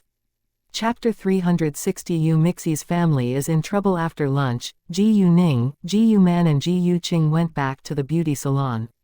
Ji Ning took her suitcase and went back home when it was almost 2 p.m. While she was resting in her home, she suddenly realized that she hadn't seen Chu Peihan and her other friends in a long time. Thus she sent a message to their WeChat group and proposed to gather together this afternoon for dinner. Ji Ning's sudden appearance really surprised them. Hao Ran. Ah, boss, you're finally back. I haven't seen you for so long, and I miss you so much. Chu Peihan, come on, let's gather together right now. Where? Chu Peihan couldn't wait to meet Ji Ning, even though it was only 2 p.m. Mu Ke, why are you rushing? It's still early now. Chu Peihan, so what? Ji Ning, I need to deal with something, but we can gather together at 4 p.m. Call the people who miss this WeChat message. And you can decide where we'll meet. It's my treat today, so enjoy yourself. Hao Ran, yeah, I love you, boss. Chu Peihan, I love you too. Mu Ke, me too. Ji Ning, then I'll go deal with my business, and you can tell me when you have made your decision. Ji Ning then left for the sales apartment of Fenghua Luxury Mansion to meet Wei Zhirui. She was going to buy an apartment for Gao Yi and Chao Ya. Although Shenghua Real Estate had many apartments for sale, Ji Ning preferred for Gao Yi and Chao Ya to live in a place near her, because Gao Yi and Chao Ya would follow by Ji Ning's sides as her guards, driver and secretary. Moreover, Fenghua Luxury Mansion was a high-end living area with a great environment. Nevertheless, when Shenghua Real Estate's new living area was completely built, Ji Ning would reserve a house there. She didn't need it now, but it could be of use in the future. Maybe she would hold a grand party someday, and her apartment in Fenghua Luxury Mansion was too small to do that. Miss Ji, nice to meet you again. Wei Zhirui went to welcome Ji Ning when she appeared. Hi, nice to meet you too. I'm looking for a small, well-decorated apartment, Ji Ning said. Gao Yi and Chao Ya were only 2 people, so 1 room was enough for them. In addition, they would just live here temporarily, thus it was unnecessary to buy a large one. They would move to the capital within half a year. Hearing that Ji Ning was looking for a new apartment, Wei Zhirui was surprised, but he didn't ask for details. The smallest one is 73 square meters in size, and it's a single apartment with only 1 bedroom. However, we also have an apartment with 2 bedrooms which is 85 square meters. Where is the single apartment? I want to see its layout first, Ji Yuning asked. It's in building No. 2, Zone F, which is opposite Zone G, Wei Jirui said. He then guided Ji Yuning to see its layout. We only have 2 single apartments left. One is on the 12th floor, and the other is on the 13th floor. Ji Yuning looked for a while, and said, Great, I'll buy the one on the 12th floor. Wei Jirui was shocked by Ji Yuning's efficiency again, and immediately went to finish the procedure for her. It was only 3 p.m. when Ji Yuning left. She wanted to check their WeChat group to see whether they had decided yet. However, before she could open her WeChat, Chu Peihen's call came in. The moment that Ji Yuning answered her call, Chu Peihen said anxiously, Boss, Mixie's family is in trouble now. Hearing that, Ji Yuning was immediately mad. What happened? Her family's house is going to be demolished, and her oldest uncle and aunt are arguing that they should get to share the money. Chu Peihen replied. Ji Yuning was displeased. There were indeed many shameless relatives who would fight against their brothers or sisters for money. I'll be right there, Ji Yuning said, and immediately went to take a taxi heading straight to Yu Mixie's home. Ji Yuning called Yu Mixie at once, and Yu Mixie answered it after a long while. Ning Ning. She cried. Yu Mixie burst into tears helplessly. Mixie, don't cry. How is everything going now? Ji Yuning asked. Yu Mixie tried her best to calm down and replied, Well, the thing is my family's house is going to be demolished, but my oldest uncle and aunt are arguing that they should get to share the money. The house was given to my father by my grandfather, and my grandfather already gave my eldest uncle and aunt 30,000 yuan when they bought their houses a dozen years ago. My father is quarreling with them right now. I really have no idea what to do. Don't worry. I'm coming now, and I'll be right there, Ji Yuning comforted. Okay, Yu Mixie said. After hanging up, Ji Yuning urged the taxi driver to drive faster. About 20 minutes later, Chu Peihen and Hao Ran arrived at the living area where Yu Mixie lived at almost the same time. Both of them drove here and Hao Ran came with Qin Zixin and Zhang Tianping. As for Mu Kei and An Yi, they didn't have cars, so they took taxis and would arrive later. Yu Mixie's family lived in an old living area. There were a lot of staircases in the building. When Chu Peihen and the others walked inside, they heard the loud and extremely unkind argument from upstairs. What the fuck? How dare they bully she? I'll teach them a lesson. Hao Ran was mad, and ran to the 3rd floor, followed by the others. In the living room, Yu Mixie's family and another 2 men and 2 women were arguing loudly. I told you that this house belonged to our father, so you can't take it alone. You mentioned that our father gave us 30,000 yuan a dozen years ago. Well, when the demolition compensation is paid, you can take 30,000 yuan, and we'll share the rest, a man who was almost 50 years old said. This man was Yu Mixie's eldest uncle, and he had already repeated it at least 10 times. Exactly. A woman in her early 40s echoed. She was Yu Mixie's aunt. It's insane. 30,000 yuan a dozen years ago is barely comparable to that of today. Yu Mixie's father was furious. Indeed, 30,000 yuan a dozen years ago was equal to 300,000 yuan today. However, Yu Mixie's father wouldn't agree to just take 300,000 yuan and let them share the rest either. We don't care. It has to be shared in that way. Yu Mixie's aunt played the blame game. They didn't care about family at all when it came to money. Yu Mixie's father was too mad to say another word. However, Yu Mixie's mother was a weak woman who didn't dare to join the argument. And once Yu Mixie tried to help her father, her oldest uncle and aunt would swear at her, so she couldn't do anything either. The door wasn't closed, so Hao Ran and the others intruded inside directly, which surprised the people in the living room. Chapter 361. Do you want to fight? However, before they could realize what happened, Chu Peihen said angrily, Do you want to grab the house from Mixie's family? Impossible. Peihen, Hao Ran, Zixin, Tianping. Yu Mixie abruptly stood up with excitement, as if she saw her lifesavers. Yu Mixie's parents also relaxed seeing that Chu Peihen and the others came. Although they weren't clear about their family background, they knew that all of them were from either rich or powerful families. Their arrival made Yu Mixie's family feel safe. However, Yu Mixie's oldest uncle and aunt had the opposite idea. In their eyes, Chu Peihan and the others were merely a bunch of students. Yu Mixie's aunt snapped at them, "It's our family affairs, and it's none of your business." "It is our business, and we will support Mixie," Hao Ran said affirmatively. Yu Mixie's aunt is annoyed. "You're just a bunch of kids," Yu Mixie's oldest uncle said with disdain. "So what? I think that you better leave now, and disappear forever. Otherwise, you can't bear the result." Qin Zixin threatened. "That's interesting. Who do you think you are to threaten us?" A woman who stood beside Yu Mixie's oldest uncle said with disdain. She was Yu Mixie's oldest aunt. "We're enough to make you pay for what you've done," a cold female voice suddenly sounded from outside. And Ji Yuning walked in their sight.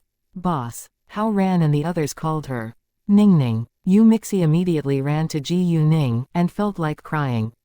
"It's fine. I'll handle it," Ji Yuning comforted her and held her hand, stepping towards them. Seeing that it was another young girl, Yu Mixie's uncles and aunt didn't care about her either.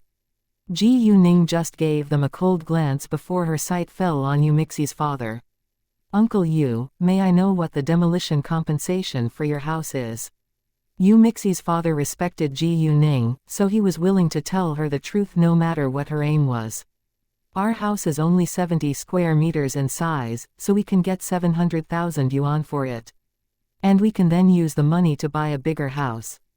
Hearing that the house was worth 700,000 yuan, Yu Mixie's uncles and aunts couldn't wait to have the money in their pockets.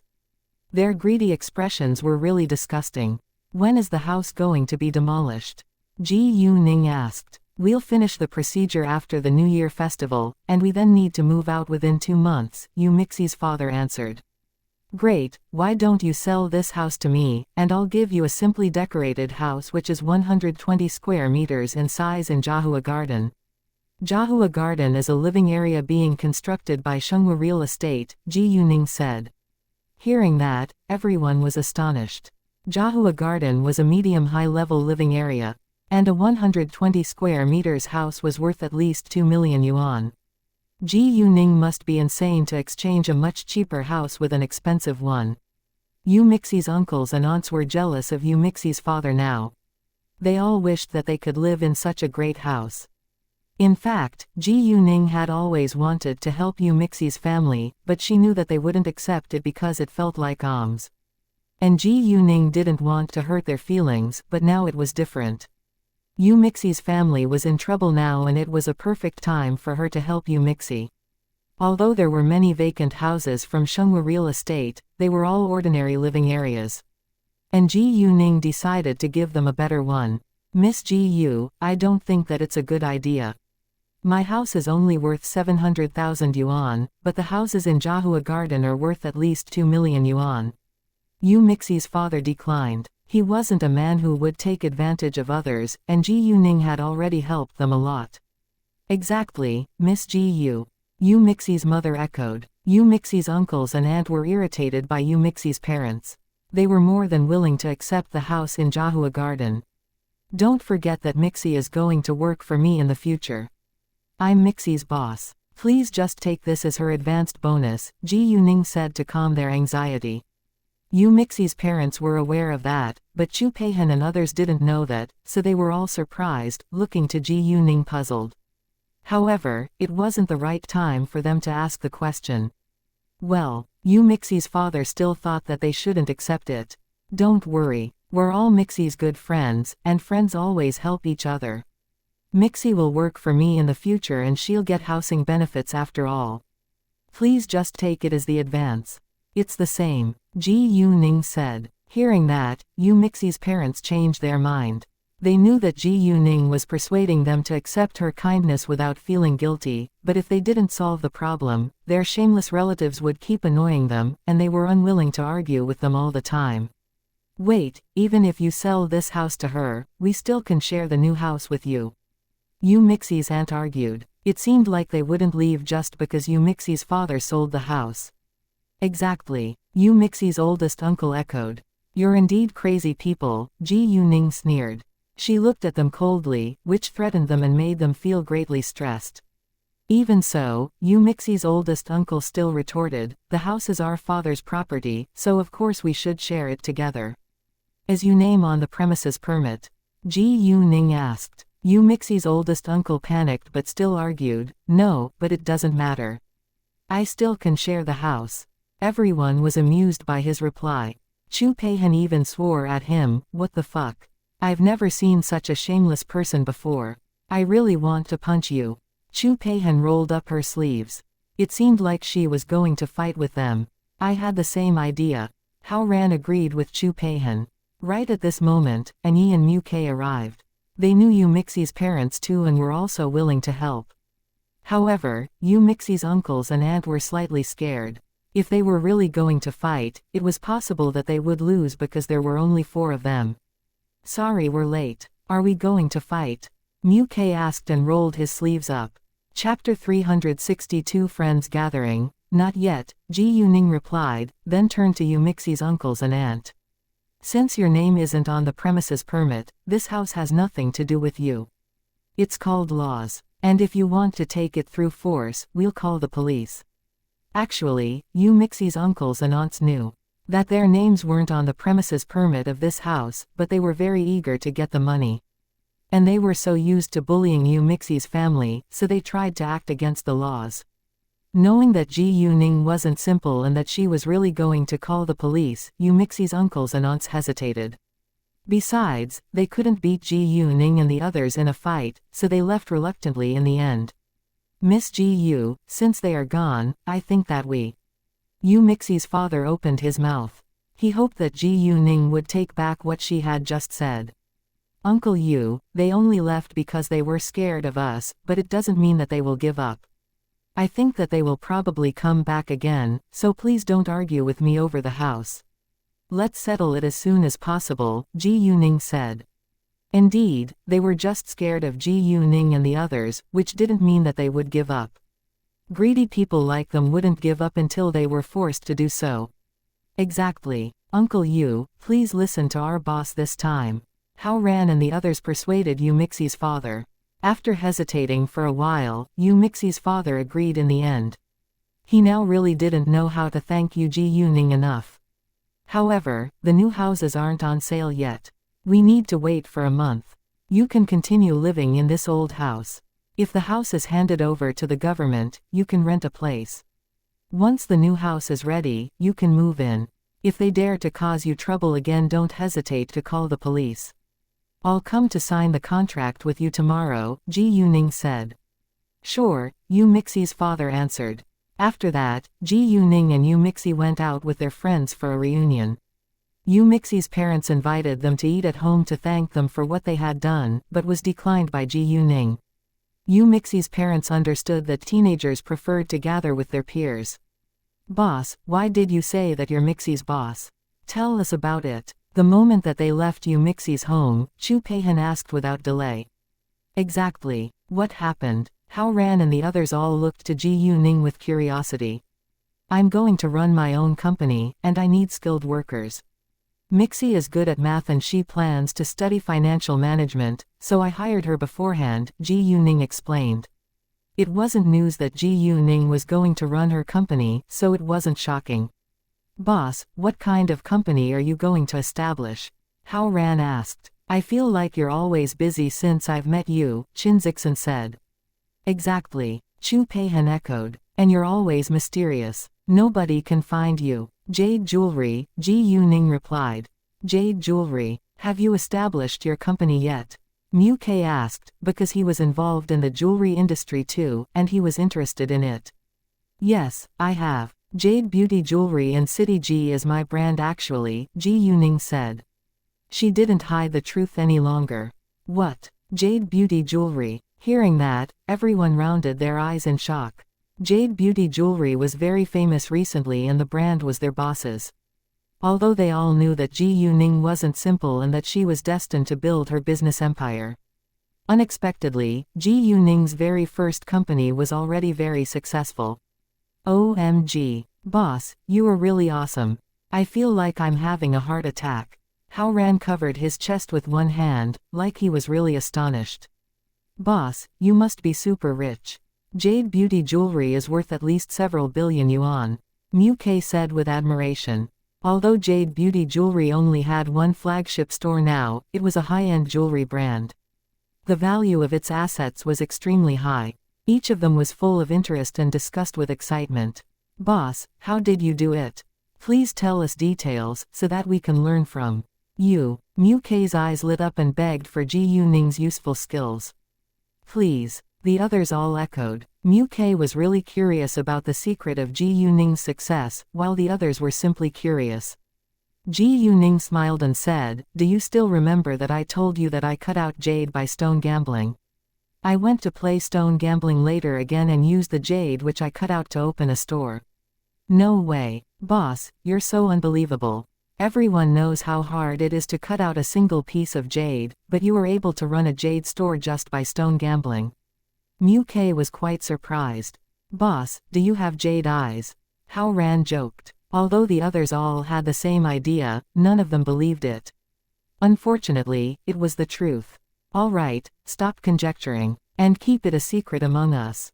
Don't say a word to your families, Ji Yuning warned. We won't, everyone promised. Boss, since you're so rich now, we should have a luxury meal today. Come on, let's go dine in a 5-star hotel before we have fun in Daihao Clubhouse. Qin Zixin said. Agreed, the others said with one accord.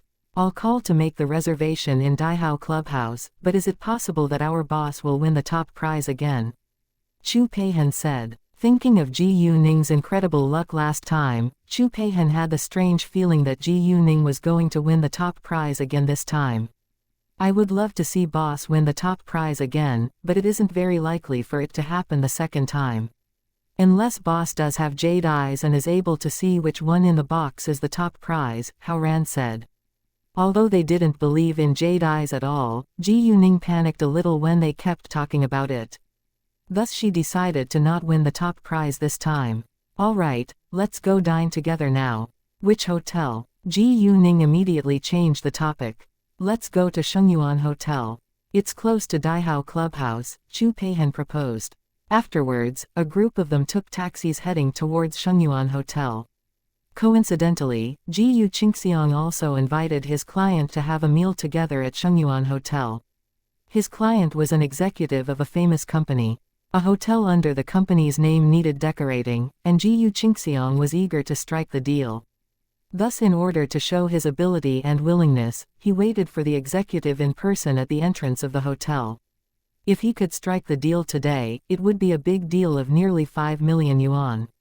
Ji Yu Qingxiang only had 50 million yuan in assets, so 5 million yuan was a lot in his eyes. His company's profits were rapidly decreasing, and he was running out of capital now. It was possible that he would lose money too. If he failed to settle this big deal today, his company would barely stay afloat. Therefore, Ji Yu Qingxiang took today's meeting very seriously. When it was almost 6 p.m., Ji Yu Qingxiang's client arrived. The executive's name was Quan Wenfeng, and he came along with his secretary and a friend. Chapter 363 Gao Yi and Chao Ya's arrival. However, the man next to Quan Wenfeng shocked Ji Yu Qingxiang. He was Zhang Shu. How come Zhang Shu is with Quan Wenfeng? Is Zhang Shu the friend that Quan Wenfeng mentioned? When Ji Yu Qingxiang had called Quan Wenfeng to invite him to dine together, Quan Wenfeng had told him that he already had an appointment with one of his friends. Ji Yu Qingxiang had then invited Quan Wenfeng to come together with his friend. However, to his astonishment, Quan Wenfeng's friend was Zhang Shu. How did Zhang Shu meet Quan Wenfeng? Although Ji Yu Qingxiang had many thoughts in his mind, it wasn't the right time to think about them. He immediately went over to welcome them. It's so nice to meet you, Executive Quan. Boss Ji Yu, sorry to make you wait for us, Quan Wenfeng said, shaking hands with Ji Yu Qingxiang. It's nothing. I just arrived too, Ji Yu Qingxiang said. Please let me introduce you. This is the boss of Zuri Construction Material Store, Zhang Shu. Quan Wenfeng introduced Zhang Shu to Ji Yu Qingxiang. What? Hearing that, Ji Yu Qingxiang was surprised.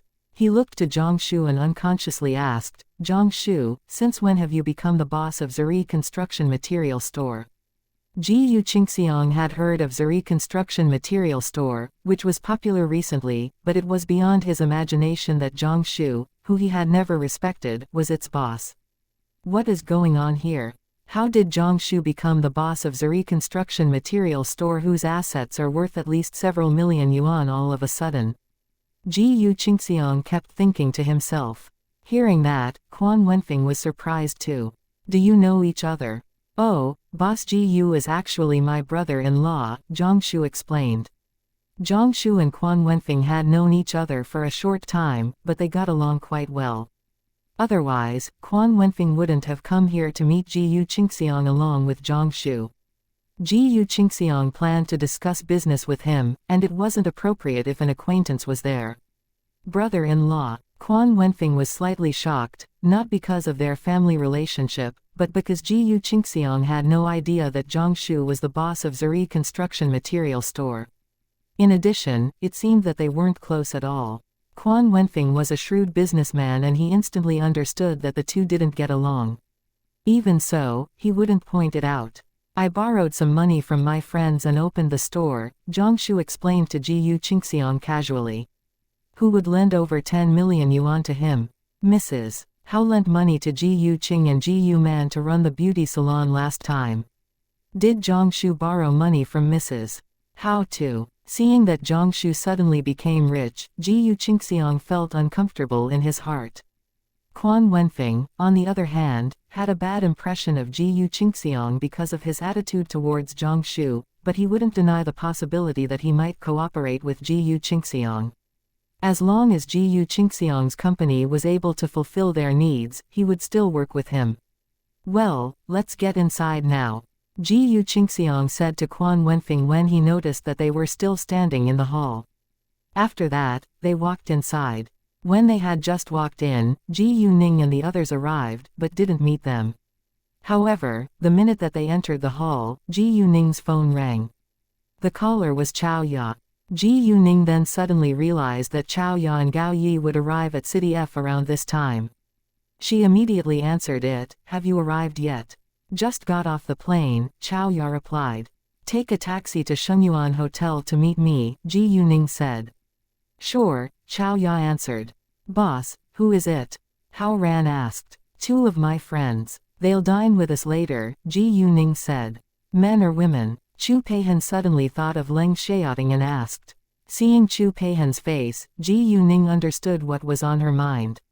A couple. She rolled her eyes. However, she really missed Leng Xiaoting a lot, but he was always busy.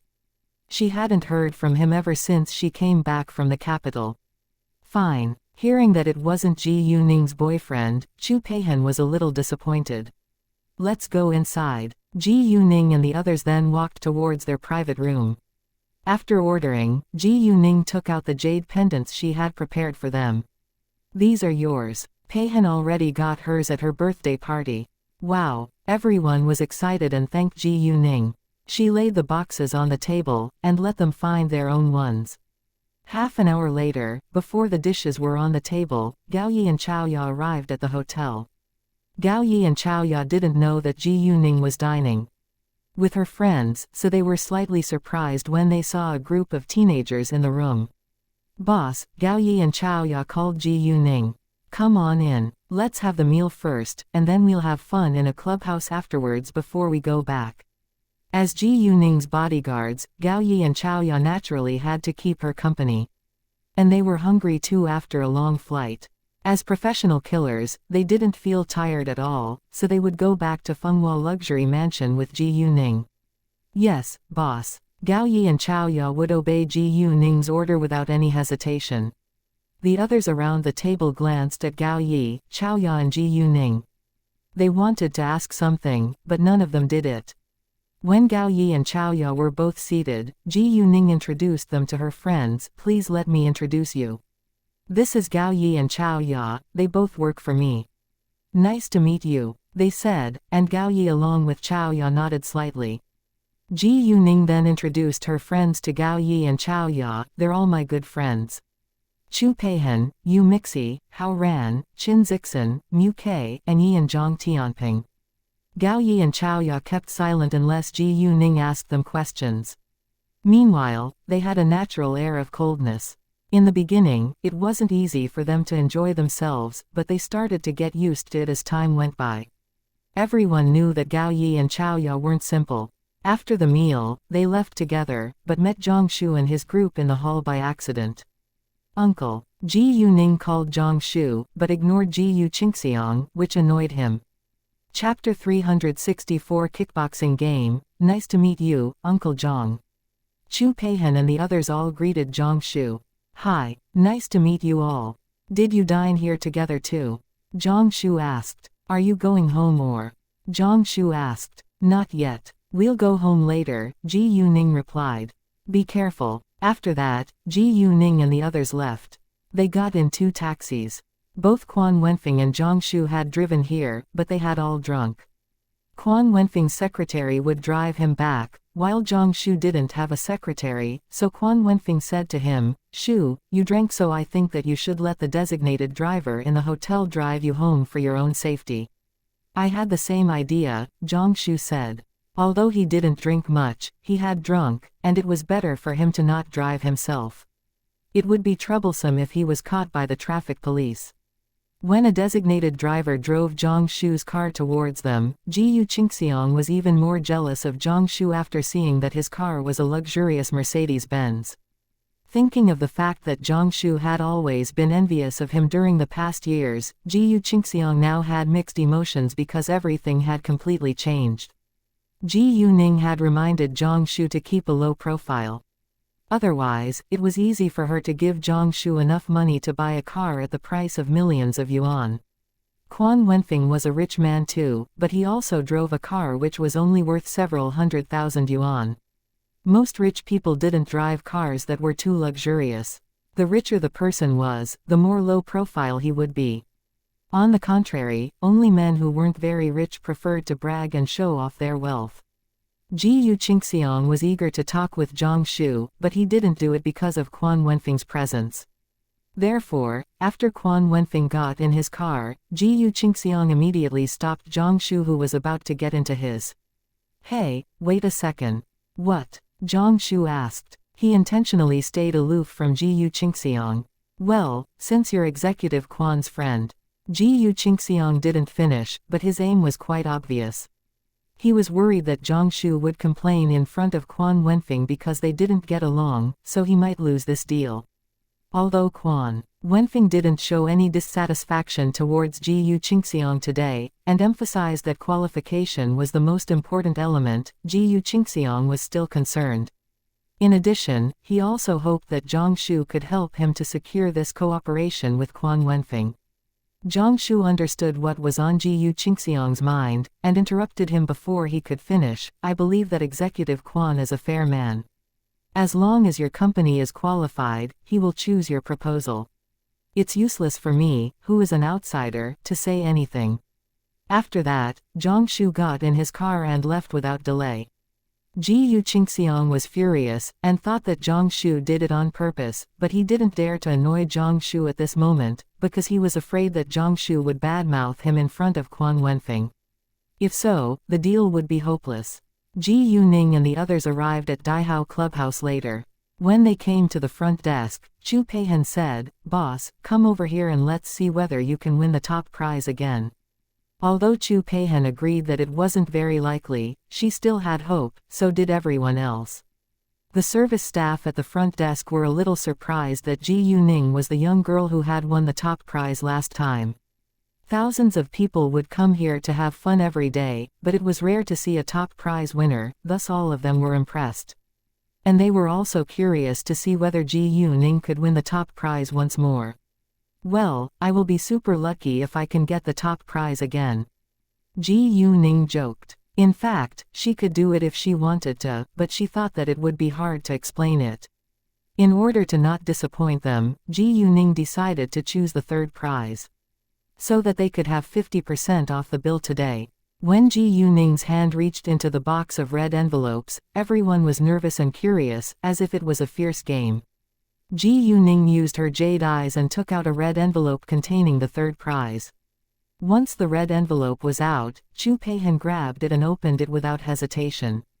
Wow, it's the third prize. Although it wasn't the top prize, a third prize was surprising enough. Boss, you're so lucky. I've never gotten any prizes out of it. Indeed. The service staff were also surprised by Ji Yuning's unbelievable luck. Afterwards, a waiter guided them to a private room. Chu Peihan made a reservation for the room which had the best view. There will be a kickboxing game later. If you feel bored, you can join it and make some money for fun, Ji Yuning said to Gao Yi and Chao Ya. She saw the announcement at the door when they had just entered. As professional killers, Gao Yi and Chao Ya didn't lack money at all. They had savings of over 1 billion yuan in the Swiss bank. Even though they were chased by the killer organizations, their account would still be safe. Ji Yuning advised them to have some fun because she had noticed that Gao Yi was interested in the announcement.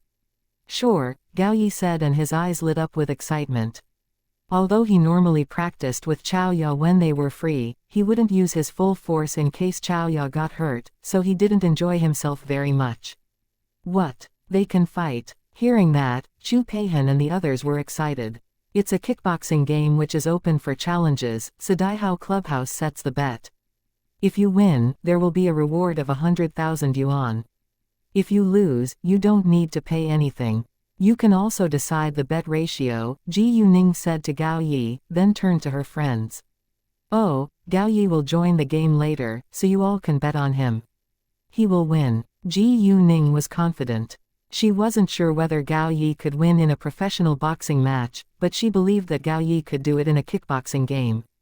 Really? Hearing that, everyone was thrilled. None of them would doubt Ji Yuning's words. I'm in, Hao Ran said with excitement. He would pay 100,000 yuan, which was all he had with him. Nevertheless, 100,000 yuan was also the limit. Me too. Qin Zixin, Zhang Tianping, Mu Ke and Chu Peihan did the same thing as Hao Ran. And me. And Yi paid 50,000 yuan. Yu Mixi didn't have much money, so she remained silent. It was a great chance to make money. Ji Yuning wouldn't allow Mixi to miss it. Mixi, I can lend you 100,000 yuan and you can join us, Ji Yuning said. What? Yu Mixi was shocked, because she had never gambled before. Chapter 365 Ji Yu Qingyan. Moreover, 100,000 yuan was a fortune in Yu Mixi's eyes, so she didn't have the courage to gamble. Relax, we won't lose. Normally, I wouldn't encourage you all to gamble, but this time is a great chance to make money. Don't worry, I'll bear the result, Ji Yuning said. Ji Yuning was generous, but she wasn't dumb, and she knew when the right time to spend her money was. Exactly, Mixi, let's listen to our boss this time. Everyone persuaded Yu Mixi to join them, so she agreed in the end, although she was extremely nervous. The kickboxing match wouldn't begin until 10 p.m., and it was only 8:30 p.m. Thus they enjoyed eating, drinking and chatting while waiting for the match. Gao Yi and Chao Ya wouldn't drink alcohol, they only drank fruit juice. Yu Mixi, on the other hand, joined the others in drinking alcohol. In the Ji Yu family's house. They were watching TV in the living room, including the old lady, Lin Liwan, Ji Yu Xiaoxiao and Ji Yu Qingyan, who just came back from the capital. Ji Yu Qingyan was a good-looking young boy to some extent. However, when he lay against the sofa, placing his feet on the coffee table, playing online games while swearing, he looked like a bad boy without manners. It wasn't uncommon to see a male swearing, but it was impolite to do it in front of females, like his grandmother, mother and younger sister. However, they were all used to it. Sometimes, Ji Yu Qingxiang criticized Ji Yu Qingyan for his rude behavior, but the old lady would argue for Ji Yu Qingyan. Ji Yu Qingyan was the eldest grandson in the Ji Yu family, so the old lady always spoiled him. That being the case, Ji Yu Qingyan was spoiled even more rotten than Ji Yu Xiaoxiao. And he was often involved in fights and trouble. He had now grown older and more mature than before, but he inherited many negative characteristics from his family. For example, he was as selfish as his family. If anyone affected or hurt his own benefits, he would do anything to get revenge without thinking about the results. In his eyes, only his grandmother, parents and younger sister was his family. And he only protected and cared about his own family. When he came back home from his college for winter vacation, he heard that Ji Yuning had slapped Ji Xiaoxiao and had even forced her to transfer. Ji Qingyan was mad and wanted to teach Ji Yuning a lesson right away. However, they didn't know Ji Yuning's address, nor phone number, so he had to wait until they gathered together at the family reunion. Ji Qingxiang went back home in a bad mood, but Ji Qingyan wouldn't stop swearing in front of him. "Shut your mouth, or go back to your room," Ji Qingxiang snapped. It was the first time that Ji Qingxiang had gotten so mad at Ji Qingyan. Ji Qingyan and the others were scared dumb. "Qingxiang, what is wrong with you?" Ji Qingxiang's mother, the old lady, was displeased. "What's wrong with me? Do you know who I met today? Zhang Shu. Do you know what his title is now? He's the boss of Zuri Construction Material Store. He now has dozens of millions of yuan and a Mercedes-Benz." Ji Qingxiang said angrily. "What?" Hearing that, everyone rounded their eyes in shock. In their eyes it was impossible for Zhang Shu to own dozens of millions of yuan and drive a Mercedes-Benz. Where did he get so much money to run his business? Lin Liwan asked. Her face was distorted in jealousy. She was so used to being better than them, but now everything suddenly changed. Ji Yu Man and Ji Yu Qing had a beauty salon with millions of yuan in assets, and Zhang Shu was now the boss of a construction material store with a wealth of dozens of millions of yuan. How come her poor relatives became so rich overnight? I think that Mrs. Hao lent them money, Ji Qingxiang said. The Hao family had thousands of millions of yuan in assets, so 10 million yuan was nothing to them. Lin Liwan was jealous again, because Mrs. Hao never showed any respect towards her, but treated Ji Yu Qing and Ji Yu Man as her close friends. How could they do that? Ji Yu Qing and Ji Yu Man are both rich now, so they should share their money with me. I'm their biological mother. The old lady was in a rage. She never stopped trying to snatch money from her two daughters. And now the old lady found out Zhang Shu had dozens of millions of yuan in assets. She couldn't wait to share the wealth even though it had nothing to do with her. Ji Yu Qingyan and Ji Yu Xiaoxiao didn't think that Zhang Shu's and Ji Yu Man's wealth was theirs, but they were also displeased that their poor relatives became rich all of a sudden. Other than that, he's my client's friend. I wanted him to help me get the deal, but he rejected me. Ji Yu Qingxiang took it for granted that Zhang Shu should help him to settle the deal with Quan Wenfeng. What? How dare he do that? The old lady almost shouted. It's insane. Let me call him right now. Saying that, the old lady took out her phone, but was stopped by Ji Yu Qingxiang. Mom, please don't get involved in this. If he gets annoyed and badmouths me in front of my client, it'll be hopeless for me to settle the deal. He wouldn't dare. The old lady was furious. It's possible. Ji Yuning ruined Dad's deal last time, didn't she? Ji Yu Xiaoxiao said. She still believed that it was Ji Yuning's fault and never felt guilty for her actions. What? Ji Yuning ruined Dad's deal. I think that I need to beat her sometime. Ji Yu Qingyan was mad, and made up his mind to punch Ji Yuning. Ji Yu Qingyan wasn't a gentleman at all, and he would beat females as always. In fact, Ji Yu Qingxiang knew that it was the fact that his company's proposal wasn't good enough, but he was reluctant to admit it, so he could only blame Ji Yuning for his own failure. What should we do now? What if Zhang Shu ruins your deal this time too? Lin Liwan was worried. I don't know, Ji Yu Qingxiang replied. He lost his patience. If he knew the answer, he wouldn't be so anxious. Because of the shocking news about Zhang Shu, Ji Yu Qingxiang's family had a terrible day. Even though Ji Yu Qingxiang wouldn't allow his mother to call Zhang Shu, the old lady still called Ji Yu Qinyang and kept complaining. Ji Yu Qinyang was also amazed by the news, but he had already learned his lesson after Ji Yuning's warning last time. Chapter 366 Gao Yiwen's Ji Yu Qinyang was jealous too, but he knew that it had nothing to do with him, and he had no right to be involved. In addition, Zhang Shu, Ji Yu Qing and Ji Yu Man were all rich now, it was unwise for him to annoy them again. Ji Yu Qingxiang had worked hard for over a dozen years to become a successful businessman with 20 million yuan in assets, while Ji Yu Qing and Ji Yu Man became rich within such a short time. Several months ago, they couldn't afford dozens of thousands of yuan. Ji Yuqinyong wasn't an idiot, and he knew that he had to respect them now. Therefore, Ji Yuqinyong just stayed quiet and listened to his mother complaining the entire time.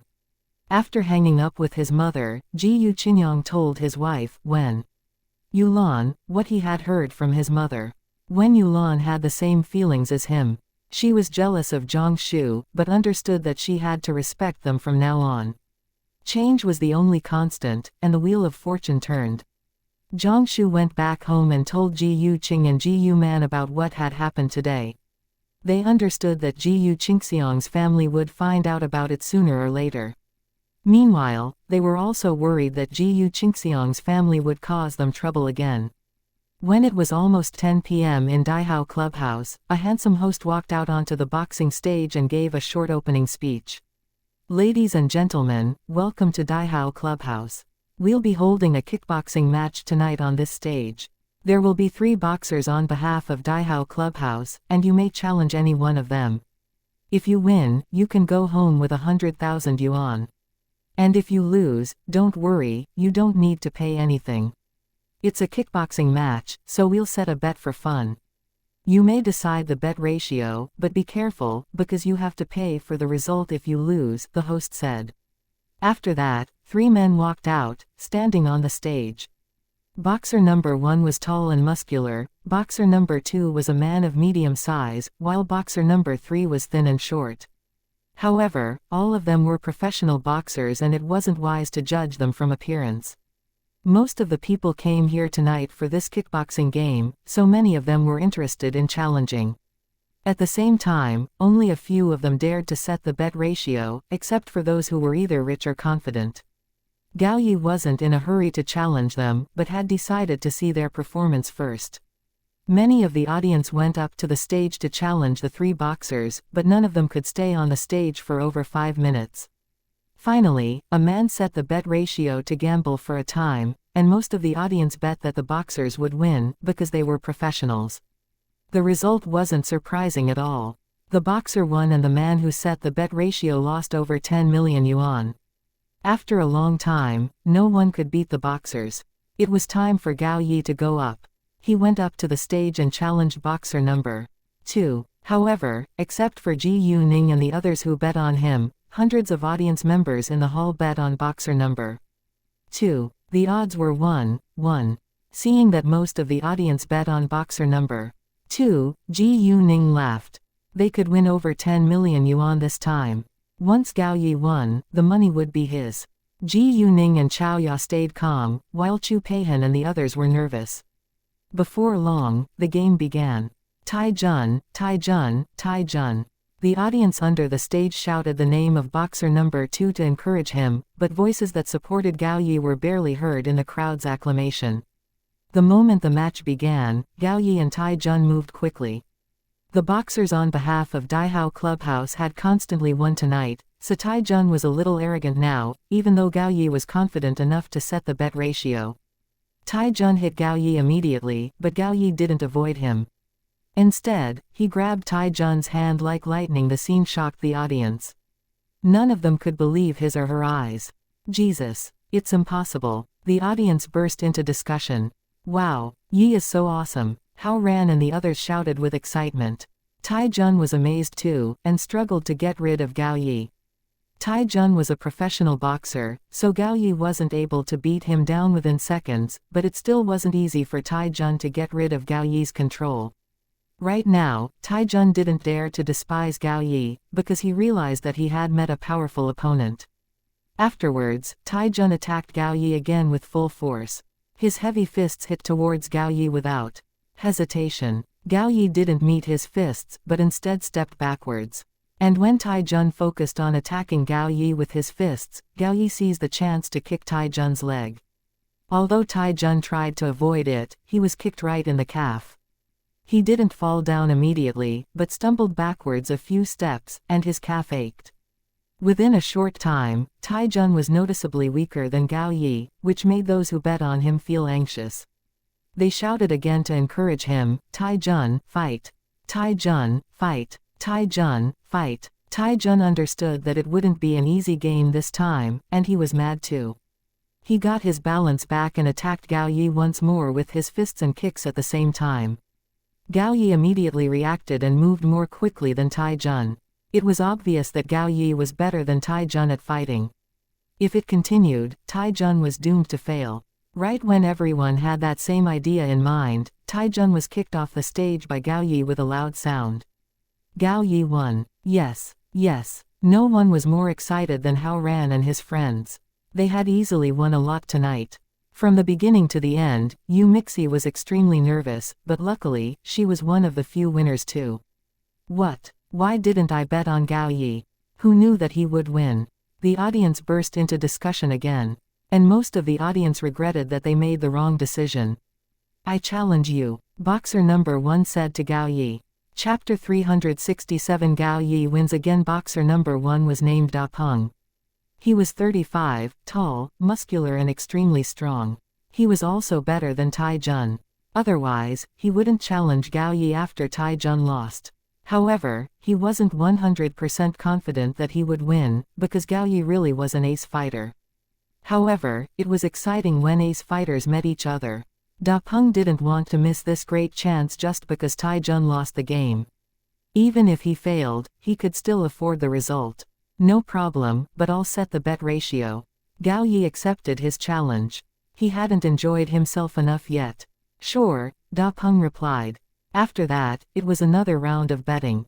However, before it began, the audience had to pay for the last round. In the last round, Gao Yi received 12.652 million yuan from those who bet on Tai Jun and 100,000 yuan reward. In other words, he made 12.752 million yuan in all. All of the money was transferred into the bank card that Ji Yuning had given him, instead of his own bank card, because it was more convenient for him to use the domestic bank card in this country. Because he could only transfer money or swipe his Swiss bank card in particular places, which was inconvenient. In addition, he had no intention to take the money as his own. On the contrary, he planned to use it to deal with business for Ji Yuning when needed. Before the second round began, everyone discussed with animation over who would be the winner. Although Gao Yi beat Tai Jun, regular customers of Daihao Clubhouse all knew that Da Peng was better than Tai Jun. Thus they didn't lose faith in Da Peng after Tai Jun's failure. Who do you think will win? Hard to tell. Gao Yi is awesome, but Da Peng isn't weak and is better than Tai Jun. Who should I bet on then? Da Peng dared to challenge Gao Yi, so he must be confident to win. I'll bet on Da Peng. I'll bet on Gao Yi. I'll bet on Da Peng. I think that the man has to be strong if he dares to challenge Yi. What do you think, boss? Hao Ran asked, not because he didn't believe in Gao Yi, but because he trusted Ji Yuning more. Gao Yi will win, Ji Yuning said affirmatively. Ji Yuning trusted Gao Yi and everyone believed in Ji Yuning. So since Ji Yuning said that Gao Yi would win, they all bet on Gao Yi. Yu Mixi did as well. Before long, the second round began. The amount of people who bet on Gao Yi was the same as the amount who bet on Da Peng. The minute that the host announced that the match began, Da Peng slammed his fist towards Gao Yi's chest. His attack was swift and threatening. Gao Yi avoided it at once, but Da Peng also reacted quickly. He turned to the direction in which Gao Yi had ducked away. It was a tense moment. This time, Gao Yi didn't hide anymore, but hit Da Peng's fist directly. When their fists met in the air, both of them were knocked backwards a few steps by the force. Da Peng was really better and stronger than Tai Jun, but it wasn't stressful for Gao Yi at all. Gao Yi was a professional killer, and had been trained cruelly. Those boxers were hardly comparable to him. In the following minutes, the two fought violently against each other with fists and kicks. In the beginning, it seemed even, but Gao Yi soon took control. Da Peng didn't realize that Gao Yi was a more powerful opponent than he had imagined until now. He was unwilling to admit it, but he knew that he was doomed to fail. Anyway, Da Peng enjoyed the competition with Gao Yi. The second round only lasted 1 minute longer than the first one, and Da Peng failed in the end. When Gao Yi punched Da Peng from the stage, those who bet on Gao Yi burst into acclamation and applause. Some also regretted that they didn't bet on Gao Yi. All of a sudden, Yu Mixi, who had been so tight on budget, now had 200,000 yuan in her pocket. She had never seen so much money before, and her hands were trembling when she got her bank card back. After the second round, Gao Yi received another 4.377 million yuan from those who bet on Da Peng and a 100,000 yuan reward. Till now, Gao Yi made almost 20 million yuan. Boxer number 3 was weaker than boxer number 1, so he didn't dare to challenge Gao Yi, because he knew that he couldn't win. No one else challenged Gao Yi, so he went back to their private room afterwards. Yi, you're so awesome. Exactly. Can you teach us some fighting skills? Gao Yi didn't answer their questions, not because he didn't want to, but because it wasn't up to him. All right, I'll let him teach you if he's free, Ji Yuning said. Hearing that, they were all excited. Since Ji Yuning agreed, Gao Yi wouldn't reject. It wasn't a problem after all. They didn't stay in the clubhouse for too long and left before 12 a.m. Because they all drank, designated drivers of Daihao Clubhouse would drive them home. Yu Mixian and Yi got in Chu Peihen's car, and the other 3 boys shared with Hao Ran, while Ji Yuning, Gao Yi along with Chao Ya took a taxi heading straight to Fenghua Luxury Mansion. I bought you a new apartment where I live, and you can stay there, Ji Yuning said. Sure, Gao Yi and Chao Ya replied. When they arrived at Fenghua Luxury Mansion, Ji Yuning didn't guide them inside at once, but instead brought them to a nearby hotel. The apartment is well decorated, but there are no daily necessities. It hasn't been cleaned either. You can stay in this hotel tonight and move in tomorrow. No problem, Gao Yi and Chao Ya answered. Ji Yuning then gave them the keys. Your new apartment is No 1201 in Zone F, and mine is number 901 in Zone G.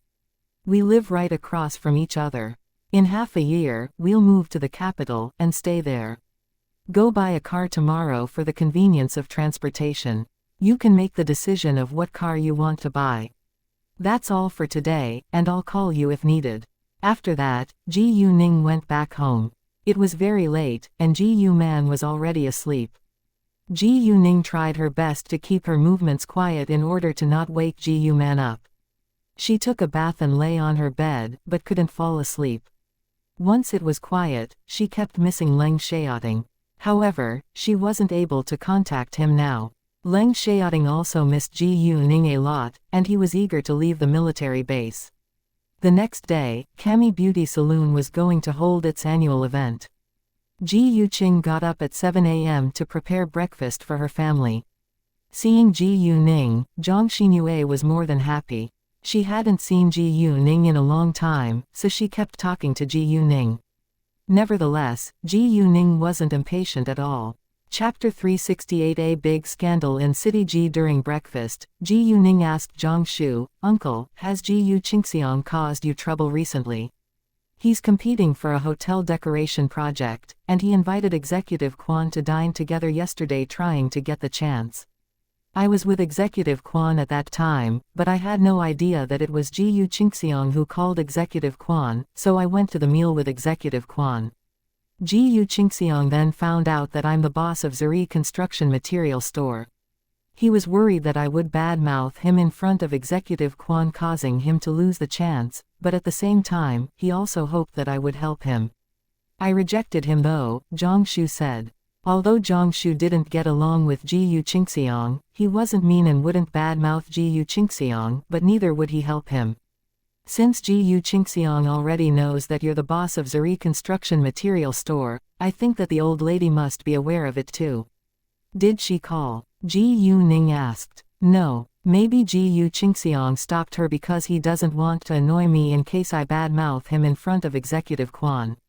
They all knew what kind of person Ji Yu Qingxiang was. Well, I'm afraid the family reunion won't be peaceful, Ji Yuqing sighed. Although the old lady didn't call them to argue with them, it was impossible that she would stay quiet during the family reunion. It'll be fine. No matter what she says, it's meaningless. Ji Yuning despised the old lady's rude behavior, but she wasn't afraid at all. After breakfast, Ji Yuqing and Ji Yuman went to their beauty salon and Zhang Shu left for his work. Ji Yuning also had something to deal with today, but she wasn't in a hurry, so she stayed home with Zhang Xinyue for a while longer. Around 10 a.m., Ji Yuning received An Guangyao's call. Boss, I just got the invitation letter from the Sao family, which is the #1 richest family in City F. They're going to host a party the day after tomorrow, and all the successful businessmen will be attending it. They also hope that the real boss of Xianxia real estate could show up. What do you think? And Guangyao asked. I don't want to be exposed yet. You may go on behalf of Xianxia, and just tell them that the real boss isn't in City F, Ji Yuning said. Sure, and Guangyao replied. Ji Yuning then told Guangyao about what had happened to Yu Mixi's family and told him to prepare a contract. She would go to Yu Mixi's place with a lawyer later. After hanging up with Ji Yuning, Guangyao immediately asked his secretary to prepare the contract and choose a great apartment. Li Zewen also called Ji Yuning and was ready to go out with her. Ji Yuning called Yu Mixi beforehand. Her family was busy working in the small breakfast shop, so Ji Yuning and Li Zewen went to meet them right away. When they arrived, Yu Mixi's parents signed the contract after reading through it. Although they had already signed the contract, the new apartment wasn't theirs yet, because Jahua Garden wasn't able to provide a premises permit for it yet. Nevertheless, the contract came to effect, and none of them were willing to break the law. After that, Ji Yuning and Li Zewen left. Ji Yuning went to Cami Beauty Salon to check on its condition afterwards. It was crowded in Cami Beauty Salon in the morning, and most of them were VIPs, while many had just joined their VIP club. All the VIPs got a small gift. And although it wasn't very expensive, it wasn't cheap. Some VIPs also won some prizes, which was a fun experience for them. Meanwhile, the luckiest ones won the top prizes, which were the jade pendants from Jade Beauty Jewelry. Everyone around them were envious, but each of them only had one chance to play the lucky draw. Ji Yuning didn't stay there for long and left when it was almost 12 p.m. Just a while after Ji Yuning left the beauty salon, she received Gao Yi's call. Gao Yi and Chao Ya were both efficient and they had settled everything within a morning. They bought a black Land Rover as their means of transportation. Even though Gao Yi and Chao Ya had been chased by the killer organizations, they had never lost their legal documents. Ji Yuning hadn't got her driving license yet, even though she was actually a skillful driver. Without a driving license, it was better for her to not drive. Gao Yi and Chao Ya hadn't eaten yet, so Ji Yuning told them to dine together. Around 3 p.m. in the afternoon, a big scandal hit City Ji like a strong windstorm. The vice mayor, Lu Shikun, the head of the Department of Transportation, Wei Chengguan, the chairman of the Hongyun Group, Fang Chengsheng, along with several government officials who had close relationships with Lu Shikun, were arrested by the police at the same time. Their criminal evidence was exposed gradually. The vice mayor, Lu Shikun, were found guilty of corruption. The amount of money he had illegally accepted exceeded 1 billion yuan, and he was involved in the murder of the previous head of the Department of Transportation. The head of the Department of Transportation, Wei Chengguan, was found guilty of bribery and corruption, and the bribes were mainly from the Hongyun Group. Several other office leaders of the government were also arrested for the same crime. The chairman of the Hongyun Group, Fang Chengsheng, had committed different kinds of crimes during the past 3 years. Hotels and restaurants under the name of Hongyun Group were also involved in many scandals. It happened so fast that Lu Shikun and the others were struck dumb when they were arrested, but it was impossible for them to argue in front of the solid proof. Lu Shikun's political ally had tried to use his power to shut the scandal down, but unexpectedly, it had already gone viral on the internet and across the country within hours. Thus, in order to not be involved in this mess, Lu Shikun and the others were abandoned by their political ally. As for what Lu Shikun and the others had done, people were furious and slammed them fiercely. Ji Yuning had made a reservation for some of the Hongyun Group's properties. However, its properties hadn't been seized yet and would be put up for auction right after Fang Chengsheng was sentenced by the court. Although there was solid proof of what they had done, it still took time to finish the legal procedures. Ji Yuning just smiled slightly when she heard the news. It wasn't surprising at all in her eyes. Chapter 369. Shop for the New Year Festival. In Guangyao, on the other hand, was quite shocked by the news.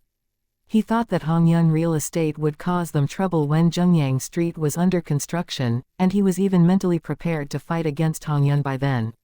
However, to his astonishment, the whole Hongyun group was in big trouble now before they were even going to develop Zhengyang Street. Besides, Fang Zongsheng certainly would be sentenced to jail, and nobody was able to run Hongyun group in that case. And Guangyao didn't know whether Ji Yuning was aware of it yet, so he called Ji Yuning without delay. Ji Yuning told Guangyao that she had already heard the news and invited him to dine together this afternoon along with his secretary, Zhang Shunji, and his lawyer, Li Zewen. They would meet at 6 p.m., so Ji Yuning along with Gao Yi and Chao Ya arrived at the restaurant when it was just past 5 p.m. Within minutes, Guangyao together with Zhang Shunji and Li Zewen came inside too. They didn't know Gao Yi and Chao Ya, so they had no idea of their relationship with Ji Yuning.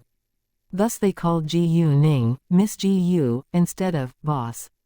"Please have a seat," Ji Yuning said to them. After they were all seated, Ji Yuning introduced them to one another. "This is Gao Yi and she is Chao Ya. Both of them are my bodyguards and work for me. And Guangyao is the chairman of Shenghua Real Estate. This is his secretary, Zhang Shunji, and his lawyer, Li Zewen." They nodded to each other after Ji Yuning's introduction. "The thing is that I'm going to acquire some of the Hongyun Group's properties, because Hongyun is doomed after the big scandal. We are gathering here today to settle the deal," Ji Yuning said. "What? Acquire some of the Hongyun Group's properties?" Hearing that, Guangyao and the others were amazed. It was a highly profitable deal if anyone could get some of the Hongyun Group's properties, but it required a considerable amount of money. Shenghua Real Estate couldn't provide a lot of funds. And although Jade Beauty Jewelry had a lot of assets, most of them were immovable property. Meanwhile, they also understood that Ji Yuning had to be prepared for it since she said so, thus they didn't doubt the possibility. Ji Yuning then added, "Hongyun Group has a new construction site in City J. It's a big living area. And they have a new shopping mall under construction. Its quality isn't bad, so I think that we can acquire both the new living area and the new shopping mall. Other than that, there are 7 more shopping malls, 6 4-star hotels, and 5 restaurants under the name of the Hongyun Group in 3 second-tier cities in Province D. We can take over all of them. Apart from the shopping malls, we need to redecorate all of the hotels and restaurants, which may take a long period. Time is money, so we have to be quick and efficient. However, quality is still the most important thing that we should always make allowances for." Everyone was surprised again by Ji Yuning's thorough investigation of Hongyun. It seemed that she had known Hongyun Group would be in a mess earlier on. Although they were all confused about how Ji Yuning was able to find out about it, no one asked the question. "I've already gotten permission from an important figure in politics. Thus if no accidents happen, those properties will be ours soon," Ji Yuning said. Yan Zhengelin had promised her, and Ji Yuning wouldn't doubt it. Even if any accidents happened, she could turn to Leng Xiaoting for help. Anyway, she made up her mind to get those properties of Hongyun. And Guangyao and the others had known how powerful Ji Yuning's network was ever since they had found out that Jade Beauty Jewelry was Ji Yuning's brand. With the support of the mayor, several of the richest families, and the Qing gang, it was hard for Ji Yuning to fail in City G. Therefore, they now completely believed in Ji Yuning. In their eyes, Ji Yuning wasn't a teenager at all, but a shrewd businesswoman who had been involved in business for at least dozens of years. Once Ji Yuning made a decision, her staff would be occupied with work 24/7. Luckily, the New Year festival was just 3 days away, and they would be on vacation the day after tomorrow. Moreover, they were willing to be busy, because it meant that they were making money. Gao Yi and Chao Ya moved into Fenghua Luxury Mansion that night. They sent Ji Yuning back to Zone G and didn't go to Zone F until Ji Yuning disappeared from their sight. Ji Yuman ate along with Ji Yuqing and her family. It was a busy day for them too, and they were both exhausted. The first thing that Ji Yuning did when she got home was to massage them and secretly put her power into their bodies to allay their tiredness. It wasn't the first time that Ji Yuning had massaged them, so they were used to it. Although they were tired today, they enjoyed it, because many of their VIPs renewed their membership and they had also gotten many new VIPs today. Ji Yuning, on the other hand, didn't think that it was a great success. Cami Beauty Salon provided good service and products, but its effects weren't very obvious, because there weren't many effective skincare products in the market yet. Thus Ji Yuning planned to replace all the skincare products in Cami Beauty Salon with her own, once her medicine company was established. As long as the skincare products were obviously effective, people would be willing to pay for it. Oh, we've been so busy these days, and we haven't shopped for the New Year festival at all. Why don't we go shopping together tomorrow? Ji Yuqing proposed. Oh, I totally forgot about it. Ji Yuman suddenly realized after Ji Yuqing brought it up. Ji Yuning had the same reaction. Shu, are you free tomorrow? Can you help us deliver the goods that we buy for the New Year festival tomorrow? Ji Yuqing asked Zhang Shu. I need to wait for a client tomorrow morning, but I can help you with the goods in the afternoon, Zhang Shu replied. Don't bother, uncle, Ji Yuning declined. I can make a call and let my staff help us.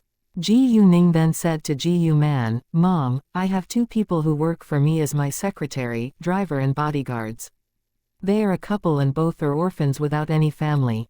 I am probably the closest person to them, so I invited them to spend the New Year festival with us. So we can shop with them tomorrow. Hearing that, Ji Yuman had deep sympathy for them, and agreed at once. No problem, they're welcome. Ji Yuning went back to her home later, while Ji Yuman kept chatting with Ji Yuqing in Ji Yuqing's place.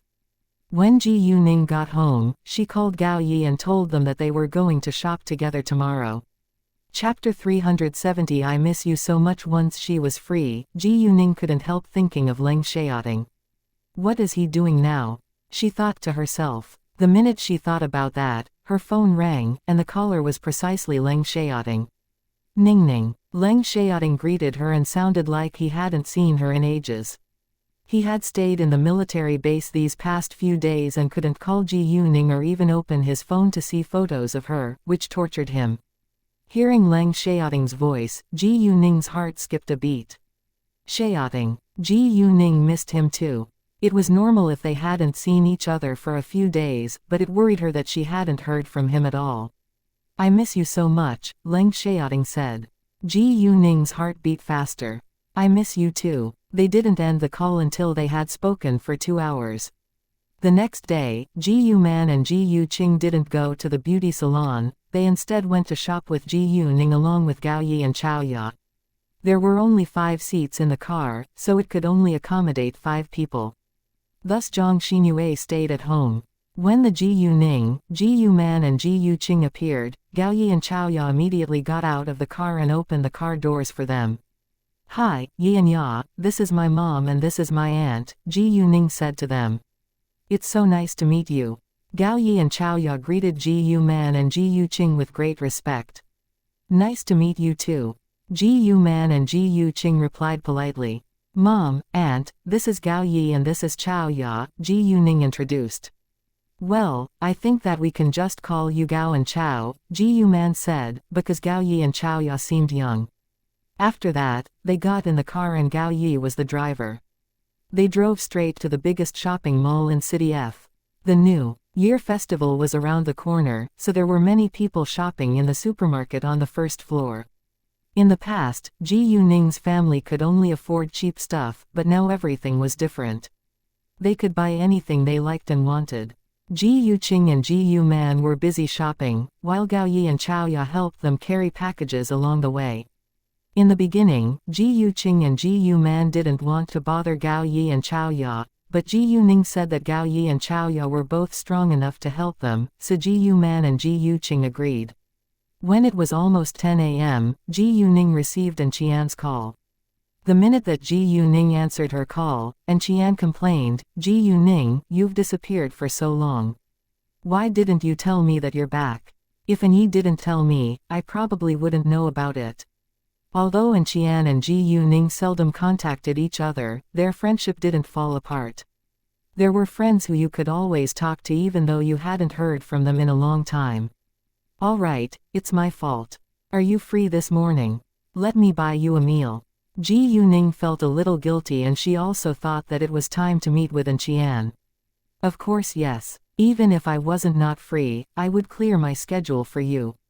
And Qian said, like she wouldn't let Ji Yuning escape again. Ji Yuning felt like laughing, and asked, "What do you want to have?"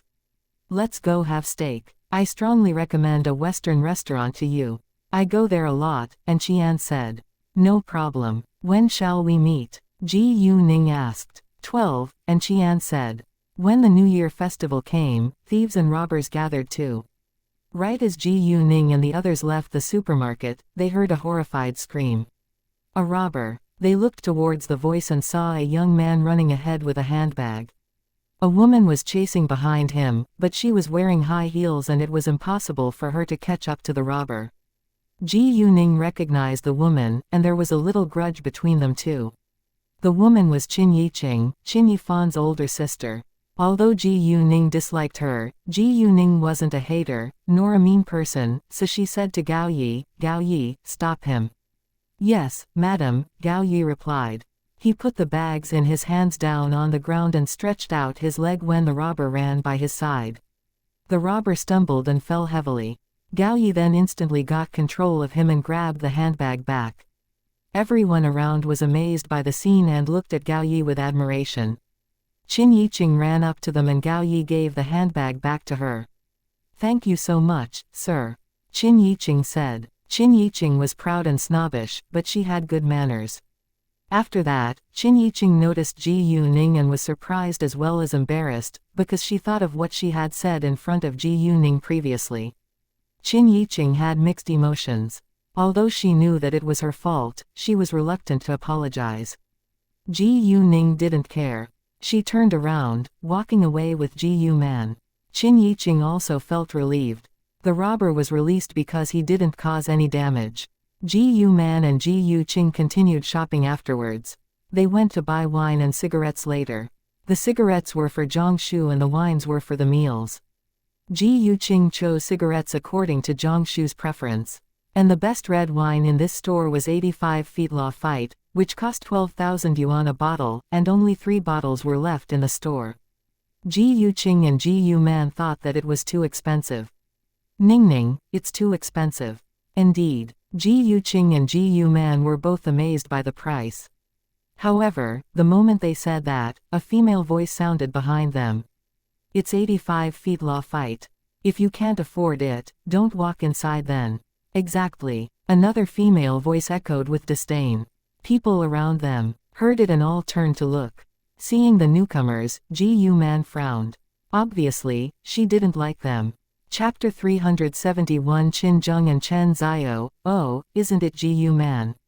the woman said with surprise when Ji Yuman turned around, but she was pretending and ridiculed Ji Yuman on purpose.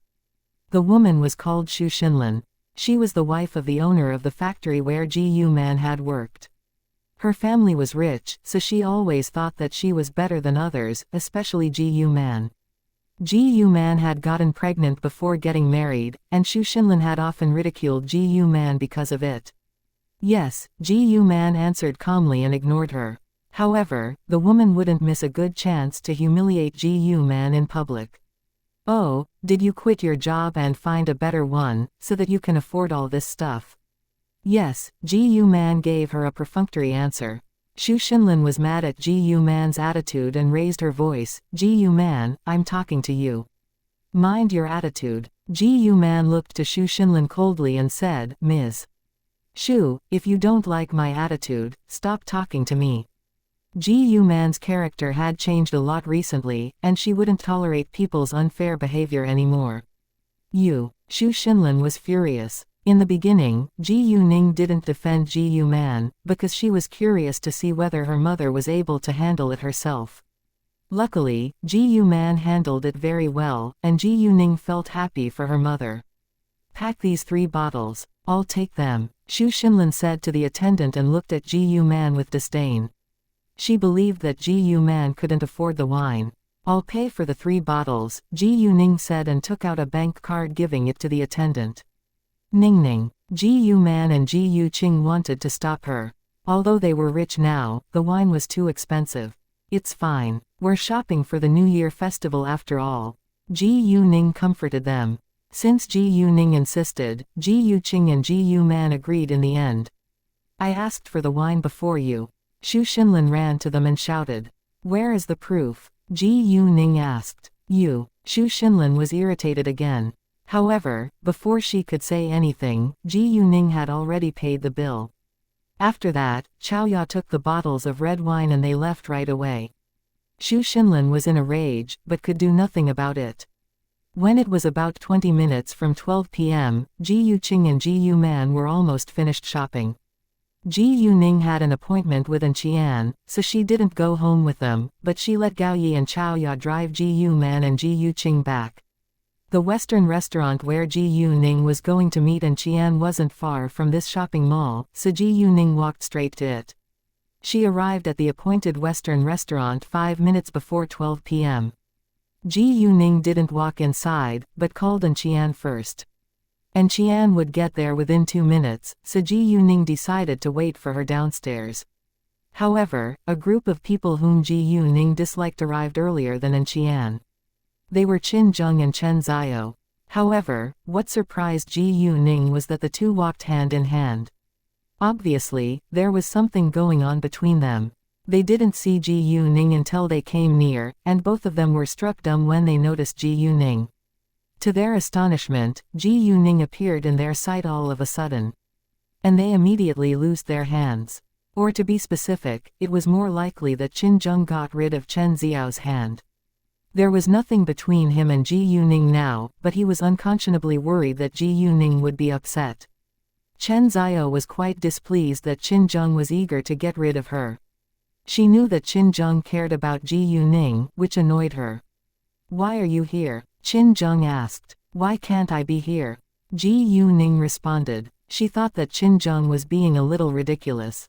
Qin Zheng was struck speechless, and felt embarrassed. Let's go now. Chen Zio didn't want them to keep talking, so she interrupted and pulled Qin Zheng upstairs. Qin Zheng wasn't happy about that, but he didn't say anything. Although he ached to reach out and hold Ji Yuning close, Ji Yuning obviously didn't want to be near him, so he didn't stay any longer and followed Chen Zio going upstairs. No sooner had Qin Zheng and Chen Zio walked upstairs than An Qian got here. Seeing Ji Yuning, An Qian complained, if I didn't call you, would you totally forget about me? Impossible. You know that I left City F once the winter vacation began, and I just came back the day before yesterday. I know that it's my fault that I've been too busy recently to call you, Ji Yuning explained. Fine, An Qian said. And they walked upstairs afterwards. It was lunchtime and there were many people in the restaurant. Unfortunately, Ji Yuning was seated not far from Qin Zheng and Chen Zio, so they saw each other once more. Qin Zheng was distracted ever since Ji Yuning appeared. Even though he understood that it was impossible for him and Ji Yuning to be together again, he was reluctant to accept the truth. He was curious about why Ji Yuning suddenly became so charming as well as outstanding after they had broken up. Back when they had been together, Ji Yuning was like nobody. Qin Zheng, what are you doing? Chen Zio was mad and questioned him. In fact, Chen Zio had a good impression of Qin Zheng, but didn't like him very much. The reason why they became boyfriend and girlfriend was because they had slept together after both of them had gotten drunk at a party. And now that Qin Zheng was her boyfriend, she naturally wouldn't allow him to admire other girls. Qin Zheng didn't answer Chen Zio's question, but drew his look back. They were in a public place, so Chen Zio wasn't willing to quarrel with Qin Zheng either, and they both ate in silence. After the meal, An Qian went back to work in the hospital, while Ji Yuning went home. Ji Yuqinyang's family arrived at around 2 p.m. Their family reunion was appointed at the Friendship Restaurant, so they booked a room at a nearby hotel. The appointed time of their family reunion meal was 6 p.m. Ji Yuqingxiang and Ji Yuqinyang's families arrived at the private room at 5:40 p.m., but Ji Yuman and Ji Yuqing hadn't shown up yet, which annoyed them. Ji Yuning and her family arrived on time, and all of them were in designer brands. And with the nourishment of Ji Yuning's power, Ji Yuqing and Ji Yuman looked much younger than before. Chapter 372 The Heir of Rich People. The changes in Ji Yuqing and Ji Yuman were too obvious to be ignored, and everyone was impressed and stunned. Especially Lin Liwan and Wen Yulan. As women, they were both jealous of Ji Yuqing and Ji Yuman.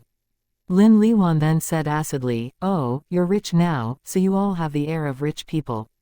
"Rich? Are they richer than my uncle?" Ji Yu Qingxi asked. He acted arrogant because he didn't believe that Ji Yu Ning's family was richer than Ji Yu Qingxiang's family. "Exactly," Ji Yu Yinyan echoed. Ji Yu Yinyan and Ji Yu Qingxi were both young, and didn't know much about their family conflicts. They had only heard that Ji Yu Man and Ji Yu Qing's family were rich now, but had no idea how rich they were. "Qingxi, Yinyan, shut your mouths." Ji Yu Qinyang criticized them. He didn't want to annoy Ji Yu Ning, and wouldn't allow his son and daughter to do so. Ji Yu Yinyan and Ji Yu Yinyan felt aggrieved, but had to listen to their father. "So what? You did the same thing before, so why don't you continue doing it?" Ji Yu Ning retorted directly. Lin Liwan was mad. Ji Yu Qingyan understood that Ji Yu Ning was different now, but he still believed that she was inferior to them. Seeing Ji Yu Ning being so proud, Ji Yu Qingyan was furious. "Ji Yu Ning, how dare you talk to my mother like that? Ji Yu Qingyan, who do you think you are? And why can't I talk to your mother like that?" Ji Yu Ning sneered, which irritated Ji Yu Qingyan. Ji Yu Qingyan abruptly stood up, like he was going to punch Ji Yu Ning. "All right, sit down now." At this moment, Ji Yu Qingxiang stopped his son. He was also unwilling to annoy Ji Yu Ning and the others, because he couldn't bear the result. Ji Yu Qingxiang had warned his family not to find fault with Ji Yu Ning and the others like they had done before, so Ji Yu Qingyan had to listen to his father and curbed his anger for now. "Have a seat, you all," Ji Yu Qingxiang said to Zhang Shu and the others. Zhang Shu and the others sat down afterwards. When they were just seated, the dishes were placed on the table one by one. The old lady was unusually polite this time, but they all knew that it wouldn't last long, because it was all an act. Without surprise, the old lady opened her mouth after the dishes were all on the table. "Zhang Shu, you really kept it a deep secret and none of us found out that you're a big boss until Qingxiang met you in the hotel. What? You're rich now, so you're going to abandon us?" The old lady took it for granted that Zhang Shu owed them. Zhang Shu hadn't run his business for very long, but he wasn't weak anymore. Ji Yu Ning had also reminded him to be confident and never yield. Otherwise, those shameless people would take full advantage of them. Therefore, Zhang Shu became tough now to protect his family. Thus facing the old lady's harsh questions, Zhang Shu stayed calm and argued, "You must be joking. If we were going to abandon you, we wouldn't have come here today. And we've always lived our life separately. Nobody cares about each other, so why should I tell you what I'm doing now?" In other words, it was none of their business. The old lady was stunned. Although she knew that Zhang Shu's explanation made sense, she couldn't accept it. "Well, do you mean that it's not your filial duty to support your mother-in-law?" The old lady still believed that she had the right to share Zhang Shu's money. "Mom, we respect you as always. We have never missed a red envelope for you during any festival. Isn't it enough?" Zhang Shu asked. Zhang Shu was telling the truth. Although Ji Yu Qing and Ji Yu Man had been poor in the old time, they had never forgotten to prepare a red envelope for the old lady. "It's different now. You're rich and you're supposed to give me more." The old lady lost her patience and removed her disguise. She never liked the red envelopes that Ji Yu Qing and Ji Yu Man had prepared for her, because there wasn't much money inside, but she had still taken them out of greed. "Mom, do you really lack money? Qingxiang is very rich, so it's unreasonable that you're short of money," Zhang Shu said. Obviously, he aimed at Ji Yu Qingxiang. In fact, Zhang Shu understood that Ji Yu Qingxiang wouldn't treat his mother badly, because he was a filial son, although he treated his brothers and sisters unfairly. Thus, Zhang Shu only said it to criticize the old lady. The old lady was furious. Ji Yu Qingxiang of course supported her well, but it didn't mean that she would stop wanting more. "Zhang Shu, it doesn't make sense. Even though Mom doesn't lack money, shouldn't you be a filial son-in-law and take good care of our mother?" Lin Liwan said, like it was really Zhang Shu's fault. "Okay, why don't you tell me what you and your husband have done for your mother, so that I can learn from you?" Zhang Shu said sarcastically. He knew that a selfish man like Ji Qingxiang definitely wouldn't support his mother-in-law, and the old lady was too mean to allow Ji Qingxiang and Lin Liwan to give Lin Liwan's family anything. In that case, Lin Liyuan had no position to blame Zhang Shu. However, in the old lady's eyes, she thought that Ji Qingxiang and Lin Liwan had to have secretly given Lin Liwan's family something behind her back, so she was mad at once. Liwan, did you secretly give your mother money from our pocket? It was unbearable if Lin Liwan did that. Mom, I didn't. Lin Liwan immediately denied, but she was lying. Although Lin Liwan denied it, the old lady still warned her, listen, you married my son, and you're part of our family now. Never take money out of our pocket to support your relatives. Sure I won't, Lin Liwan said, but didn't take it seriously. Ha ha, Ji Yuning laughed. Since she married your son and is part of your family now, you don't allow her to take money out of your pocket to support her relatives, so you shouldn't ask your daughters to do the same thing. Don't forget that your daughter is married too. Chapter 373 Don't force me to kill you, you. What Ji Yuning had said was like a slap which slammed across the old lady's face, and she felt utterly embarrassed. However, the old lady didn't want to give up, so she played the blame game. Zhang Shu has no parents and he should regard me as his mother. His is mine too. Hearing that, Zhang Shu and the others were all shocked and amused by the old lady's stupidity and shamelessness. Ji Yuning snapped at her, I've never seen such a shameless person like you in my whole life. Who do you think you are? Being humiliated by Ji Yuning, the old lady lost her reason. Who do you think you are then? You're merely a bastard. Bang. Ji Yuning hit the table heavily with her hand angrily, which scared everyone around the table.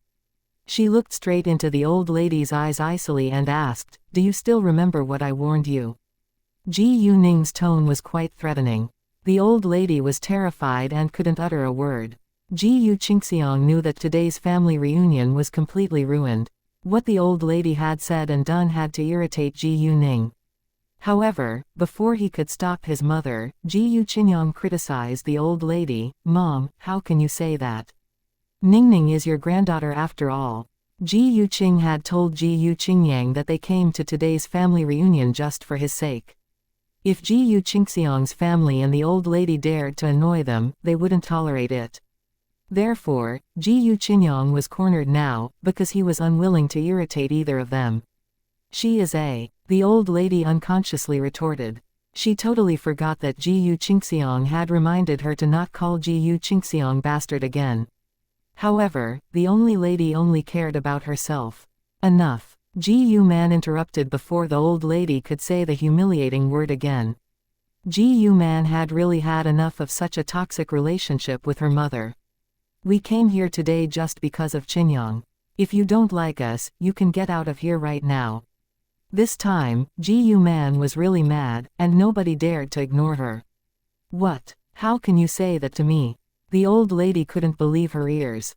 Everyone else around the table was greatly surprised too, including Ji Yuning.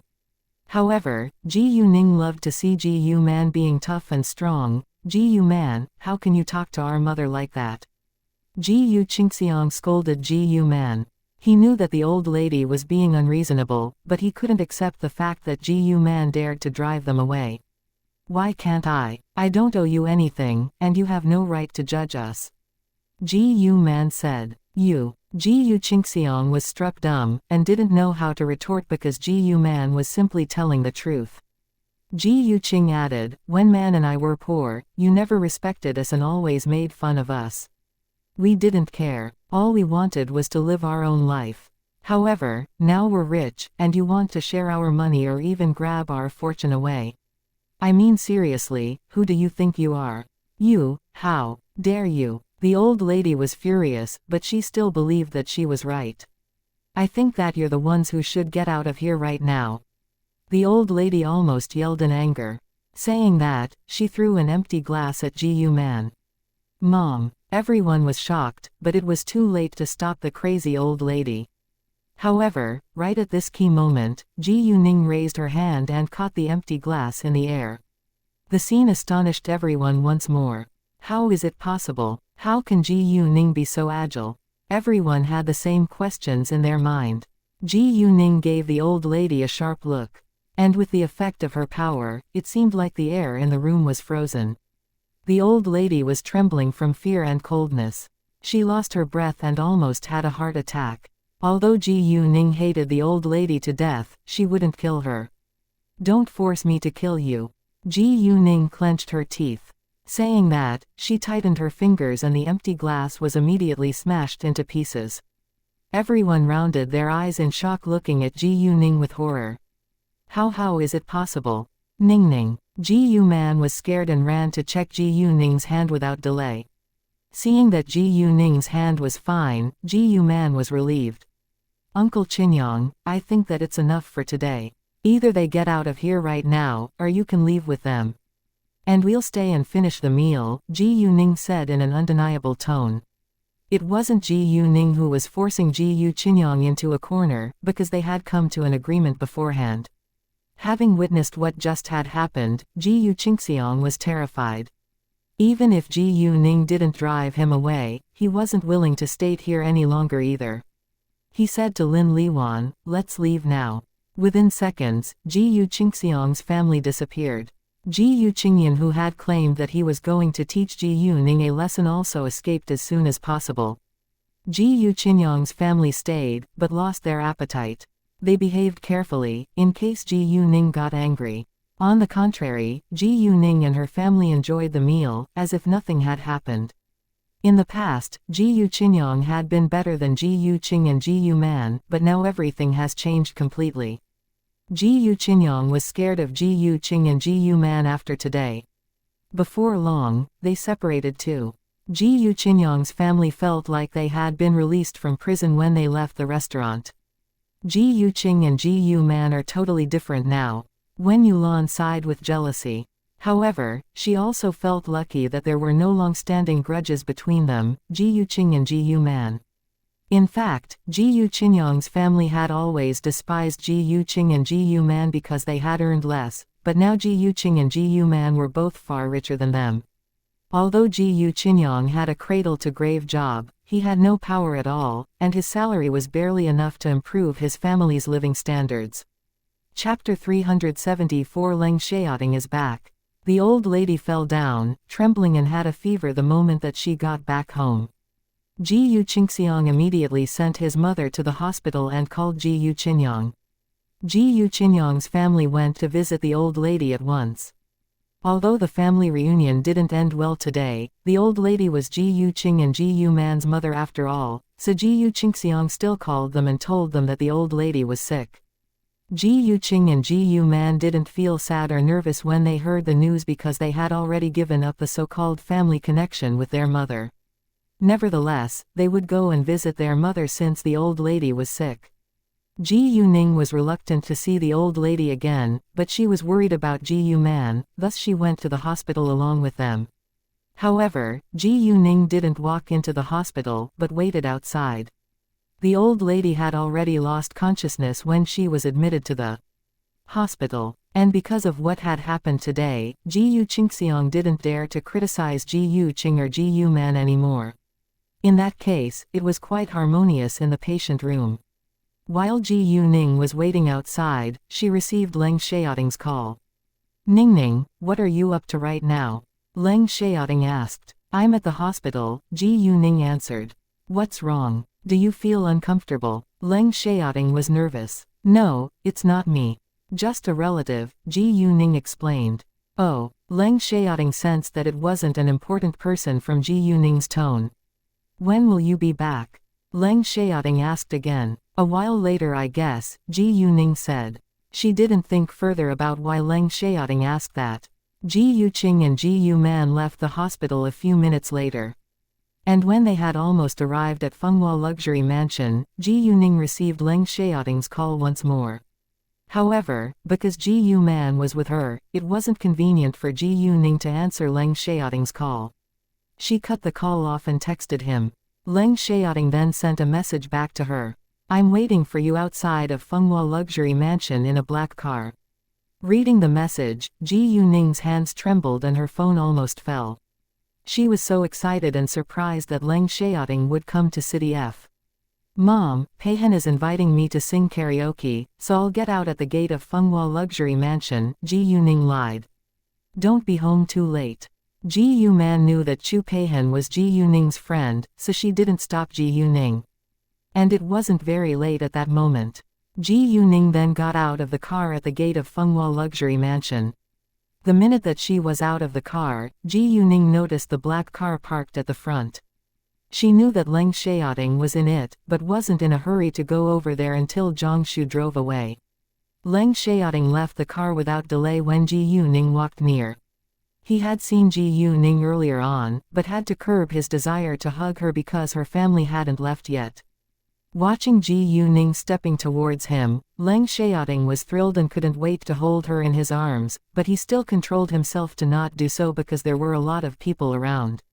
Leng Xiaoting could only open the car door for Ji Yuning quietly, but there was a burning desire in his eyes. Ji Yuning had the same feelings. Once Ji Yuning was in the car, Leng Xiaoting closed the car door and sat in the driver's seat. He clasped Ji Yuning's hand in his, fixing his eyes on her with passion. Where should we go now? Ji Yuning asked. No idea, Leng Xiaoting replied. Just talk for a while in the car. Ji Yuning asked. Leng Xiaoting frowned a little. Apparently that wasn't what he wanted. Well, then what should we do? Ji Yuning asked. I'm staying in a hotel tonight, Leng Xiaoting said. He was implying something. Ji Yuning flushed and turned her face aside. Let's go there then. With Ji Yuning's permission, Leng Xiaoting's eyes lit up at once and he drove ahead to the hotel. To calm her embarrassment, Ji Yuning changed the topic. Did you finish your work? Yeah, Leng Xiaoting said. When will you go home for the New Year festival? Ji Yuning asked. Tomorrow afternoon, Leng Xiaoting replied. During their small talk, a picture suddenly emerged before Ji Yuning's eyes. She saw that a shadow secretly came to a car and pried the car door open before he cut the brakes. Ji Yuning recognized that it was Guangyao's car. Although she didn't foresee what was going to happen next, it would be dangerous if the brakes of the car were broken. Ji Yuning immediately realized that Guangyao was in danger, and called him at once. Guangyao answered her call within seconds. Before he could say anything, Ji Yuning asked, Uncle N, where are you now? I'm in the Kadun Hotel. The party is over and I'm going home. What's up? Guangyao said. I have something important to discuss with you. Don't leave and wait at the hotel for me, Ji Yuning said seriously.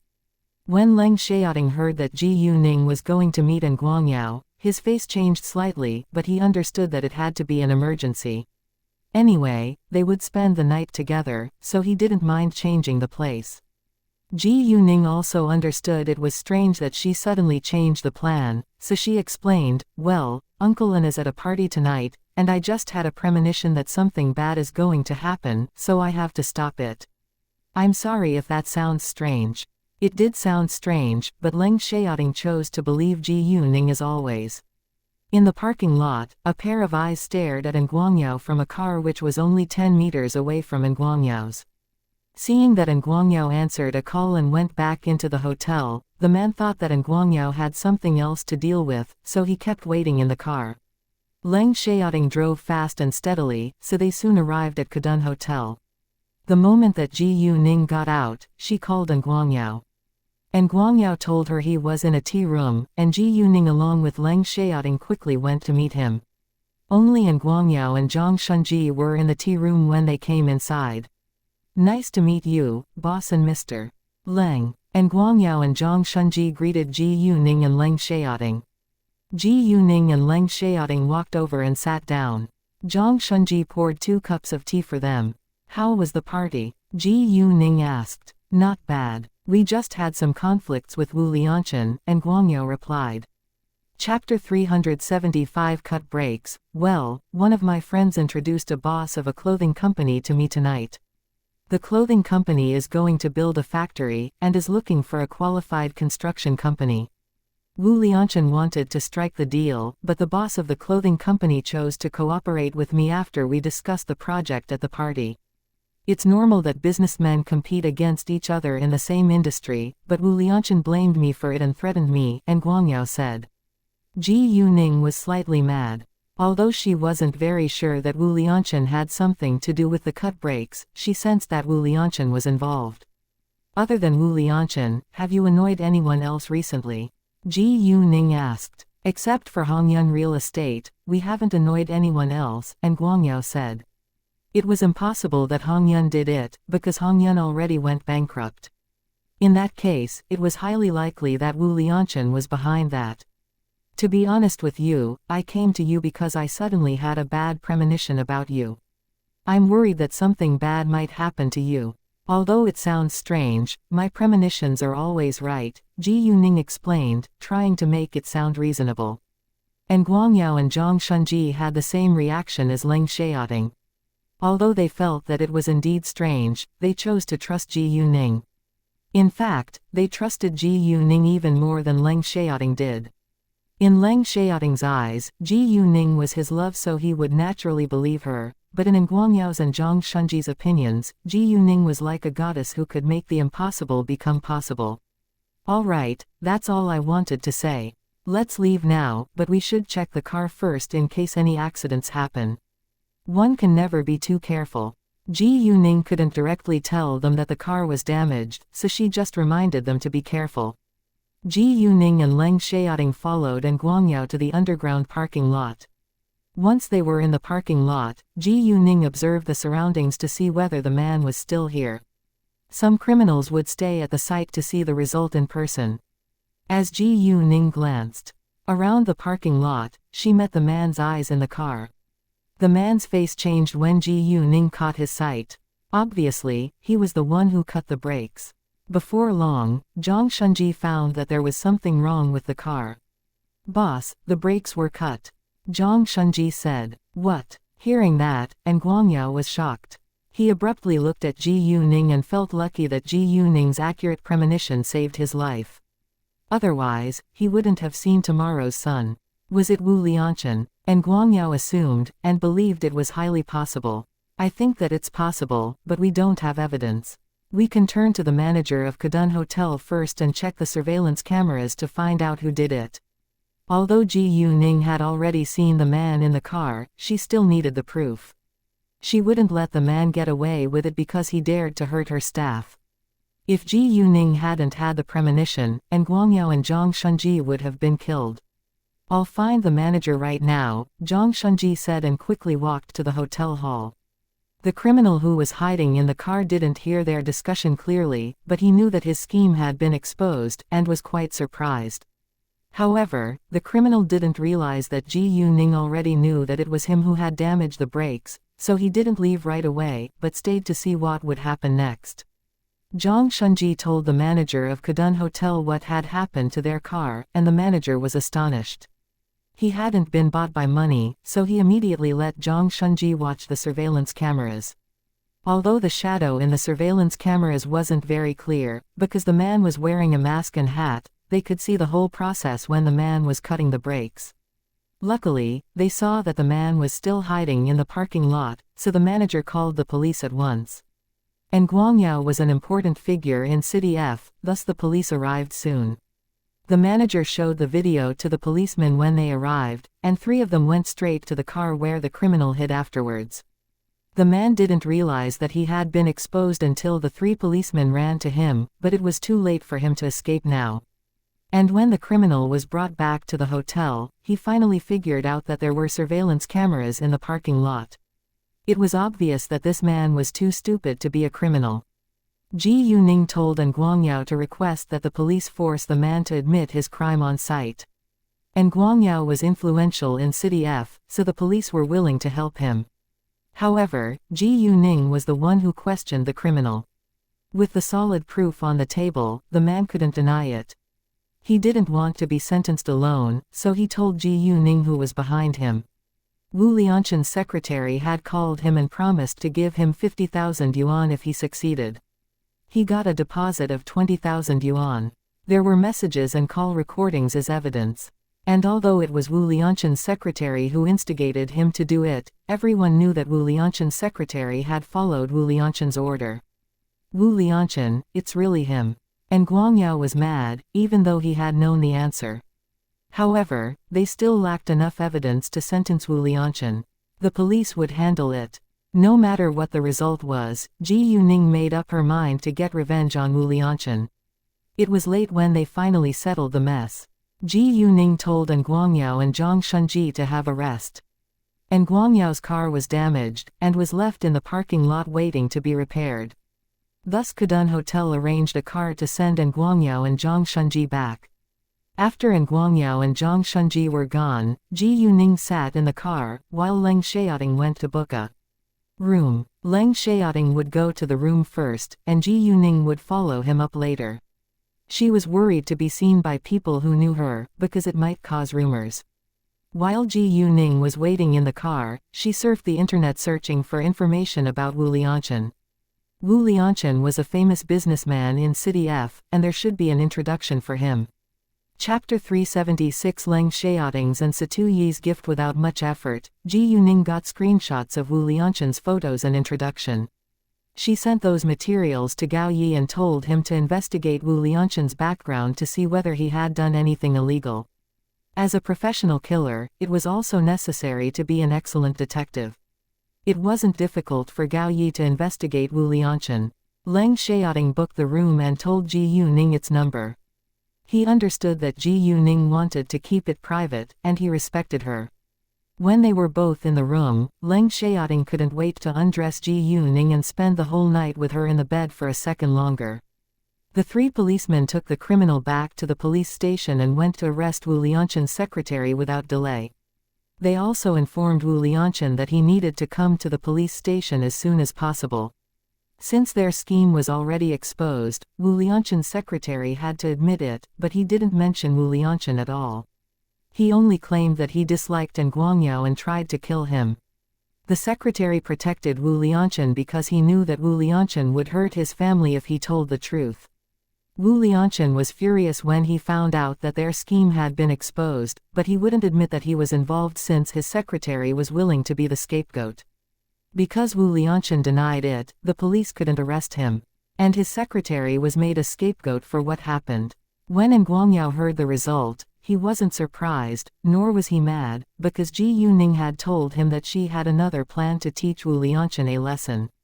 When it was almost 11 p.m., Ji Yuning called Ji Yuman. She made up an excuse that Chu Peihan wasn't in a good mood, so she wouldn't be coming home tonight. Ji Yuman didn't doubt it and agreed. The next day, Ji Yuning still stayed with Leng Xiaoting. It was raining outside, so Ji Yuning and Leng Xiaoting ate at the hotel. Meanwhile, Wu Lianshen's secretary and the criminal were sentenced to 3 years in jail for attempted murder. In City G, Lu Shikun and the others were also sentenced by the court, but the New Year festival was tomorrow, so Yan Zhengelin told Ji Yuning that the Hongyun Group's properties would be put up for auction after the festival. Ji Yuning wasn't in a hurry, so she agreed. Leng Xiaoting didn't leave the hotel and Ji Yuning until it was 5 p.m. Before he left, Leng Xiaoting took out a box from the trunk of his car. He said that it was a New Year gift for Ji Yuman, and that there were 2 pieces of ginseng inside. They seemed old and had to be expensive. Other than ginseng, there were also many other precious herbal medicines in the box. Since it was a gift from Leng Xiaoting, Ji Yuning accepted it with pleasure. After that, Ji Yuning sent Leng Xiaoting to the airport. Leng Xiaoting didn't want to bother Ji Yuning, but he wanted to seize every second that he could be with her, so he let Ji Yuning send him to the airport.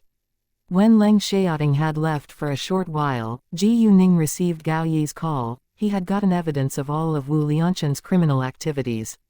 Wu Lianshen was a very bold businessman, and he was too proud to destroy the proof. Thus it was very easy to investigate his criminal history. Corrupt Wu Lianshen had illegally taken over 40 million yuan, which was the funds of a construction project, putting it into his own pocket, and had even used shoddy construction materials. He had also schemed against his competitors in business and deliberately caused a car accident. Except for his corruption, the rest was all done by others who worked for him, so there was no direct proof to prove that he was guilty. However, corruption alone was enough to sentence him to prison. With the evidence in her hands, Ji Yuning told Kay to find the email address of the chairman of the Tianhua Group and send all of Wu Lianshan's dirty secrets to the chairman. Tianhua Group was the parent company of Tianhua Real Estate, in which Wu Lianshan was the executive president. Ji Yuning didn't send the email in person, because she didn't want to be involved. Her aim was to unseat Wu Lianshan after all. The chairman of the Tianhua Group was furious when he read the email, and immediately demanded that people look into it. Ji Yuning shared her dinner with Gao Yi and Chao Ya. She wasn't going home yet, so she put Leng Xiaoting's gift into her telepathic eye space. During the meal, Ji Yuning received Chu Xuanfang's call. Chu Xuanfang asked where she was and wanted to meet her in person. Ji Yuning had a sense that it had something to do with Satuyi, but either way, she agreed to meet with him. Chu Xuanfang came alone, but showed up with a box of gifts. He told Ji Yuning that it was Satuyi who asked him to give her the New Year gift. Ji Yuning was surprised, but it was also predictable. She didn't accept it immediately, but instead used her jade eyes to see what was inside. If they were too expensive, she would decline. Without doubt, the objects inside were truly expensive, like 2 bottles of 85 feet Medusa from the Conti winery in Rome, which were worth at least 190,000 yuan. And there were many precious herbal medicines too. Ji Yuning hesitated because it was Satuyi, not Leng Xiaoting, who sent such expensive gifts to her. I don't think that I should take them, Ji Yuning said. Although they were nothing to Satuyi, they were really very expensive. Knowing what was on Ji Yuning's mind, Chu Xuanfang almost begged, please accept it. Otherwise I'll be in big trouble. Ji Yuning didn't know whether Chu Xuanfang was being serious, but she didn't want him to get in trouble. After a short time of hesitating, Ji Yuning accepted the box of gifts in the end. Anyway, she had received much more expensive gift than that from Satuyi before.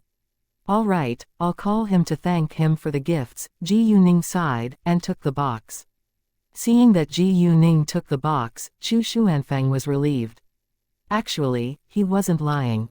If he failed to get Ji Yuning to accept the gifts from his boss, he wouldn't have a peaceful New Year festival this year. Ji Yuning called Satuyi the moment Chu Xuanfang was gone. Hi, how are you doing? Satuyi said once he answered the call. Great. And I just received your New Year gift, they're too expensive, Ji Yuning said. Why don't you buy me a meal when you're in City Ji to thank me? Satuyi said. Apparently, he was creating chances to meet Ji Yuning alone. No problem, Ji Yuning said. Since she had already accepted Satuyi's gifts, it was reasonable that she invited him to dine together. They said, Happy New Year, to each other before hanging up. Chapter 377 The New Year Festival. After dinner, Ji Yuning went back home.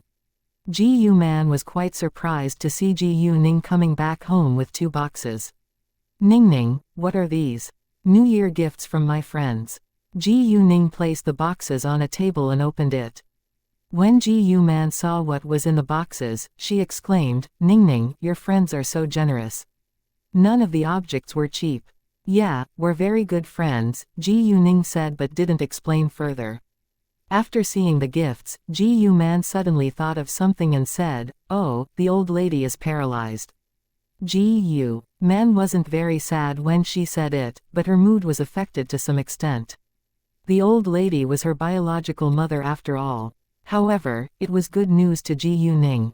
If the old lady was paralyzed, she wouldn't be able to cause Ji Yuman and Ji Yuqing trouble anymore. Ji Yuning was always busy ever since she had come back from City F, and she didn't have much time to talk with Ji Yuman, so she hadn't mentioned Tang Yunfen yet. And tomorrow was the New Year festival.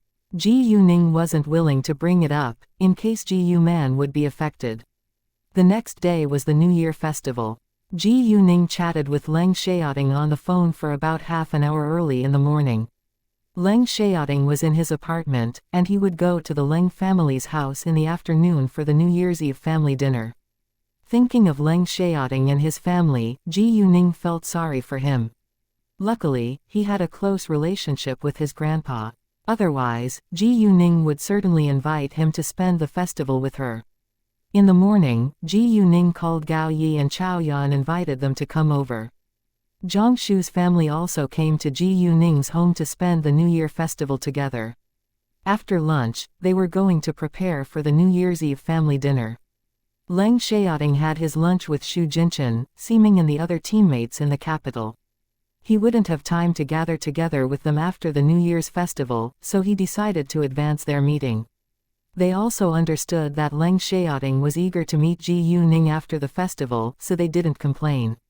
However, one of them felt sad that he was still single. That one was precisely Xu Jinchen. Ximing and Chu Yuxin got along quite well recently. And although they weren't boyfriend and girlfriend yet, they would be sooner or later. The capital, in the Leng family's old house.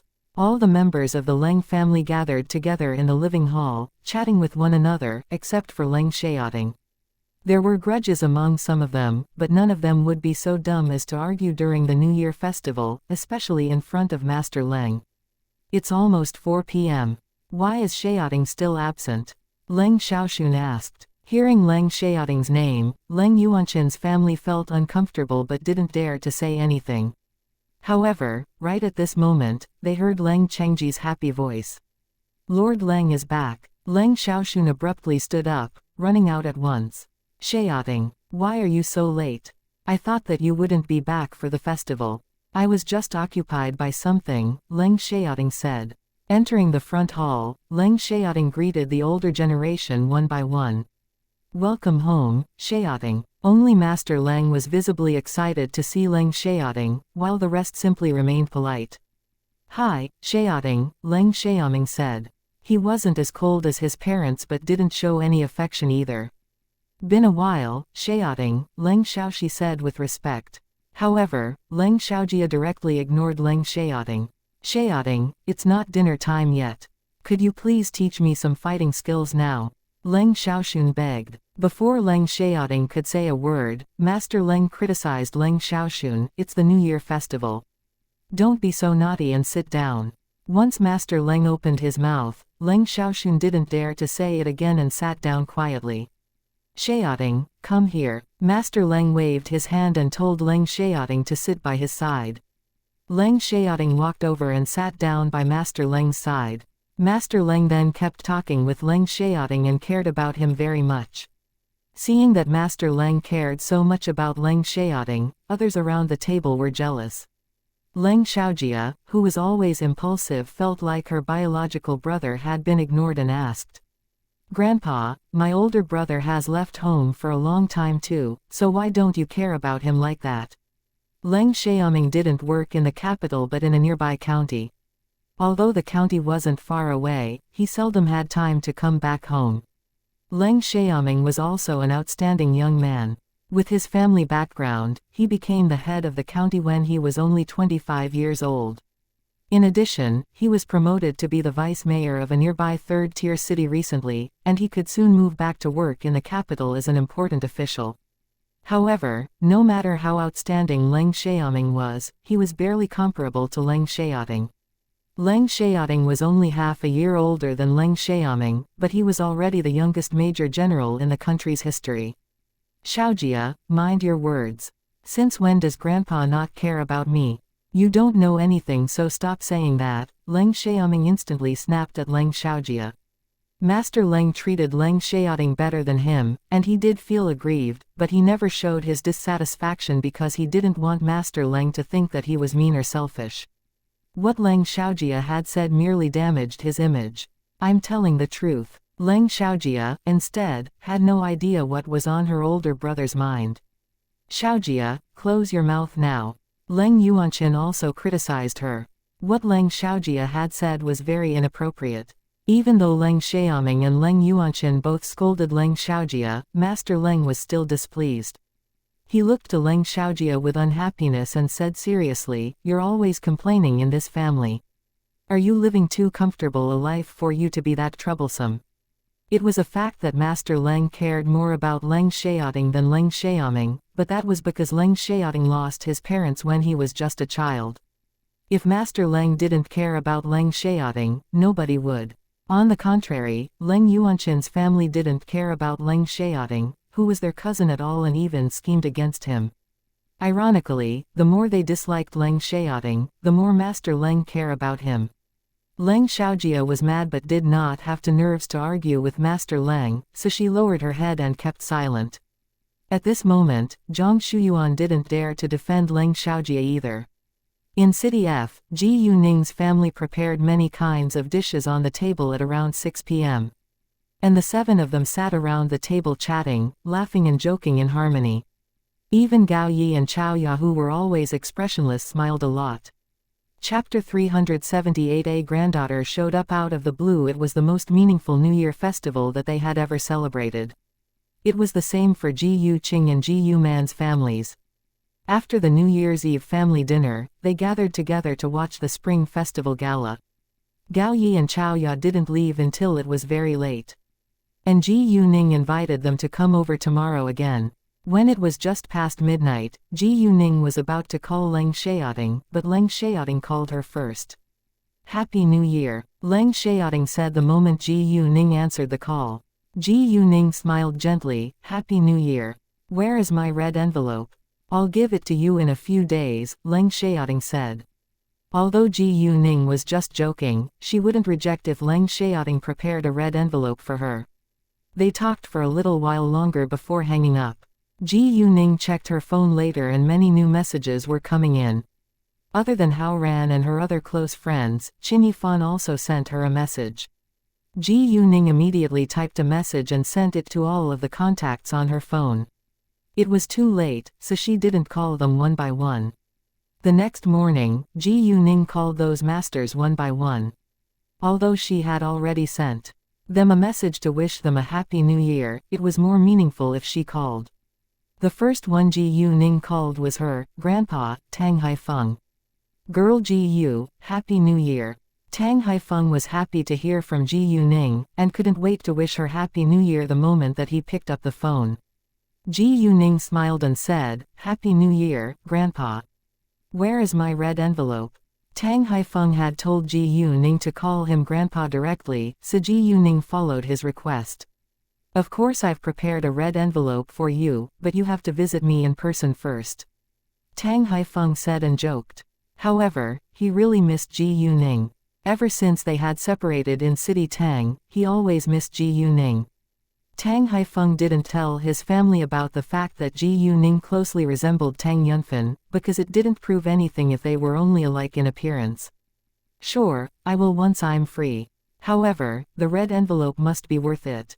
If it isn't enough to pay for my plane tickets, I'll be mad," Ji Yuning said and acted greedy. Tang Haifeng laughed out loud with pleasure. "Ha ha, don't worry. Grandpa will give you a thick red envelope." "Very well, then I'll call you when I come to visit you," Ji Yuning said.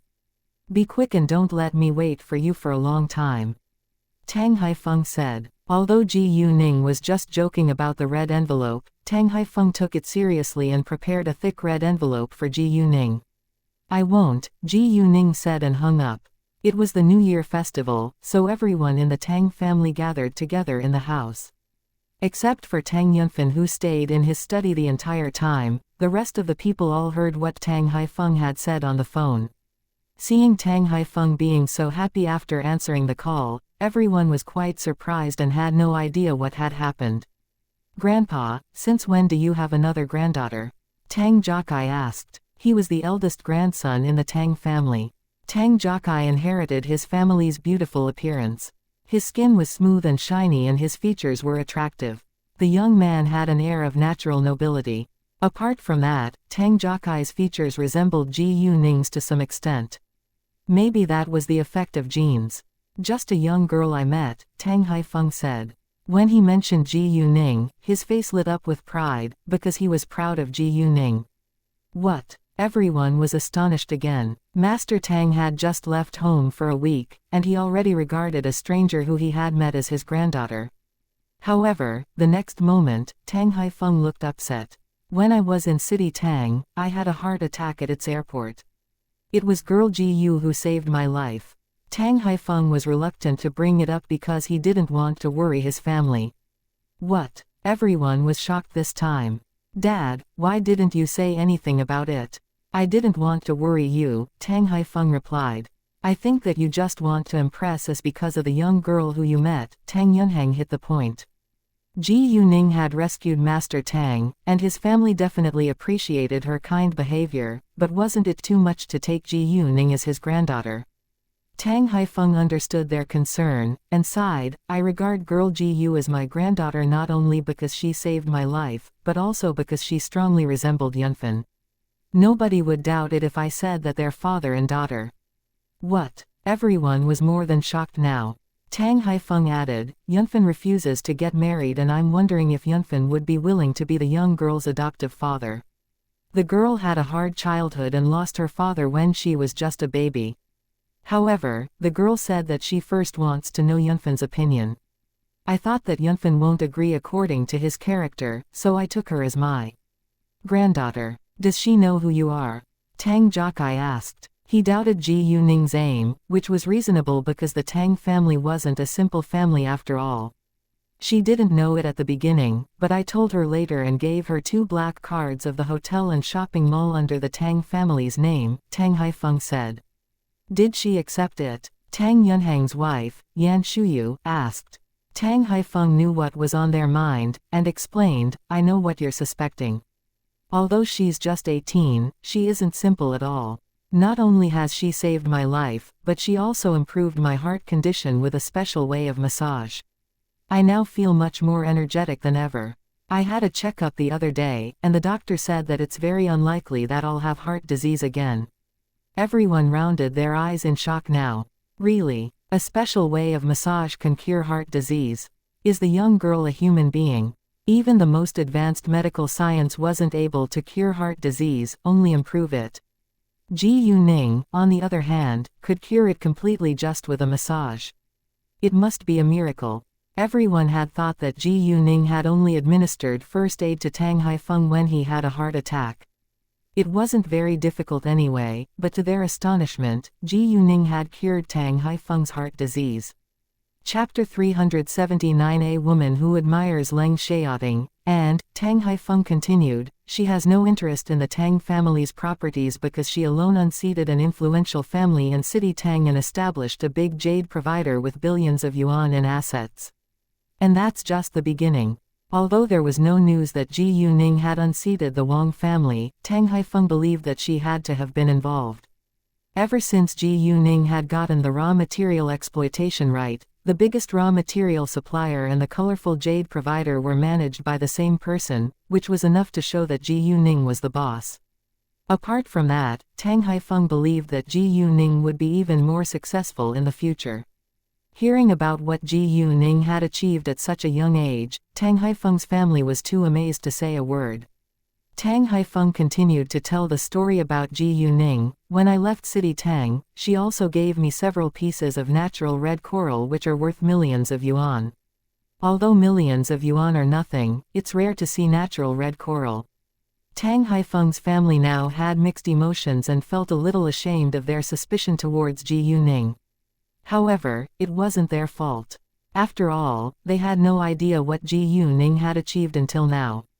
Moreover, there were many money hunters nowadays, and they needed to be careful. Wow, I'm really curious about her. Grandpa, when will she come to City B? Tang Jokai asked. Tang Yunhang and Yan Shuyu also had a great impression of Ji Yuning. Both of them wanted to meet her as soon as possible too. They weren't selfish and arrogant people, so they now appreciated Ji Yuning, not because she was rich but because of her outstanding ability. No matter how rich Ji Yuning was, she couldn't compare with the Tang family anyway. Well, she will come here after the entrance examination to college, Tang Haifeng said. He also looked forward to seeing Ji Yuning again. It'll be a long time. Tang Jokai was slightly disappointed. After chatting with Master Tang on the phone, Ji Yuning called Master Bai, Master Yan, and Master Fu to the capital, in the Leng family's house. Guests were visiting the Leng family in the morning. They were a middle-aged couple along with a young woman, who was around 23 years old. Happy New Year, everyone. The middle-aged couple smiled politely and said with pleasure the moment they walked inside. Happy New Year, Grandpa Leng, Uncle Leng. And Aunt Lang. The young woman also greeted everyone with great respect. The middle-aged man was called Shen Yangfeng. He was the cousin of Master Leng's deceased wife. The middle-aged woman was his wife, Chen Chuyin, and the young woman was his daughter, Shen Jilin. The Shen family wasn't an influential family in the capital but was super rich, and famous to some extent, mainly because of their relationship with the Leng family. Master Leng loved his deceased wife deeply, so he was naturally willing to take good care of the Shen family. Master Leng smiled. "Happy New Year. You didn't need to bring so many gifts." Shen Yangfeng shook his head lightly and said with sincerity, "Of course we should bring some gifts to visit you. We can't come here with empty hands." Master Leng smiled but didn't say anything further. Leng Yuanqin opened his mouth instead. "Please, everyone be seated." After that, Yu Yin told the servants to help Shen Yangfeng and Chen Chuyin with all the gifts in their hands and to pour cups of tea for them. Shen Yangfeng glanced around after he sat down. "Where are the children?" "Xiaoming is in his room, Xiaojia is busy with her design, and Xiaoxun, Xiaoxi, and Xiaoting are in the backyard," Leng Yuanjun said. Hearing that Leng Xiaoting was here too, Shen Jilin's eyes lit up with excitement. Although she tried her best to hide her affection towards Leng Xiaoting, it was quite obvious from her face. In fact, everyone knew that Shen Jilin admired Leng Xiaoting. In the beginning, Master Leng had intentionally introduced her to Leng Xiaoting. The Shen family was a close relative to the Leng family after all, and Shen Jilin was a pretty good girl too, but unfortunately, Leng Xiaoting didn't like her at all, so Master Leng gave up in the end. However, the Shen family wasn't willing to miss any chance that they could build a closer connection with the Leng family, so Chen Chuyin said, "Jilin, why don't you go and have fun with the younger generation? It would be boring if you stayed here with us." However, it was just an excuse. The Shen family wanted to marry Shen Jilin into the Leng family, not only because Shen Jilin admired Leng Xiaoting, but because they wanted to stick together with the Leng family. In that case, a marriage alliance would be the best way to achieve their goal. Leng Xiaoming was a better choice than Leng Xiaoting when it came to marriage, because Leng Xiaoming was more easygoing, while Leng Xiaoting was always cold and aloof, but Shen Jilin only admired Leng Xiaoting, so her parents had to follow her desires. Anyway, as long as the man was from the Leng family, they would be satisfied. If you'll excuse me, I'll go to visit with Xiaoxi now," Shen Jilin said politely to the elderly. "Enjoy yourself." Although Master Leng understood what was on their minds, he couldn't stop them, because they used Leng Xiaoxi as the excuse. However, no matter what, the result would be the same as usual. Leng Xiaoting wouldn't care about Shen Jilin. In addition, Leng Xiaoting already had a girlfriend now, so Master Leng wasn't worried at all. Shen Jilin went to the backyard and noticed Leng Xiaoxun, Leng Xiaoxi, and Leng Xiaoting. Leng Xiaoting was teaching Leng Xiaoxun kung fu, while Leng Xiaoxi was watching them from the swing. Seeing the extraordinarily handsome Leng Xiaoting, Shen Jilin's heart was pounding fast, and her eyes were full of admiration now. She knew that Leng Xiaoting was always cold and remained aloof from others. He had never cared about her, but it wouldn't stop her from loving him. "Jilin, come here and have a seat." Leng Xiaoxi was excited to see Shen Jilin. Among the young generation, Leng Xiaoxi was the only one who had a close relationship with Shen Jilin. Leng Xiaojia was too proud to be friendly to Shen Jilin, and Shen Jilin didn't like her either. Hearing Leng Xiaoxi's voice, Shen Jilin drew her gaze back from Leng Xiaoting and smiled towards Leng Xiaoxi, walking ahead. "Xiaoxi, Happy New Year." "Happy New Year to you," Leng Xiaoxi said. Leng Xiaoxi moved aside a little so that there was enough space for Shen Jilin to sit. "Xiaoxi, when did Xiaoting come back?" Shen Jilin asked and pretended that she was just chatting casually.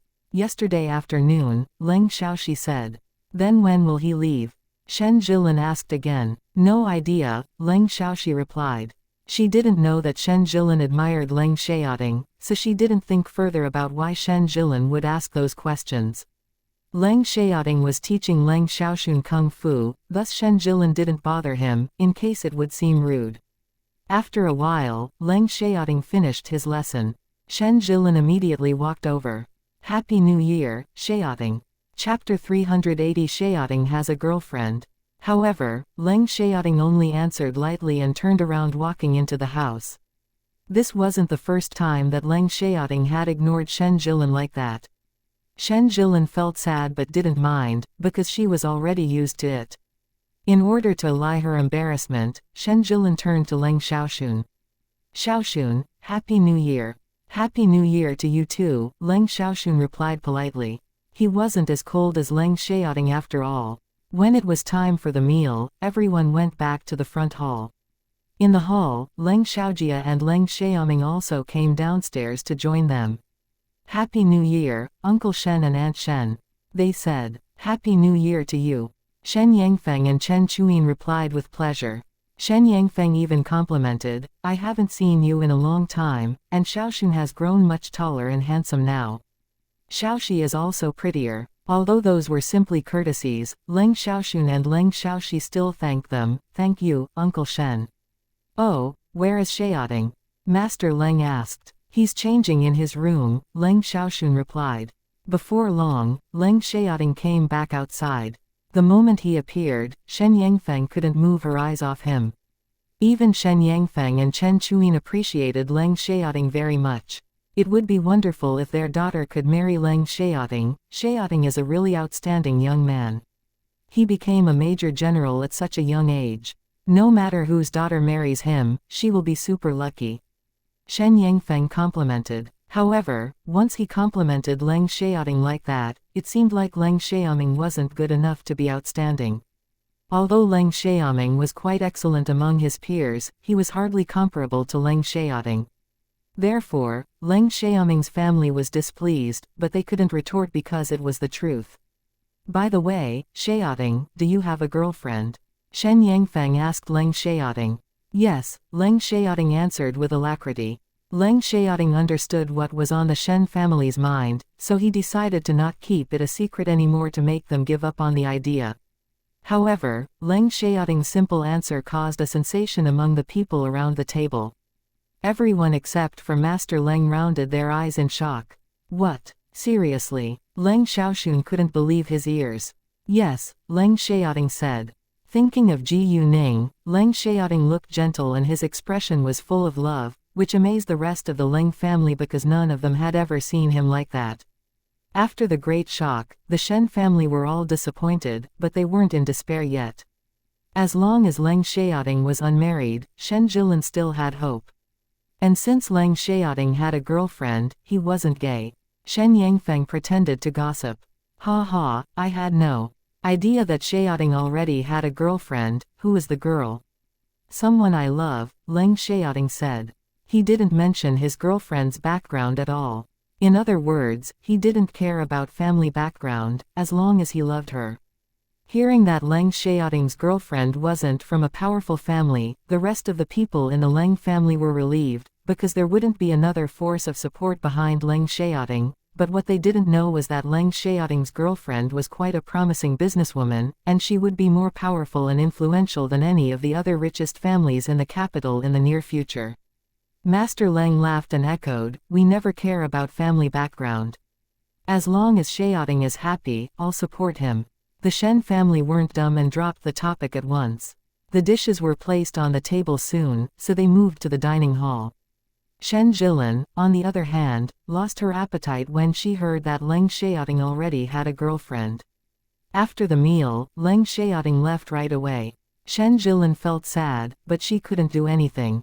If she continued flirting with Leng Xiaoting after she knew that he had a girlfriend, it would be her fault.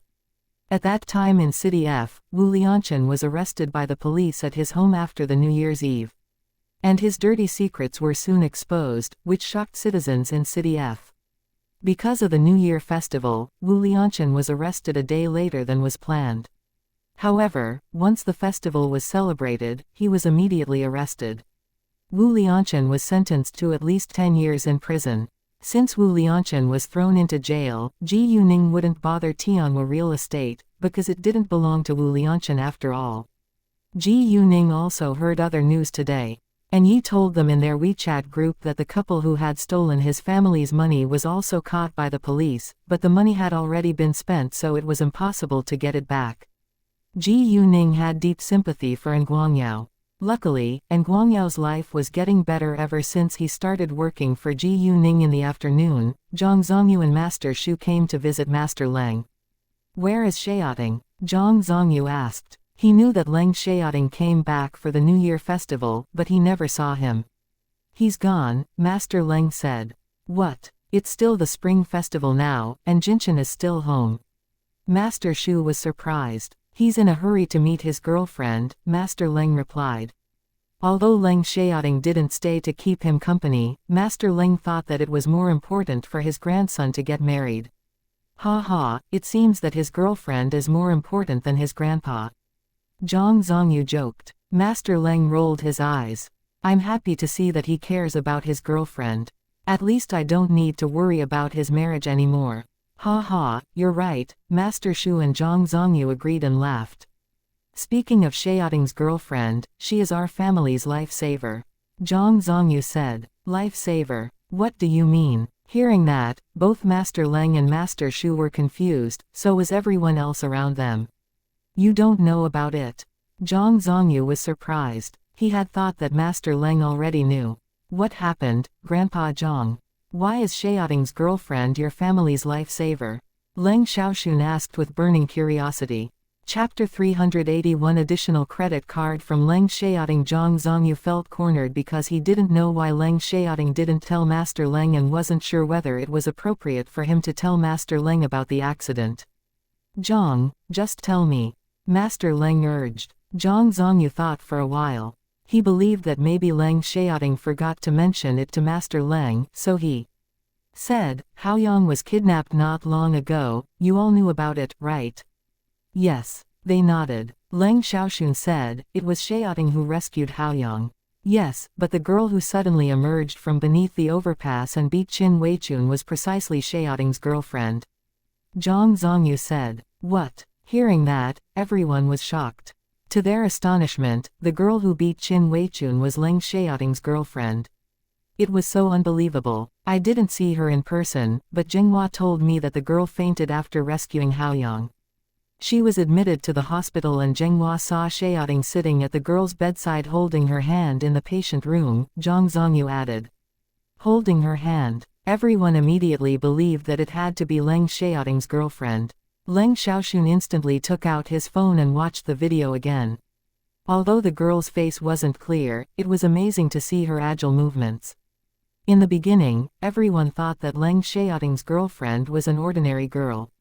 Unexpectedly, she was very incredible. Is she a female soldier? Only Master Leng knew that Leng Xiaoting's girlfriend was just a senior student in a high school.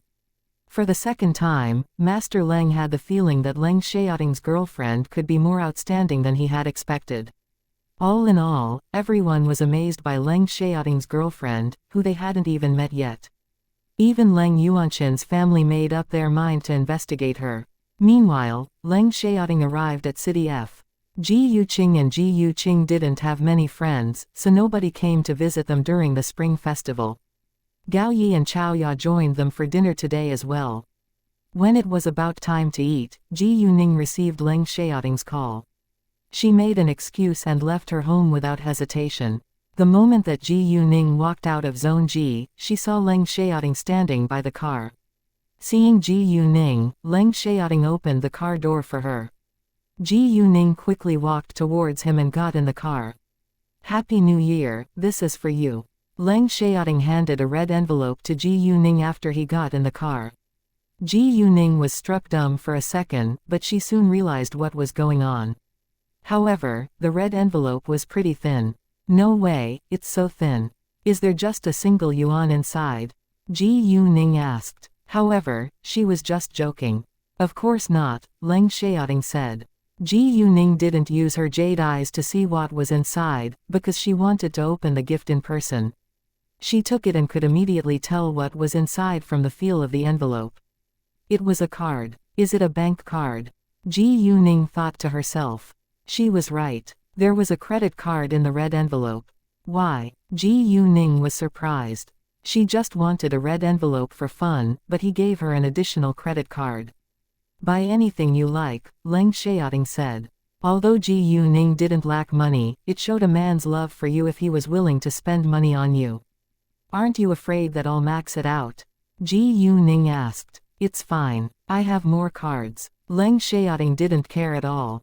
It was good news if Ji Yuning maxed his card out because it meant that he was useful in her heart. On the contrary, he was afraid that Ji Yuning wouldn't use his card because he knew that Ji Yuning didn't lack money. Ha ha, Ji Yuning snorted with laughter. It seems that my boyfriend is super rich. It was a gift from Leng Xiaoting, so Ji Yuning accepted the additional credit card. She knew what she should do and what she shouldn't, and she absolutely wouldn't use Leng Xiaoting's card for no reason. She didn't lack money, and she wasn't used to spending a man's money either, but if it was a gift from her boyfriend, she would love to use it. Leng Xiaoting flushed a little and asked, "What do you want to have for dinner?" "No idea, what's your opinion?" Ji Yuning asked. Leng Xiaoting thought for a while. "Let's go to a nearby restaurant." "Great," Ji Yuning replied. During the meal, Ji Yuning received Chu Peihen's call. Chu Peihen invited her to see the fireworks show at Qingjiang Square at 10 p.m. It wasn't allowed to set off fireworks in cities, so people could only do it in an empty space far from the downtown. Qingjiang Square was at the riverside, and people were used to setting off fireworks there during the Spring Festival. Ji Yuning thought for a while and agreed. Su Anya called soon after Ji Yuning ended the call with Chu Peihen. She also invited Ji Yuning to watch the fireworks show. Although Ji Yuning and her friends weren't very close to Su Anya yet, they were willing to be friendly to her. Therefore, Ji Yuning invited her to watch the show along with them.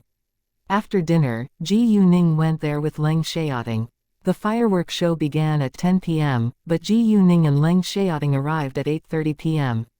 Apart from the fireworks show, there were many fun activities in Qingjiang Square too, like Chinese lanterns, acrobatics performance and so forth. Ji Yuning and Leng Xiaoting went to buy 2 flower lanterns. They wrote down their wishes and put the flower lanterns on the river. After that, they went to buy sky lanterns and set them free into the air. A short time later, Chu Peihen and Yu Mixi arrived, followed by Mu Kei and An Yi. They all greeted Leng Xiaoting when they saw him. Su Anya arrived afterward, and there were 2 other pretty girls by her side. One was around 15 years old, while the other was around 20 years old. Ji Yuning, it has been a while. Did you forget me already? If I hadn't called you today, you probably wouldn't have invited me to have fun with you guys. Seeing Ji Yuning, Su Anya ran over and hugged her. They had only met Su Anya 3 times since they had known each other, but they all got along quite well. Chapter 382 Sorry, we are single. Ji Yuning was Su Anya's lifesaver, so she always admired and appreciated Ji Yuning.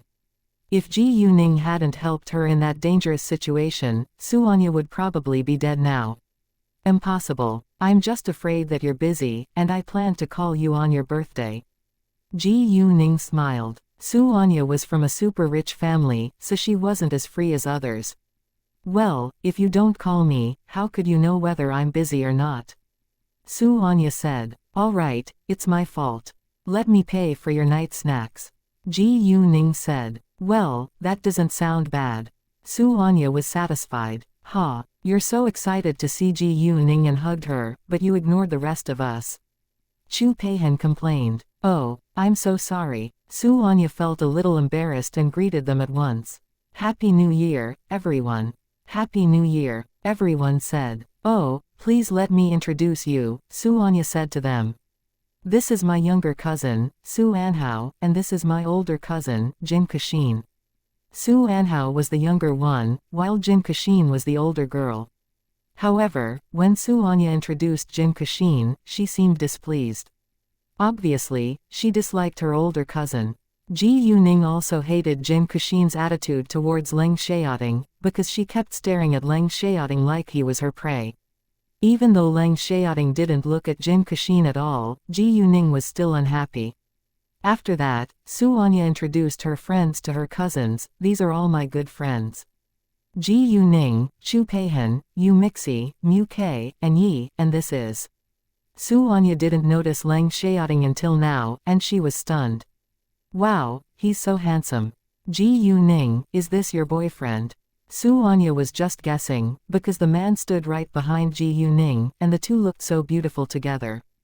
Bingo. You're right, Chu Peihan said. Hearing that Leng Xiaoting was Ji Yu-ning's boyfriend, Jin Kashin was a little disappointed, but she didn't give up. Instead, she was excited. Ah, Su Anya was surprised. Nice to meet you, and Happy New Year, brother-in-law. Leng Xiaoting was happy to hear Su Anya call him brother-in-law and replied politely, nice to meet you too, and Happy New Year. When Chu Peihan and the others greeted Leng Xiaoting earlier, he didn't say much at all. Ji Yuning noticed Leng Xiaoting's different reaction and understood what was on his mind. She was amused. At this moment, Hao Ran, Qin Zixin and Zhang Tianping arrived. Hi, Happy New Year, they said with excitement. All right, we're all together now. Let's have a look around before the fireworks show begins. Chu Peihan proposed. In the following hour, the group of them ambled around. After a long while, Yu Mixi and Ji Yuning went to the ladies' room while the others waited outside. Seeing that Ji Yuning was absent, and the others were busy chatting, while Leng Xiaoting stood by himself, Jin Kashin seized the chance to flirt with him. Hi, nice to meet you. My name's Jin Kashin, she said. Jin Kashin, what are you doing? Su Anya criticized. She knew what her older cousin planned to do. In the beginning, nobody thought that it was inappropriate when Jin Kashin went to talk with Leng Xiaoting. So when Su Anya snapped at her, everyone was confused.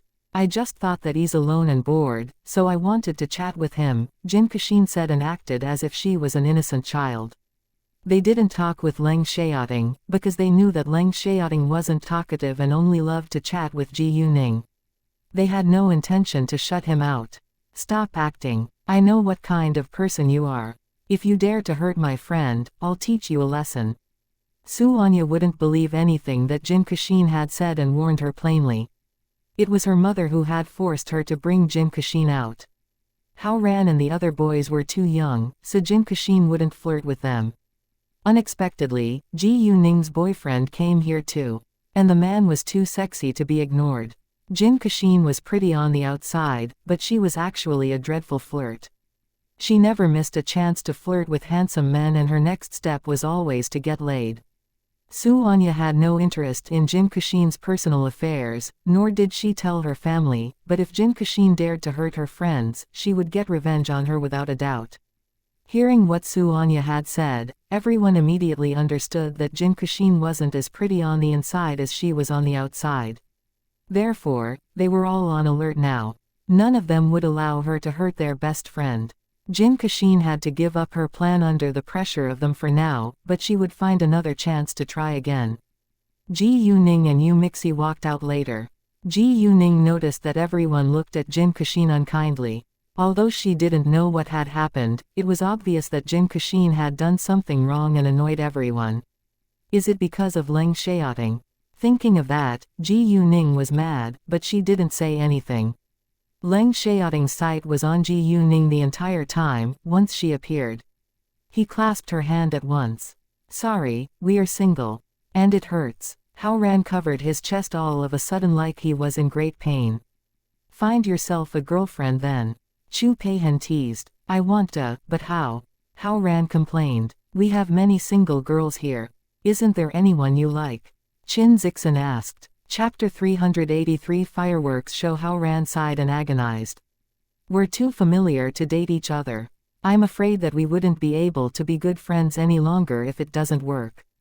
Although Hao Ran hadn't fallen in love with any of his good female friends, what he said was right. They were teenagers now, and nobody could promise that they wouldn't change. However, while Hao Ran was saying that, Muke gave Yu Mixi a resigned glance. Obviously, he agreed with Hao Ran. Yu Mixi had no idea that Muke had glanced at her, but Ji Yuning noticed it and was surprised. Does Muke admire Yu Mixi? It was their personal affairs and Ji Yuning wouldn't get involved, but as their good friend, she would love to help if she could, so she said, you're right. However, when you truly like someone and want to build your future together with them, you won't hesitate or worry so much, because nobody can foresee what we'll be like. Hearing what Ji Yuning said, Mu Ke seemed to cheer up a little, but Ji Yuning didn't know what he was thinking deep down in his heart. All right, it's almost 10 p.m. Let's go back to the square. Afterward, the group of them walked to the square together. Given what had just happened outside of the lady's room, Hao Ran and the others deliberately kept Jin Kexin away from Leng Xiaoting. Even though they knew that Jin Kexin couldn't steal Leng Xiaoting away from Ji Yuning, as Ji Yuning's close friends, they still didn't want Jin Kexin to be near Leng Xiaoting or Ji Yuning. Jin Kexin understood why they were doing it. She was so mad, but couldn't do anything about it. When they arrived at the square, there were a lot more people there than before. The place where the fireworks were placed had been separated because people might be injured by the falling fireworks if they came too close.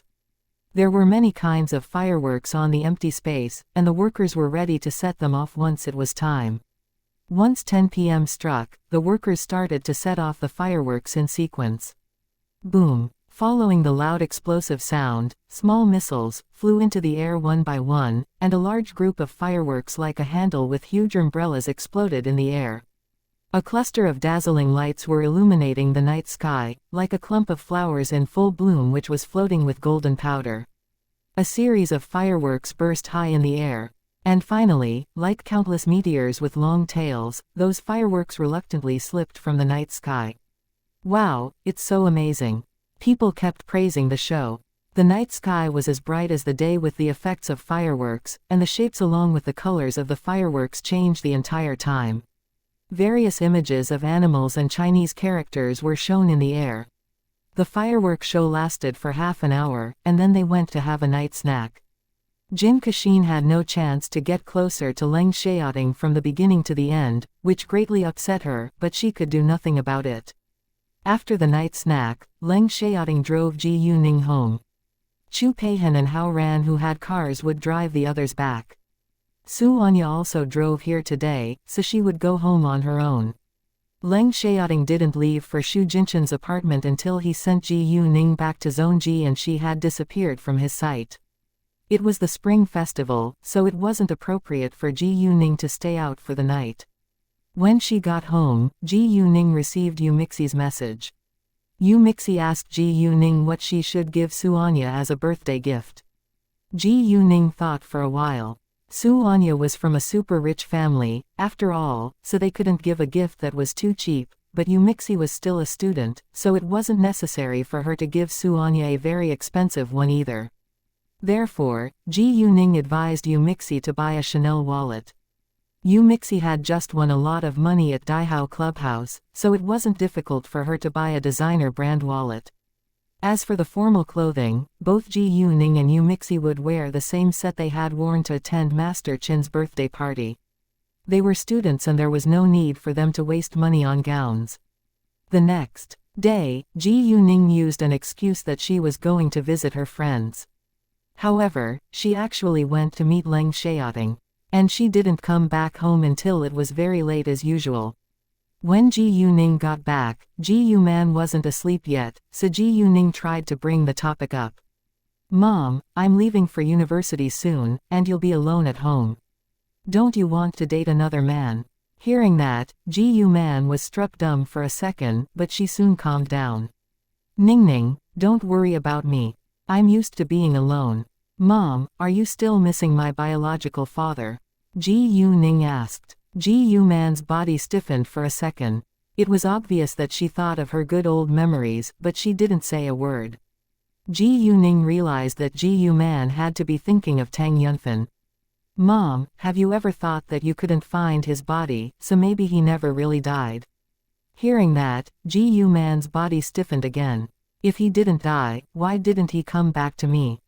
Without a doubt, Ji Yuman had also thought about that possibility, but he had never appeared again, so she believed that he had to be dead because she refused to think that he was a selfish man. You told me before that he lost his memory when he met you. Maybe, he got his memory back after the car accident, but coincidentally lost the memory of when he was with you. Ji Yuning deduced from all the information she knew. Is it possible? Ji Yuman regained hope, but couldn't believe that it was possible. If he's still alive, but just forgot what happened during the year when he was with you, if he's not married yet, if he still loves you, if you still have chance to meet each other again, would you give it a try? Ji Yu Ning asked with caution. Ji Yu Man remained silent because she had no idea herself.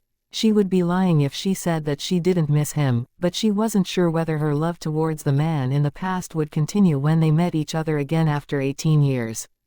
Ji Yu Ning wouldn't force Ji Yu Man to give her the answer. She also believed that it was meaningless to worry about that right now. They would know the answer once they met each other once more. During the night, Ji Yu Man kept thinking about what Ji Yu Ning had said to her and what she had been through during that year. It was a long night without any sleep. Although Ji Yu Man had been with Ning for only a year, what she had gotten during that year, namely love and care, was something her cruel family could not provide. Therefore, she had been deeply in love with the man, and unable to forget him. Chapter 384 Rescue Yuan Jisong. Otherwise, in the highly conservative past, she wouldn't have had sex with Ning before marriage and even given birth to his child. During the past 18 years, she had never thought to marry another man. Although it had ruined her reputation because she was pregnant before marriage, there had been other men who had proposed to her, but she had turned them down. Thus, Ji Yu Man indeed loved Tang Yunfan deeply. Although she thought what Ji Yu Ning had said wasn't likely to be possible, she couldn't help hoping it was true. She wasn't sure whether she would still have the same affection towards Tang Yunfan now like she had loved Ning in the past, but Tang Yunfan was the only man she had loved throughout her lifetime.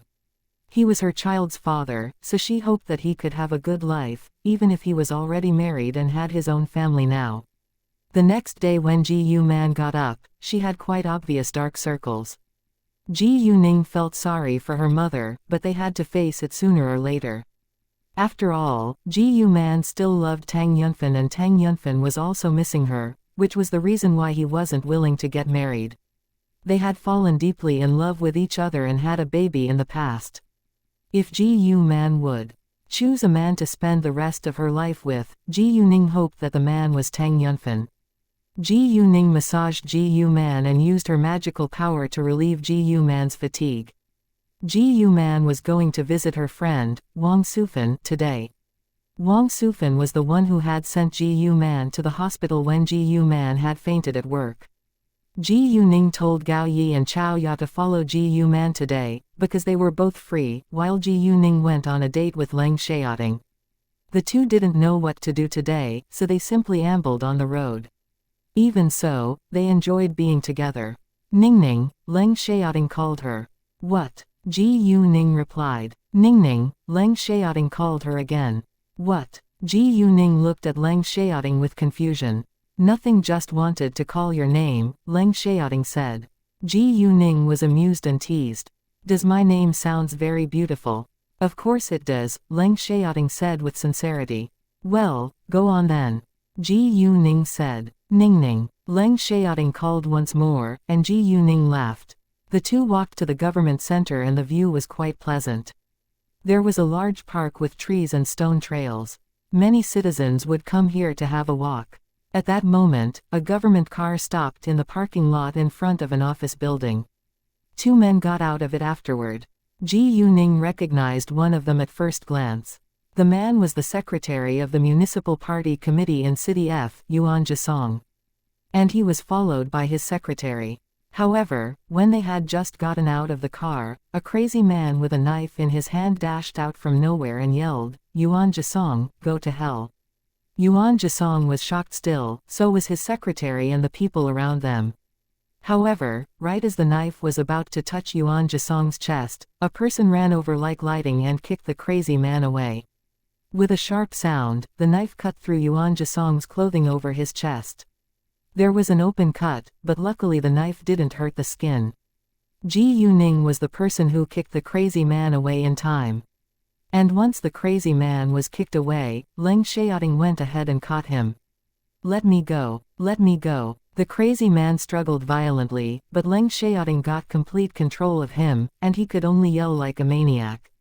The crazy man's yell aroused Yuan Jisong and his secretary's consciousness. Yuan Jisong could barely stand straight, he could have been killed just then. The secretary was scared too, but he wasn't the killer's target, so he was soon able to move. Are you all right, Mr.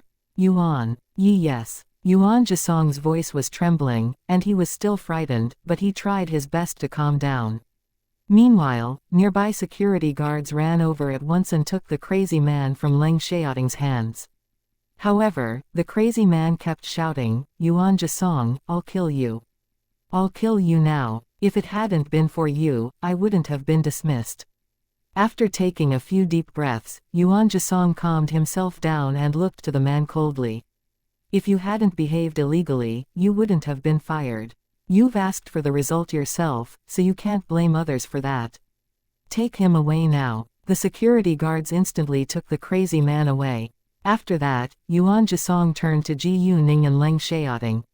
He bowed and thanked them with sincerity. "Thank you so much for saving my life. Mr. Yuan, please don't say that. We're glad that you're safe," Ji Yuning said. Yuan Jisong was an upright official. If he had been a corrupt official, Ji Yuning wouldn't have helped him. Although there were no people who were 100% good in this world, as long as he did his job well, he was a qualified government worker. "You've saved my life, so you're my lifesaver," Yuan Jisong said. He didn't think that others should serve him just because he had a high social status. If Ji Yuning hadn't kicked the crazy man away in time, he would have been killed or severely injured. Yuan Jisong took a name card out of his pocket and gave it to Ji Yuning. "This is my name card. If you encounter any trouble in the future, you can call me for help, but it has to be legal." "Thanks." Ji Yuning, of course, wouldn't reject it. "Mr. Yuan, what just happened will certainly go abroad soon. Please don't expose me to the news. I don't want to attract a lot of attention." Ji Yuning was modest, kind and kept a low profile, which left a good impression on Yuan Jisong. "Sure," Yuan Jisong said. He would respect her wants. And then they separated. As for what Ji Yuning had done in such a dangerous situation, Leng Xiaoting didn't blame her but clasped her hand. He was still worried about her safety. Although he knew that Ji Yuning was good at kung fu, he still cared about her more than anyone else. The news that the secretary of Municipal Party Committee, Yuan Jisong, had almost been stabbed went viral on the internet soon. Chapter 385 Su Anya's birthday. Big news. The secretary of Municipal Party Committee in City F, Yuan Jisong, was stabbed by a crazy man at the outside of the government center. A young girl kicked the crazy man away on time and her partner caught the criminal.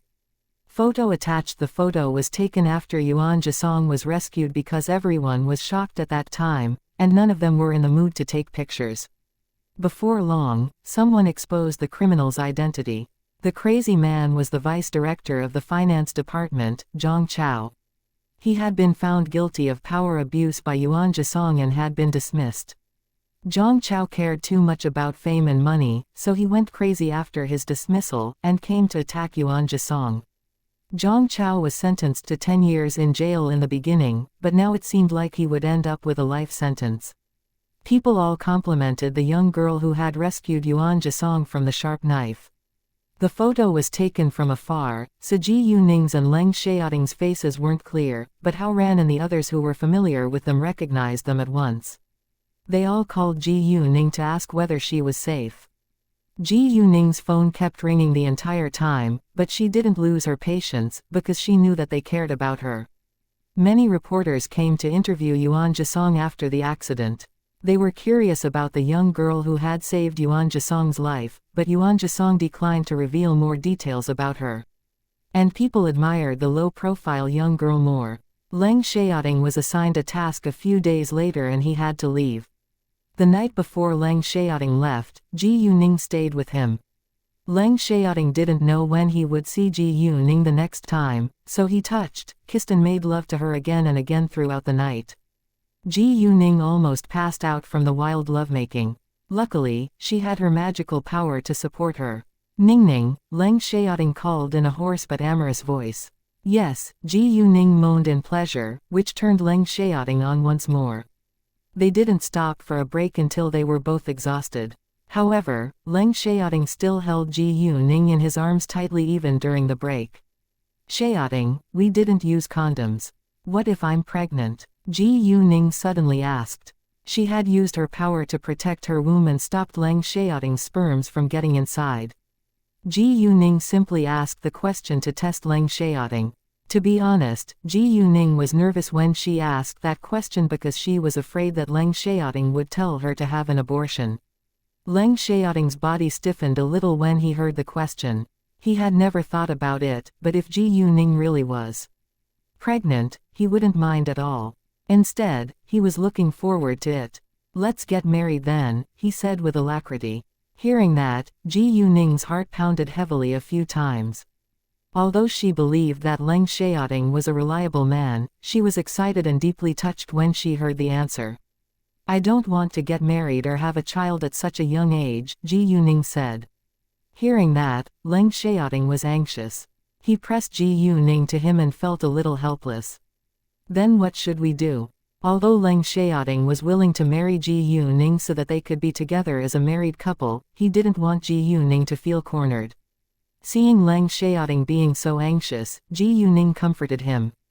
There, we can use condoms the next time to avoid pregnancy. And we can get engaged when it's the right time. We can get married after my graduation." Leng Xiaoting immediately relaxed. Su Anya's birthday came soon, and she called everyone early in the morning in case they forgot. She informed them to come to her house at 4 p.m. to get ready for the party. Su Anya's home was in the same area of villas as Qin Yifan. Ji Yuning had a strange feeling when she set out to attend the birthday party, but she failed to foresee anything. In case any accident would happen, Ji Yuning left her home along with Gao Yi and Chao Ya. Ji Yuning went to pick Yu Mixi up first, while Chu Peihen picked Mu Kei and Yi up, and Hao Ran would drive his bros to the appointed location. It was only 3:30 p.m. and the party would begin at 6 p.m. None of the important figures in politics and business would arrive until it was past 5 p.m. Therefore, Ji Yuning and the others didn't wear their formal clothing yet, and they decided to change later. When they were almost there, Ji Yuning called Su Anya. Thus, the moment that Ji Yuning arrived, she saw Su Anya waiting at the gate.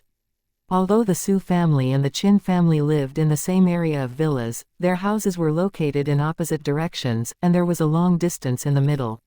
Su Anya ran to them the moment they got out of the car. "Ji Yuning, Mixi, welcome." Su Anhao and Jin Kashin were also there, and Jin Kashin was disappointed when she saw that Leng Xiaoting was absent. Ji Yuning noticed that. She was a little mad but directly ignored Jin Kashin. "Let me introduce, this is Gao Yi, and this is Chao Ya. Both of them are my drivers, bodyguards, and assistants," Ji Yuning said to Su Anya. Ji Yuning had told Su Anya on the phone that morning that she would be coming with 2 other friends, so Su Anya wasn't surprised. "Nice to meet you." Su Anya greeted them. "Nice to meet you too, Miss Su," Gao Yi and Chao Ya said. "The others aren't here yet. Let's go inside. It's cold outside." Su Anya guided them walking inside. Just as they entered the living room, a middle-aged, elegant woman walked forward. She was Su Anya's mother. Su Anya had an older brother who was 23 years old, so Su Anya's mother was almost 50 years old now, but she was still charming because she took good care of her appearance. "Mom, these are all my friends, Ji Yuning, Yu Mixi, Gao Yi, and Chao Ya," Su Anya said to her mother. "Nice to meet you all. Welcome to Anya's birthday party, Mrs. Su said politely. She didn't ask about their family backgrounds at all, because her family wasn't snobbish. Chapter 386 Hypocritical expression. Besides, Mrs. Su understood that her daughter never made friends with random people. Since she introduced them as her friends, they had to be good people. "Nice to meet you, Mrs. Su," everyone said. After that, Su Anya pulled Ji Yuning aside and introduced her again with seriousness. "Mom, she is the one that saved my life that I told you about." Mrs. Su was surprised at first, then thanked Ji Yuning with sincerity. "Thank you so much, Miss Ji Yu." "You're welcome, Mrs. Su," Ji Yuning said politely. "Lifesaver." Hearing that, Su Anhao and Jin Kashin were shocked. "Aunt, what happened?" Jin Kashin asked. "None of your business." Before Mrs. Su could say a word, Su Anya interrupted. She really hated Jin Kashin. "Anya, mind your words."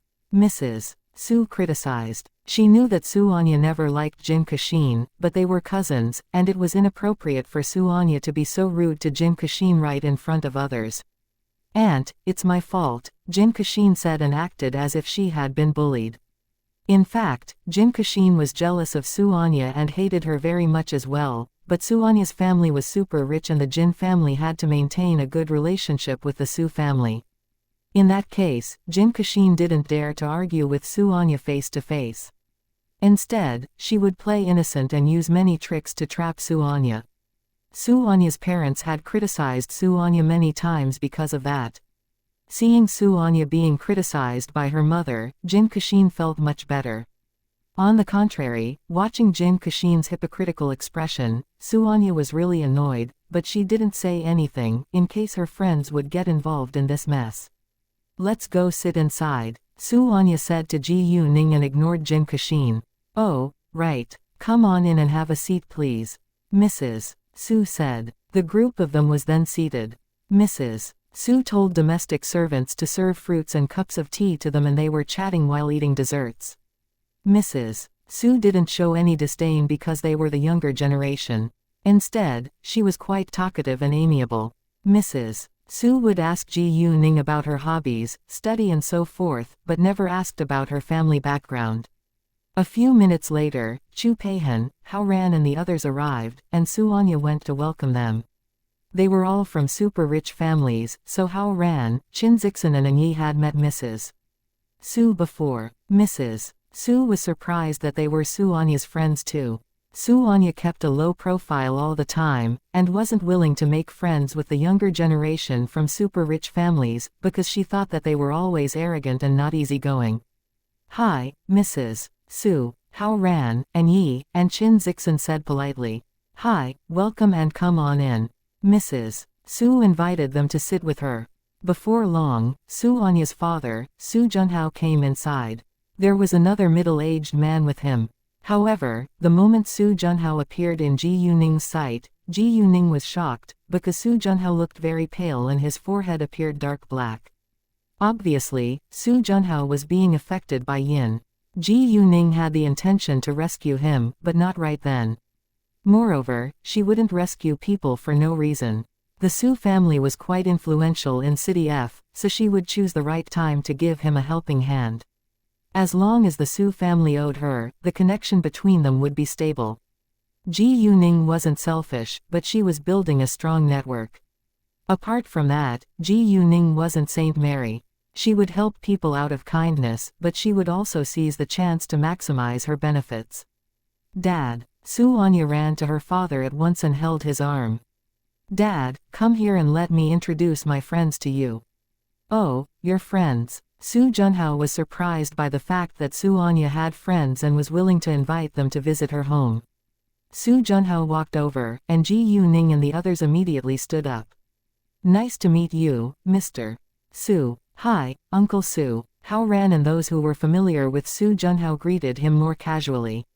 "Uncle, Dad," Jin Kashin called them. The middle-aged man who was with Su Junhao was Jin Kashin's father. "Hi, Uncle Su and Uncle Jin," Su Anhao said with respect. "Oh, you're all here." Su Junhao beamed when he saw Hao Ran, An Yi, and Qin Zixin. Su Anya introduced Ji Yuning and the others to her father again. "Dad, Ji Yuning is the lifesaver that I've told you about."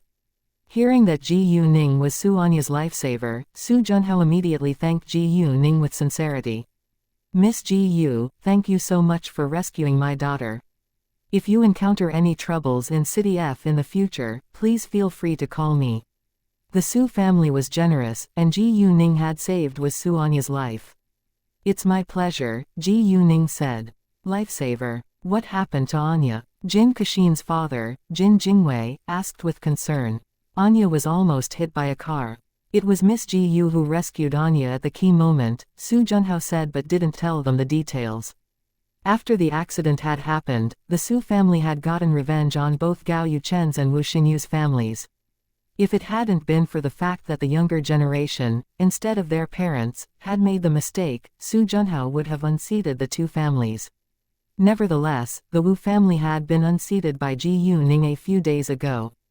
Wu Lianshan's father was precisely Wu Lianshan.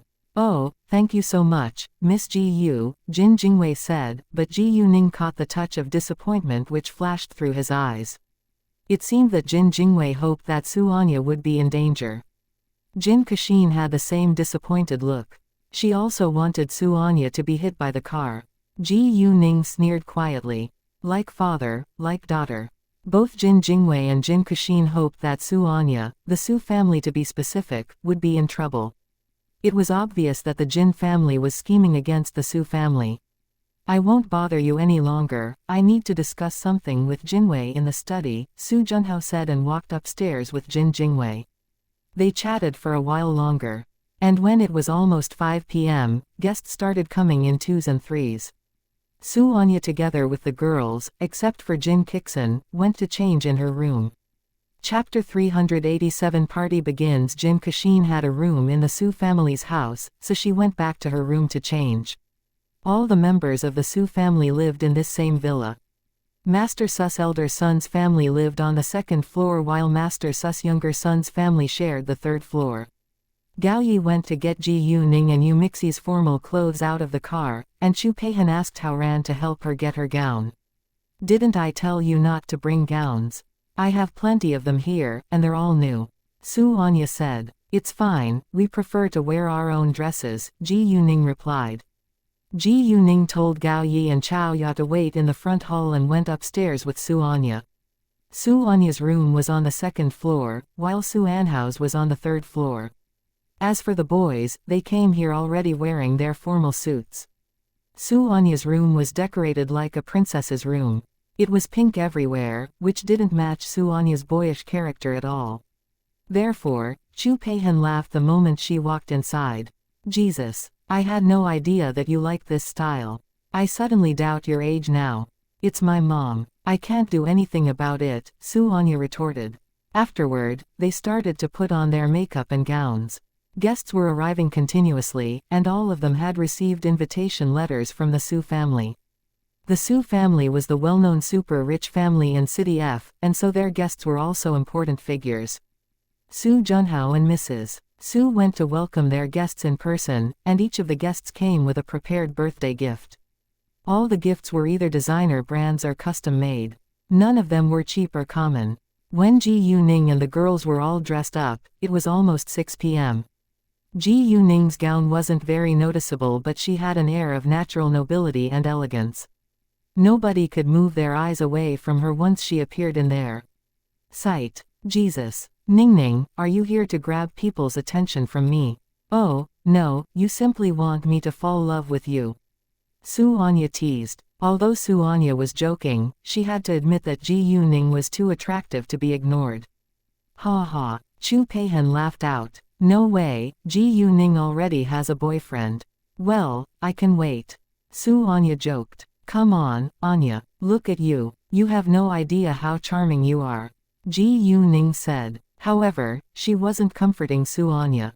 Su Anya was quite stunning today. She was wearing a long, tight dress, which accentuated her unusually thin waist. The end of the dress spread on the floor and moved lightly when Su Anya walked. Even though Ji Yu Ning was attractive, nobody would ignore Su Anya. "Of course I am," Su Anya said with confidence. To be honest, Su Anya didn't like such formal parties. She would rather drink and have fun in a bar with her friends. It was simple but enjoyable. However, as a child who was born in a super-rich family, Su Anya knew that she couldn't just do anything she liked. Today was her birthday party, but it was more like a social party for celebrities. No important figures would bother to attend her birthday party. All the attendees came here to build or enhance their network. Right at that moment, someone knocked on the door. "Anya, the party is about to begin. Are you ready yet?" Su Anhao asked. "Yes, we'll be right out," Su Anya said and walked out with the other girls. Jin Kashin's room was on the first floor too, so she was waiting for Su Anya along with Su Anhao. When Su Anya and the other girls walked out, Jin Kashin was stunned and felt green with envy. Jin Kashin was good-looking too. She was in a mid-length dress with many small pearls as decoration and had her hair in a bun. A pair of crystal high heels made her long, slim calves look more beautiful, but when she stood with Xianxia and the other girls, she seemed less noticeable, and she was mad about that. Other than that, not to mention Xianxia, the other girls were also gorgeous. Ji Yuning was elegant, Chu Peihen was sexy while Yu Mixi was full of energy. "Let's go," Xianxia said, and guided the other girls, walking downstairs. Jin Kashin was left behind by herself. When a group of young, pretty girls walked down the stairs, everyone in the hall was stunned. They all looked upward to appreciate the beautiful scenery. And although Ji Yuning attracted a lot of attention, Xianxia was still the focus. Many rich second-generation heirs also turned to people around them asking for Ji Yuning and the other girls' identities. "They're all Anya's friends. Mind your manners, boys," Su Junhao warned. Those girls were all his daughter's good friends, especially Ji Yuning, so he wouldn't allow those playboys to annoy them. Hearing Su Junhao's warning, many rich second-generation heirs closed their mouths, but some of them didn't mind. "Oh, isn't that Ji Yuning?" Hao Ran's mother recognized Ji Yuning because Ji Yuning was wearing the same gown. "It is, Mrs. Lu said with surprise. Other than Mrs. Hao and Mrs. Lu, many other guests who had attended Master Qin's birthday party before recognized Ji Yuning too. Yuan Jisong was standing right by Su Junhao's side. "It's her." He was also surprised. Chapter 388 Unbelievable Network, Who? Su Junhao was confused looking to Yuan Jisong. "Ji Yuning," Yuan Jisong said. Su Junhao was surprised. "Do you know Ji Yuning?" Su Junhao and Yuan Jisong had gone to the same high school, and they were close friends. Most importantly, what they had achieved today relied on their family background, and their support to each other was also indispensable. Because of their close relationship, others had even mistaken them as a couple of gays. "She's the girl who saved my life," Yuan Jisong said. "What?" Hearing that, Su Junhao was astonished. Yuan Jisong had told him the gravity of the situation. If the young girl hadn't dashed out to rescue him, the knife would have been stabbed into his chest. Since Ji Yuning was able to rescue a person in such a dangerous situation, she must be surprisingly agile. Thinking of the attack, let alone Yuan Jisong, even Su Junhao felt scared. Xianxia was about to walk into the front hall. Su Junhao curved his astonishment towards Ji Yuning and walked to Xianxia's side. He faced the crowd and smiled. "Thank you so much for attending Anya's birthday party. Please enjoy yourself." Everyone congratulated and toasted the 18th birthday of Xianxia with champagne. A short while after Ji Yuning and the other girls entered the front hall, Xianxia was pulled away by Mrs. Su to chat with their guests. Hao Ran and the others then came to gather with the girls. Yuan Jisong walked to Ji Yuning and said, "Hi, Ji Yuning, nice to see you again." Yuan Jisong didn't show any disrespect because Ji Yuning was much younger than him. She was his lifesaver after all. "Hi." Ji Yuning smiled. Many people around them saw Yuan Jisong greeting Ji Yuning on his own initiative, and were all surprised. The rich playboys who wanted to pick Ji Yuning and the other girls up stopped their steps right away. "Hi, Mr. Yuan." Ji Yuning's friends also greeted Yuan Jisong. They were all aware of what Ji Yuning had done, so they weren't surprised that Yuan Jisong would come to greet Ji Yuning. Yuan Jisong nodded to them as response and said, "Well, I won't bother you any longer, so I'll go over there to talk with my friends." In fact, Yuan Jisong intentionally walked to Ji Yuning and greeted her, because he had noticed that some rich playboys were aiming at Ji Yuning and the other girls. He did it to warn them to stay away. "Ha ha, girl Ji Yu, happy to see you again." Ji Yu Chengjong and Qin Haozheng walked to them after Yuan Jisong left. "Hi, Master Ji Yu, Master Qin." Ji Yuning smiled. Qin Haozheng was a little embarrassed to see Ji Yuning. "Girl Ji Yu, I'm sorry for what Yiqing did to you. Please accept my apologies." "What happened?" Ji Yu Chengjong was puzzled. He knew that Qin Yiqing wasn't a kind girl, and Qin Haozheng apologized to Ji Yuning because of her, so Ji Yu Chengjong thought that Qin Yiqing must have annoyed Ji Yuning. "Please don't mind it, Master Qin. It was just a misunderstanding. I already forgot it," Ji Yuning said. Otherwise, she wouldn't have helped Qin Yiqing in the shopping mall the other day. Thanks, Qin Haozheng said. It was Qin Yiqing's fault after all. It's no big deal, Ji Yuning said. Qin Haozheng opened his mouth wanting to say something but didn't say it in the end. Well, then see you around. After that, Qin Haozheng and Ji Yu Chengjiang stepped away. Qin Haozheng intended to talk about Qin Yifan because he wasn't in a good condition because of Ji Yuning. However, since Ji Yuning had already rejected him, it wasn't appropriate for Qin Haozheng to bring it up again. Oh, I had no idea that you're a friend of Miss Su. And Qian walked to them holding Li Zhengyu's arm. Hello, and Qian and Mr. Le. Ji Yuning smiled. Ha, it seems that you have an unbelievable network. And Qian raised her eyebrow and teased. Well, it's nothing. I even lost count how many important figures I know, Ji Yuning joked. Oh, tell me more about that. And Qian said. Su Junhao was afraid that Ji Yuning and the other girls would feel uneasy in such a formal situation, so he kept glancing at them once in a while. However, when he saw that many respected figures went to greet Ji Yuning, he was shocked. He had never heard of an influential Ji Yu family in City Ji, so he assumed that Ji Yuning must be a girl from an ordinary family. Unexpectedly, she knew so many people of high social status. Jin Kashin, on the other hand, almost went crazy because of jealousy. She couldn't understand why Ji Yuning was able to know so many important figures. Su Anya followed her mother making a round in the hall before she came back to Ji Yuning and the other girls. Sorry about that. Please don't mind. Of course not. Ji Yuning and the other girls didn't mind at all. Jin Kashin thought for a second and said to Su Anya, Anya, happy birthday to you. I've prepared a gift for you. It's a jade pendant from Jade Beauty Jewelry. Jin Kashin handed Su Anya an exquisite small box. While she was giving Su Anya the birthday gift, Jin Kashin sent Ji Yuning several provoking glances. Jin Kashin believed that there were only a few people who could afford a gift which was worth over 100,000 yuan. In truth, this jade pendant was prepared by Jin Kashin's mother. Jin Kashin didn't think that the other girls could send more expensive gifts to Su Anya than hers. What? A jade pendant from Jade Beauty Jewelry? Wow, it must be expensive.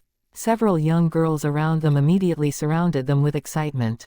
Jade Beauty Jewelry was quite popular among rich ladies. However, the brand was too expensive. No matter how rich the family was, few parents were willing to buy such expensive jewelry for their daughters. It was inappropriate for young girls to wear such expensive jewelry at such a young age, and it was also dangerous if they encountered robbers. I have always wanted a jade pendant from Jade Beauty Jewelry, but my parents won't agree to buy one for me. They say a young girl shouldn't wear such expensive jewelry. Me too. Although my mom has a jade pendant from Jade Beauty Jewelry, and she let me put it on a few times, but I still want to have my own piece. My dad promised to give me one on my birthday, but my birthday is still half a year away. I can't wait that long. Chapter 389 Jin Kashin challenges Ji Yuning, not just the jade pendant, I want the whole set.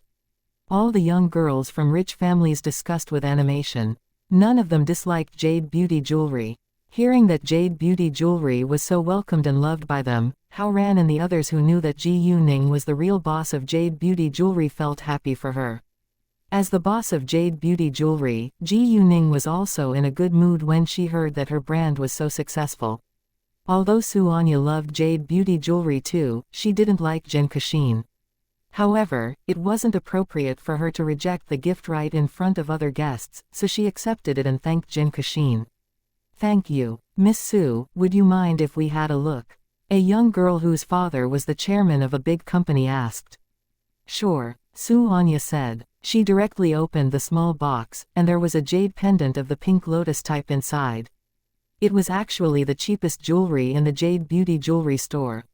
Even so, it cost over 100,000 yuan. There was a price tag beside the jade pendant.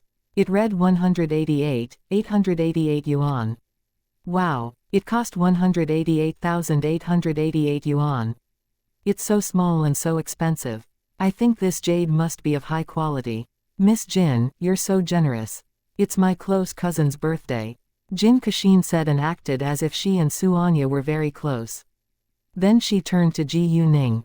Well, Miss Gu, I'm curious what kind of birthday gift you've prepared for Anya. You're Anya's best friend, so I suppose that your gift has to be more expensive than mine, right? Hearing that, Su Anya, Hao Ran, and Ji Yuning's other friends were displeased. Although what Jin Kashin had said wasn't wrong, her attitude was quite provoking. If Ji Yuning couldn't present a gift which was much more expensive than hers, it would be embarrassing. Ji Yuning's friends all knew that the gift that Ji Yuning had prepared for Su Anya was much better than Jin Kashin's, but they were mad at Jin Kashin's unkindness. Jin Kashin, what do you mean by saying that? Su Anya snapped at her, I don't care how much the gifts from my friends are. As long as I like them, they're priceless in my eyes. After that, Su Anya said to Ji Yuning, just ignore her.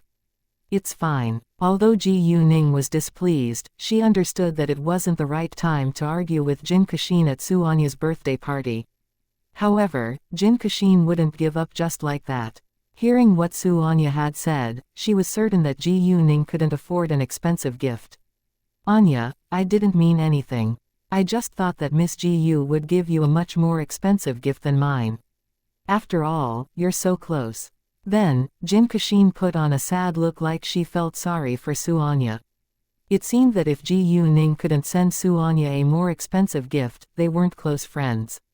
Hao Ran and the others all knew that Jin Kashin was picking on Ji Yuning because she only aimed at Ji Yuning, although all of them were Su Anya's friends. Ji Yuning wanted to ignore her in the beginning, but since Jin Kashin was so hypocritical, she would seem weak if she still didn't fight back. Therefore, Ji Yuning looked straight into Jin Kashin's eyes and said, You're right. I'm Anya's best friend, so I should give her a more valuable gift than yours. Hearing that, Jin Kashin was struck dumb. If Ji Yuning really could afford a much more expensive gift than hers, she would be the one who lost face in public. Even so, Jin Kashin refused to believe that Ji Yuning was willing to spend hundreds of thousands of yuan on a birthday gift. Oh, really? Jin Kashin said. As you wish, Ji Yuning said. She took out a jewelry box which was the same package as Jin Kashin's gift from her handbag. It was the exclusive jewelry box of Jade Beauty Jewelry, so everyone recognized it at first glance. Jesus! It's jewelry from Jade Beauty Jewelry too. A young girl said in surprise. I'm curious to see which one is more expensive, hers or Miss Jin's, another young girl said with curiosity. However, Jin Kashin was upset, because she was certain that Ji Yuning's gift was more expensive than hers. The gift that she just gave Su Anya was the cheapest piece of jewelry in the Jade Beauty Jewelry store. And Ji Yuning was very confident that her gift was more valuable than Jin Kashin's. In that case, the price of Ji Yuning's gift had to be higher than hers. Su Anya was greatly surprised that Ji Yuning had prepared jewelry from Jade Beauty Jewelry for her too. It must be super expensive. Ji Yuning opened the jewelry box and a jade pendant of the ice type appeared. It was in the shape of a leaf the size of a thumb. Wow, it's so beautiful. Several young girls raised their voices in excitement.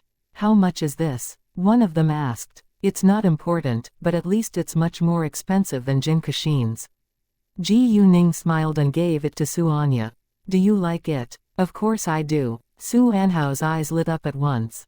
She immediately threw Jin Kashin's gift to Su Anhao, who was standing by her side, and took Ji Yuning's gift without delay. Seeing that, Jin Kashin was furious, but couldn't say anything. She had thought that Ji Yuning was an ordinary girl who couldn't afford expensive gifts, but to her astonishment, Ji Yuning gave Su Anya a much more valuable gift than hers. Anya, ours aren't as expensive as Ji Yuning's, please don't mind, Chu Peihan said at that moment. In fact, the younger generation's birthday gifts were normally around thousands of yuan, and it was rare to see a gift at the price of hundreds of thousands of yuan. Of course I won't. I'm already satisfied that you're willing to attend my birthday party, Su Anya said with sincerity. They also understood that Su Anya didn't care about the price tag, and they happily gave her their birthday gifts one by one. Although their gifts were hardly comparable to Ji Yuning's, they weren't cheap or common either. Su Anya didn't lack those expensive gifts at all, but these were from her real friends, so she was excited to receive them. Jin Kashin, on the other hand, was quite unhappy. She thought for a while and asked Ji Yuning again, Miss Ji Yu is so generous. May I know what your family does?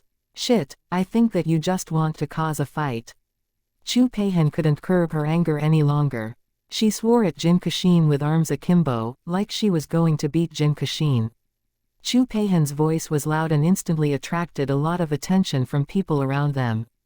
Chapter 390 I can't tolerate it anymore. Ji Yuning immediately pulled Chu Peihan back and stopped her.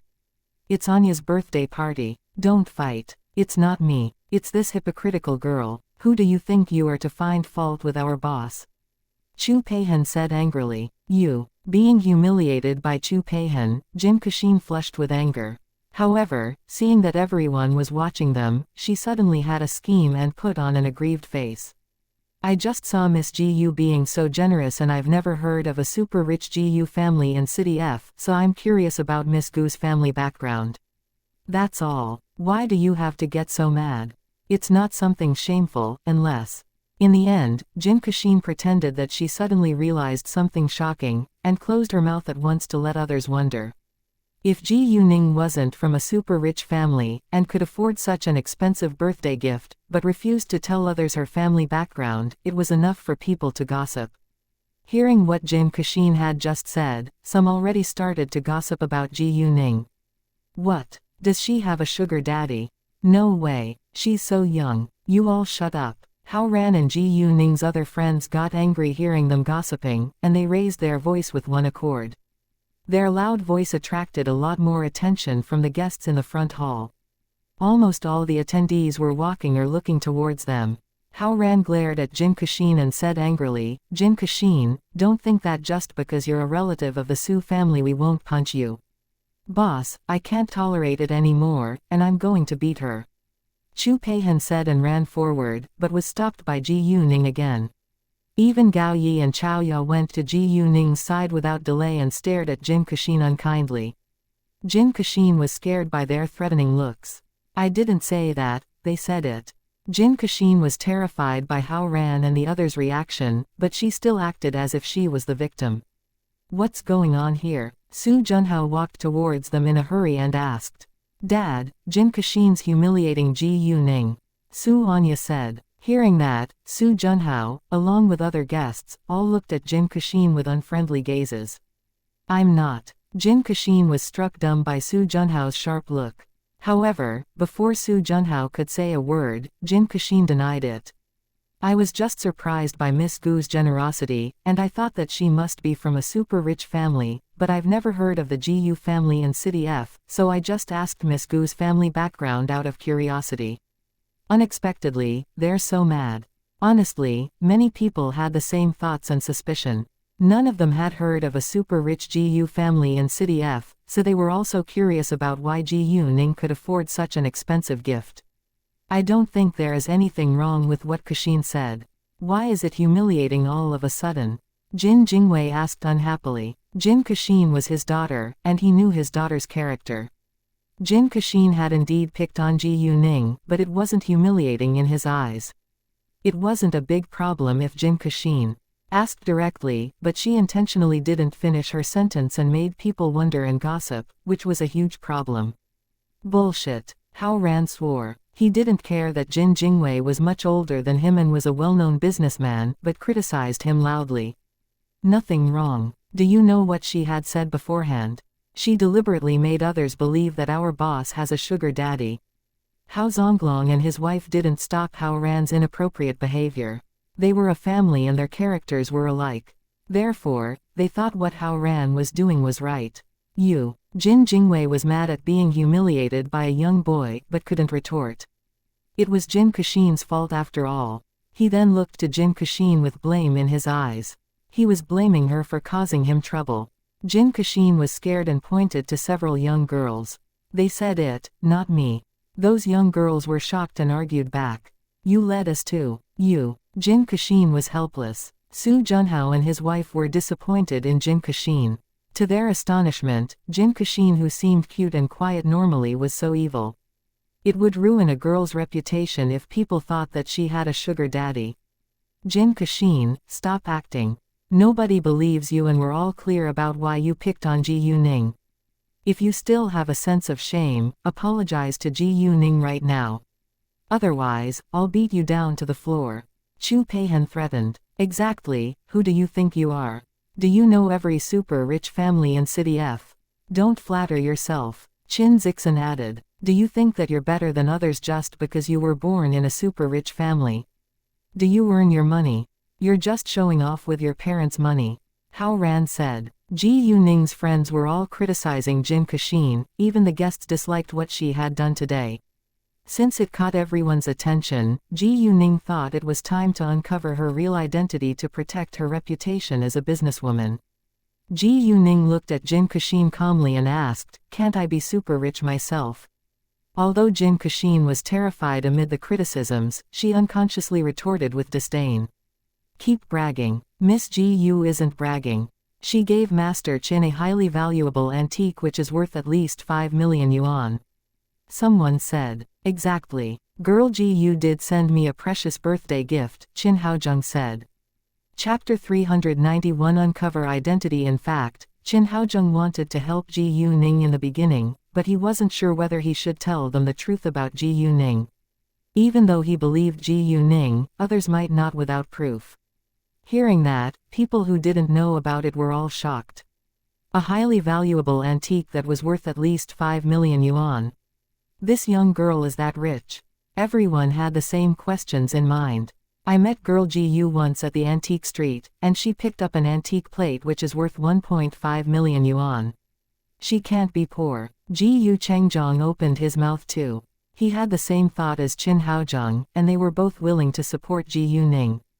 Everyone was quite surprised looking at Ji Yuning. Although Qin Haozheng and Ji Yu Chengzhong stood with Ji Yuning, some still didn't believe that Ji Yuning was willing to send a birthday gift which cost hundreds of thousand yuan to a young girl. Before Mrs. Hao could join the argument, Ji Yuning opened her mouth first. It seems like I have to tell you the reason why I'm so rich, Ji Yuning teased. She stared straight into Jin Kashin's eyes and said with seriousness, Jin Kashin, you want to know my family background? I'm telling you now. Jade Beauty Jewelry is my brand. What? Hearing that, Jin Kashin panicked and couldn't believe her ears. It's impossible. Jin Kashin refused to believe that Jade Beauty Jewelry was owned by Ji Yuning. Su Anya and the other guests were also surprised. What brand? Someone who didn't hear asked with curiosity. Ji Yuning, do you mean that you're the real boss of Jade Beauty Jewelry? Su Anya asked with uncertainty because it was so shocking. What? The real boss of Jade Beauty Jewelry? Hearing that, they were all amazed. People around her couldn't help but draw a long breath in astonishment.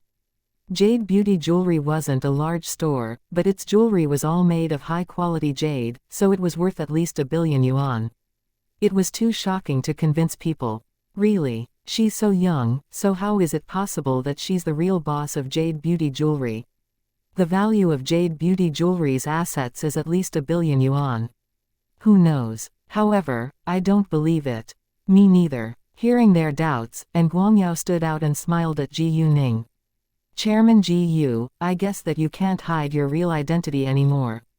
It was apparent that he already knew that Ji Yuning was the chairman of Jade Beauty Jewelry from his tone, and they seemed very close.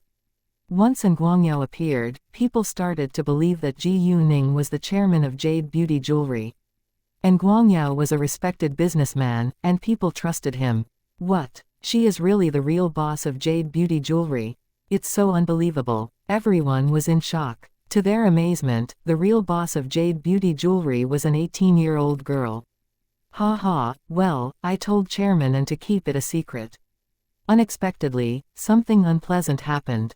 I think it's not wise to keep it a secret any longer. Otherwise, my reputation could be ruined, Ji Yuning said resignedly. Hearing that, people all looked at Jin Kashin with disdain, because she was the source of the gossip.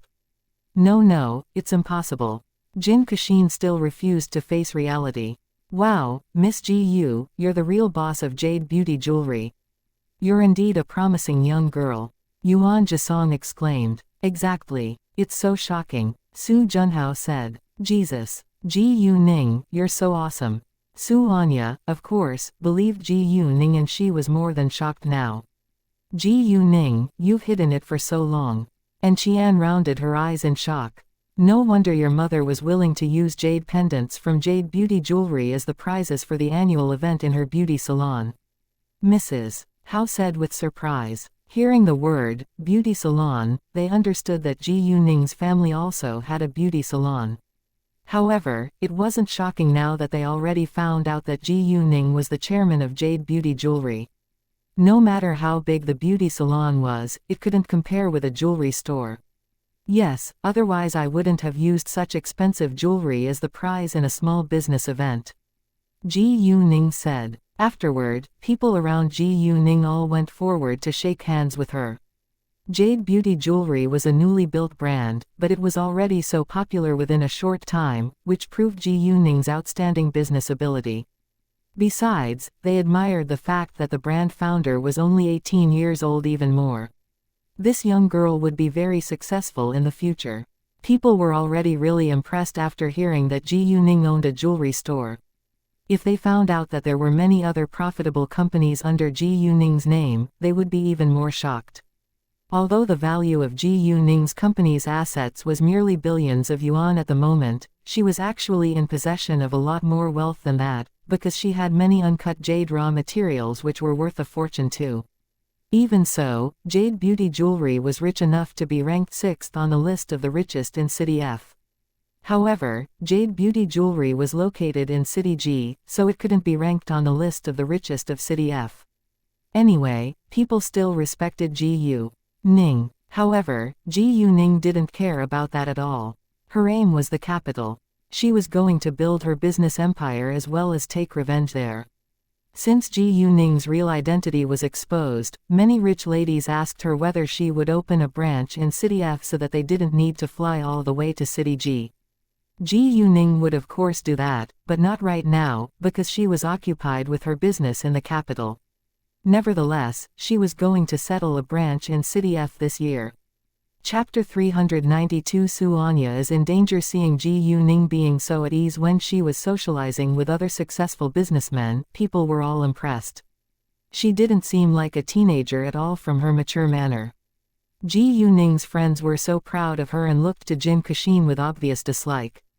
Chu Peihan even said acidly, "So, how do you feel now?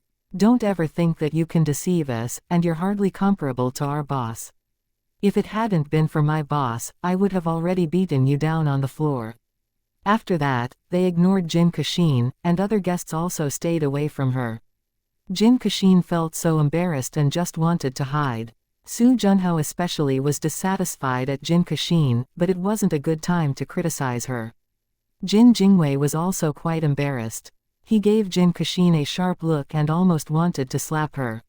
"Why are you still here? Don't you think that it's humiliating enough? Get back to your room now." Jin Kashin didn't think that it was her fault and felt aggrieved. She was so mad at Ji Yuning and her friends but didn't dare to utter a word. Therefore, she quietly went back to her room. The party went on, but Ji Yuning replaced Xianxia and became the focus. Xianxia didn't mind, neither did her family. "I always have the feeling that our boss is even more awesome than we think," Hao Ran said seriously. "Me too. Although it's so unbelievable, I also have the same feeling," Qin Zixin said. "Why don't we ask her?" Chu Peihan proposed. "We can. However, if boss isn't willing to tell us, we can't force her, because she must be doing it for a reason," Mu Kei said. Everyone agreed. Although they were curious, they wouldn't force Ji Yuning to tell them everything. Ji Yuning wasn't left alone until she had socialized with different socialites for a long time. Hao Ran and the others immediately came to her and asked, "Boss, do you have more companies than just Jade Beauty Jewelry?" "Yes, but I can't tell you right now. You'll know about it when it's right the time," Ji Yuning replied.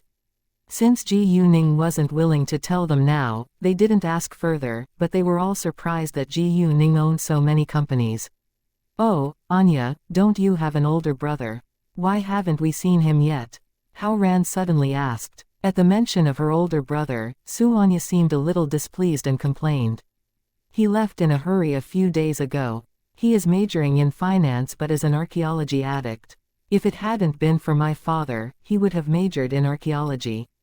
However, he still chose archaeology as his elective course, and he spends most of his free time with his friends who major in archaeology. His tutor called him saying they found an ancient grave somewhere, so he went to meet them without delay. Archaeology. Where? Ji Yu-ning was interested. Su Anya thought for a while, and said, I think it's a small village in City B, but they haven't found the exact location yet. Some people picked antiques out of the river, so they believe that there is an ancient grave.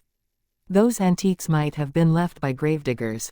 Ji Yu-ning suddenly had an idea in her mind. She decided to visit the village in City B. She now had an antique store, so she naturally needed more antiques. However, before she left for City B, Ji Yu-ning had to go to City G first. The spring festival was almost over, and the government would open tomorrow, so she needed to settle the Hongyun Group's properties beforehand. When it was about 8 p.m., guests started to leave, but Ji Yu-ning stayed. When the party came to an end, all the other guests began to leave, but Ji Yu-ning still stayed, because she was worried about Su Junhao, who was affected by yin and because of her premonition. Although everything looked fine now, she didn't feel relaxed. Oh, please wait here. I have something to give you, Su Anya said and turned to run upstairs. Su Anya had prepared gifts for Ji Yu-ning and her other friends. The gifts weren't expensive but stood for her kindness. Seeing Su Anya going upstairs, Jin Jingwei panicked. He took out his phone calling Jin Kashin at once. When Su Anya got to the second floor, she noticed that the door of her father's study was open. She thought that it was strange and walked over because the door was closed when she had walked downstairs earlier. Jin Kashin's phone was vibrating when Su Anya got to the door. She caught Jin Kashin taking out a document from a drawer in Su Junhao's desk. Su Anya was shocked and angry. Jin Kashin, what are you doing? Saying that, Su Anya ran at her. Having been caught on sight, Jin Kashin was scared. She hadn't thought that Su Anya would appear. In order to stop Su Anya, Jin Kashin grabbed the ashtray on the desk, throwing it towards Su Anya's head. Su Anya didn't expect that Jin Kashin would be so bold, so she wasn't mentally prepared, and was hit straight on the head. Ah! An agonized scream. There was music in the hall, and people were busy talking with one another, so none of them noticed the scream, except Ji Yu-ning. She recognized that it was Su Anya's voice and quickly went upstairs without hesitation. At the same time, she used her jade eyes to see what was going on. On the second floor, Jin Kashin escaped from Su Junhao's study in panic, while Su Anya was lying on the floor with her head bleeding. Ji Yu-ning ran faster. It seemed that this was the reason why she felt anxious tonight. Jin Kashin wouldn't answer the call, and Ji Yu-ning went upstairs. Jin Jingwei felt more nervous now. He was afraid that Ji Yu-ning and Su Anya would find out about his scheme, but he couldn't follow to stop Ji Yu-ning. Otherwise, it would arouse a lot more attention, so he had to wait in the hall in anxiety. What is boss doing? Hao Ran asked with doubt. Shall we follow? Chu Peihan said. It's Anya's home, and we can't walk around casually. I think boss is going to find Anya. Let's wait here, Mu Kei said. Chapter 393. Ji Yu-ning killed Su Anya. Gao Yi and Chao Ya realized that something must be wrong from Ji Yu-ning's face. However, without Ji Yu-ning's order, they could only stay in the hall. Other guests noticed Ji Yu-ning walking to the second floor in a hurry, but they all believed that Su Anya told her to come upstairs. The moment that Ji Yu-ning was on the second floor, she ran into Jin Kashin. Before Jin Kashin could react, Ji Yu-ning kicked her in her stomach. Jin Kashin screamed in pain and hit the wall before she slid down to the ground. After that, Ji Yu-ning immediately went into the study to check on Su Anya's condition. Su Anya had already fainted, so Ji Yu-ning used her magic power to stop her wound from bleeding. Jin Kashin understood that her family would be involved if others found out that she had injured Su Anya and secretly slid into Su Junhao's study. Therefore, she decided to make Ji Yu-ning her scapegoat. Jin Kashin tolerated the severe pain and crawled to the stairs. Help! Ji Yu-ning killed Anya. Help! All the people in the hall stopped talking all of a sudden, looking towards the second floor with horror. Ji Yu-ning killed Su Anya. Nobody believed it, and only Jin Jingwei knew what had happened. It was obvious that Jin Kashin was exposed and had attacked Su Anya. What did you say? Su Junhao was shocked. Jin Kashin, are you insane? Hao Ran was furious. Jin Kashin ignored him and added, Ji Yuning killed Anya, and injured me. There is so much blood on the floor. At that moment Jin Kashin's face was pale and she covered her stomach in pain. It seemed that she was indeed injured badly. No matter whether Jin Kashin was telling the truth, Su Anya's parents ran upstairs at once, followed by many people. Hao Ran and Ji Yuning's other friends including Gao Yi and Chao Ya didn't believe it, but they had to go upstairs and check themselves.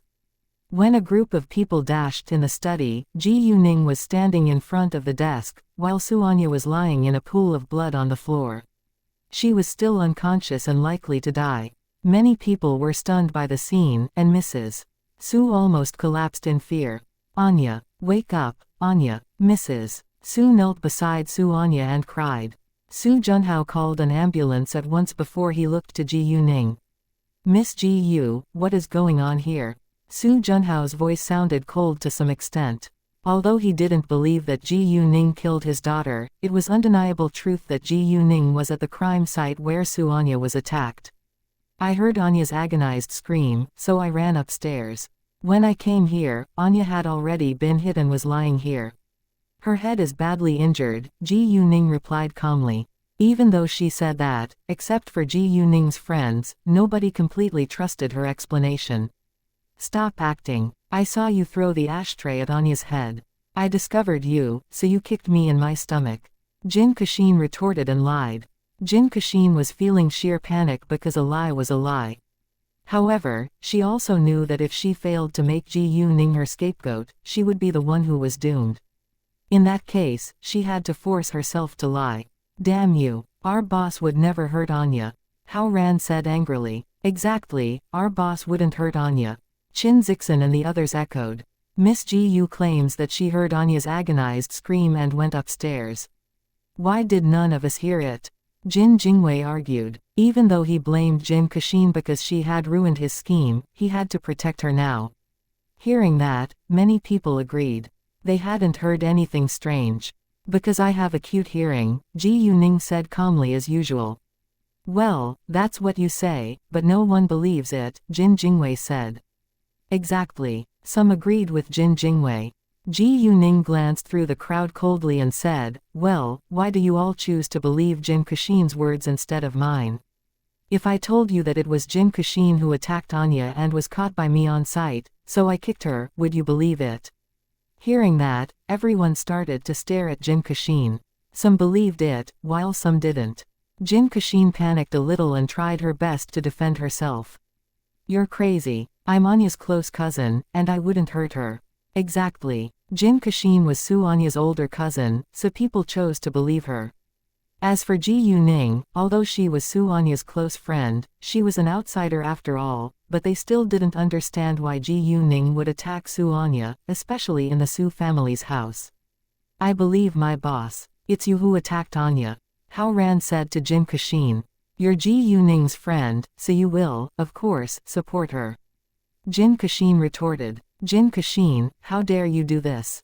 I promise you that I'll pay you back one day. Chu Peihan pointed at Jin Kashin threateningly. She didn't care that there were many important officials here. Hearing Chu Peihan's threat, Yuan Jisong frowned a little. Obviously, he didn't like Chu Peihan's behavior but didn't say anything. Su Junhao was his best friend, and Ji Yuning was his lifesaver. If Jin Kashin had really attacked Su Anya but made Ji Yuning her scapegoat, he would definitely punish Jin Kashin. Although he believed Ji Yuning, there was no solid proof yet.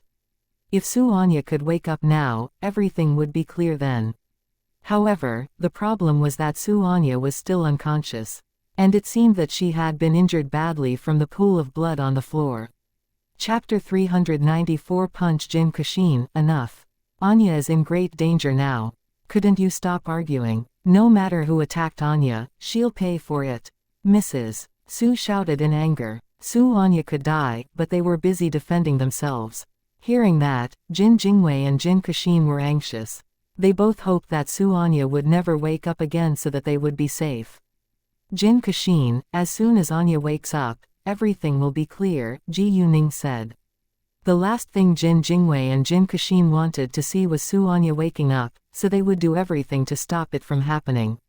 Once Su Anya was admitted to the hospital, Jin Jingwei would secretly do something to keep her in deep sleep.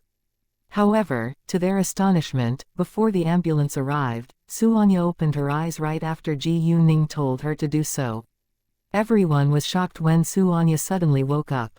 Jin Kashin and Jin Jingwei were also terrified. "Anya, are you all right?" "Mrs. Su smiled tearfully. "Anya." Su Junhao was both excited and surprised. In fact, Ji Yuning had rescued Su Anya the moment she came inside. And she told Su Anya to pretend to be unconscious to trap Jin Kashin. "It was Jin Kashin who attacked me. I caught her stealing a document in my father's study, so she hit me with an ashtray." Su Anya glared at Jin Kashin, clenching her teeth. Hearing that, everyone looked at Jin Kashin in shock. Jin Kashin tried to steal a document from Su Junhao's study, but was caught by Su Anya, so she hit Su Anya with an ashtray. Hearing that Su Anya mentioned a document, Su Junhao immediately ran to his desk and searched for it. Mrs. Su, on the other hand, slapped Jin Kashin across the face and questioned her. "Jin Kashin, how could you do that?" Jin Kashin covered her hurt cheek, but didn't know how to retort. Su Anya had already woken up, and she had no excuse to defend herself. Jin Jingwei also didn't dare to help Jin Kashin, because he was in big trouble too. "Jin Kashin, you dared to slander Ji Yuning, so I'll punch you down to the floor." Chu Peihan ran to Jin Kashin and punched her without hesitation. Jin Kashin was heavily hit again and screamed in pain. Everyone around them was struck dumb because they didn't expect that Chu Peihan would really hit Jin Kashin. And it was obvious that Chu Peihan had been trained. "Stop it! Stop!" Jin Jingwei shouted and wanted to stop Chu Peihan. However, Hao Ran and the other boys went ahead and caught Jin Jingwei. Therefore, Jin Jingwei could only watch Jin Kashin being punched. As for others, nobody was willing to get involved in this mess. "All right, stop now," Yuan Jisong said, but wasn't very serious, because he just did it superficially due to his identity. Jin Kashin had attacked his best friend's daughter and slandered his lifesaver. Yuan Jisong was an upright official, but not weak. He would also fight back if someone dares to hurt people that he cared about. Chu Peihan didn't beat Jin Kashin for very long, because Jin Kashin couldn't tolerate it at all. Even though Chu Peihan was in a rage, she knew when to stop. If Jin Kashin died, she couldn't bear the result. Anyway, Jin Kashin was doomed to be sentenced to jail. Su Junhao did lose a document which was quite important. It was a tender document for a tourist scenic area. The reason why Jin Jingwei frequently visited him the past few days was because he tried to get a share of the loot. However, Su Junhao rejected him, because Su Junhao wasn't in charge of the project alone and couldn't make decisions on his own. Given what had happened, Su Junhao figured out what was going on now. Jin Jingwei told Jin Kashin to slide in his study when he was absent to steal the tender document so that Jin Jingwei could get the project. Su Junhao was angry that Jin Jingwei would hurt his family for money. Since Jin Jingwei didn't care about them, Su Junhao wouldn't regard them as his family any longer. "Where is the document?" Su Junhao questioned Jin Kashin, who was beaten down on the ground. It was too painful for Jin Kashin to utter a word now, so she didn't answer the question. "Oh, it's under the sofa. When I kicked her away, the document fell there," Ji Yuning said. Hearing that, Su Junhao walked to the sofa at once. He knelt and searched for the document. There was indeed a document under the sofa. Su Junhao was relieved when he was sure it was exactly what he was searching for.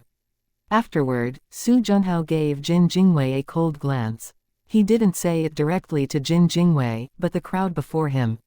"From now on, I, Su Junhao, will withdraw any investment and cooperation with the Jinhua Group. And whoever continues to work with the Jinhua Group is cutting business connections with our Su family." Junhao. Jin Jingwei panicked a lot and tried to stop Su Junhao. The Jin family relied on the Su family to run its business. If Su Junhao withdrew all of his investments and cooperation, the Jin family would barely make a living. Besides, Su Junhao also threatened other big companies to not work with him. In that case, the Jin family's business would go bankrupt soon. "Don't call my name. As of this minute, you're no longer my family. And the Jin family is banned from entering this house. Su Junhao said icily. Then he added, the police will deal with Jin Kashin. Jin Jingwei opened his mouth but didn't know what to say. It was too late to regret it. Oh, Ji Yuning, what is the medicine that you just gave me? I stopped bleeding within seconds and my wound doesn't ache anymore, Su Anya asked curiously. When Su Anya had woken up, Ji Yuning had given her a special medicine, which stopped her wound from bleeding and aching. Hearing that, everyone was surprised. Ji Yuning really was a young girl full of surprises. Well, it's a special medicine with great effects. And it can cure most diseases. If the disease isn't severe, a pill is enough. If it's severe, several pills will help, Ji Yuning said. Chapter 395 Advertisement of Medicine. If it's a rare disease, I'm not sure whether it can be cured completely, but it can at least be improved. Previously a patient who had heart disease took 5 pills of this medicine, and his heart disease was cured afterward. He's healthy and energetic now. Ji Yuning was advertising her medicine. Hearing that, everyone rounded their eyes in shock. Nobody could believe it because it sounded so unusual. However, Su Anya was a great example. Her wound stopped bleeding or aching after she had taken Ji Yuning's medicine. Meanwhile, some also thought that maybe Su Anya wasn't badly injured at all and Ji Yuning's medicine accidentally rescued her. Miss Ji Yu, I really don't know how to thank you enough. You're a lifesaver of our Su family. Su Junhao thanked Ji Yuning with sincerity. Ji Yuning replied, Uncle Su, please don't say that. Anya's my close friend. Miss Ji Yu, is your medicine really that effective? Someone asked. Well, I understand that it's hard for you to believe it, even though Anya is a great example. However, no matter whether you believe it or not, this special medicine is worth a fortune, so it depends on me whether I want to sell it, Ji Yuning said proudly. She didn't care whether people trusted her. Instead, she knew that people would be eager to buy it once they found out about its effects. Miss Ji Yu, can your medicine be effective against muscular dystrophy? A middle-aged man asked with hope. He was Lan Yubin, the chairman of Lantu Travel Agency, which was the leading tourism company in City F. Although Lan Yubin wasn't on the rich list, his company had hundreds of millions of yuan in assets. Lan Yubin's son had been affected by a rare disease 4 years ago, and the muscles of his right calf became weaker over time. He couldn't walk and sat in a wheelchair all day. Although medical science had developed a lot, rare diseases were still hard to cure. If you believe me, then yes it can, Ji Yuning said. Well, can you sell some to me? Lan Yubin was excited. He was willing to trust Ji Yuning, and seize every chance to cure his son. Sure, but I'm not certain that you're willing to pay its price, Ji Yuning said. Of course I'm willing to, Lan Yubin said without hesitation. As long as the medicine could cure his son, he was willing to pay a fortune for it. You didn't even bother to ask its price. The patient must be very important to you. I appreciate your generosity, and I'm not mean either. Each pill costs 1,000,000 yuan. Don't worry, if the medicine isn't 80% effective, you don't need to pay a cent.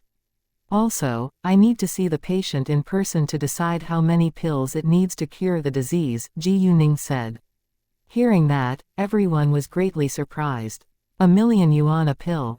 The medicine did cost a fortune. However, what surprised them more was the fact that the medicine would be free if it wasn't 80% effective. Did Ji Yuning say that because she was afraid that her medicine wasn't effective enough, or was she so confident that her medicine could cure the disease? Everyone had doubts in their minds. No problem, Miss Ji Yu, when are you free? Lan Yubin didn't think the price was too high. Instead, he couldn't wait to invite Ji Yuning to visit his son. I'll be busy tomorrow, so if it's convenient, we can go to see the patient now. Ji Yuning was leaving for City G tomorrow, so she could only deal with it tonight. Luckily, it wasn't late and was only 8 p.m. Sure. That was exactly the answer that Lan Yubin wanted to hear. At this time, the ambulance arrived. Ji Yuning said, although Anya's wound isn't bleeding now, I think that she should still go to the hospital and have it looked at. Ji Yuning didn't want it to seem too unreal, so she deliberately left the wound open. The hair could cover the wound, so it wasn't very bad. After all, Ji Yuning could remove the scar later if Xianxia wanted. After that, Su Junhao and his wife immediately took Xianxia to the hospital. Jin Kexin was also admitted to the hospital because she was also badly injured. When Jin Kexin left the hospital in a few days, she would be sentenced by the court. Yuan Jisong, on the other hand, stayed to see the guests out on behalf of Su Junhao. Chu Peihan and the others went home together, while Ji Yuning along with Gao Yi and Chao Ya followed Lan Yubin to his house. Coincidentally, Lan Yubin lived in Fenghua Luxury Mansion too. The Lan family's house was a 2-story loft with a small garden in Zone B and it looked like a villa. It was still early, so Lan Yubin's wife and son together with their housemaid were still awake. They were watching TV in the living room. Seeing Lan Yubin walking inside with several strangers, Mrs. Lan didn't ask further but told the housemaid to pour cups of tea. Jiayuan, this is Miss Ji Yu. She has a special medicine which can cure most diseases.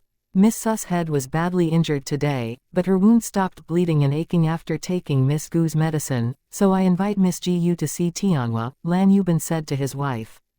Tianhua was Lan Yubin's son, Lan Tianhua. Mrs. Lan's eyes lit up at once. Really? Please let me see his calf first. Ji Yuning didn't want to make promises right now, because they would find out the effects soon enough. Sure, Mrs. Lan said. She immediately helped Lan Tianhua roll the pant to his knee. Seeing that Ji Yuning was very young, Mrs. Lan had doubts. However, she had the same feelings as Lan Yubin. As long as it was effective, she wouldn't allow herself to miss any chance to cure her son. And Lan Yubin had also said that Miss Ji Yu had cured Miss Su's injury, so she chose to believe Ji Yuning. Lan Tianhua, of course, was eager to be healthy again. The muscles of his calf were so weak that his calf was left with only a bone. Ji Yuning walked forward and pinched his calf, but Lan Tianhua had no feeling at all. Miss Ji Yu, how is it? Can it be cured? Lan Yubin was nervous. Yes, but it takes 3 pills, Ji Yuning said. Chapter 396 The Golden Buddha, really? Lan Yubin and his wife were thrilled to know that their son could be cured, so they didn't care how much it cost. Well, I can give him 1 pill now. Within 5 minutes, his calf will regain feeling, Ji Yuning said and took out a small porcelain bottle with power crystals inside. What? In 5 minutes? Lan Yubin and his wife rounded their eyes in shock, and couldn't believe their ears. Then Ji Yuning poured out a power crystal and gave it to Lan Tianhua. Tianhua, take it now, and your leg will regain feeling. Really? Lan Tianhua ached to stand up, but after years of medical treatment, he still sat in this wheelchair. Yes, Ji Yuning said with a smile. Great, I'll take it, Lan Tianhua said. He opened his mouth and swallowed the power crystal Ji Yuning gave him. All of a sudden, he felt a cold air spreading through his body, which was quite comfortable. Lan Yubin and his wife kept staring at Lan Tianhua. Both of them were pretty nervous. 1 minute, 2 minutes, 3 minutes later, Lan Tianhua's calf finally started to have feeling. It even twitched a few times. Lan Yubin and his wife noticed and asked without delay, Tianhua, how do you feel now? A little painful, but cold, Lan Tianhua replied. The pain was tolerable. If you can feel the pain, it means that your calf is recovering, Ji Yuning said. It took time for Lan Tianhua's calf to get back to normal, so it was natural that it would be painful. Hearing that, Lan Yubin and his wife cried in happiness. Ji Yuning gave the porcelain bottle to Lan Yubin and said, there are another 2 pills in it. Take a pill every 3 days, and its effect will be increasingly obvious. After taking the 3 pills, he's likely to walk. However, during the period, his calf must be massaged every day so that it'll recover faster. Lan Yubin took the porcelain bottle. His hands were trembling in excitement, but he held it tightly in his hands because these pills could cure his son. Thank you so much, Miss Ji Yu. Lan Yubin said. 3 pills cost 3 million yuan. Lan Yubin took out a check and wrote the amount down. He gave the check to Ji Yuning, and Ji Yuning gave it to Gao Yi. After that, Ji Yuning left the Lan family's house. Ji Yuning told Gao Yi to redeem the check tomorrow. Ji Yuning didn't like checks and preferred cash. Gao Yi and Chao Ya also needed to pack up for tomorrow's flight to City G. Gao Yi and Chao Ya were Ji Yuning's reliable assistants now. Qin Haozheng went back to his home and seemed in a bad mood. Mrs. Qin was worried about him, and Qin Haozheng told her what had happened in the Su family today. It wasn't a secret anymore since there were so many socialites at the party. When Mrs. Qin found out that Ji Yuning was the real boss of Jade Beauty Jewelry, she was quite amazed, but she wouldn't doubt her husband's words. As for how Ji Yuning had rescued Su Aya with her special medicine, Mrs. Qin also thought it was too incredible. Wow, Ji Yuning is so amazing. She has 1 billion yuan of wealth at such a young age. Mrs. Qin said, "Indeed, I think that Yifan is right. Although Ji Yuning can't compare with us now, she could soon be richer than any of the other super-rich families in City F," Qin Haozheng said. Well, unfortunately, Ji Yuning doesn't have feelings towards Yifan. In the beginning, Mrs. Qin didn't want Qin Yifan to date an ordinary girl, but now she found out that Ji Yuning wasn't simple at all. She felt that it was a shame that Ji Yuning had rejected Qin Yifan. Qin Yifan was standing at the stairs and heard his parents' conversation. He wasn't very shocked when he heard that Ji Yuning was the real boss of Jade Beauty Jewelry because he had always had the same idea in his mind. However, he was astonished by the fact that Ji Yuning had rescued Su Anya. Although he knew that Ji Yuning wasn't simple, she did surprise him again and again. However, he was attracted to Ji Yuning not because she had so many unbelievable skills, but because of her personality. During this time, Qin Yifan had recovered a lot from Ji Yuning's rejection. Although it was still painful to think about Ji Yuning, he had already given up. After all, a romantic relationship wasn't something that you could get after working hard. On their way home, Ji Yuning suddenly thought of Su Junhao. She thought that it was better to deal with his problem right now, so she called Su Anya at once.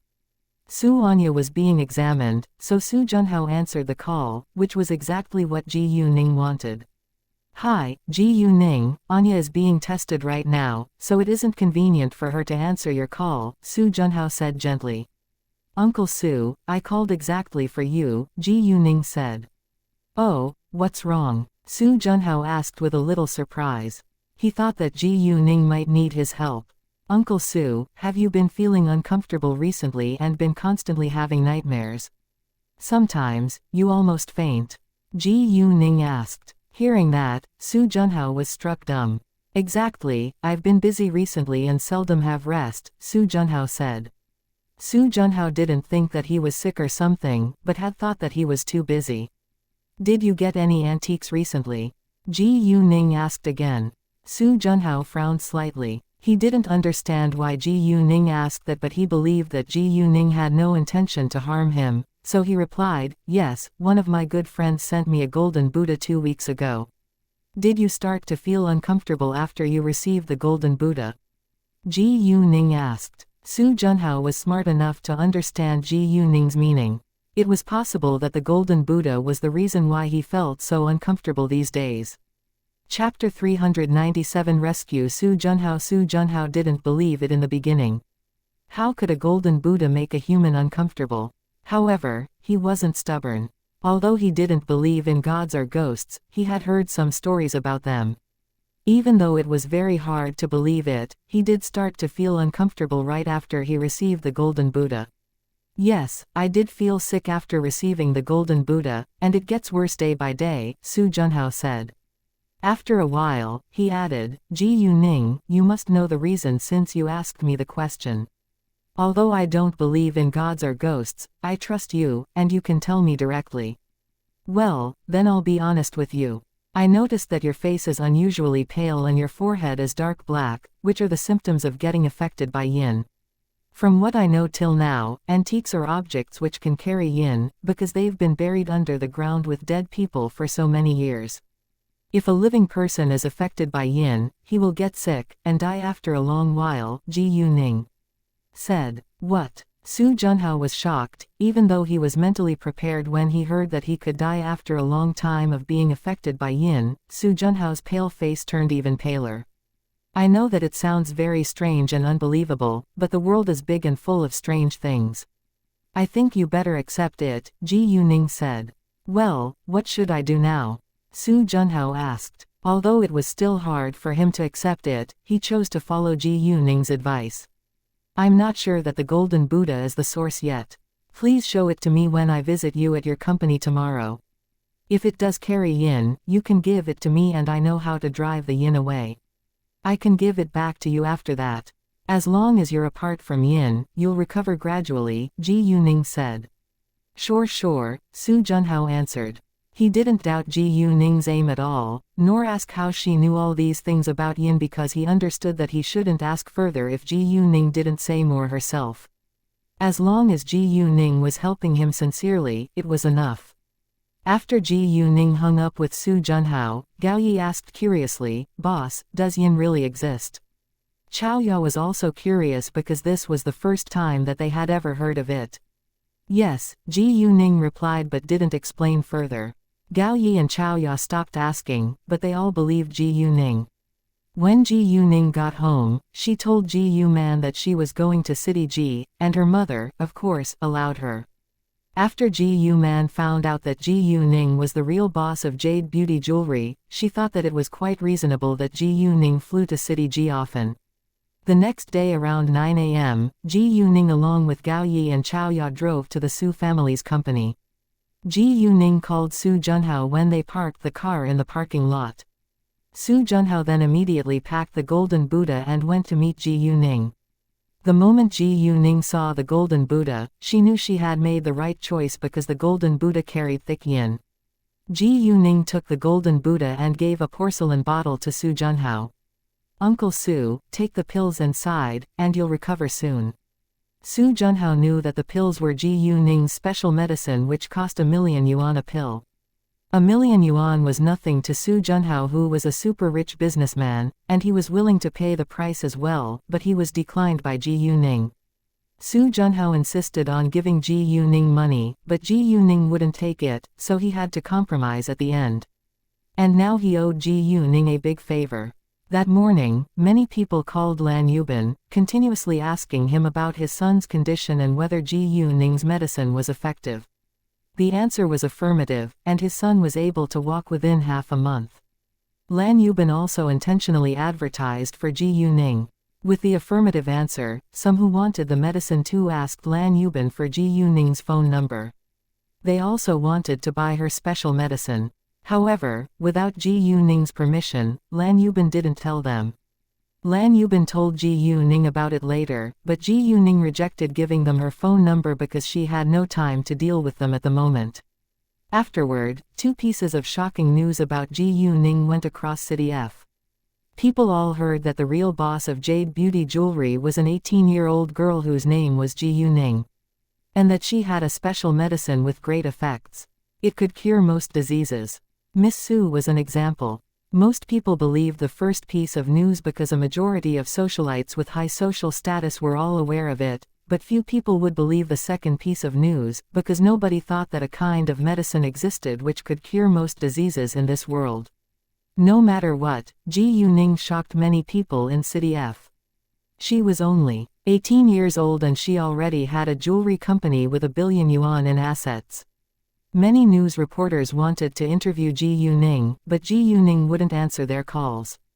Ji Xianxia also heard the astonishing news. He was struck dumb and couldn't believe that the Ji Yuning in the news was the one he knew, but there was no such coincidence that they shared the same age and name. Chapter 398 Song Mani. It was very hard for Ji Xianxia to accept the truth. He was already quite jealous of their beauty salon and construction material store. If they also had a jewelry company, Ji Xianxia would be hit heavily. He had worked so hard for over 20 years, and finally became a successful businessman with only dozens of millions of yuan in assets, but Ji Yuning turned into a billionaire within several months. He knew that Ji Yuning wasn't weak now, but he couldn't help calling Ji Yuman after he heard the news. The old lady was still in the hospital, so Ji Yuman didn't block Ji Xianxia's phone number in case anything bad happened to her mother and she would miss it.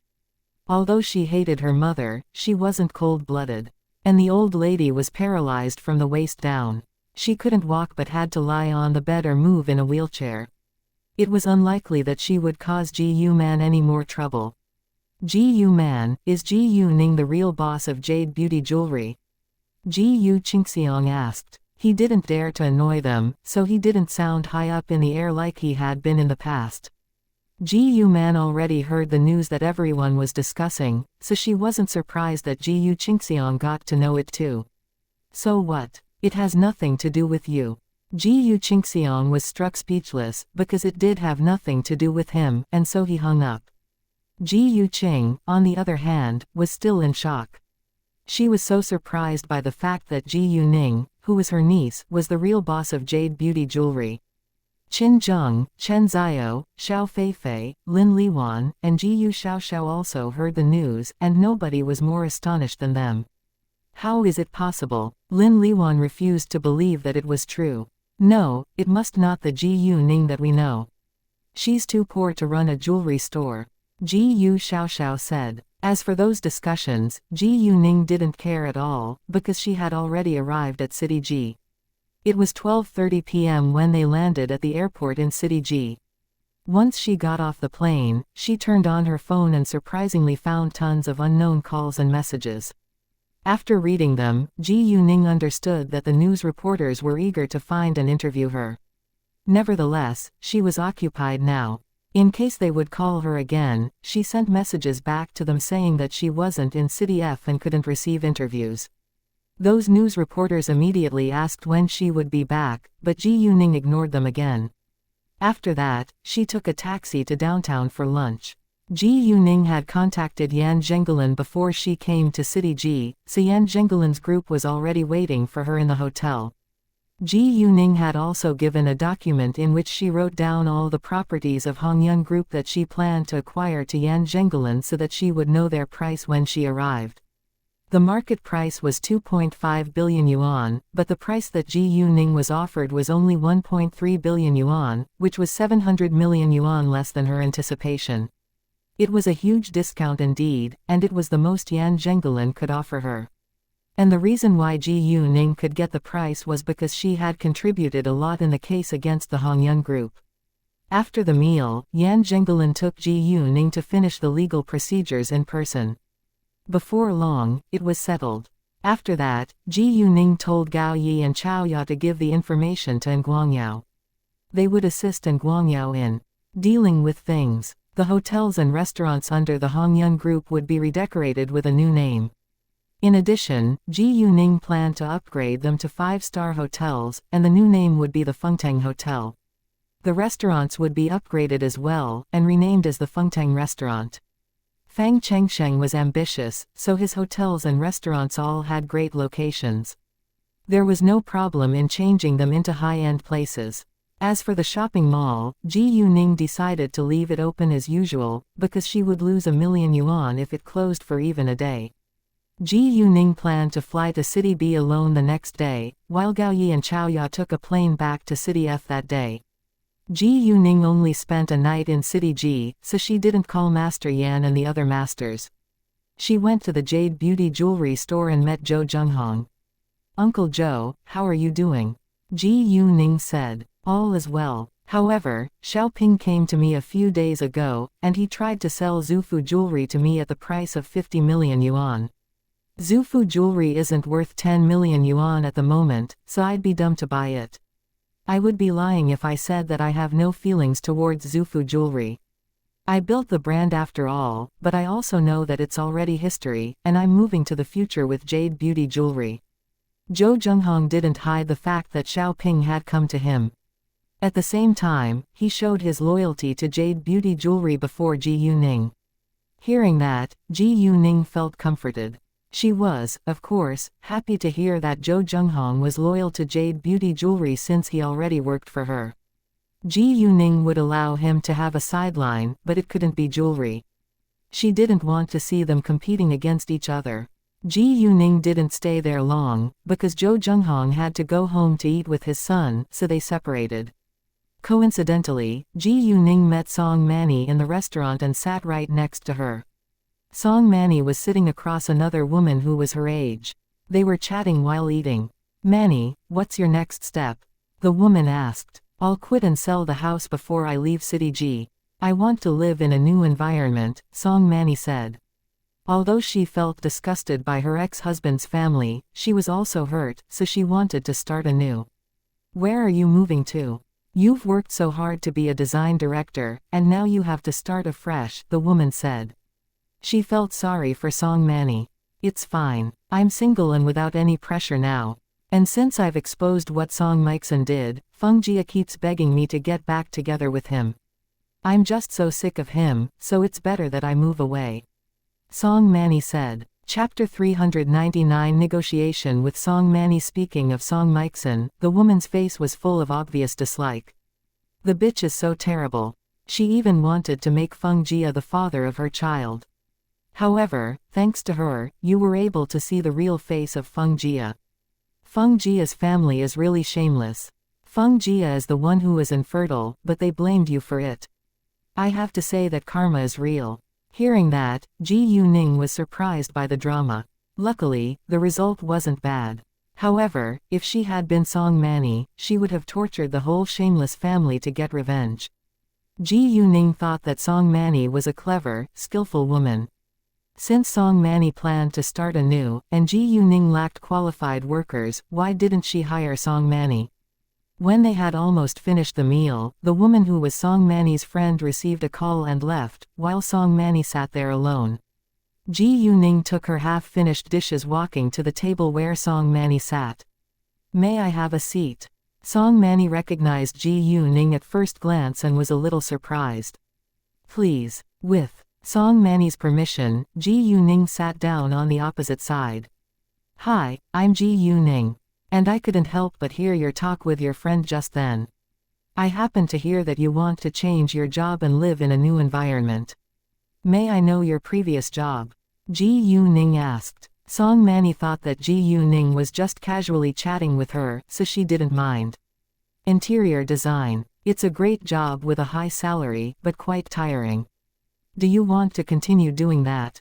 Ji Yuning asked. Well, just as you said. It's a great job with a high salary, but quite tiring too. If it hadn't been for my family, I wouldn't have worked so hard to make money. I even got cervical spondylosis one because of it, but I'm single now, and I can take it easy. As for the job, it depends. If I continue to work as an interior designer, I'll work less and take care of myself. And I don't mind changing to a new job either, Song Manny said. Since Song Manny was willing to be honest with her, Ji Yuning laid her cards on the table. I think that you must be really good to be able to be a design director at such a young age, so I'd like to hire you as my employee. As for the title, you can choose. Whether it's jewelry store manager, hotel manager, restaurant manager or shopping mall manager, just say it. As long as you think you're qualified, you can work in my headquarters too. If you're interested, we can talk more about the details. Song Manny was surprised by what Ji Yuning had said. What? Her headquarters? It wasn't because Ji Yuning was so young. Many young people started their own companies, but because it sounded like Ji Yuning had many companies under her name. Like a jewelry store, hotels, restaurants, shopping malls and so on. It wasn't a company. It was a business group. Although Ji Yuning looked serious, and it didn't seem like she was lying, Song Manny still doubted its authenticity. They were merely strangers after all.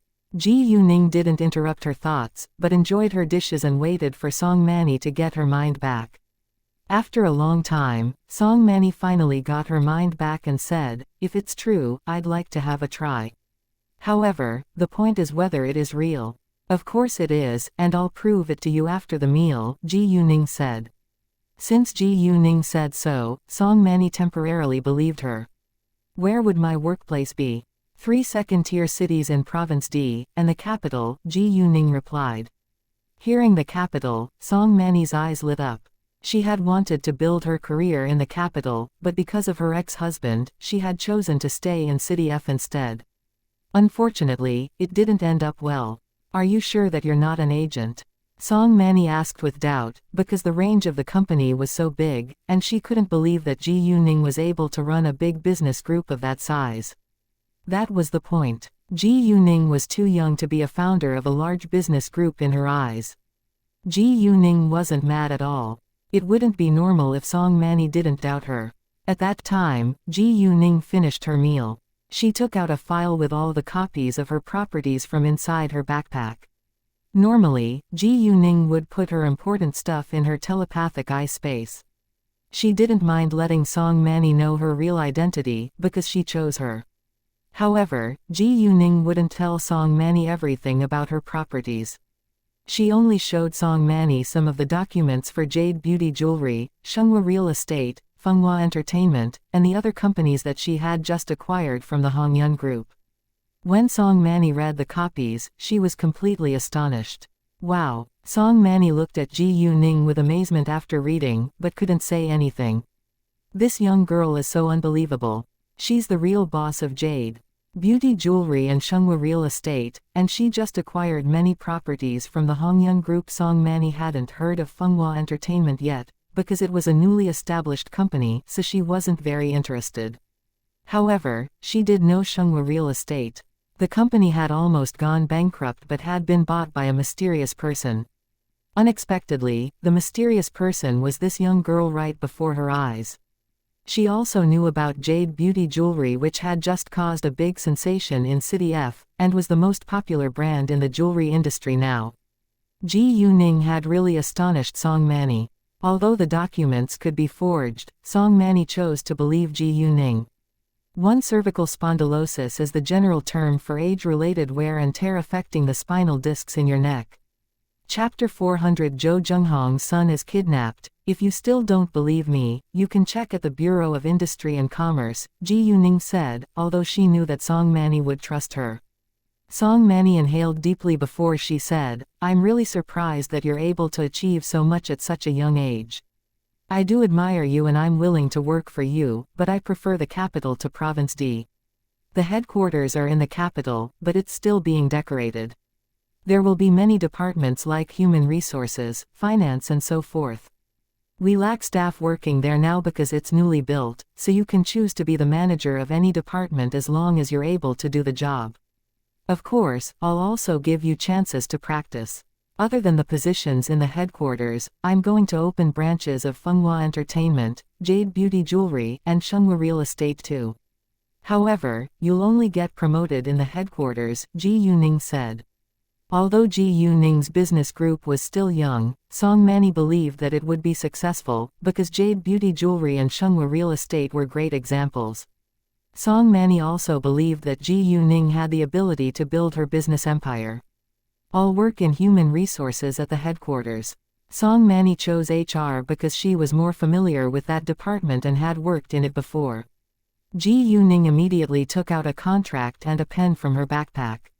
She wrote on it and said, well, I'm not just saying it, and we can sign the labor contract now.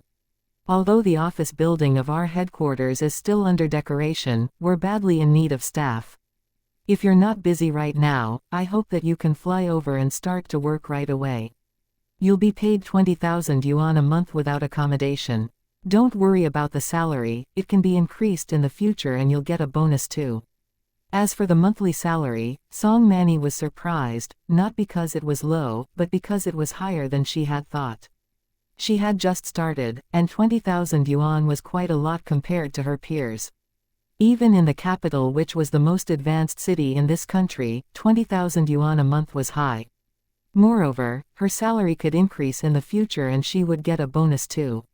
Facing such appealing conditions, Song Manny had no complaints. As for the accommodation, Song Manny didn't worry about it at all.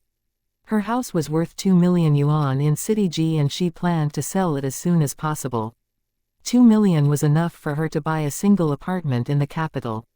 She just got divorced and had no plan to marry again in the short term.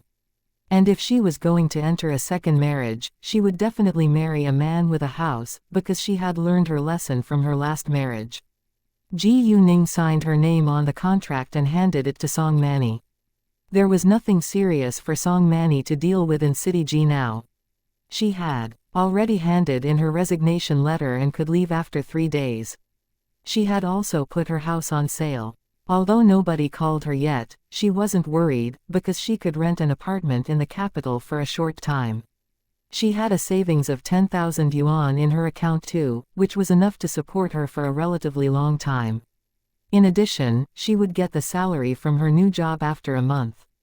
Therefore, she had enough money to live her life. Song Manny read the contract and signed her name. I'm not mean. Although you're the manager of HR in my company, you can have a sideline in your free time, Ji Yuning said. Song Manny's major was interior design, and Ji Yuning would love to see her follow her interest. Maybe Song Manny would go back to working as an interior designer someday. No matter what, as long as Song Manny was still willing to work for her, Ji Yuning wouldn't mind. Hearing that, Song Manny was surprised and appreciated Ji Yuning's kindness. Interior design was her major, and she was unwilling to give it up. After signing the contract, Ji Yuning said, "I'll make a call first." She called Guangyao and asked him when the decoration of the office building would start. Guangyao told her that it would begin tomorrow. The headquarters of their business group was under refurbishment, which was a large project, so Guangyao cleared his schedule for it. Ji Yuning then told Guangyao that she had hired Song Manny who would fly to the capital to assist him. Ji Yuning didn't know much about decoration, so she asked Guangyao what job Song Manny could do. After hearing that Song Manny's major was interior design, Guangyao was excited. He had wanted to hire an interior designer to be in charge of the interior style of the office building, but he hadn't found a qualified designer yet. If Song Manny could come, it would solve a big problem. Song Manny was also excited after Ji Yuning told her the news. Ji Yuning told Song Manny to design her office first. They didn't separate until 8 p.m. After that, Ji Yuning went straight back to clean water blue sky. She had been so busy these days, but once she had a break, she couldn't help missing Leng Xiaoting.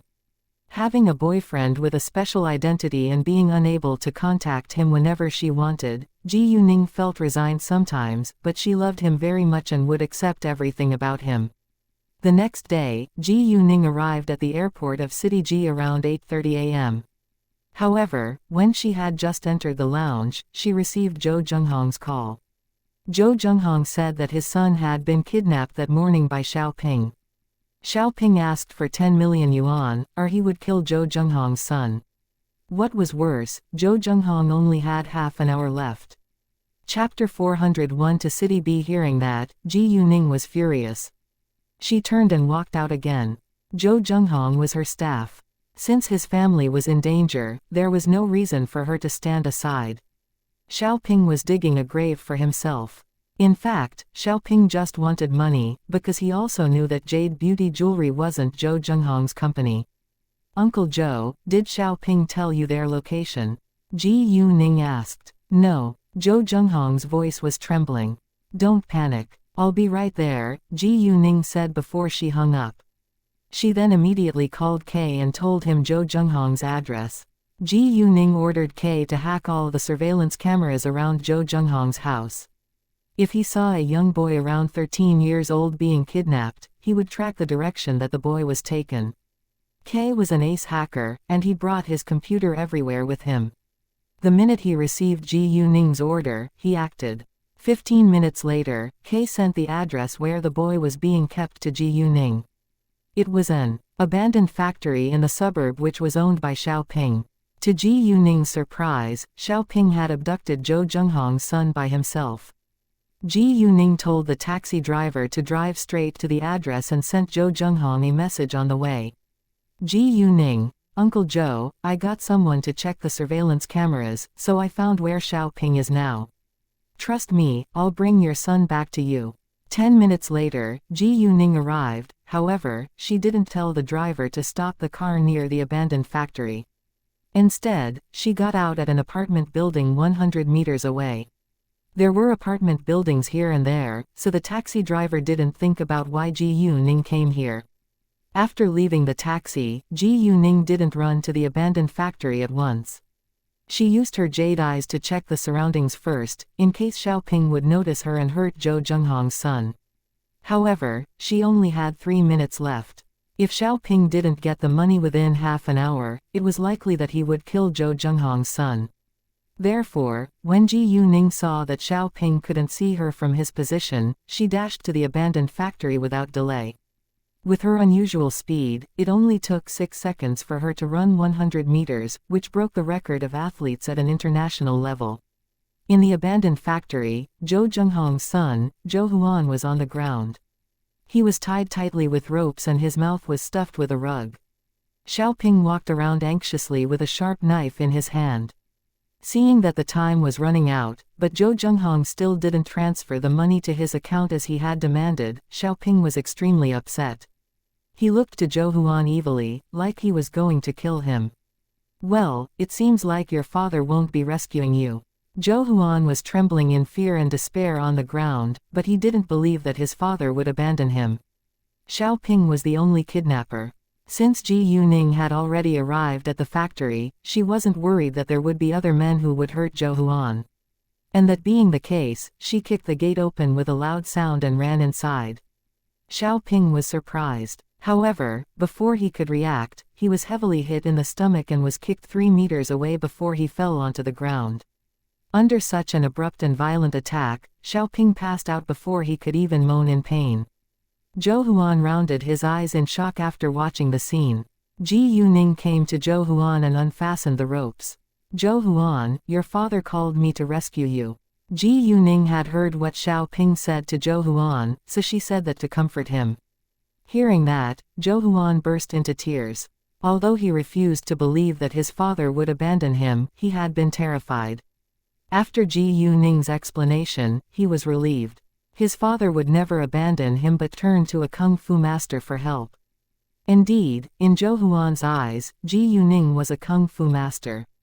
Ji Yuning let Zhou Huan cry to release his fear, and called Zhou Zhenghong at once. Zhou Zhenghong heard the sound of Zhou Huan's crying on the phone and finally relaxed. He repeatedly thanked Ji Yuning. He then asked Ji Yuning where they were and said that he would come right away. Xiaoping was still lying on the ground, and it wasn't convenient for Ji Yuning to leave here with Zhou Huan, so she told Zhou Zhenghong the address. After that, Ji Yuning called the police. And when the policeman heard that it was Ji Yuning, he didn't dare to hesitate and sent policemen to help them without delay, including the captain of the criminal police force. Ever since their director had called in person and ordered them to release Ji Yuning last time, her name was spread across the police station and none of the policemen dared to ignore her now. Zhou Zhenghong arrived at almost the same time as the policeman. Ji Yuning showed the captain the video in which Xiaoping had kidnapped Zhou Huan a few hours ago, and the captain arrested Xiaoping without further questions. After that, Zhou Zhenghong went home with Zhou Huan, while Ji Yuning went straight to the airport. Because of the accident, Ji Yuning missed her plane, so she had to change her flight. Unexpectedly, she met a familiar man in the lounge after the change. The man was Li Zhenyu. Ever since Li Junjun's death, the Li family was drowned in sadness, and Li Zhenyu looked exhausted. Seeing Ji Yuning, Li Zhenyu wore an evil expression. Although Ji Yuning had nothing to do with the death of Li Junjun, Li Zhenyu just hated her so much. However, he wasn't in the mood to pick on Ji Yuning now. Ji Yuning just glanced at Li Zhenyu and ignored him. It was still early, so Ji Yuning went to a nearby Western restaurant and ordered a cup of coffee. "Hi, Ji Yuning." All of a sudden, someone greeted her. Ji Yuning raised her head and noticed a tall, handsome man standing by her table. He was the boss of the cafe, Alan, that Bai Shuiyan admired from afar. "Alan, hi." Ji Yuning smiled. "Would you mind if I had a seat here?" Alan asked politely. "Of course not, please," Ji Yuning said. "Where are you heading to?" Alan asked. "City B, how about you?" Ji Yuning replied. Chapter 402 The Shen Family, What a Coincidence. "I'm flying to City B too, but I have to transfer to Germany then," Alan said. They talked for a little while longer and soon it was the departure time. Alan sat in the first class, while Ji Yuning's seat was in the economy class, so they separated once they were aboard. Ji Yuning didn't see Li Zhenyu again, maybe because their flights weren't the same. Just a short time after the plane which Ji Yuning stepped aboard took off, a military helicopter slowly landed at a private airport in the capital. After landing, 4 men got out of the helicopter one by one. They were Leng Xiaoting, Chen Meng, Xu Jinchen and Xin Bei, who ranked 5th in the Red Flame. The moment they were out the helicopter, Leng Xiaoting couldn't wait to turn on his phone and make a call. Chen Meng and the other teammates shook their heads resignedly. Without a doubt, Leng Xiaoting had to be calling Ji Yuning. It seemed that their boss was deeply in love with Ji Yuning, but it was better than being single and alone forever. Leng Xiaoting indeed called Ji Yuning, but her phone was powered off. Ji Yuning had told Leng Xiaoting that she would only turn her phone off in planes. Otherwise, there had to be no signal or the phone ran out of power. Thus Leng Xiaoting thought that Ji Yuning had to be on a plane now. Where is she going? Leng Xiaoting thought. City G. Thinking that Ji Yuning was flying to City G, Leng Xiaoting was displeased. He was anxious to meet her, but unfortunately, he still had something else to deal with now. Xin Bei rubbed his stomach and said, "Come on, let's go dine together." "I'm starving. Let's go. Jinchen will pay the bill," Chen Meng said. "Hey, stop exploiting me. Don't forget to respect the old and cherish the young," Xu Jinchen complained. However, it was no big deal for him to buy his teammates a meal. He just disliked that they treated him like an ATM. "Well, we know that, but you need to respect us first, and then we'll cherish you." Xin Bei laid his arm on Xu Jinchen's shoulder. They were very close and didn't care about age. "Leave me alone." Xu Jinchen got rid of Xin Bei's arm. "You're just used to taking advantage of me." Saying that, they noticed that Leng Xiaoting had suddenly stopped in front of them. "What's wrong with boss?" Xu Jinchen asked. "Oh, no, I feel something must be wrong," Xin Bei said. "It seems boss's call wasn't answered." Chen Meng gave Xin Bei a glance of disdain. It was obvious that their boss's call wasn't answered. Xin Bei shrugged. "Hey, go and ask whether boss is going to dine with us," Xin Bei said to Xu Jinchen. "Why me?" Xu Jinchen retorted. Leng Xiaoting was displeased now, and the last thing he wanted to do was to annoy his boss. At that time, Leng Xiaoting abruptly turned around, which scared the men behind him. "I need to go back to the Leng family's house, you can enjoy yourselves," Leng Xiaoting said. After that, Leng Xiaoting left. It was during the day, so only Master Leng was in the Leng family's house. Leng Chengji was surprised to see Leng Xiaoting coming home and welcomed him in excitement. Master Leng, on the other hand, criticized him the moment Leng Xiaoting appeared. "Xiaoting, why didn't you tell me that your girlfriend was the girl who rescued Yang's grandson?" "You already know now," Leng Xiaoting said. He didn't think that it was necessary to tell his grandfather everything about Ji Yuning. Most importantly, Ji Yuning wouldn't allow him to do so. Otherwise, he would tell the whole world that Ji Yuning was his girl. Master Leng didn't know how to argue back, but he just felt unhappy that Leng Xiaoting didn't tell him in person. "Oh, it's very unusual that you come home right after you finished a task." "What about your girlfriend?" Master Leng teased. "I have something serious to deal with right now," Leng Xiaoting said. "What?" Master Leng asked. Master Leng understood that it had to be something important that Leng Xiaoting wanted to discuss with him since he came back home. Master Leng and Leng Xiaoting were alone in the study, so Leng Xiaoting said it directly. "Grandpa, do you still remember Chen Chuin's older cousin, Chen Jinpeng, who was killed in a car accident 3 years ago? We stalked a drug dealer group in Burma this time. Unexpectedly, the person who makes deals with the group is precisely Chen Jinpeng, who changed his name to Long Tianyu. In order to not alert him, I didn't meet Chen Jinpeng in person. And as the later investigation shows, Chen Jinpeng is a senior manager of the Kirin gang. In that case, the car accident which happened 3 years ago was completely a plot, which helped Chen Jinpeng to cover his real identity. I don't know whether Shen Yangfeng is aware of it. I'm still investigating him. However, if he knows, it proves that the Shen family is much more ambitious than we thought." They always knew that the Shen family was ambitious, but didn't expect that they would be that ambitious and bold. In addition, the Shen family was close to the Leng family, so the Leng family hadn't doubted their behavior, or conduct an investigation. Yes, what? Hearing that, Master Leng was quite shocked and was then furious. The Shen family was also involved in politics. And government officials hated to be connected with gangs. If a government official wasn't close to and didn't make deals with gangs, he would be safe. However, if a government official did illegal things with gangs, he was doomed in his political career and would be sentenced to jail.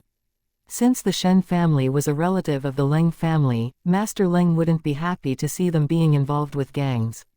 And he decided to take action after a clear investigation. If the Shen family hadn't done any illegal things with gangs yet, Master Leng would remind them to stay away from them, which was the most he could do.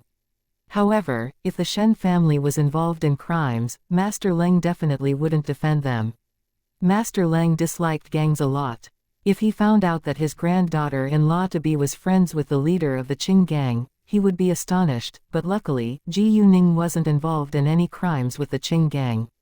Chapter 403A Stampede at the airport. I told you this so that you can be more cautious, but you don't need to get involved, Leng Xiaoting said. He understood that his grandfather helped the Shen family for the sake of his grandmother, but Master Leng was aged now. Leng Xiaoting didn't want him to be worried. And it was possible that the Shen family would hurt Master Leng if they found out that their dirty secret was exposed. Although there were ace bodyguards at Master Leng's sides, one could never be too careful. After the discussion with Master Leng, Leng Xiaoting left. He took his phone out once he walked out of the Leng family's house, but there were no new messages or calls, which proved that Ji Yuning didn't see his unanswered call yet. However, it had been a long time, and Ji Yuning should have arrived at City G already. Maybe she isn't going to City G, but somewhere else. Leng Xiaoting thought. Thinking of that, Leng Xiaoting called Ji Yuning again. Her phone was still turned off. After 3 hours of flying, the plane Ji Yuning took finally landed at the international airport of City B. Ji Yuning turned on her phone the moment she got off the plane. She noticed Leng Xiaoting's missed calls, and immediately called him back. Leng Xiaoting answered it within a second. Because he knew that Ji Yuning would call him when she turned on her phone, he had held his phone in his hand the entire time. I was on a plane, and my phone was turned off. The plane just landed, so I called you at once, Ji Yuning explained. Where are you now? Leng Xiaoting asked. I heard people found antiques in a small village near City B, and there might is an ancient grave there, so I came here to have a look, Ji Yuning said. Hearing that, Leng Xiaoting thought of what they had been through last time and felt nervous. Are you alone? Ji Yuning understood why Leng Xiaoting was nervous and comforted him. Don't worry, I'll be careful, and there is only a 1% possibility that what we experienced last time will happen again. If there were moving bodies in every ancient grave, the world would be in chaos. Indeed, if there were moving bodies in every ancient grave, this world would be in chaos already. Grave digging wasn't uncommon, and many archaeological teams would follow the trace left by gravediggers to discover the ancient graves, like this time. As for how the gravediggers found those ancient graves, Ji Yuning had no idea, but they certainly had their own skills. Even so, Leng Xiaoting was still worried. However, he also understood that once Ji Yuning made up her mind, nobody could stop her. All he had in mind now was to settle his business as soon as possible so that he could meet her. The moment Ji Yuning left the arrivals, she heard many people shouting the same name crazily. Lin Xiaowei, Lin Xiaowei, Lin Xiaowei. Seeing the excited group of people, Ji Yuning understood that they had to be some Stars fans and be here to pick up their idol. Within seconds, the group of young boys and girls dashed forward, not towards Ji Yuning, but the woman next to her. The woman was Lin Xiaowei. The group of crazy fans ran so fast that even the bodyguards couldn't stop them. It was likely a stampede would happen. At that moment, an agonized female voice sounded. Help! Don't step on me! Help! However, those fans were screaming in excitement, and nobody heard the woman's voice calling for help, except Ji Yuning. Ji Yuning used her jade eyes at once and saw a young girl around 20 years old lying on the ground in pain. There were many stepping on her body and people kept moving forward violently. Ji Yuning was mad. She ran forward and knocked the fans away. Although she limited her strength to not hurt them badly, the fans were still swearing at her. Luckily, the young girl wasn't far from Ji Yuning, and Ji Yuning soon came to rescue her from the people who stepped on her. The people were furious that Ji Yuning pushed them away. However, when they realized what had happened, they were all shocked and became quiet all of a sudden. Ji Yuning seized the young girl's hand and put power into her body without delay. Meanwhile, she glared at the people who had stepped on this poor girl. "Call the ambulance now." People were all scared, and a bodyguard took out his phone to call the ambulance. However, the moment that Ji Yuning raised her head, a middle-aged man was astonished by her face. Ji Yuning looked just like him. He also had a strange feeling which made him want to get closer to Ji Yuning.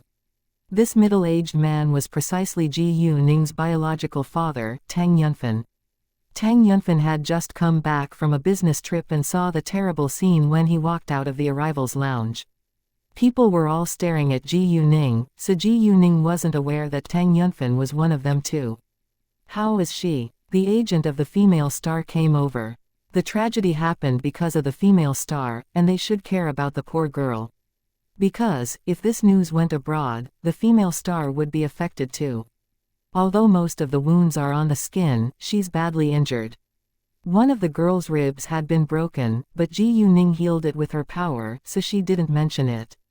However, it wasn't reasonable if the girl wasn't injured at all after being violently stepped on by so many people, so Ji Yuning didn't cure the girl completely. And the girl still looked pale from the pain. "I'm so sorry about what has happened. We'll pay her medical fees and mental damage compensation," Lin Xiaowei said guiltily. "Great," Ji Yuning replied, then looked to those who had stepped on this poor girl. "You owe this badly injured girl an apology." Those people were scared by Ji Yuning's cold look and immediately apologized. "I'm sorry. It's fine. I know that you didn't do it on purpose." Although the badly injured girl was still mad, she forgave them. Chapter 404 Artificial Raw Materials. The young girl then looked to Ji Yuning and said, "Thank you so much for saving my life." Ji Yuning replied lightly and remained quiet. The ambulance arrived later, and the girl was sent to the hospital. When Ji Yuning left the airport, she sensed that someone was looking at her the entire time. However, the moment she turned around, Tang Yunfan walked away too, so Ji Yuning only saw his back. Ji Yuning didn't think about it any further and left too. "Boss, what's wrong? Do you feel uncomfortable?" Secretary Yan Weilan asked. "Nothing, let's go," Tang Yunfan said and walked straight to the gate. Ji Yuning didn't take a taxi at once when she was outside of the airport, because she had no idea where the ancient grave was. Besides, City B was so big with so many nearby villages, so she couldn't know which one the one she wanted to go to was. She could only turn to K for help. Ji Yuning asked K whether he could hack someone's phone and get its location. K gave her an affirmative answer. As long as the phone was on, it was easy for him to get its location. No matter what, it was worth trying, so Ji Yuning told K to hack Su Anya's older brother, Su Anjan's phone and get its location. However, Ji Yuning didn't know Su Anjan's phone number. She could only tell K some basic information about Su Anjan and let K do the job himself. As for the tasks assigned by Ji Yuning, K never asked why, as long as it wouldn't hurt national interests. A few minutes later, K told Ji Yuning that Su Anjan's phone signal wasn't good, so he couldn't get its location for now. In that case, Ji Yuning couldn't go to find the ancient grave now, but she told K to keep an eye on Su Anjan. Once K found out where he was, K would tell Ji Yuning. Ji Yuning decided to visit the antique street in City B. City B was an important municipality, which was the center of this country's economy, transportation, technology, finance, and trade. While Ji Yuning went to the antique street, what had happened at the airport went viral on the internet, and Lin Xiaowei received as many compliments as she did criticisms. Some thought that Lin Xiaowei was kind because she offered to pay the injured girl's medical fee and mental damage compensation. She had even taken the injured girl to the hospital in person. However, others believed that Lin Xiaowei was only protecting her own reputation, and it was merely a show. Luckily, more people felt for Lin Xiaowei, because they all knew that fans could sometimes be crazy, and the accident wasn't something that Lin Xiaowei wanted to see. Meanwhile, many people were also surprised by Ji Yuning's brave behavior. Jesus, this girl is so awesome. She's able to knock so many people away. Exactly. She's strong and fast, which makes me think of a kung fu master. I bet she is one. You've watched too many TV shows, but I have to admit that this girl is quite skillful. When she says, "Call the ambulance now," she looks so powerful, my body trembled in shock. And her sharp look was very terrifying. She's pretty though. Ji Yuning, on the other hand, wasn't aware of and didn't care about those discussions. It took her more than an hour to get to the antique street with a car even though there were no traffic jams along the way. When she finally arrived, she went to dine in a nearby restaurant before she walked in. The antique street in City B was as big and full of activity as the capital. Once Ji Yuning ambled on the antique street, she used her jade eyes to scan through the objects laid on the stands at the sides of this street. Most of them were undoubtedly fake. However, by the time she had walked to the end, she still bought 3 valuable antiques. Within half an hour, Ji Yuning finished her tour at the antique street, so she headed to the stone gambling street to have some fun afterward. When Ji Yuning had just entered the stone gambling street, she noticed a group of people were in an animated discussion in front of a raw material shop. Ji Yuning walked over. The shop was super crowded, but all the people inside were staring at the area where a worker was cutting raw materials. There was a big raw material that weighed around 200 pounds waiting to be cut out. This raw material already had a window that showed green, and it was highly possible that there was jade in it. However, the quality of the green was medium, so the price of this raw material wasn't high either. It had only cost 8 million yuan for that size. A middle-aged man was the buyer of this big raw material, and he fixed his eyes on it while his body was trembling with anxiety. This was his last hope. If he couldn't cut out jade anymore, his jewelry store would have to be closed. "Hey, do you think that there is jade inside?" Onlookers started to discuss. Although it was more likely to cut out jade from a raw material with a window that showed green, it was hard to tell the result. Probably. If not, Mr. Zhang is doomed, and his jewelry store will have to close. Indeed. Because his son annoyed an important figure's son, all his sources of jade were cut off. Even though there is jade on the market, someone will always bid a higher price than him for it, and now he has to play stone gambling.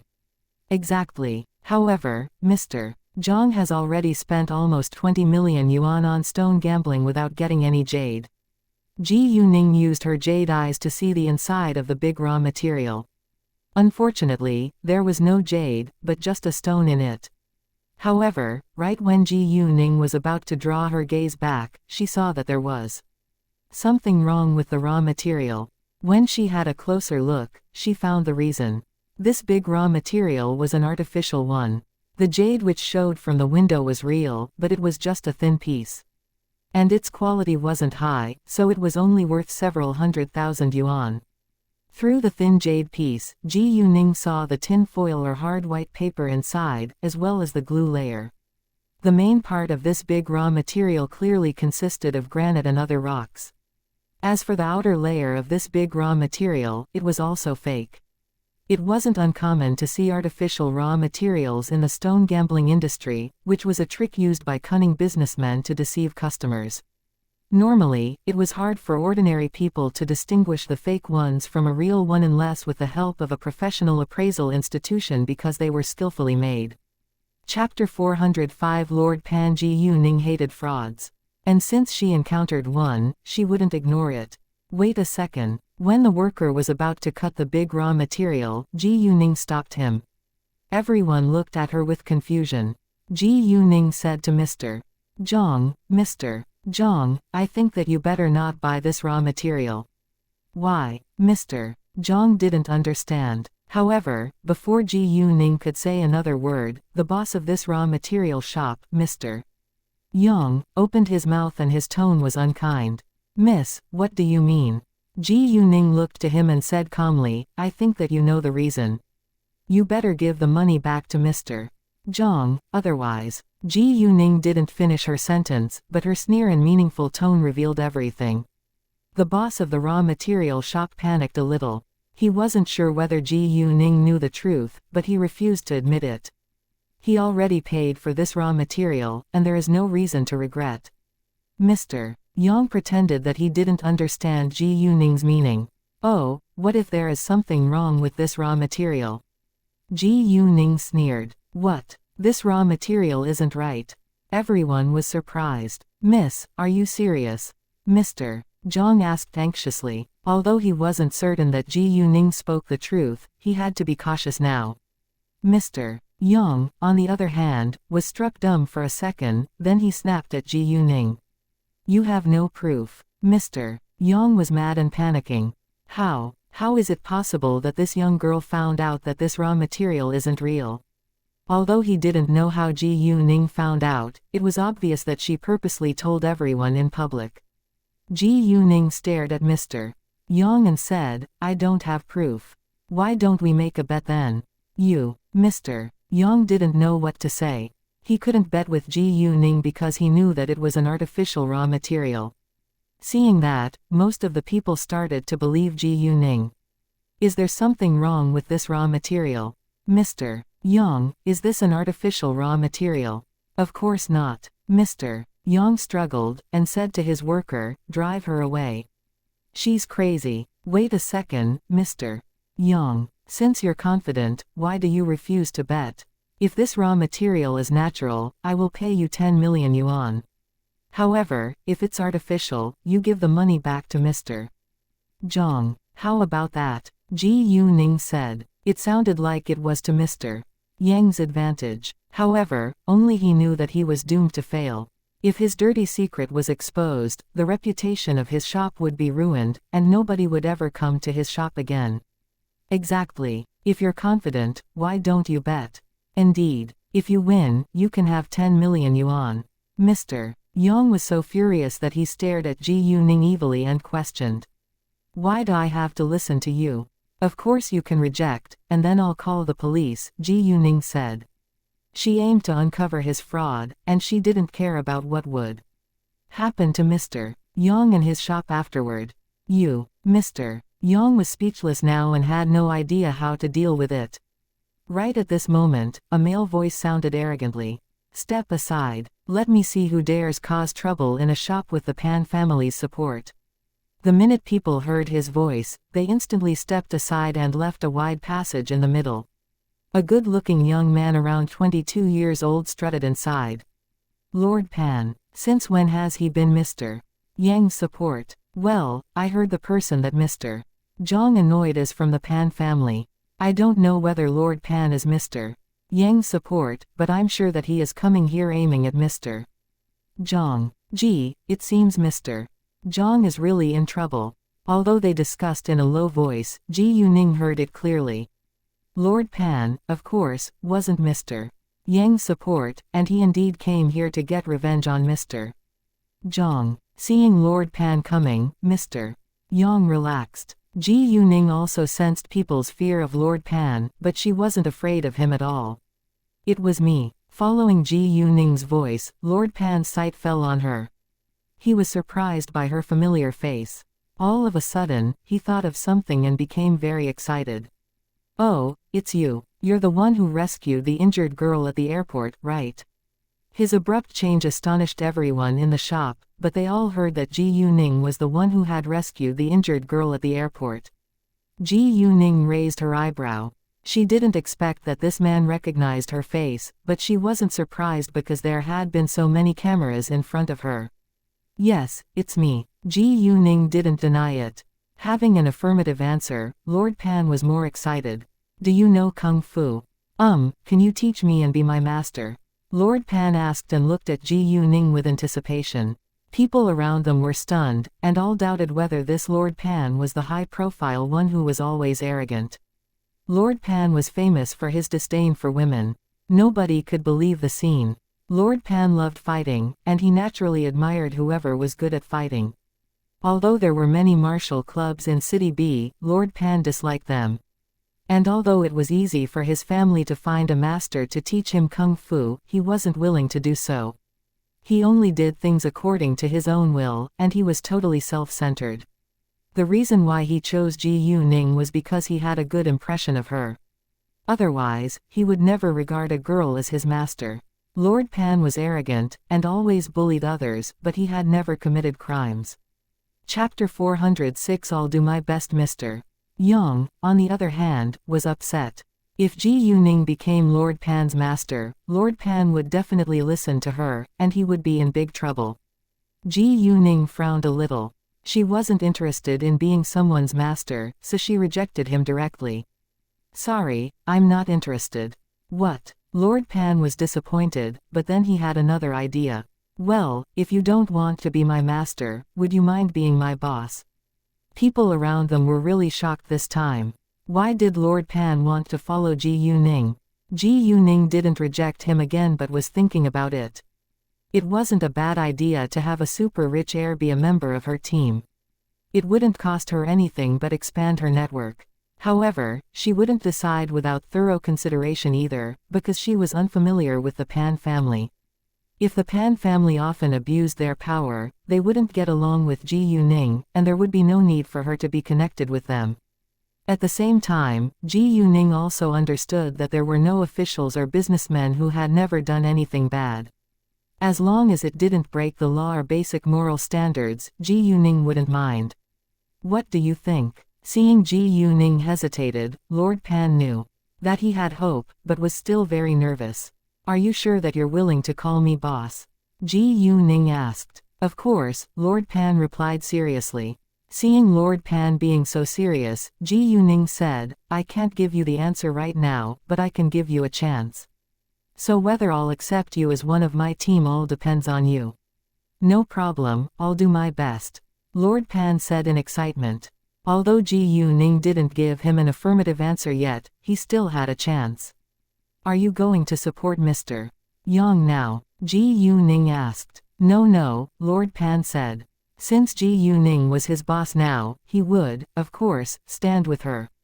Mr. Yang really panicked now, and I'm helping Mr. Zhang. Will you pick on him? Ji Yuning asked again. Of course not, Lord Pan said. His boss was going to help Mr. Zhang, and he definitely wouldn't act against his boss.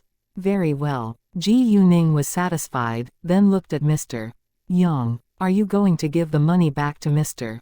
Zhang, and destroy all the artificial raw materials, or do I still have to call the police? I'll give the money back to Mr. Zhang, Mr. Yang said. No matter what, the reputation of his store was damaged. However, if he was willing to give the money back to Mr. Zhang and destroy all the artificial raw materials, he still had a chance to run his business as usual. However, if Ji Yuning called the police, he would really be doomed. In the end, Mr. Yang gave the money to Mr. Zhang. Because of Mr. Yang's attitude, Mr. Zhang and others all believed that the raw material wasn't real. From the beginning to the end, Mr. Zhang also closely watched how the situation developed. After that, Mr. Zhang repeatedly thanked Ji Yuning, and he wasn't dumb enough to ask how Ji Yuning found out that there was something wrong with the raw material. Even though Lord Pan wouldn't cause Mr. Zhang any trouble, Mr. Zhang couldn't find any source of jade in a short time. Therefore, Ji Yuning talked to him in private and told him that she had a relative who had a jade provider. If he needed it, she could help him. In actual fact, Ji Yuning was making a deal for herself. What Ji Yuning offered was exactly what Mr. Zhang was badly in need of. He was thrilled and thanked Ji Yuning again. Ji Yuning then gave Mr. Zhang Peng's phone number and the name of the company. Hearing that the company was Colorful Jade Provider, Mr.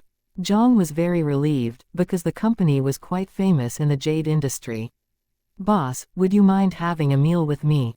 When Ji Yuning and Lord Pan were alone, Lord Pan seized the chance to please Ji Yuning. I just had a meal, Ji Yuning said. She wasn't turning Lord Pan down on purpose, but she did have a meal an hour ago. Let me buy you a cup of coffee then, Lord Pan said. I need to continue stone gambling. Ji Yuning rejected him again. Stone gambling. Boss, do you play it too? Lord Pan was surprised. If he had known Ji Yuning's achievements, he wouldn't have been so surprised. Yes, Ji Yuning said lightly. Now, Lord Pan admired Ji Yuning more. He followed Ji Yuning walking into another raw material store. The moment its owner noticed Lord Pan, he fawned on him at once. Oh, isn't this Lord Pan? Please come on in and have a look. I can give you 30% off. Lord Pan didn't know much about stone gambling, but he enjoyed it because it was exciting, so he came to this stone gambling street often. And all the owners of the raw material shops on this street knew Lord Pan. Sure, Lord Pan became arrogant again before others. He followed behind Ji Yuning but had no intention to buy raw materials himself. Ji Yuning focused on the pile of raw materials before her for a few seconds, then walked over and picked up one the size of a football. There was medium-high level jade in it. Get a cart now, Ji Yuning naturally gave Lord Pan an order. No problem. Facing Ji Yuning, Lord Pan immediately put on a smile and went to fetch a cart. The scene shocked many people who had known Lord Pan for a long time, and none of them could believe their eyes. Who is this young girl? Why is Lord Pan listening to her? Is she Lord Pan's girlfriend? Impossible. Lord Pan has had many girls, but those girls were like female servants when they were with Lord Pan, and Lord Pan never treated them gently, let alone smiled at them. Is this girl special to Lord Pan? Or is Lord Pan scared of this girl? Everyone around them had the same thoughts, but Lord Pan didn't care at all, because Ji Yuning occupied his mind. Boss, is there jade inside? Lord Pan asked. When people heard Lord Pan call this young girl boss, they were truly shocked. However, no matter how curious they were, nobody dared to ask Lord Pan. The Pan family wasn't ranked on the top 10 richest list in City B, but it was a well-known super-rich family. City B was the center of finance, and only an affluent family with billions or dozens of billions of yuan in wealth could be called a real super-rich family. A common super-rich family normally had over a billion yuan in assets. As for those families with only hundreds of millions of yuan in wealth, they were hardly super-rich families. Of course, there were many rich people with hundreds of millions of yuan in wealth in City B, but it wasn't common to see a billionaire. We'll know when we cut it. Ji Yuning wouldn't give him an affirmative answer before the raw material was cut open. Chapter 407 I Know I'm Awesome Later, Ji Yuning chose another 2 raw materials with jade inside. One was medium-high level jade the size of a tissue box, while the other was high level and as big as 3 man's palms piled together. And 2/3 of the 2 raw materials was jade. Lord Pan was surprised by Ji Yuning's speed of picking up raw materials. Boss, are you just randomly choosing? I have my instinct, Ji Yuning said. What? Lord Pan didn't think that instinct was reliable. Even though Lord Pan thought that Ji Yuning knew nothing about stone gambling, he still admired her as always. Ji Yuning only took 3 raw materials with jade inside, and she was kind enough to leave the rest for the owner of this shop to run his business. With the help of Lord Pan, Ji Yuning got 30% off when she paid the bill. Even though Ji Yuning didn't lack money, it felt good when you could get a discount. Miss, do you want to cut them out? The owner of the shop asked. Sure, Ji Yuning said, then walked to the stone cutting area. No customers were cutting raw materials, so the 2 machines were both available. Ji Yuning told the 2 stonecutters to cut the 2 raw materials with medium-high level jade inside first. Once the machines started to work, people in the shop quickly surrounded the area. Everyone was nervously staring at the raw materials which were being cut, including Lord Pan. Ji Yuning was the only one who stayed calm. Boss, shouldn't you be nervous? Lord Pan saw Ji Yuning being so calm and asked with curiosity. I'm not, Ji Yuning said. Lord Pan admired Ji Yuning's outstanding psychological quality once more. Before long, the green showed. People all looked at Ji Yuning with envy or jealousy, but Ji Yuning still remained calm. Lord Pan, on the other hand, was astonished by Ji Yuning's accurate instinct. He also understood that luck was very important in stone gambling. However, Ji Yuning still remained calm and didn't seem excited at all. Boss, aren't you happy? Lord Pan asked puzzledly. Of course I am. Ji Yuning gave him a perfunctory answer. She wasn't unhappy but was used to it, and she had already known that there was jade in it. Lord Pan felt that it was very strange that Ji Yuning didn't show any happiness if she was really happy. Did she already know? Lord Pan thought to himself, but he didn't take it seriously, even though it was precisely the truth. It could be just a thin layer, someone said with jealousy. Seeing the green, many people would be green with envy too. Miss, I'm willing to pay 50,000 yuan for this raw material. Although the green shows a little, it could only be a thin layer and the raw material would be a waste. However, if you sell it to me, you can at least make 50,000 yuan. A middle-aged man in a suit said to Ji Yuning. When Ji Yuning heard it, she remembered that someone had said the same thing to her when she had cut out jade the first time. Sorry, if you want to buy it, you have to wait until the end. And the most generous buyer will get the jade, Ji Yuning said. Since Ji Yuning said so, the middle-aged man could only wait. The stonecutter kept cutting, and at the same time, the other stonecutter told them that green showed. Jesus! This young girl is so lucky. Both of her raw materials show green. Is it possible that the third one will show green too? People were more surprised and looked at Ji Yuning with greater jealousy, while Ji Yuning still remained calm. Boss, you're so awesome. Lord Pan couldn't admire Ji Yuning more now, and he believed that he had made the right decision to follow Ji Yuning's lead. Within minutes, the first jade was fully cut out. Oh my, it's medium-high level jade of the glutinous rice type. The stonecutter raised his voice in excitement. His hands were trembling slightly. It was hard to cut out jade and normally he could only cut out dozens of pieces of jade in a year. It was rare to see jade above the medium level. What? Glutinous rice type. It must be worth at least 30 million yuan. Jesus, it's a fortune. Boss, you're so awesome. Lord Pan complimented with excitement like the jade was his. However, no one was more upset than the owner of this shop. Although it was usual to see a customer cut out jade in his shop, he couldn't help feeling envious and jealous too. A short while later, Jesus, this is medium-high level jade of the water type. The other stonecutter said in astonishment. What? The crowd burst into discussion again. Ji Yuning's unbelievable luck really shocked them. Everyone looked at Ji Yuning with pure jealousy, but Ji Yuning wasn't affected at all. Boss. Lord Pan was about to praise Ji Yuning again, but he was suddenly short of words. He was running out of complimentary vocabulary. However, he still tried to express his admiration for Ji Yuning. Well, I honestly don't what else I can say, but boss, you're really awesome. Ji Yuning was amused. All right, I know that I'm awesome, so you can stop flattering me. Hearing their small talk, many people around them thought that Ji Yuning was being too proud, even though they all had to admit that she was really incredible.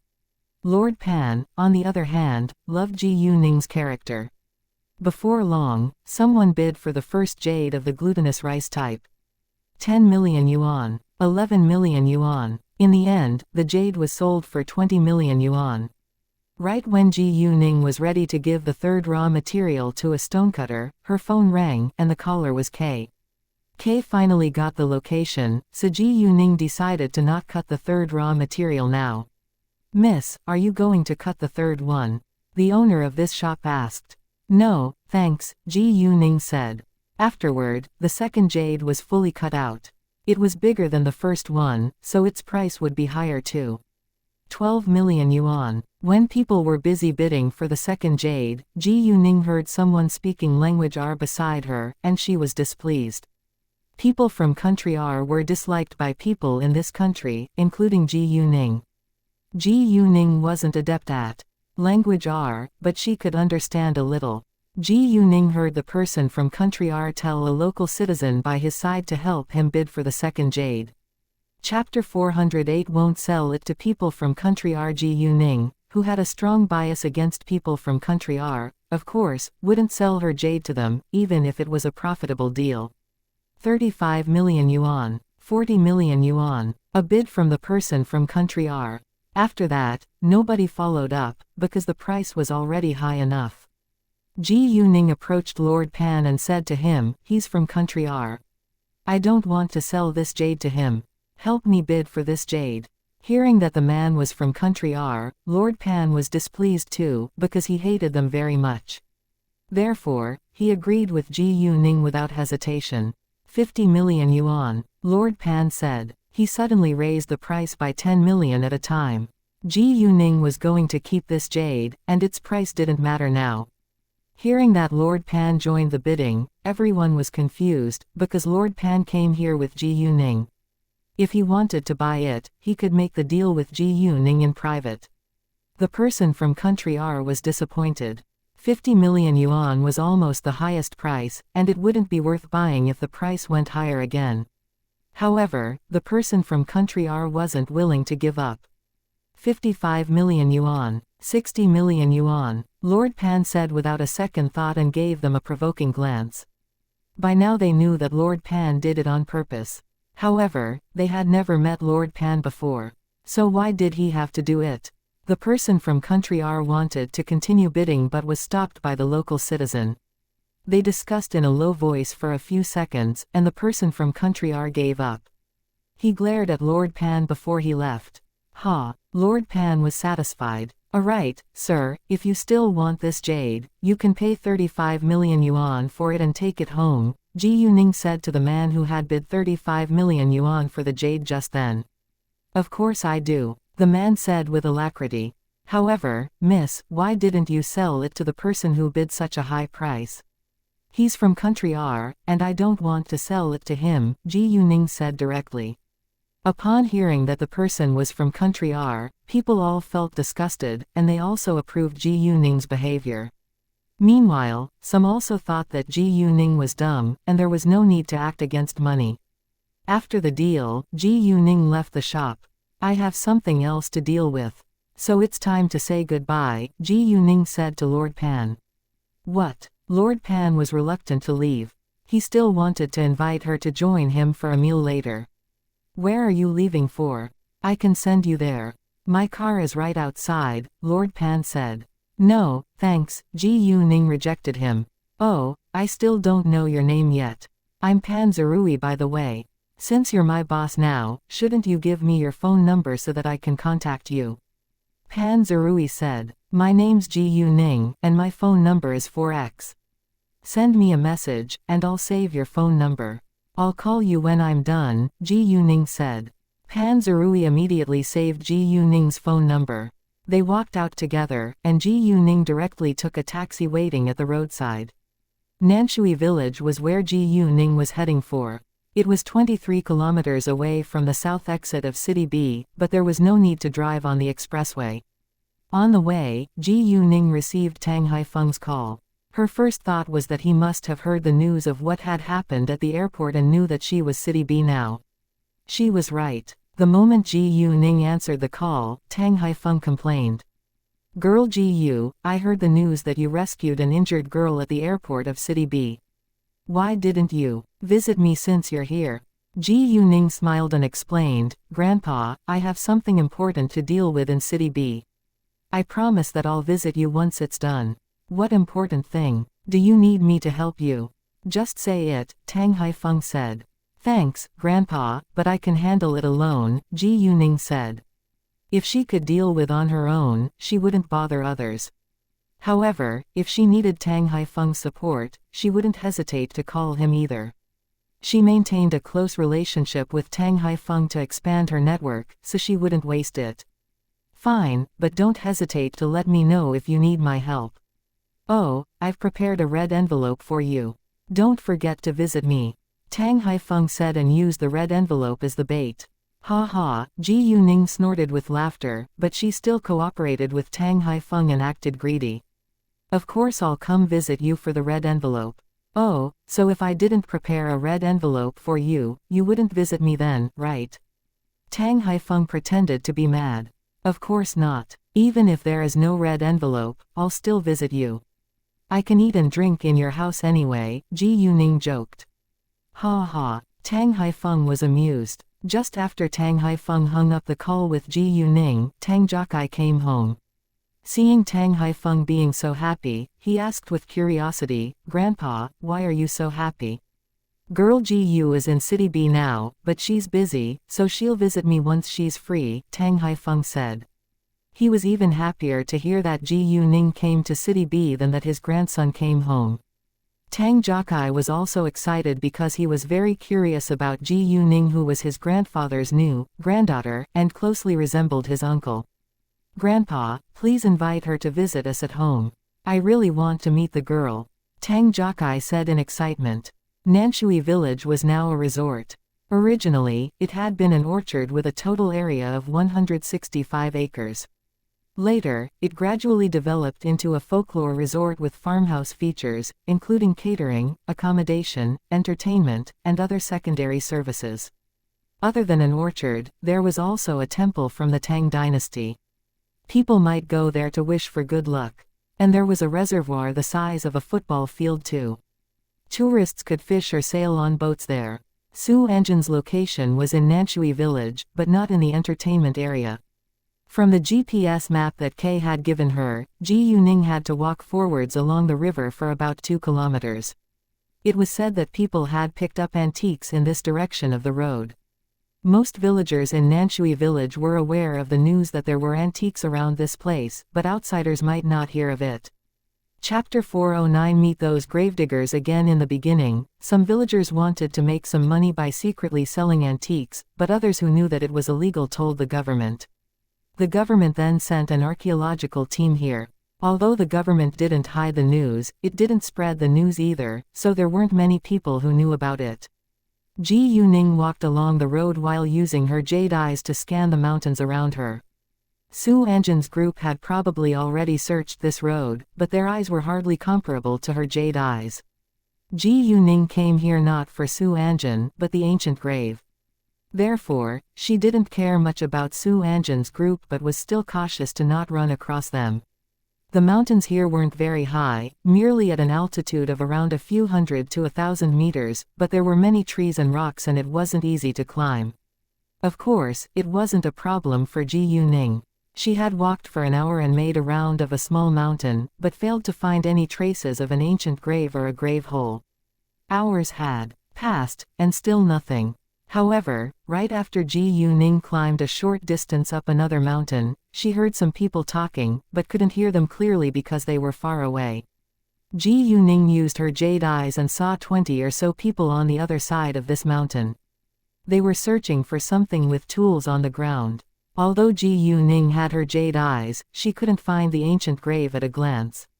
Instead, she had to search the ground meter by meter too. Nevertheless, she was able to search in a much larger area at a higher speed than them. Since she already found Su Anjin's group, Ji Yuning definitely wouldn't go over. She turned and walked in the opposite direction. It wasn't early when Ji Yuning arrived at Nanshui village, and the sky quickly got dark in the winter. It wasn't safe to stay in the mountains at night. There could be snakes, ants, rats or something else, so Su Anjin's group stopped searching and made camp in an empty place while taking measures to prevent against snakes and other poisonous animals. As for Ji Yuning, she kept looking for the ancient grave. With the help of her jade eyes, she had no trouble walking in the night. And if she was bitten by a snake, she could use her power to protect herself. Ji Yuning later came to another mountain. However, before she could find the ancient grave, she heard someone talking quietly in front of her. Li Mao-song, my older brother died because of you.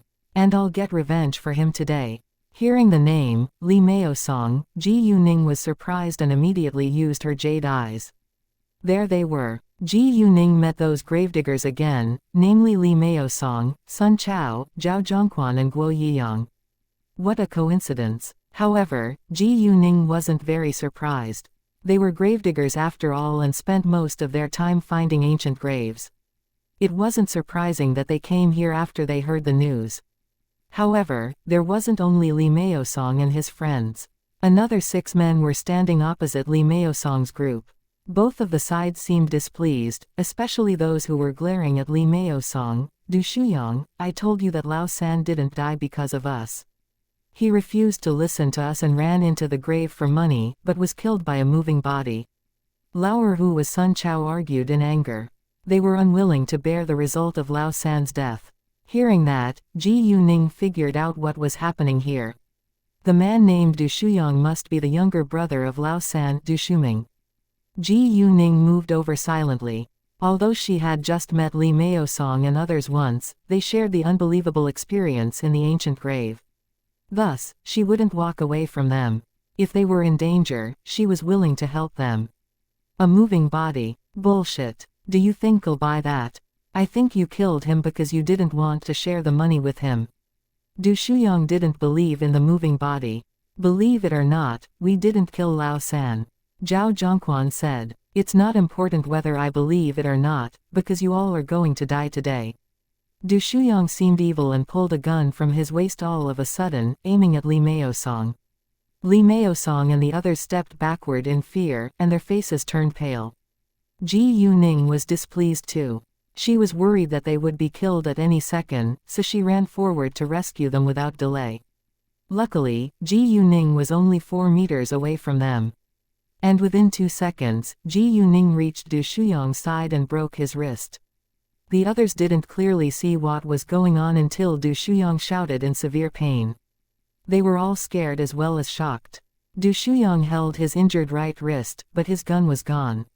And Ji Yuning was standing by his side with his gun in her hand. Everyone looked at Ji Yuning in astonishment. It happened as fast like lightning. And an ordinary person couldn't do that. This girl must be a kung fu master, they thought. Li Meosong and the others didn't recognize Ji Yuning when she had dashed out, but when they saw Ji Yuning's face, they were quite surprised. Miss Ji Yu, it's you, Li Meosong said in excitement. Since it was Ji Yuning, it was understandable that she could get the control of Du Shuyang like lightning. Ji Yuning had rescued them from bats and a moving body the last time, so in their hearts, Ji Yuning was their lifesaver and a kung fu master they admired. Oh, it's Miss Ji Yu. The others were also surprised. They didn't wonder why Ji Yuning showed up here because they thought that Ji Yuning was a gravedigger too. Hi, you all, nice to meet you again, Ji Yuning said to them. Li Meosong and Sun Chao were even older than her mother, while Zhao Zhongquan and Guo Yiyang were younger than 30 years old. Du Shuyang panicked a little after he found out that Li Meosong and the others knew Ji Yuning, and Ji Yuning was able to grab his gun away in seconds. Ji Yuning coldly glanced at Du Shuyang's group, and she had a natural air of power, which terrified them. Chapter 410 Rescue them once more. Ji Yuning's sight fell on Du Shuyang. Just because you don't believe that there is a moving body in this world doesn't mean that there isn't. Your older brother really was killed by a moving body. I saw it with my own eyes. Du Shuyang still refused to believe it. You're a member of their group, so you naturally will defend them. Not only Du Shuyang, but the others who were with him didn't believe it either. It was quite understandable because it was very hard for modern people to believe in ghosts and monsters. Since they didn't believe it, Ji Yuning had no plan to explain further. However, she stared at Du Shuyang icily and warned him. It's up to you whether you believe it or not. However, if you dare to hurt Li Meosong and his friends, I'll throw you into jail and you'll stay there forever. Meeting Ji Yuning's sharp gaze, Du Shuyang's body trembled in fear, and he could hardly breathe. Even his partners felt the pressure from Ji Yuning, which made them think that this young girl wasn't simple at all. Now, disappear, Ji Yuning said. Although Du Shuyang wanted to kill Li Meosong, he failed, and Ji Yuning couldn't kill them all. She didn't want to be sentenced to jail after all. Du Shuyang was reluctant to leave but didn't dare stay here either. Besides, his wrist was injured and he had to go to the hospital right away. After that, a group of them escaped. When they were gone, Li Meosong thanked Ji Yuning with sincerity. Miss Ji Yu, thank you so much for rescuing us again. Indeed, Miss Ji Yu, thank you so much, the other 3 men said. Miss Ji Yu, you're our lifesaver. If you need our help in the future, feel free to let us know, and we'll spare no effort to help you, Li Meosong said seriously. Yes, the others echoed. When Ji Yuning met them again, she had thought to hire them. Since they showed their kindness towards her on their own initiative, Ji Yuning, of course, wouldn't deny it. Great. If I need your help in the future, I'll let you know, Ji Yuning said. No problem, Li Meosong and the others said. In their eyes, it was an honor if Ji Yuning turned to them for help. Oh, Miss Ji Yu, you must be here to find the ancient grave too, right? Those experts have searched several mountains in vain, and we also have searched around this mountain, but found nothing. Maybe there is no ancient grave at all, Li Meosong said. However, if there is no ancient grave, why did some people pick antiques up here? Zhao Zhongquan still believed there had to be an ancient grave around this place. It is hard to tell, but since we're already here, let's go find it, Ji Yuning said. You're right. Miss Ji Yu, would you mind joining us? If we find it, we can share the antiques by halves, Li Meosong said. Although it wasn't fair because Ji Yuning was alone while they had 4 people in the team, they didn't mind. Li Meosong added, however, if any weird things happen like last time, please help us as always, Miss Ji Yu. Ji Yuning was surprised by Li Meosong's generosity, but since he was willing to do so, she wouldn't reject it. As for Li Meosong's request for help, Ji Yuning agreed. Don't worry. Since we're a team now, I'll do my best to protect you. Afterward, Ji Yuning joined Li Meosong and his friends to search for the ancient grave. Although Li Meosong and his friends had searched around this mountain, Ji Yuning still wanted to look around again on her own. After she didn't find anything on that mountain with her jade eyes, she left with Li Meosong and the other men. All the nearby mountains have been searched, and we still found nothing. Maybe the ancient grave is in a farther mountain, Zhao Zhongquan said. If we still can't find it, the antiques could have been dug out already by others before us, Guo Yiyang said. He seemed upset because they had encountered such situations many times before. Do you have a map? Ji Yuning asked. Sure, Sun Chao said. He took out the map and a picture at once. This is the map, and this is the full view of Nanshui village we took from a plane when we came here. Ji Yuning checked the map and the picture. Zhao Zhongquan immediately used the flashlight of his phone to light for Ji Yuning. Even though Ji Yuning didn't need it, she didn't say anything in order to not expose her secret. She looked at the picture first. There were some mountains which were marked with red spots on it, which meant they had already searched for them. And those mountains without red spots were far away from Nanshui village. After a while, a place attracted Ji Yuning's attention. It was the temple of Nanshui village. Somehow, Ji Yuning had a feeling that the ancient grave could be under the temple. Well, since we're going to search for the ancient grave, why don't we have a look in the temple? Ji Yuning said. The temple. Nobody thought that the ancient grave could be in the temple because the temple was located right beside the village. Besides, people picked antiques up in the opposite direction of the temple, so nobody had searched it. However, since Ji Yuning proposed to give it a try, Li Meosong and the others would follow her without a doubt. Then, the group of them walked to the temple together. Even though Ji Yuning had the sense that the ancient grave could be around the temple, she wasn't completely sure.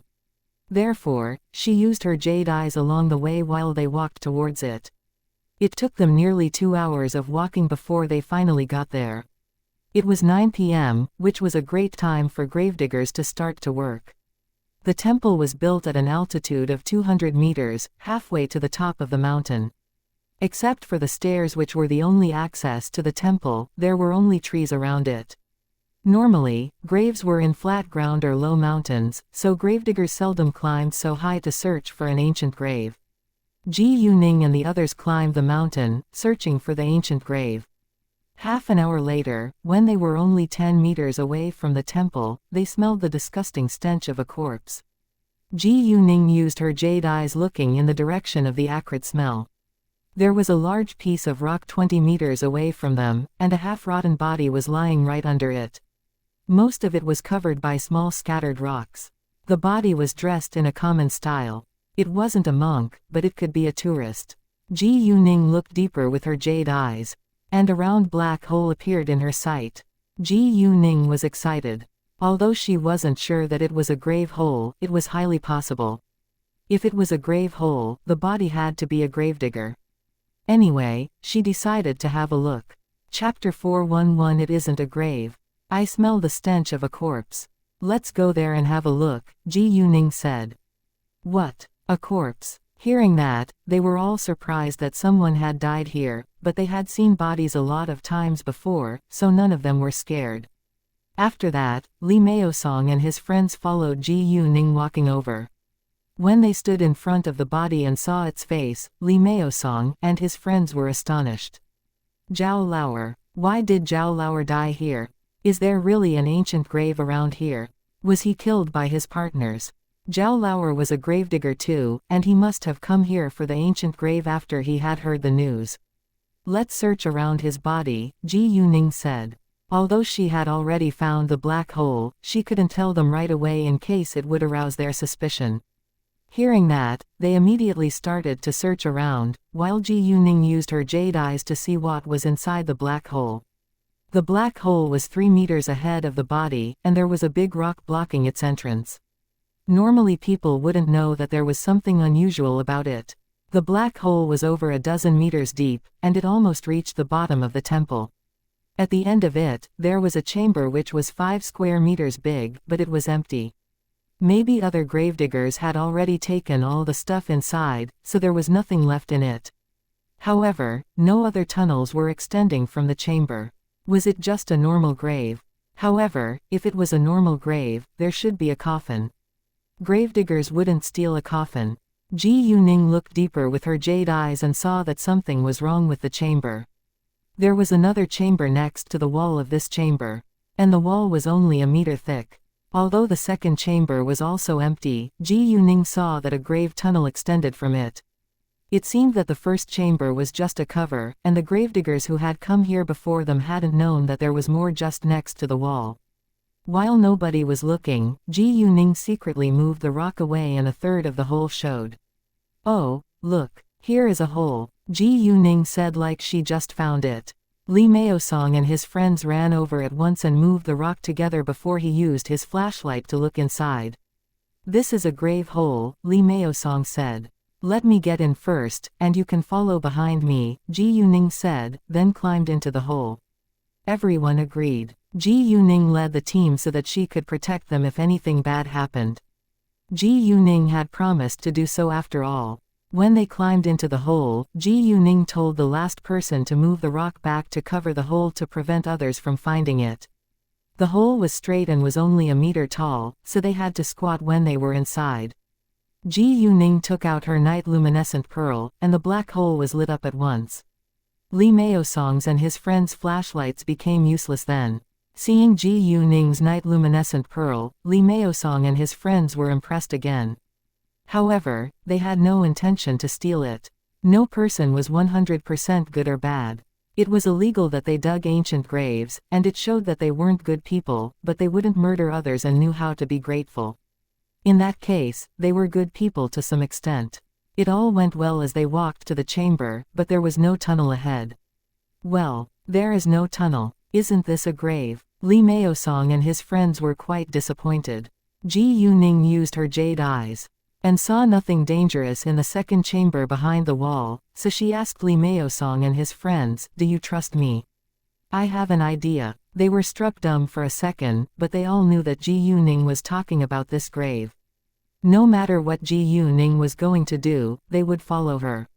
"Miss Ji Yu, I'm willing to follow your lead no matter what you're going to do next," Li Meosong said. They now all regarded Ji Yuning as their leader, and they would follow her lead, even if it was risky. "Me too," the other 3 men echoed. "Very well." Ji Yuning was satisfied. She then pointed at the wall before them. "Dig through that wall." "No problem." They didn't ask why, but took out tools and started to dig without delay.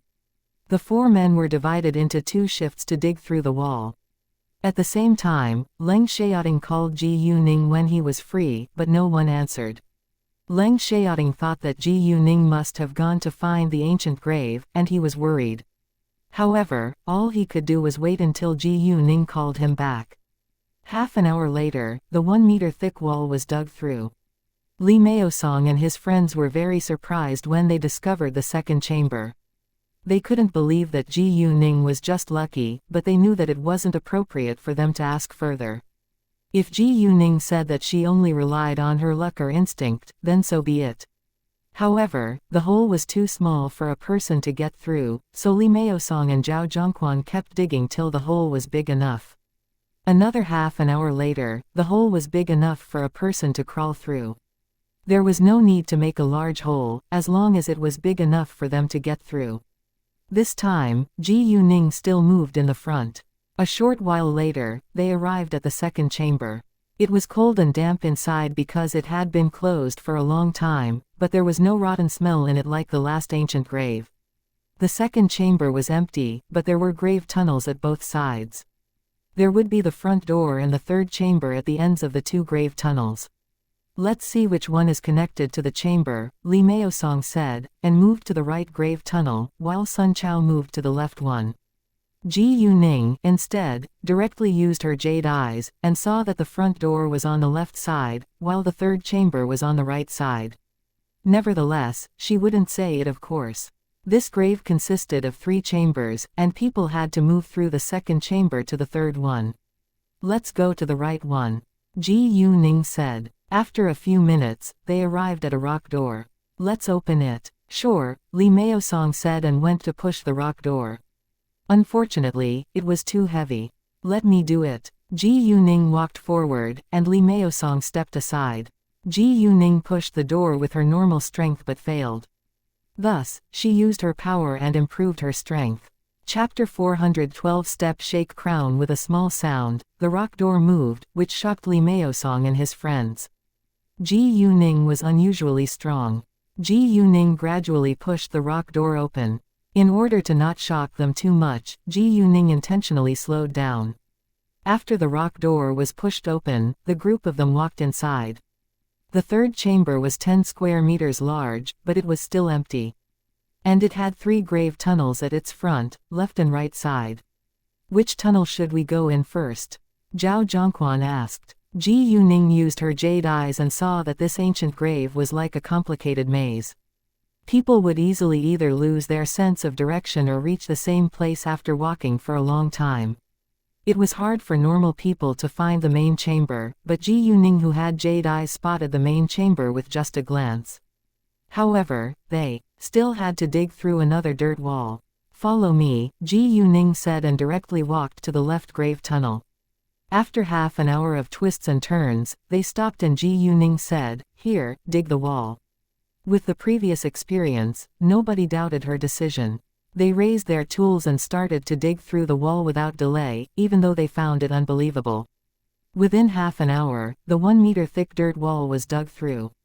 And on the other side of the dirt wall was a rock door, which was precisely the access to the main chamber. The main chamber had been furnished with a door and was covered with a layer of dirt. If it hadn't been for Ji Yuning, they would never have found this main chamber. If they wanted to open this rock door, they had to remove all the dirt covering the door. The rock door was 2 meters tall, and 1 meter wide, which was a big project, so all 5 of them began to dig together. After 2 hours, they finally removed all the dirt and Ji Yuning went to push the rock door. However, she failed to push it open this time. Ji Yuning was surprised, and the men also exchanged a glance with doubt. Ji Yuning checked the surroundings and found an iron ring. She immediately lowered her body to pull it. And with a series of sounds, the rock door moved and fell, and the main chamber was revealed in front of their eyes. Because of the night luminescent pearl, the main chamber was lit brightly when they walked inside. It was around 10 square meters large, and there were 2 coffins laid in the middle with 3 boxes standing against the wall.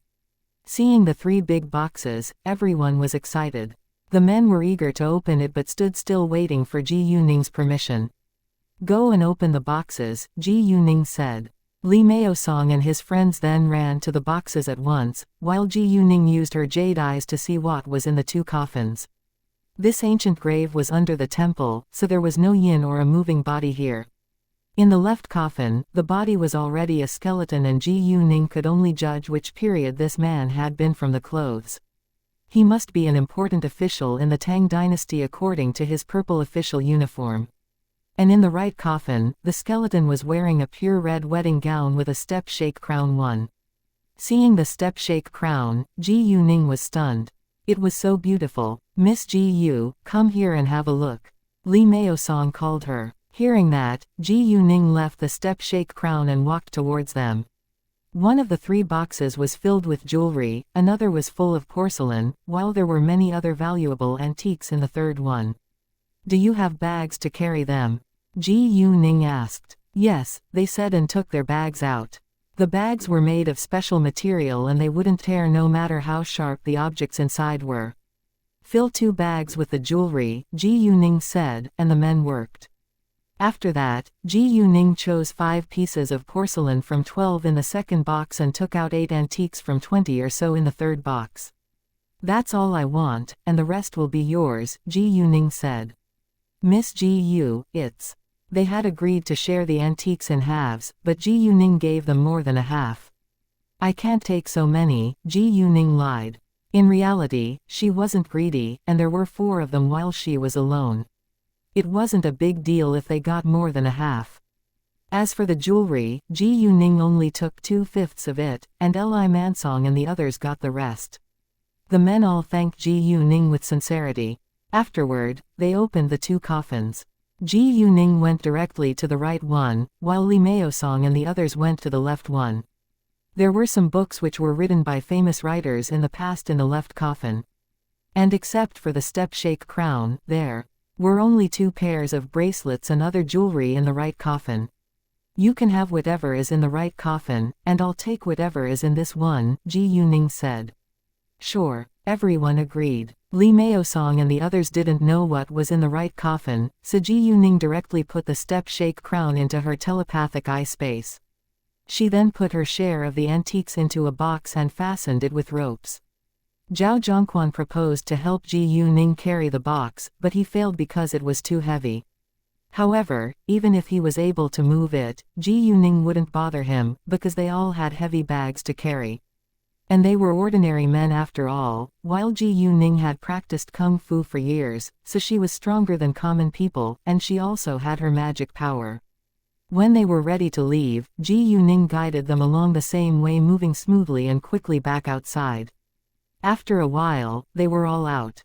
Guo Yiyong looked in the direction of the archaeological team and said, "Well, I bet they'll find nothing this time." "Yeah, they've searched for a week already." "I have sympathy for them," Zhao Zhongquan said. "Why don't you go and tell them that the ancient grave is here?" Sun Chao joked. "I won't. I'd be exposed. I don't want to suffer a double loss," Zhao Zhongquan said. "Miss Ji Yu, thank you so much for your help. If it hadn't been for you, we wouldn't have found the ancient grave or gotten these antiques so easily. If we heard anything about ancient graves in the future, would you mind if we called you? And we can share the antiques in halves," Li Maosong said. It was a win-win, and they would enjoy cooperating with Ji Yuning. Ji Yuning had the same idea and agreed with alacrity. She had accidentally heard the news this time, while Li Maosong and the others were professional gravediggers, so they might have more chances. "Oh, Miss Ji Yu, where are you leaving for? If you didn't drive here, we can give you a ride," Li Maosong said out of kindness. 1A Step-Shake Crown is a traditional Chinese bridal headdress. Chapter 413 Watch Horse Racing. "Thanks, but I made my own arrangements, so we can separate when we arrive at the resort," Ji Yuning said. Sure. Since Ji Yuning had her own plans, they didn't insist. When they had almost arrived at the resort, her phone was able to receive signals again, and Ji Yuning's mobile phone vibrated in her pocket. She took it out and noticed that Leng Xiaoting had called her, but she didn't call him back right away, because it wasn't an appropriate time. After they separated, Ji Yuning walked towards the villagers' living area of Nanshui village. Li Maosong and the others thought that she had someone to pick her up there. When Li Maosong the others couldn't see her anymore, Ji Yuning put the box into her telepathic eye space and turned back, walking to the resort before she booked a room in a hotel. Ji Yuning didn't call Leng Xiaoting until she was in the hotel. Leng Xiaoting answered her call in a second. Although it was already 3 a.m., Leng Xiaoting was still awake because he was worried about Ji Yuning. Ning. Leng Xiaoting sounded nervous. "How is it going?" "Very well. It was an official's grave from the Tang dynasty, and I met Li Maosong and the others again. We went into the grave together and we shared the antiques," Ji Yuning said. Leng Xiaoting didn't care about the antiques at all. The only thing he cared about was Ji Yuning's safety. Knowing that she was fine, he finally relaxed. "Good to know. When will you go back home?" "In a couple of days maybe. Master Tang knows that I'm in City B, and I've promised to visit him once I'm free," Ji Yuning said. Leng Xiaoting understood that Master Tang was Ji Yuning's grandpa, and he would love to see that they were close as long as Ji Yuning was willing to be. And Ji Yuning was obviously happy to do so. They chatted for a short while before hanging up. Although Leng Xiaoting was reluctant to hang up, he knew that Ji Yuning needed a good rest, since it was very late. Ji Yuning then took a shower before she went to bed and quickly fell asleep. The next day, Ji Yuning got up around 8 a.m.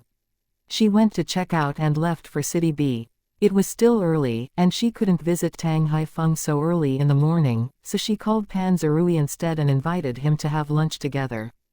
Pan Zerui had just joined her team, so she should seize the chance to spend more time with him. Otherwise, she had no idea when they would meet the next time. Pan Zerui was thrilled to receive Ji Yuning's call. He had an appointment to watch horse racing with his friends and was ready to set off, but he directly abandoned his friends and decided to meet Ji Yuning. Pan Zerui's friends were all astonished when they heard Pan Zerui call another person boss. To their astonishment, Pan Zerui, who was always arrogant, would regard another person as his boss. When Pan Zerui told them that he changed the plans at the last second, his friends complained a lot. Hearing that, Ji Yuning felt a little guilty to ruin their plans, so she said, "Well, why don't we get together next time?" "No." Pan Zerui rejected at once. "Where are you now? I'll come to you." "I don't think it's a good idea that you abandon your friends like that," Ji Yuning said. "I think that you're more important, boss," Pan Zerui said. Hearing that, Ji Yuning was amused. "Lord Pan, why don't you invite your boss to watch horse racing together with us? It'll be a shame if you're absent." One of Pan Zerui's close friends said.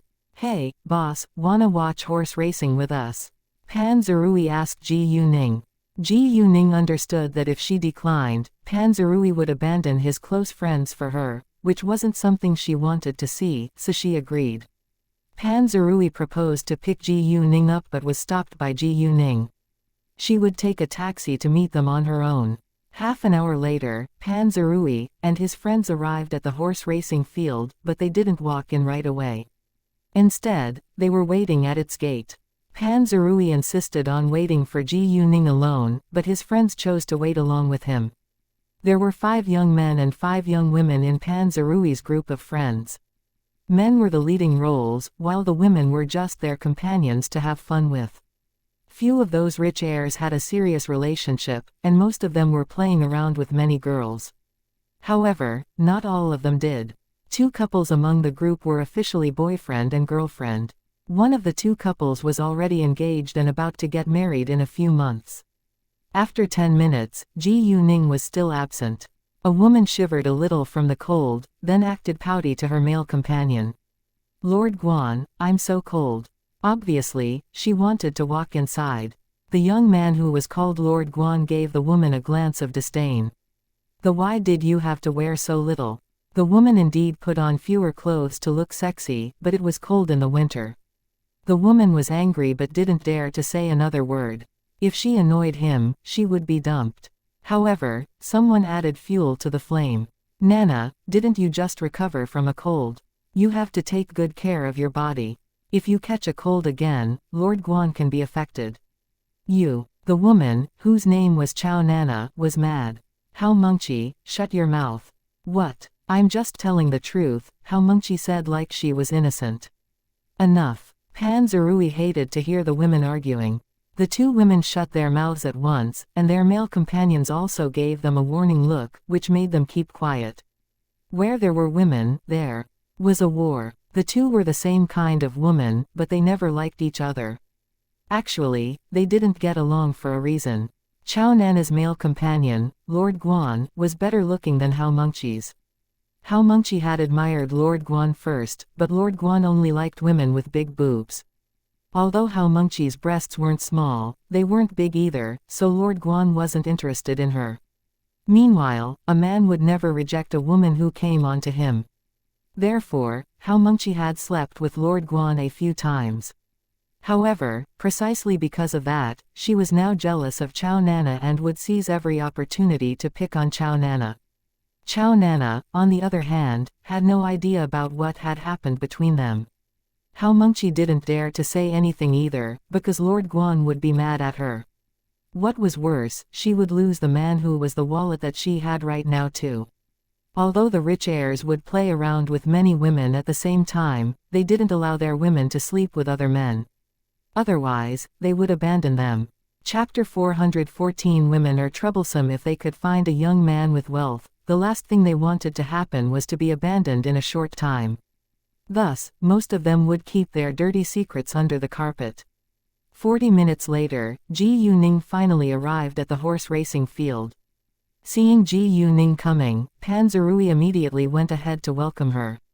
"Hi, boss." When everyone found out that Pan Zerui's boss was a young girl, they were all shocked. They had thought that Pan Zerui's boss would be a strong, grown-up man. Unexpectedly, Jesus, did the hell freeze over? Or did Lord Pan get possessed by a ghost? None of Pan Zerui's friends could believe their eyes or ears. "Hey, boss, come here and let me introduce you. This is Zhou Guangrui, Guan Bin, Gao Yongkong and Hu Hao. They're all my close friends." Pan Zerui introduces his friends to Ji Yuning. Then he turned to the group of his friends. "What are you looking at? This is our boss." Ji Yuning was surprised. Since when did she become his friend's boss all of a sudden? Zhou Guangrui and the others were stunned. It was insane for them to call a girl boss. "Why do they need to call me boss?" Ji Yuning asked. "They're my best friends, so my boss is their boss," Pan Zerui said and took it for granted, although he was as domineering as usual. Zhou Guangrui and Hu Hao, who agreed with Pan Zerui, called Ji Yuning their boss at once, but Guan Bin and Gao Yongkong refused to do so. "Lord Pan, are you crazy to make us call a young girl boss?" Guan Bin said with obvious dislike. "Don't you despise women? Why did you change your mind so abruptly?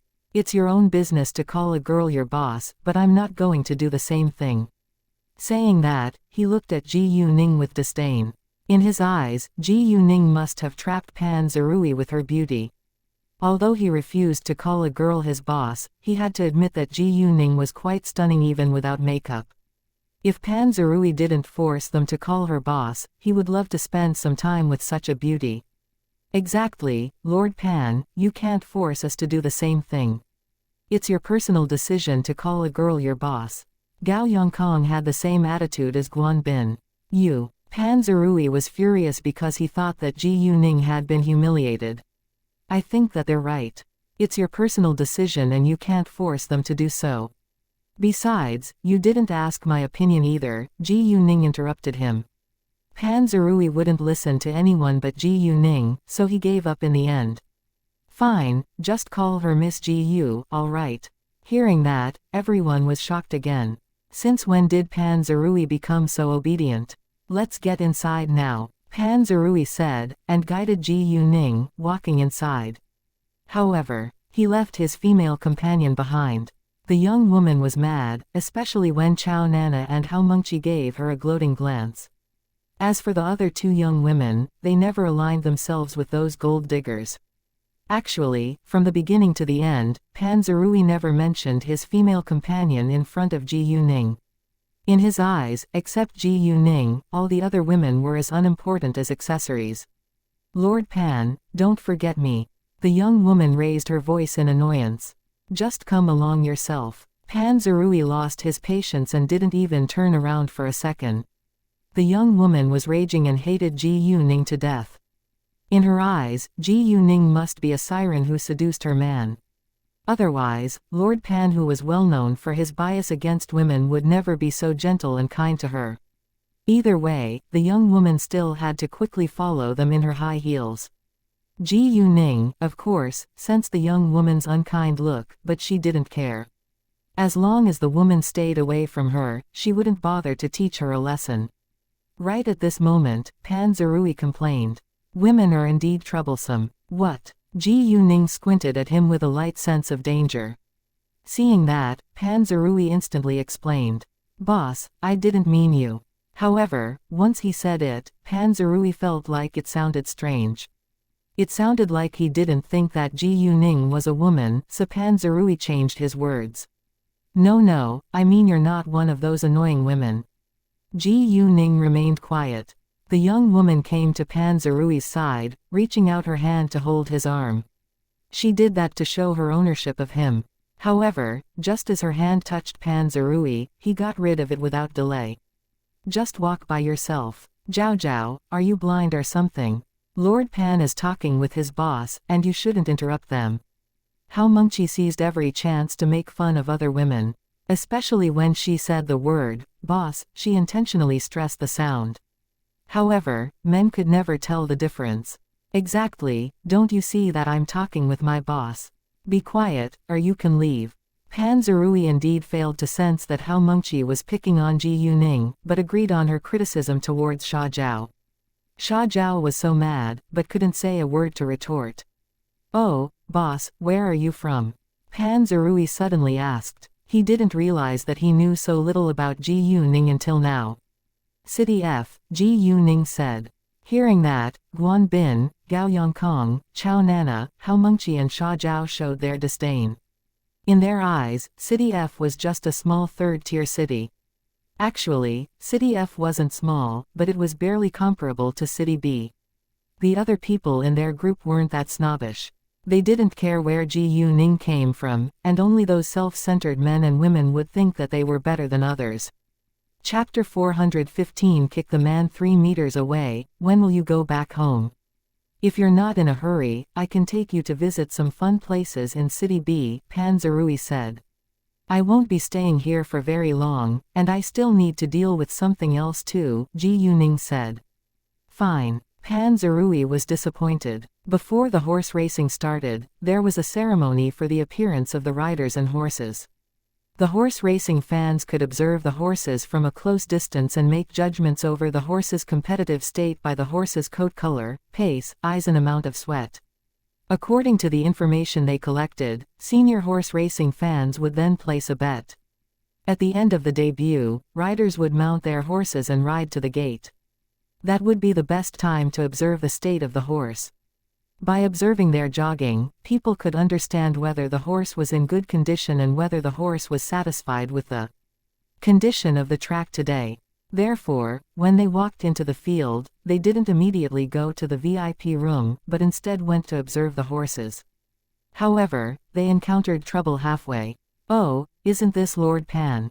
What? You're bringing your girlfriend and the other woman together here today? Wow, you all get along so well. A man said sarcastically from one side, and they all stopped to look at the man. The man was coming towards them along with 7 other people. There were 4 men and 4 women.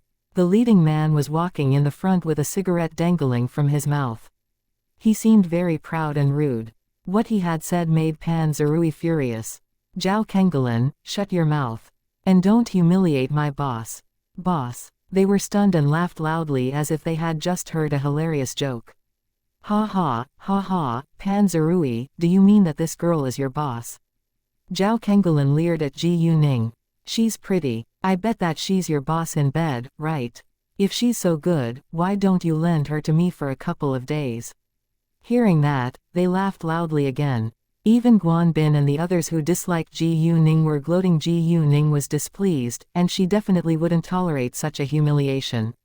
However, before Ji Yuning could move, Pan Zerui ran forward in anger. Zhao Kengalin, fuck you. People around them took out their phones to take a video when they saw that there could be a fierce fight. Facing Pan Zerui, who was furious, Zhao Kengalin didn't care at all. Pan Zerui, since when can you beat me in a fight? Saying that, he grabbed Pan Zerui's fist and kicked at Pan Zerui's stomach. Pan Zerui wasn't weak, and turned his body to avoid Zhao Kengalin's foot. He then caught Zhao Kengalin's palm before attacking Zhao Kengalin again, but Zhao Kengalin escaped away. Security guards heard the noise and ran over. However, before they could stop the 2 men, Pan Zerui and Zhao Kengalin interrupted. Stay away. There were rules at the horse racing field. If the parties refused security guards getting involved, they wouldn't. However, if anyone was hurt or killed, the horse racing field wouldn't bear any responsibility. After Pan Zerui and Zhao Kengalin had fought against each other for a few minutes, Zhao Kengalin hit Pan Zerui right on his chest, and Pan Zerui was knocked backwards a few steps. Pan Zerui was good at fighting because he fought a lot. However, Zhao Kengalin had served in the army for 3 years and had been trained professionally. That being the case, Pan Zerui was barely an opponent for Zhao Kengalin. Lord Pan, are you all right? Do you need us to call the ambulance? A security guard walked forward and asked Pan Zerui. Zerui, are you all right? Zhou Guangrui and those who cared about Pan Zerui came to him too. I'm fine. Although he felt great pain from his chest, it was tolerable. In addition, he was already used to it. Ji Yuning took out a porcelain bottle at once and gave it to Pan Zerui. Here, take it. Although the power crystal was quite valuable, Ji Yuning was willing to give it to her friend. What is this? Pan Zerui asked. Medicine, Ji Yuning replied. Hearing that, Pan Zerui took the porcelain bottle, opened it, and directly poured the pills into his mouth. The moment the pills went into his mouth, they melted, and a flow of coldness spread like lightning through his body. It was unusually comfortable. Before long, the pain in his chest was greatly relieved, and Pan Zerui was astonished. Right when he was about to ask Ji Yuning what kind of medicine this was, Ji Yuning had already walked to Zhao Kengalin. Oh, beauty, what? Do you want to follow me after witnessing how weak your man is? Fuck you. Ji Yuning swore at him before she kicked at Zhao Kengalin. Ji Yuning moved so fast and Zhao Kengalin didn't expect that she dared to attack him, so he was heavily hit without being prepared. Ah! Zhao Kengalin was kicked into the air and fell down 3 meters away. His body even slid a few more meters when he fell, and didn't stop until it knocked into the stairs. Everyone was shocked seeing the scene. What? This young girl just kicked Zhao Kengalin into the air. None of them could believe their eyes, because it was so unbelievable. Wow, boss, you're so awesome. Pan Zerui ran to Ji Yuning and shouted in excitement. Pan Zerui knew that Ji Yuning was a kung fu master, so he wasn't very shocked, although he was impressed. Hearing Pan Zerui's voice, the others finally got their mind back. Ji Yuning truly had kicked Zhao Kengalin into the air right in front of their eyes. Although it was incredible, they all saw it with their own eyes. Jesus, she is so strong. Everyone had the same thought. And they also believed that Ji Yuning had to be a kung fu master. Zhao Kengalin's friends and security guards all ran to his side. Seeing that his face was pale from the pain and that he could barely move, they all asked, Lord Zhao, are you all right? Hearing the question, Zhao Kengalin was furious. His body was in great pain, and he almost lost his breath, but these people were still asking whether he was all right. If Zhao Kengalin could utter a word now, he would definitely swear at them. Damn it. This damn girl is so powerful. Zhao Kengalin thought to himself, and set himself to get revenge. Luckily, Zhao Kengalin was physically strong too. Otherwise, he would have passed out. Seeing that Zhao Kengalin was badly injured, a security guard called the ambulance at once. Although what happened to Zhao Kengalin had nothing to do with the horse racing field, they couldn't let him die. This time, Guan Bin and the others who had disliked Ji Yuning were totally shocked. They now understood why Pan Zerui regarded her as his boss. And none of them dared despise Ji Yuning anymore, let alone annoy her. Chapter 416 Horse betting. Ji Yuning coldly stared at Zhao Kengalin, which terrified him.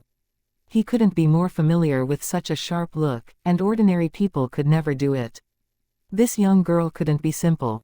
Ji Yuning aimed to scare and threaten Zhao Kengalin. Seeing that he was frightened, Ji Yuning said icily, this is the price of humiliating me. If it ever happens again, you can't bear the result. Although Zhao Kengalin felt threatened by Ji Yuning's power, he hated her to death. Thus, he wouldn't give up on getting revenge on Ji Yuning. He remained quiet just because he was badly injured. Seeing that Ji Yuning was so powerful, a woman from Zhao Kengalin's group felt like she looked familiar.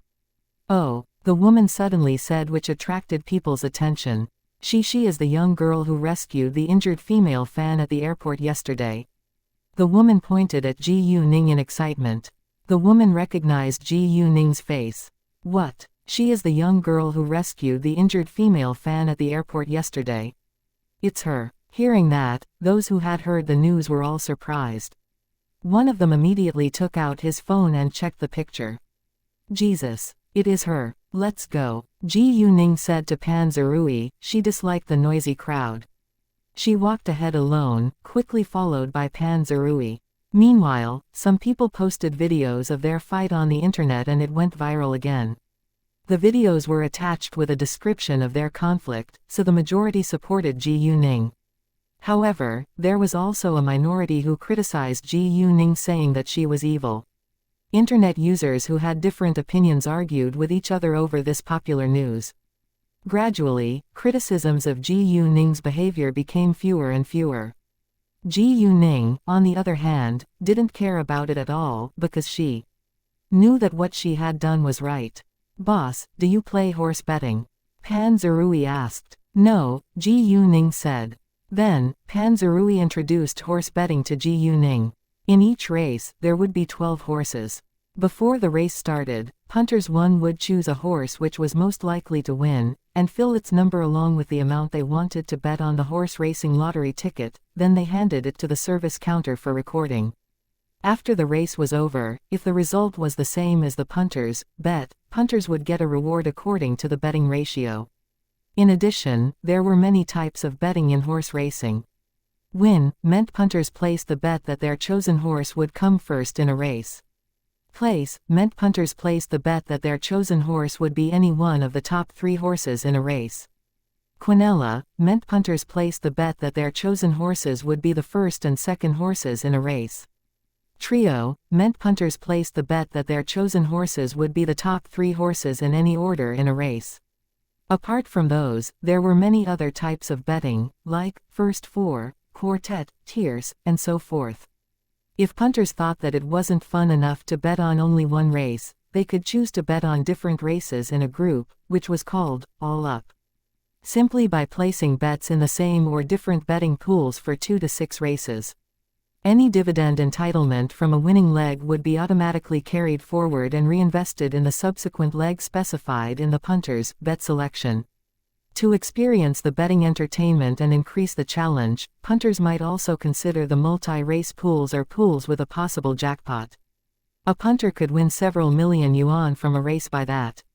Ji Yuning, with her jade eyes, easily distinguished the good horses from the bad ones, but it was still difficult to know the results, because the results could be arranged beforehand. "Boss, which horse are you going to bet on?" "I can place the bet for you," Pan Zerui said to please Ji Yuning. "Thanks, I'll do it myself." Ji Yuning declined. She wasn't willing to let men, other than Leng Xiaoting, pay her bills. Since Ji Yuning declined, Pan Zerui wouldn't insist. He knew that Ji Yuning was rich.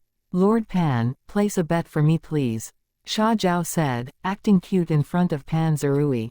However, this time, she did it not because of Ji Yuning, but because Guan Bin and Gao Yongkong had both placed bets for their female companions. Sha Zhao didn't want to be the odd one out, or she would be laughed at by other women. "Fine, just give me your lottery ticket after you fill it in." Pan Zerui didn't reject her. He had spent a lot of money on women, and didn't care about a bet. With Pan Zerui's permission, Sha Zhao was excited and ran to get a lottery ticket to fill. She of course knew nothing about horse betting, so she understood that she was just wasting money for fun. In reality, Sha Zhao didn't have much money, because the rich heirs would only buy expensive bags, clothes, and makeup for her, but seldom gave her cash. "What betting types do you usually choose?" Ji Yuning asked Pan Zerui. "I think the others are complicated, so I chose WN, and I bet on no." 5, Pan Zerui said. He thought that the number 5 horse was most likely to win. He had no idea how to make good judgments about the horse's competitive state by the horse's coat color, pace, eyes and sweating. He simply made his decision randomly. "I don't think that number 5 is a good choice. Instead, number 4, 7 and 10 are more likely to win," Ji Yuning said. Although she was giving Pan Zerui hints, she wouldn't force him to follow her opinion because she wasn't 100% sure she was right. In Pan Zerui's eyes, Ji Yuning was almighty. Since Ji Yuning said so, he would definitely follow her lead. Even if they lost, he wouldn't blame Ji Yuning. Ji Yuning didn't avoid Pan Zerui and directly wrote down the numbers she bet on. She bet on all of the numbers that she had chosen, because she was more likely to win in that case. It didn't cost much to lay bets, and the odds were high. If Ji Yuning won only half of the bets, she could make over 10 million yuan in the end. "Boss, can I place the same bets as yours?" Pan Zerui asked. Sure. Ji Yuning didn't mind. She wrote the numbers down right in front of him in order to let him follow her. Thanks. Pan Zerui copied Ji Yuning's lottery tickets. If they fail, don't blame me, Ji Yuning said. One-punters are people who gamble, place bets, or make risky investments. Chapter 417 To the Tang family, of course not, Pan Zerui said. He could afford the result anyway. The rest of the people in their group were all busy filling in their lottery tickets, and had no idea that Pan Zerui copied Ji Yuning's. After placing their bets, they went to the VIP room together. The VIP room was large and could accommodate around 20 people. The front side of the VIP room was a glass wall, so they were able to see through it to the outside. Other than that, there were 6 LED screens on the left wall, which showed different parts of the track, so they could clearly watch the races. Given what had just happened, Guan Bin and the others remained quiet the entire time. Pan Zerui, on the other hand, was busy serving Ji Yuning. He poured a cup of tea for her and asked whether she liked the desserts. Ji Yuning was amused, but he was a member of her team, not her servant. All right, I'm not a kid, and you don't need to take care of me. The race is about to begin. I think you should focus more on your horses. Hearing that, Pan Zerui left Ji Yuning alone and went to watch the competition. Although he didn't care about the result, it was an exciting experience to watch the horse racing. Ready, go. 12 horses dashed ahead under the guidance of jockeys. The host was explaining and commenting along the way, and his voice was spread to every corner of this field by amplifiers. Some horses led the race in the beginning, but gradually fell behind, while some ran relatively slower when the race had just begun and sped up suddenly after a while. Number 7 was the horse that Ji Yuning bet on. It was running steadily in the middle of the horses. And when it had finished 2/3 of the track, it began to outpace all the other horses in front of it, and finally left them far behind. Ah, no, 7, no, 7, no, 7. Pan Zerui jumped up in excitement, shouting no, 7. It was highly possible that number 7 would win. In the end, the number 7 horse was the first one to cross the finish line, followed by number 4, which was followed by number 10 in the race. Pan Zerui was thrilled and looked to Ji Yuning with great admiration. Boss, you're so awesome. Hearing that, everyone found out that Pan Zerui had placed the same bets as Ji Yuning, and they all admired her when the results were revealed. All in all, Ji Yuning won half of her bets, and made 10 million yuan. However, Guan Bin and the others all lost. It was the first time that Pan Zerui had ever made so much money from horse racing, and he was very shocked. The host of this horse racing was also astonished that Ji Yuning and Pan Zerui both won such a large amount of money. And they were so young. Actually, if they had placed higher bets, they would have made a lot more money. When Pan Zerui and Ji Yuning went to get their rewards, they were surrounded by other people in the field.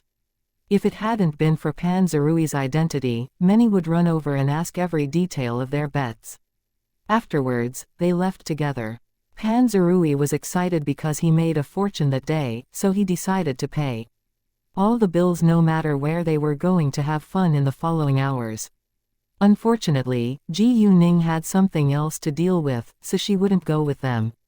Pan Zerui was disappointed, but he didn't insist since Ji Yuning was busy. Pan Zerui proposed to give Ji Yuning a ride, but she declined. Before she left, Ji Yuning reminded Pan Zerui to be careful, because she had a feeling that Zhao Kengalin would come to him soon. Pan Zerui also knew that Zhao Kengalin was mean and cruel, so he would go somewhere that Zhao Kengalin wouldn't dare to cause trouble. After they separated, Ji Yuning called Tang Haifeng. Tang Haifeng was more than happy to receive Ji Yuning's call. Girl Ji Yu, are you free now? Yes, so I called you Grandpa. Would you mind coming out to have dinner with me this afternoon? Ji Yuning invited. Of course, but I don't feel well today. Can you visit me at my home and we can share dinner together then? Tang Haifeng wanted Ji Yuning to go to the Tang family's house, so he lied. He already regarded her as his granddaughter, and he wanted her to visit his home. Ji Yuning understood that Tang Haifeng was lying, but she had also had the thought of visiting the Tang family's house. They were a family after all, and she was curious to meet other members in the Tang family to see whether they were easygoing. Ji Yuning didn't want Ji Yu Man to be bullied in the future.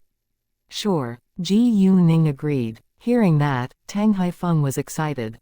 Where are you right now? I can send a chauffeur to pick you up. Ji Yuning told Tang Haifeng her location. Coincidentally, the horse racing field wasn't far from the Tang family's house, and it only took half an hour of driving to get there if there were no traffic jams. While she was waiting, Ji Yuning went to a hidden place to take her suitcase out of her telepathic eye space. She was on a trip, and it would be strange if she didn't have any suitcases. She also needed to take something out in the Tang family's house, and it wouldn't be convenient to do it there.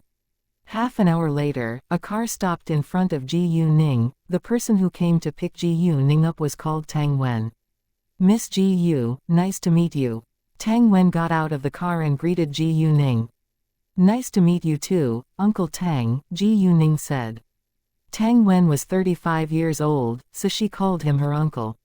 Tang Wen went to open the car door for Ji Yuning first, and then put her suitcase in the trunk.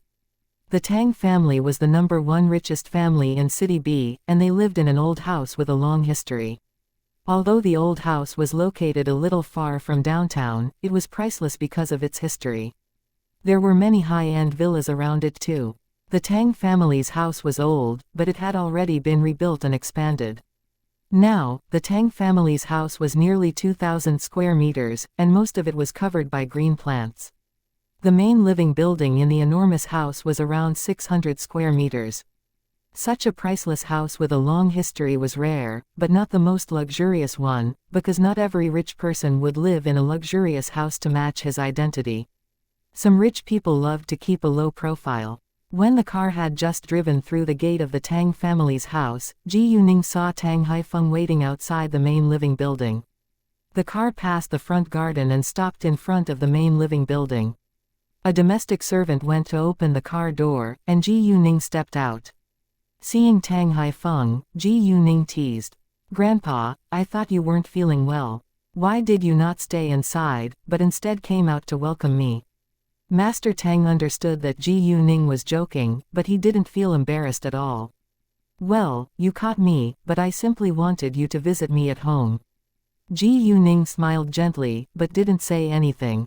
Thank you for listening and supporting the Cultivation audiobook channel. If you'd like to support us, 1 cup of coffee can make a big difference. Please check the PayPal link in the YouTube description.